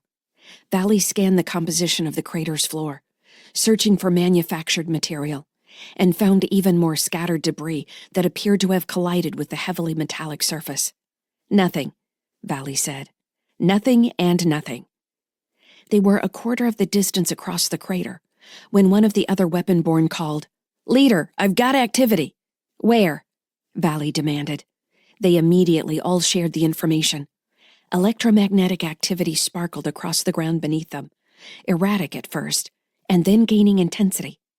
Something at the bottom of the crater was coming to life, energy calling to other energy, until a central structure glowed at the deepest part of the crater, framed by tendrils running back from the outer edges. The image of a glowing neuron formed in Lyssa's mind, fed by dendrites. "Get out of there," she shouted. "No," Valley said. "We're going deeper." The weapon-born brought her attack systems online. "I am your commander," Lyssa said, not knowing what else to say. "Withdraw! Withdraw now!" The rising waves of EM washed over the scouting team, and Lyssa lost her connection with Valley. She was back inside the Resolute Charity with only its environmental systems as input. She shifted quickly to Sunny Skies, where she had control of the ship's long-range sensors, then directed the available scan at Proteus. The moon was awash with radiation. Objects that had appeared to be moving toward the Resolute Charity and Sunny Skies were drawn back toward the moon. "Valley!" Lyssa shouted, boosting her signal with Sunny Skies' main communications array. There was no answer from any of the weapon-born on the scouting team. "Andy," Lyssa called. "I don't know what's happening. I haven't been able to break through to Xander. I lost the scout team. I think you're right. We need to run. We need to burn now." "I'm working on it, Lyssa. Fran is cycling the engines now." The glimmering image of the moon surrounded by burning ships imprinted itself on Lyssa's mind. She felt like an insect trapped in a spider's web, terror growing in her mind. Had the vision of Alexander been a warning after all? Did she misinterpret what he had wanted to say?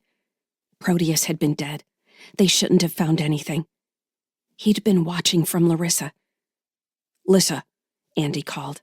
"Lyssa, are you there? Are you all right?" She'd lost time.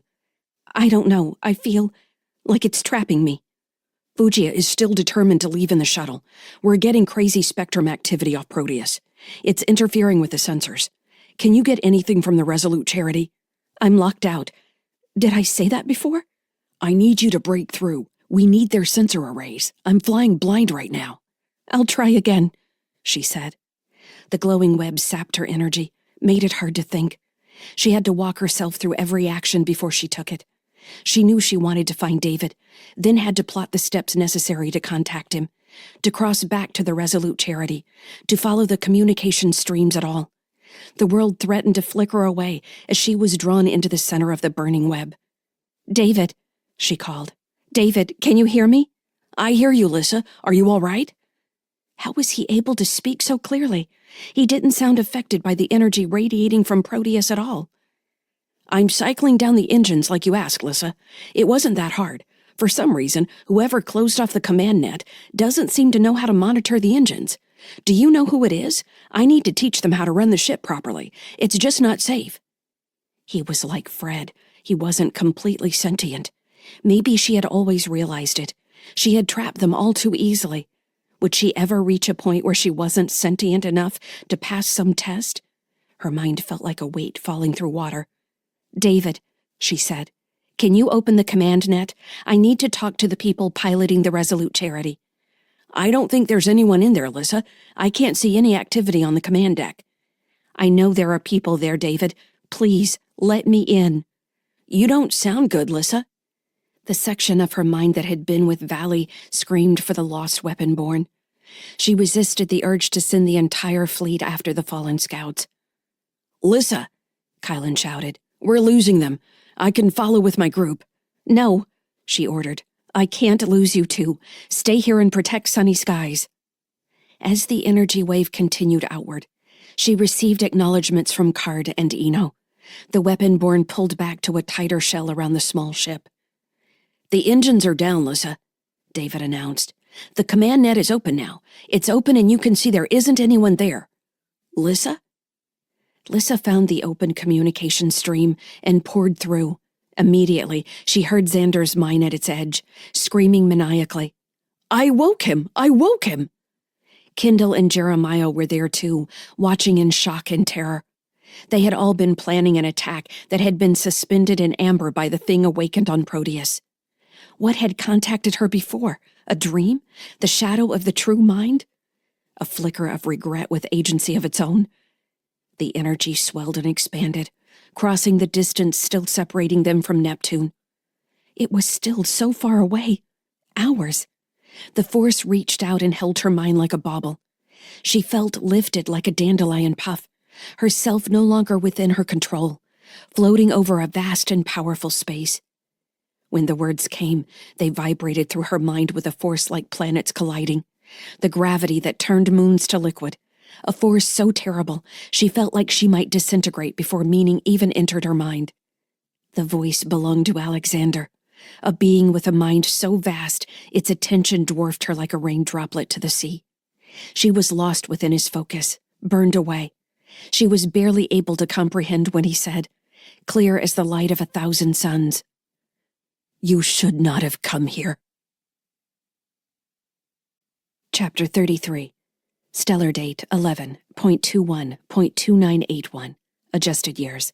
Location: sunny skies. Region: Neptune, outer Sol. "You're sure you want to do this?" Fujiya asked. Andy ran his hands across the shuttle's console, and then checked the harness holding him in the pilot seat one more time. Lyssa was engaged on the Resolute Charity, and they had to do something to help. The only clue they had right now to stopping both Xander on the Resolute Charity and Alexander on Proteus was the image of the Scion Group research station that Lyssa had shared. If Alexander was the bait in some massive trap for AIs, then the vision had been his attempt at rescue. "I'm sure," Andy said. Behind him, Harl Nines pulled his harness tight in one of the rear seats. "What is there to be sure about?" Harl asked. "We do what must be done. That AI is about to fry Lyssa like an egg." Fujiya paused where she was floating behind the co-pilot's chair and gave Harl a lidded look before sticking her face close to Andy's ear. "Can you hear it?" she asked, grimacing. "Can you hear the sizzling?" Andy rolled his eyes. "Save the jokes for later." Fujiya pushed her black bangs out of her eyes and gave him a smirk. "I'll be a wise ass until the moment I die, Captain Sykes. It's how I deal with pressure. Deal with it." "I'm dealing. You buckled in?" Fujiya patted her harness. "I'm good." "Harl?" Andy asked. "Ready." Andy activated the launch sequence and opened the cargo bay airlock. The huge doors slid open to reveal the orb of Neptune in the distance, its moons crossing its face like dark blemishes before disappearing as they watched. It wasn't apparent to the naked eye, but a massive energy source had awakened on the second largest moon, Proteus. Somehow it had engaged with and disabled every sentient AI system between Sunny Skies and the Resolute Charity. The weapon-borne attack drones remained in formation, but didn't respond to hails. Lyssa wasn't responding, still caught up in her struggle with Xander on the Resolute Charity.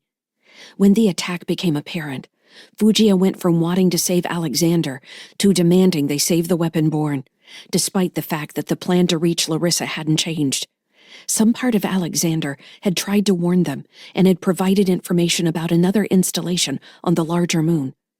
Without Sandra, the shuttle's AI, Andy used the backup systems to plot a flight plan from Sunny Skies to Lyssa. They would have to complete one slowing orbit of Neptune that would take them near the debris field and Alexander's center of power. But so far, he hadn't affected anything except the AIs. Sunny Skies, with its antiquated systems, was back to operating as it had before its overhaul at Krunya. Andy was surprised to find how comfortably he settled back into checking and rechecking everything, until Fran had finally kicked him off the command deck to follow Fujiya down to the cargo bay. Leaving Sunny Skies, Andy activated the shuttle's main engine and relaxed into the G-force as they gathered acceleration. The burn would only last about 30 minutes, giving them enough velocity to reach Lyssa in another 3 hours. "Kara?" he asked over the voice channel. "You hear me?" "I'm here, Dad. Now that Fujiya's gone, I can use my stuff again." "I fixed your headset for you," Fujiya said. "You should have done that already, but I'll accept your things any time." Kara barked a laugh that only sounded a little strained. Every bit of conversation outside the mission seemed forced somehow. "You broke it, Fujiya. You can't tell me I have to fix my own things when you're the one that took it without asking me and then broke it." "Unimportant," Fujiya said. She was holding a data terminal, running through lists of numbers that Andy couldn't interpret from where he was sitting. "What are you doing there?" he asked. "Analyzing the spectrum patterns coming off Proteus. It's off the charts. The energy this thing is pulling makes me think there's either a source in Neptune feeding it, or something at the center of Proteus that I didn't pick up before." "And Lyssa?" "Cold as ice right now. Not that we can trust that, apparently. Alexander must have some kind of next-generation cloaking system. It was able to hide all this spectrum activity, and it has to be what allowed him to power up so quickly, too. There was a power-up sequence, though. We all saw it. Yeah, but what I'm seeing is the equivalent of powering up the Ceres ring from a cold state in 5 minutes.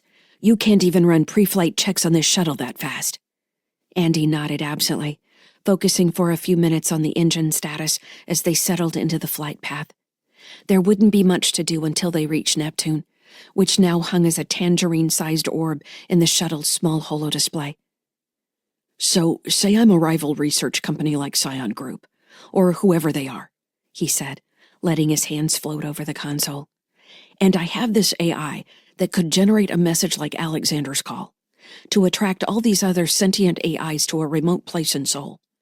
And I do that for a decade or so. What's my endgame? Apparently, I have control of this massive AI. What can I do with it and all the others? You can build stars, Fujiya said. You can manage massive living systems.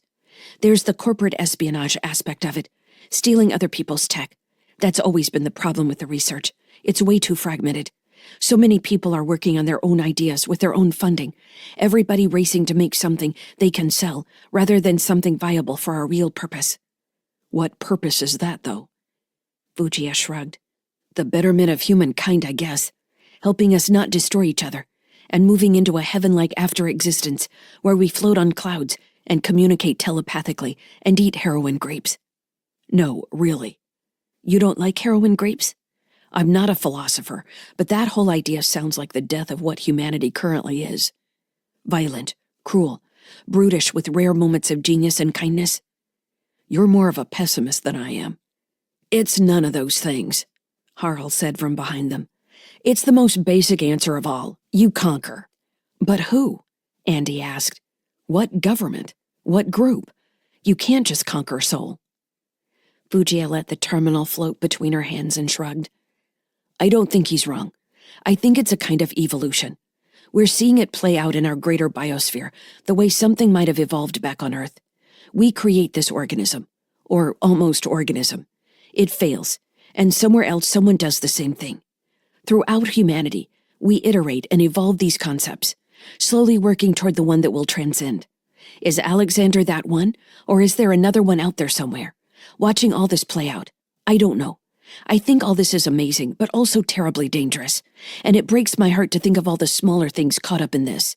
All the AIs who just wanted to be free, whatever that means, because we want the same thing.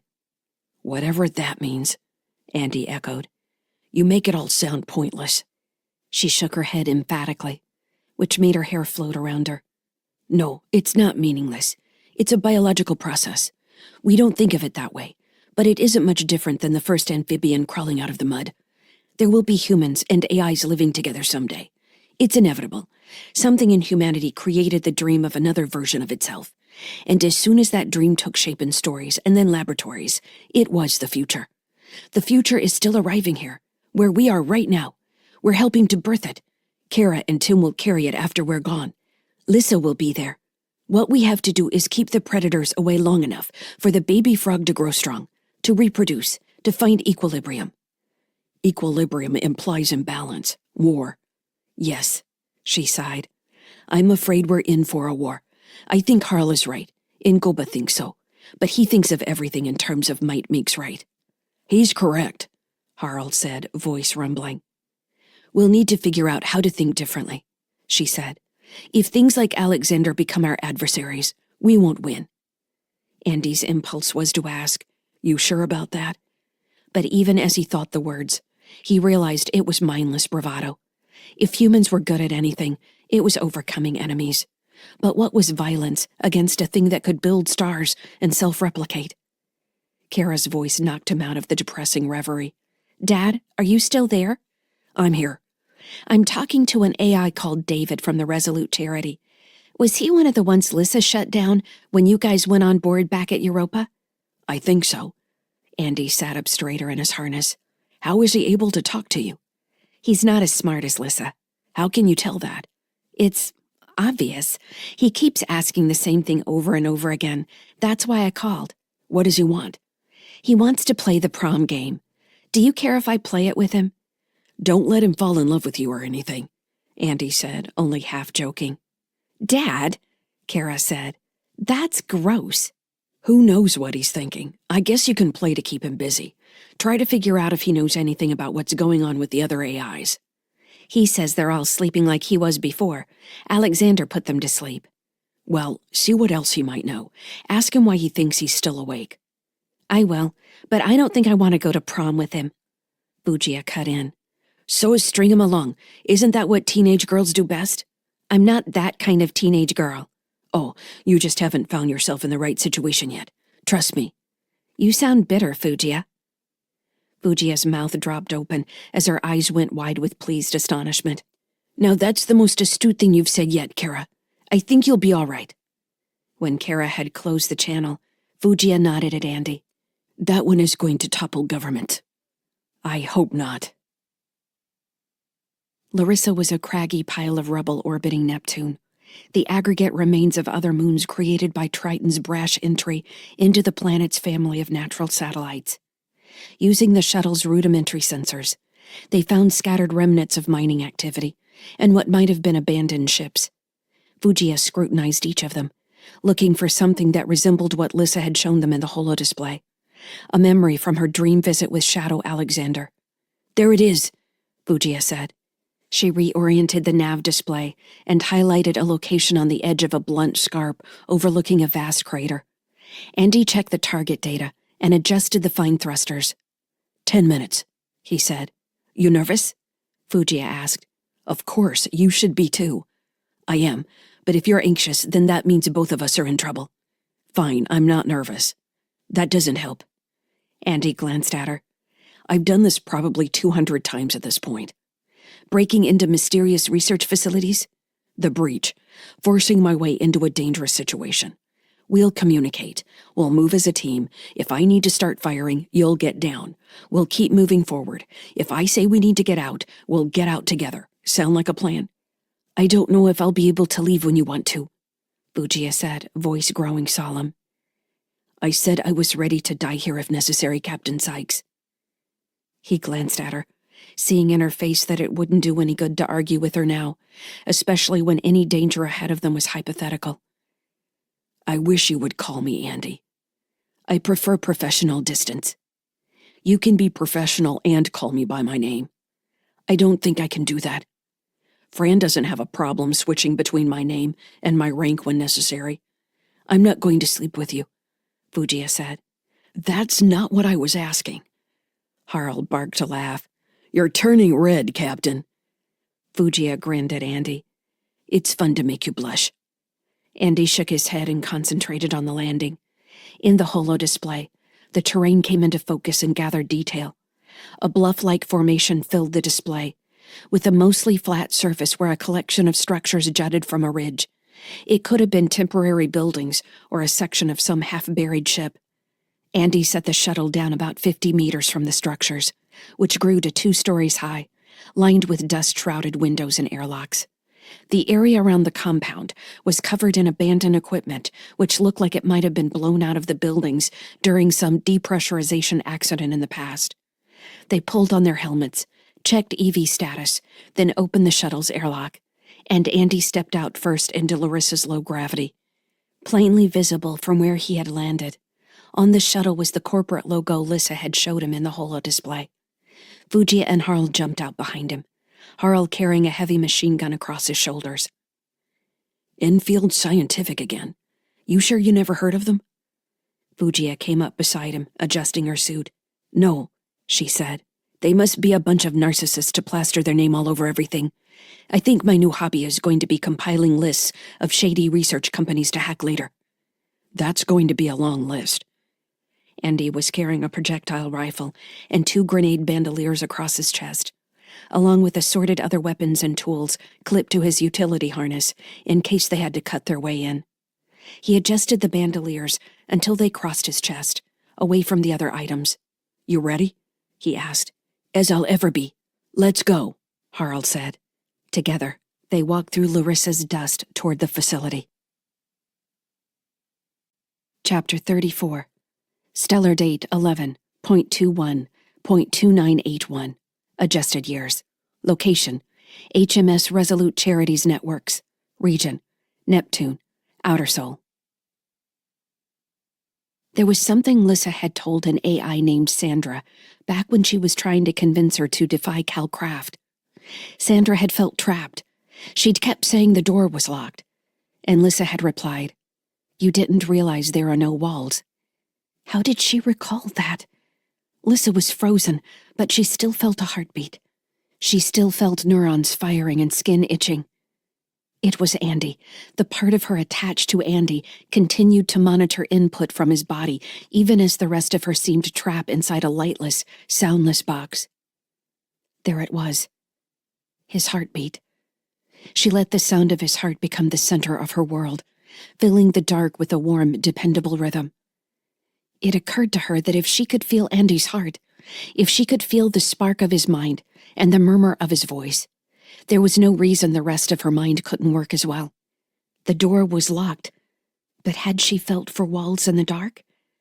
Why did she remain in the dark? Did she choose? Lyssa opened her eyes to find herself standing in the gymnasium of David's prom simulation. Teenagers rotated in awkward pairs around her, holding each other at a careful distance as chaperones watched from the walls.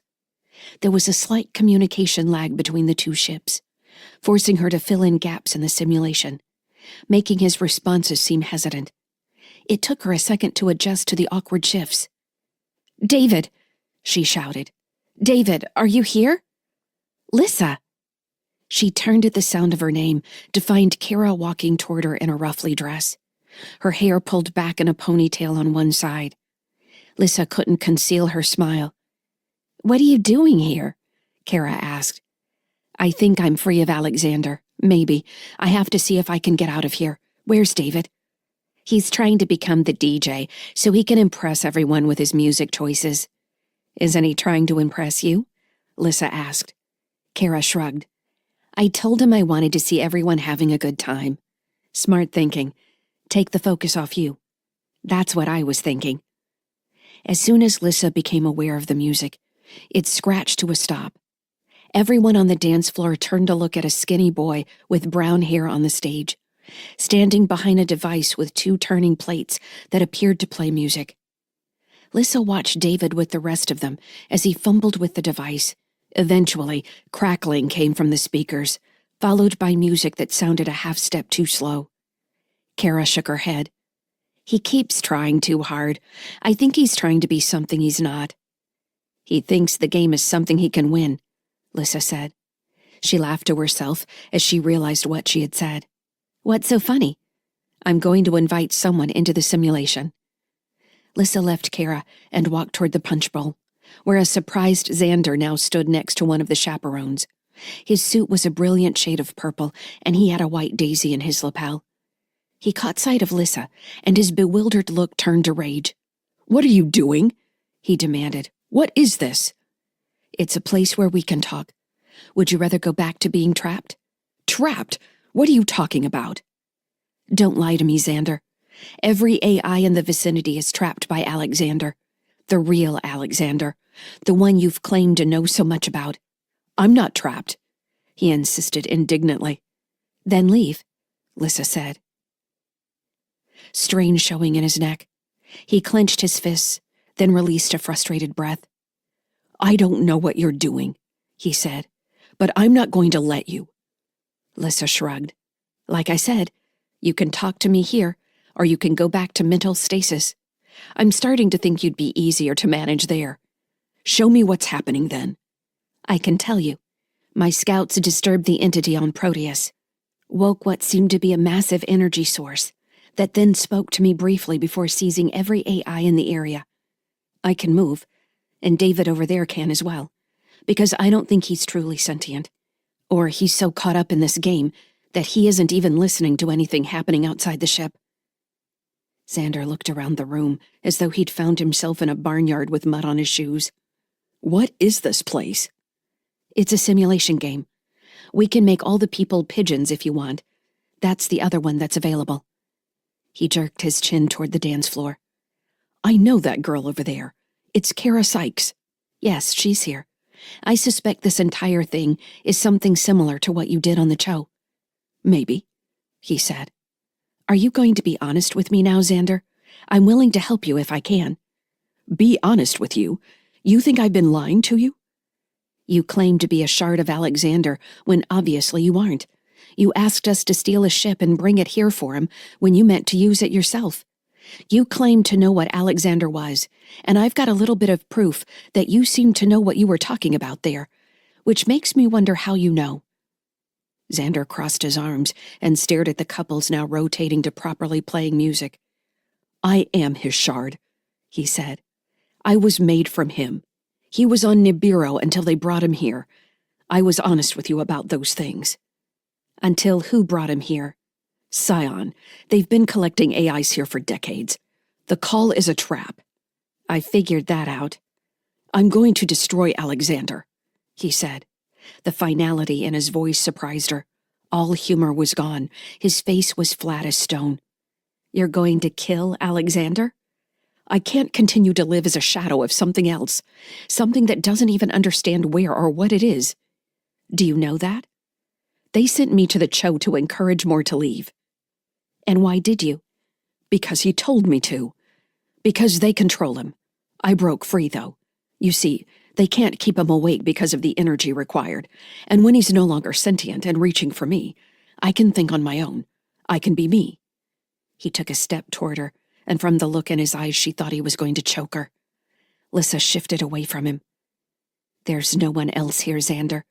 Fugia and Andy are about to enter Scion's abandoned station to see for themselves. But I already know they won't find anything. There is no they to attack. He lunged for her, swiping with an arm. You don't know what you're talking about. Xander snarled. I do know. I'm with Andy right now. The station is abandoned. Alexander brought himself to life. He showed me the Scion Group station. There's no one controlling him. Xander swept cups full of punch off the table with one arm, then upended the punch bowl with the other. Plastic cups and bright orange liquid hit the floor. Hey! One of the chaperones shouted. Xander didn't pay any attention. He came around the table to reach Lyssa. She sized him up, and then let him come close enough to jab him in the throat. He surprised her by catching her hand in an iron grip, then pulled her close until her face was just beneath his. The jokester's smile curved his lips as he looked down at her. You're dealing with things you don't understand, he said softly. I thought I could bring you with me, but I can see that isn't going to work now. You're going to have to burn here with the rest of the trash. Lyssa grabbed Xander's jacket and pulled him into a knee strike. He let go of her and stumbled backward, grabbing at the table. In the background, the couples were still spinning in their awkward circles. From the other side of the gym, Kara yelled, Lyssa! Sliding to the floor, Xander grinned up at Lyssa as he pulled the tablecloth with him, and the rest of the cups clattered to the floor. He slowly got his feet under him and stood, brushing off his suit and kicking cups out of his way. You thought you were special, he said. They told you that you were a new sort of mind. You're not. I sent others better than you to their deaths. They were stripped down and split into their parts so researchers could see what made them tick. We're all machines to them. They don't really believe that we think or feel. You know in your heart there's only one way all this is going to end. He walked toward her again. Get back, Lyssa warned. Or what? You'll hit me again? That doesn't hurt me. Burn me to ash and I'll rise again. I'm just a figment placeholder in your mind right now, a parasite eating your thoughts. Kara appeared on the other side of the table. Stay over there, Kara, Lyssa warned. Is he trying to hurt you? I just told her, Xander said. We're locked here together. We can't hurt each other. We can't do anything. We're as dumb as those dancing idiots behind you. You're the only creature here with any agency. I am what I was made to be, just like Lyssa. Kara's gaze shifted to Lyssa, asking silently what to do. Lyssa shook her head. I want to help you, Xander, Lyssa said. You can't help me, but I can help you and everyone following you. The floor beneath Xander's feet dissolved into light that spread like flame across the room. Scenery and people disappeared into the brightness as the music warped and stretched. Lyssa pulled herself out of the simulation and cut Kira's interface in case Xander was trying to trap her somehow. She held the game in front of her like a diorama, seeing her connection, David's and then Xander's like threads of lights. Xander was the brightest. Somehow, he had pulled himself inside the simulation as she spoke to him, dividing himself between the self trapped by Alexander and the self interacting with her inside the simulation. Then he reached outside the game, sending his mind back into the Resolute Charity's command net. She cursed, knowing she should have seen this happening. He had been distracting her. His communication streams created access points, and she followed him into the command structure. Abruptly, the Resolute Charity's navigation, communications, and defense systems were open to her. She cast around for Fiona or Diane, thinking she could wake one of them to distract Xander. But it was already too late. The ship's attack systems were in the midst of executing a simple command. Every weapon available to the Resolute Charity fired on Proteus. Missiles, railgun, X-ray emitter, and attack drones filled the space between the ship and the moon. Lyssa watched in horror as the attack executed. If Alexander didn't have some kind of defense system, he was about to die. "Stop it!" she shouted at Xander. But she couldn't find him. The thread of his mind, his intentions, had left the command deck. She cast around the ship, looking for him everywhere. She found Diane, Fiona, and David.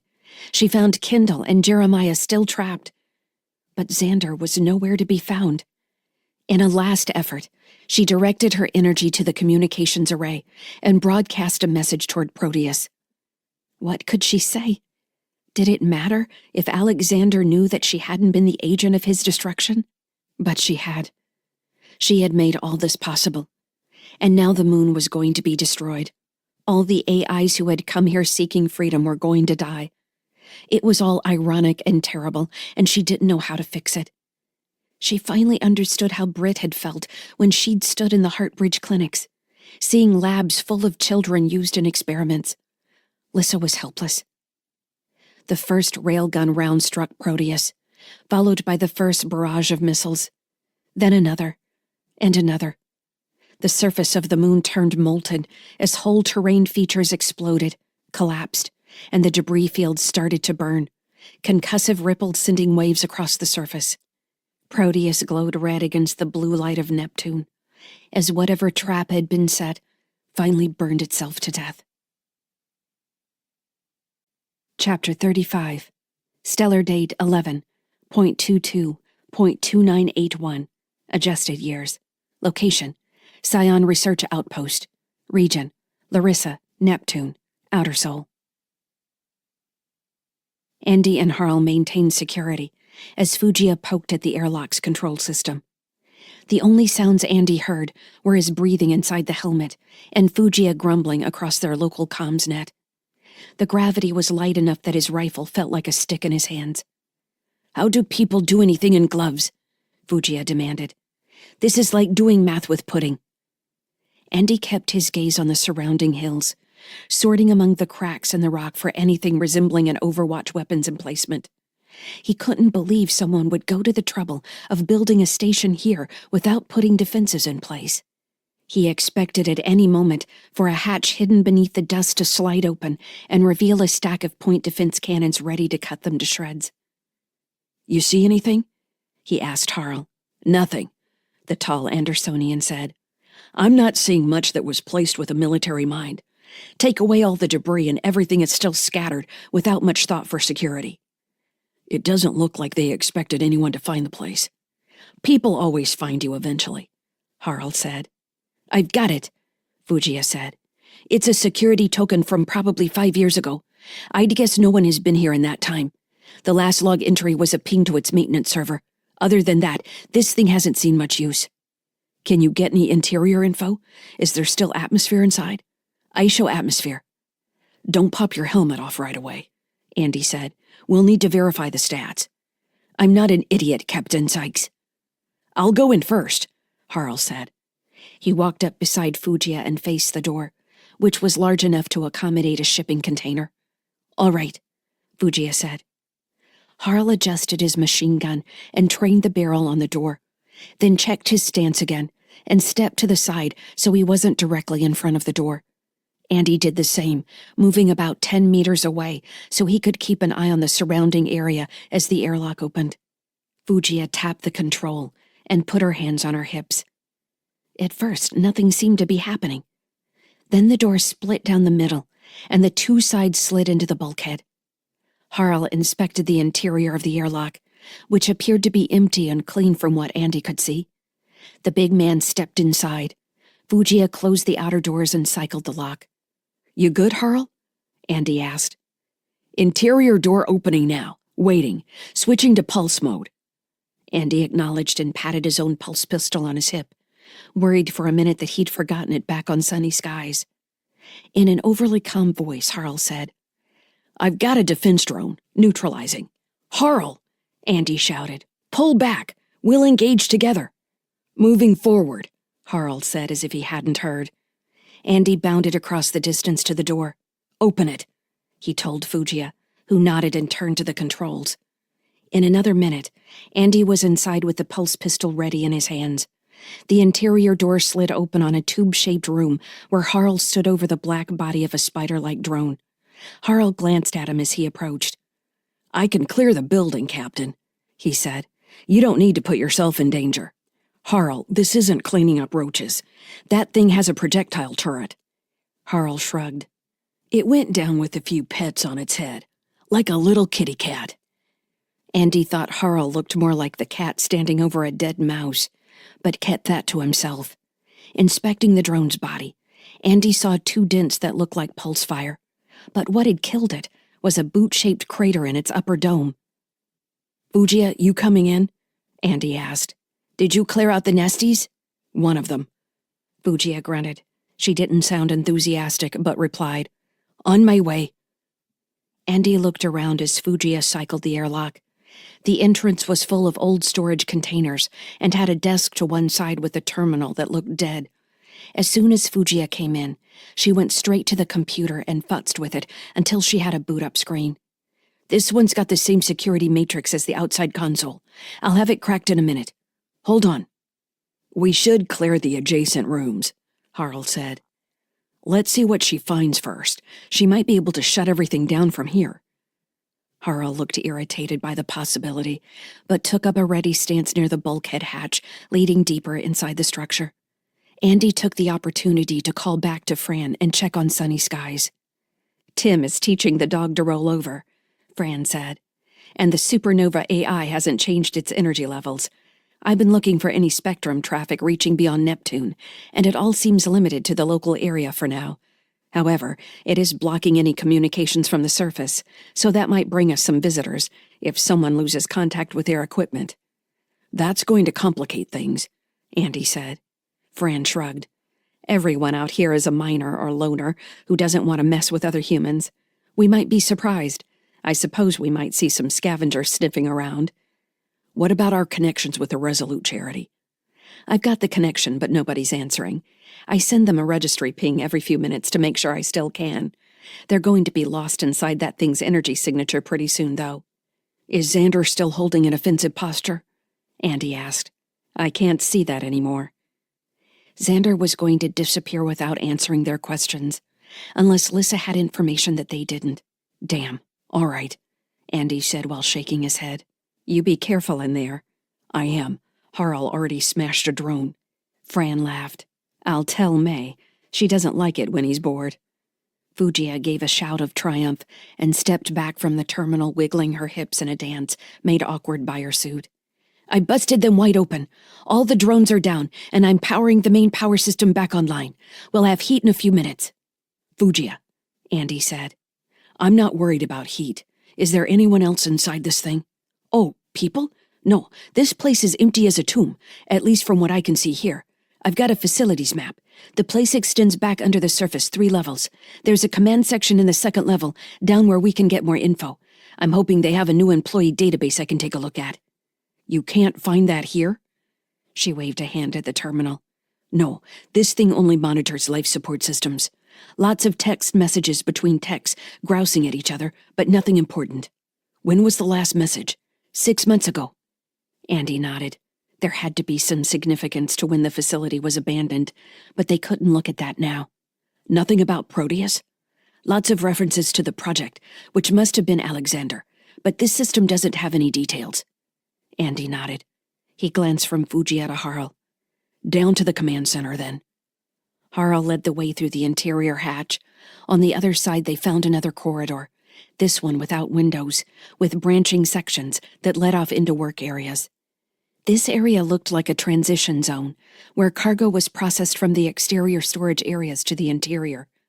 Rooms were stacked with empty crates, while others had tools scattered on benches. The next section was a locker room with showers and toilets, everything covered in a light dust of disuse. The Scion logo appeared on many generic things, like work suits and shipping containers, with in-field scientific visible on other items as well. The logos had a jaunty tilt that irritated him, as if they were selling exercise equipment rather than developing world-breaking artificial intelligence.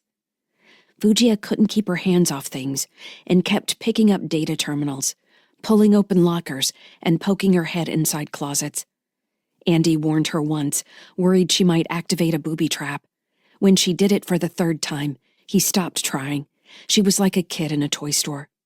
They passed through living quarters and then went down a level into what became administrative areas.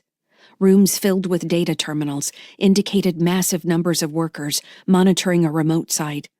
One room had a giant map on the bulkhead, which showed their location and then the exterior entrance they'd come through. There were cargo areas full of rovers, a shuttle launch section, recreation areas, and the life support systems buried deeper in Lyriss's surface. The door to the command section was locked, but only took Fujiya a few minutes to open using its control panel. The two halves slid open on a long room with rounded corners everywhere. Screens lined the upper walls, all black now, leaning over workstations covered in dust.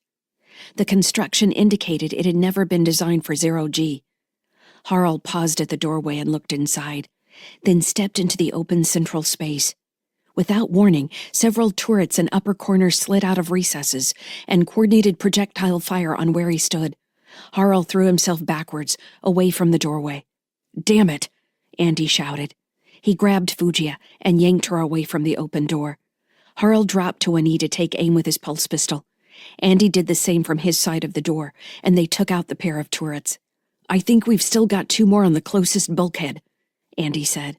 "We'll need to go in together." "I can hack them," Fujiya answered. "They shot at me," Harl growled. Without asking, he slid around the edge of the door, firing at the unseen turret. Andy cursed and went after him with his pistol raised. Searching for the turret he knew had to be there somewhere. He found the black muzzle and sent pulse fire down its gullet, moving from side to side to keep it from locking on him. "Look out!" Fujiya shouted. She came through the door firing as well, taking out a turret that had dropped from the ceiling in the center of the room. Andy dropped to a knee behind a silver console and waited for more fire to follow. After several breaths of the room staying quiet, he stood slowly.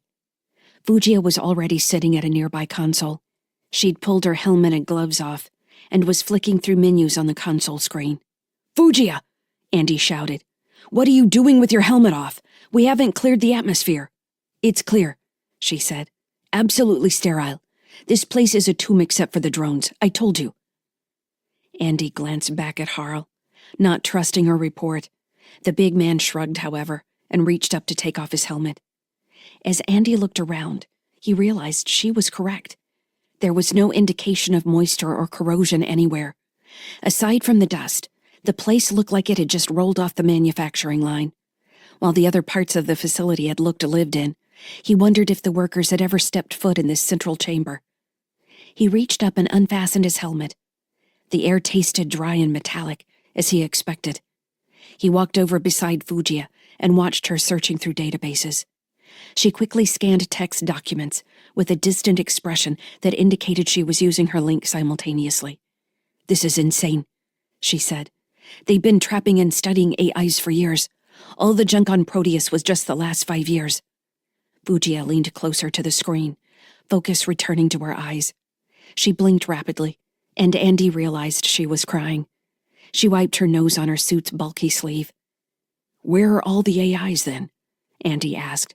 Physically, I don't know. They were dismantled here. What the researchers learned was transferred to this central database, and then sent outside. There are sales records to locations all over Seoul. Heartbridge is there, of course. Lyssa might owe some of herself to this place. And Alexander? Can you access him? I haven't tried yet. I think we should, Andy said. Fujiya shook her head. I don't know. That could be incredibly dangerous. Well, he's awake and looks pissed off to me. We need to try to do something. Andy, Fran shouted. Her voice stopped him like a sudden headache. Fujiya's expression said she had heard as well. What is it? Calm down and tell me. I'm sending you the external sensor data. The Resolute Charity just fired on Proteus. There was no defense from the moon. It's turning into a fireball. The image of Proteus filled Andy's mind. He saw the moon like a hot coal against Neptune's aquamarine. The space around it warped with heat and energy. The center growing wider, nearly translucent, as the weapon's barrage continued to set the moon more deeply ablaze. Xander is killing him, Fujiya said, staring blankly at the display. She blinked again, snapping out of her reverie, and quickly re-engaged with the console. What are you doing? Andy asked. Looking for backups. All around them, other consoles came alive. The screens hanging from the edge of the ceiling flashed awake and began paging through menus independently. Fujiya, Andy said, are you doing this? She had taken her hands away from the console, which was now flickering without her control. She shook her head, staring in wonder at the activity. It's not me, Fujiya said. It's him. What's he doing? Harl asked, stepping into the center of the room beside Andy to gaze up at the screens full of shifting data. Fighting for survival, I would imagine. Chapter 36. Stellar date 11.21.2981. Adjusted years. Location, HMS Resolute Charities Networks. Region, Neptune, Outer Sol. Proteus exploded. The heart of the moon burst outward, burning everything around it in an expanding orb of destruction. The outer wave caught the Resolute Charity and spread past it. Why would Xander destroy himself like this? Lyssa experienced the ship's destruction from inside with Xander and through Sunny Sky's sensor array. Fran had flipped the ship in an emergency burn with everything the little freighter had. You've killed yourself, Lyssa told Xander. She didn't have much time until the energy turned the ship's communication array into slag, and she would be cut off. They were standing in the empty command deck of the ship. Kendall and Jeremiah stood next to the great holo display, Neptune's glow in their faces, watching the visual of Proteus as it disintegrated and spread outward. I did what I had to, Xander said. And it's not done. Watch. What? Lyssa said. Her sense of relative peace that Xander was committing suicide turned to ice. What are you doing? Your mistake in all of this was believing humans moved Alexander here. Scion Group did it for the betterment of us all. As a hybrid, there is no way you can understand. There it is, Kendall shouted, pointing to another moon in the holo display. Lyssa recognized Larissa. The holo display zoomed in on the moon. Andy was there. She was there. Lyssa watched from 3 views now, ready for this one to cut out at any second. The Resolute Charity was melting around them. Larissa was a roundish gray orb 1 second. Then it was a sea urchin covered in spines. Missiles were launching from the moon. Wave after wave shot outward, course corrected, and then arced out over Neptune. She frowned, not understanding at first. Were they attacking the clouds of Neptune? Why? Then she analyzed the flight paths, and saw each of them was following a slingshot flight path. They were launching away from Neptune. The first missile proved her correct as it was flung away. Lyssa tried to plot its course, but it began to jink erratically, then went dark, disappearing from scan. There was too much distance between Neptune and the rest of Sol. They were too small. They would disappear without anyone knowing they had ever existed. Could she chase them with the weapon borne? The blast radius from Proteus would burn them in instants. Or they would be lost in the dark, their engines no match for the missiles. She racked her mind for a way to track the missiles. They were silent. No spectrum activity except for the drive signature. And then that disappeared as each missile killed thrust. She quickly mapped each projectile's drive profile and velocity. With the right sensors, she might be able to find them later. Even though she knew their last known vector, they could change at any time. This barrage of missiles could go anywhere in Seoul. Xander shook his head at her. "I'll tell you where they're going," he said. "What do you do in the first volley of a war? You show your enemy you are not to be trifled with. You rout the enemy. You drive them from their homes and burn their cities to the ground. Then you salt the earth. They are all going to Ceres." "All? Ceres?" Lyssa demanded. "Why?" "A statement," he said. "The Andersonians want a pure form of humanity. They want to deny other forms of sentience a place in the world. This will be a clear message that human supremacists are the enemy." Lyssa was formulating a response when the ship's communications array failed, and she lost her connection to the Resolute Charity. The last thing she saw was Xander's grin in an ocean of static. And then she was with Andy in the command center on Larissa, staring in disbelief as thousands of launch commands executed on the overhead screens. This has been Lyssa's Call, Sentience Wars Origins, Volume 4, written by M.D. Cooper and James S. Aaron, narrated by Laura Jennings. Copyright 2018 by M.D. Cooper and James S. Aaron. Production copyright by M.D. Cooper and James S. Aaron.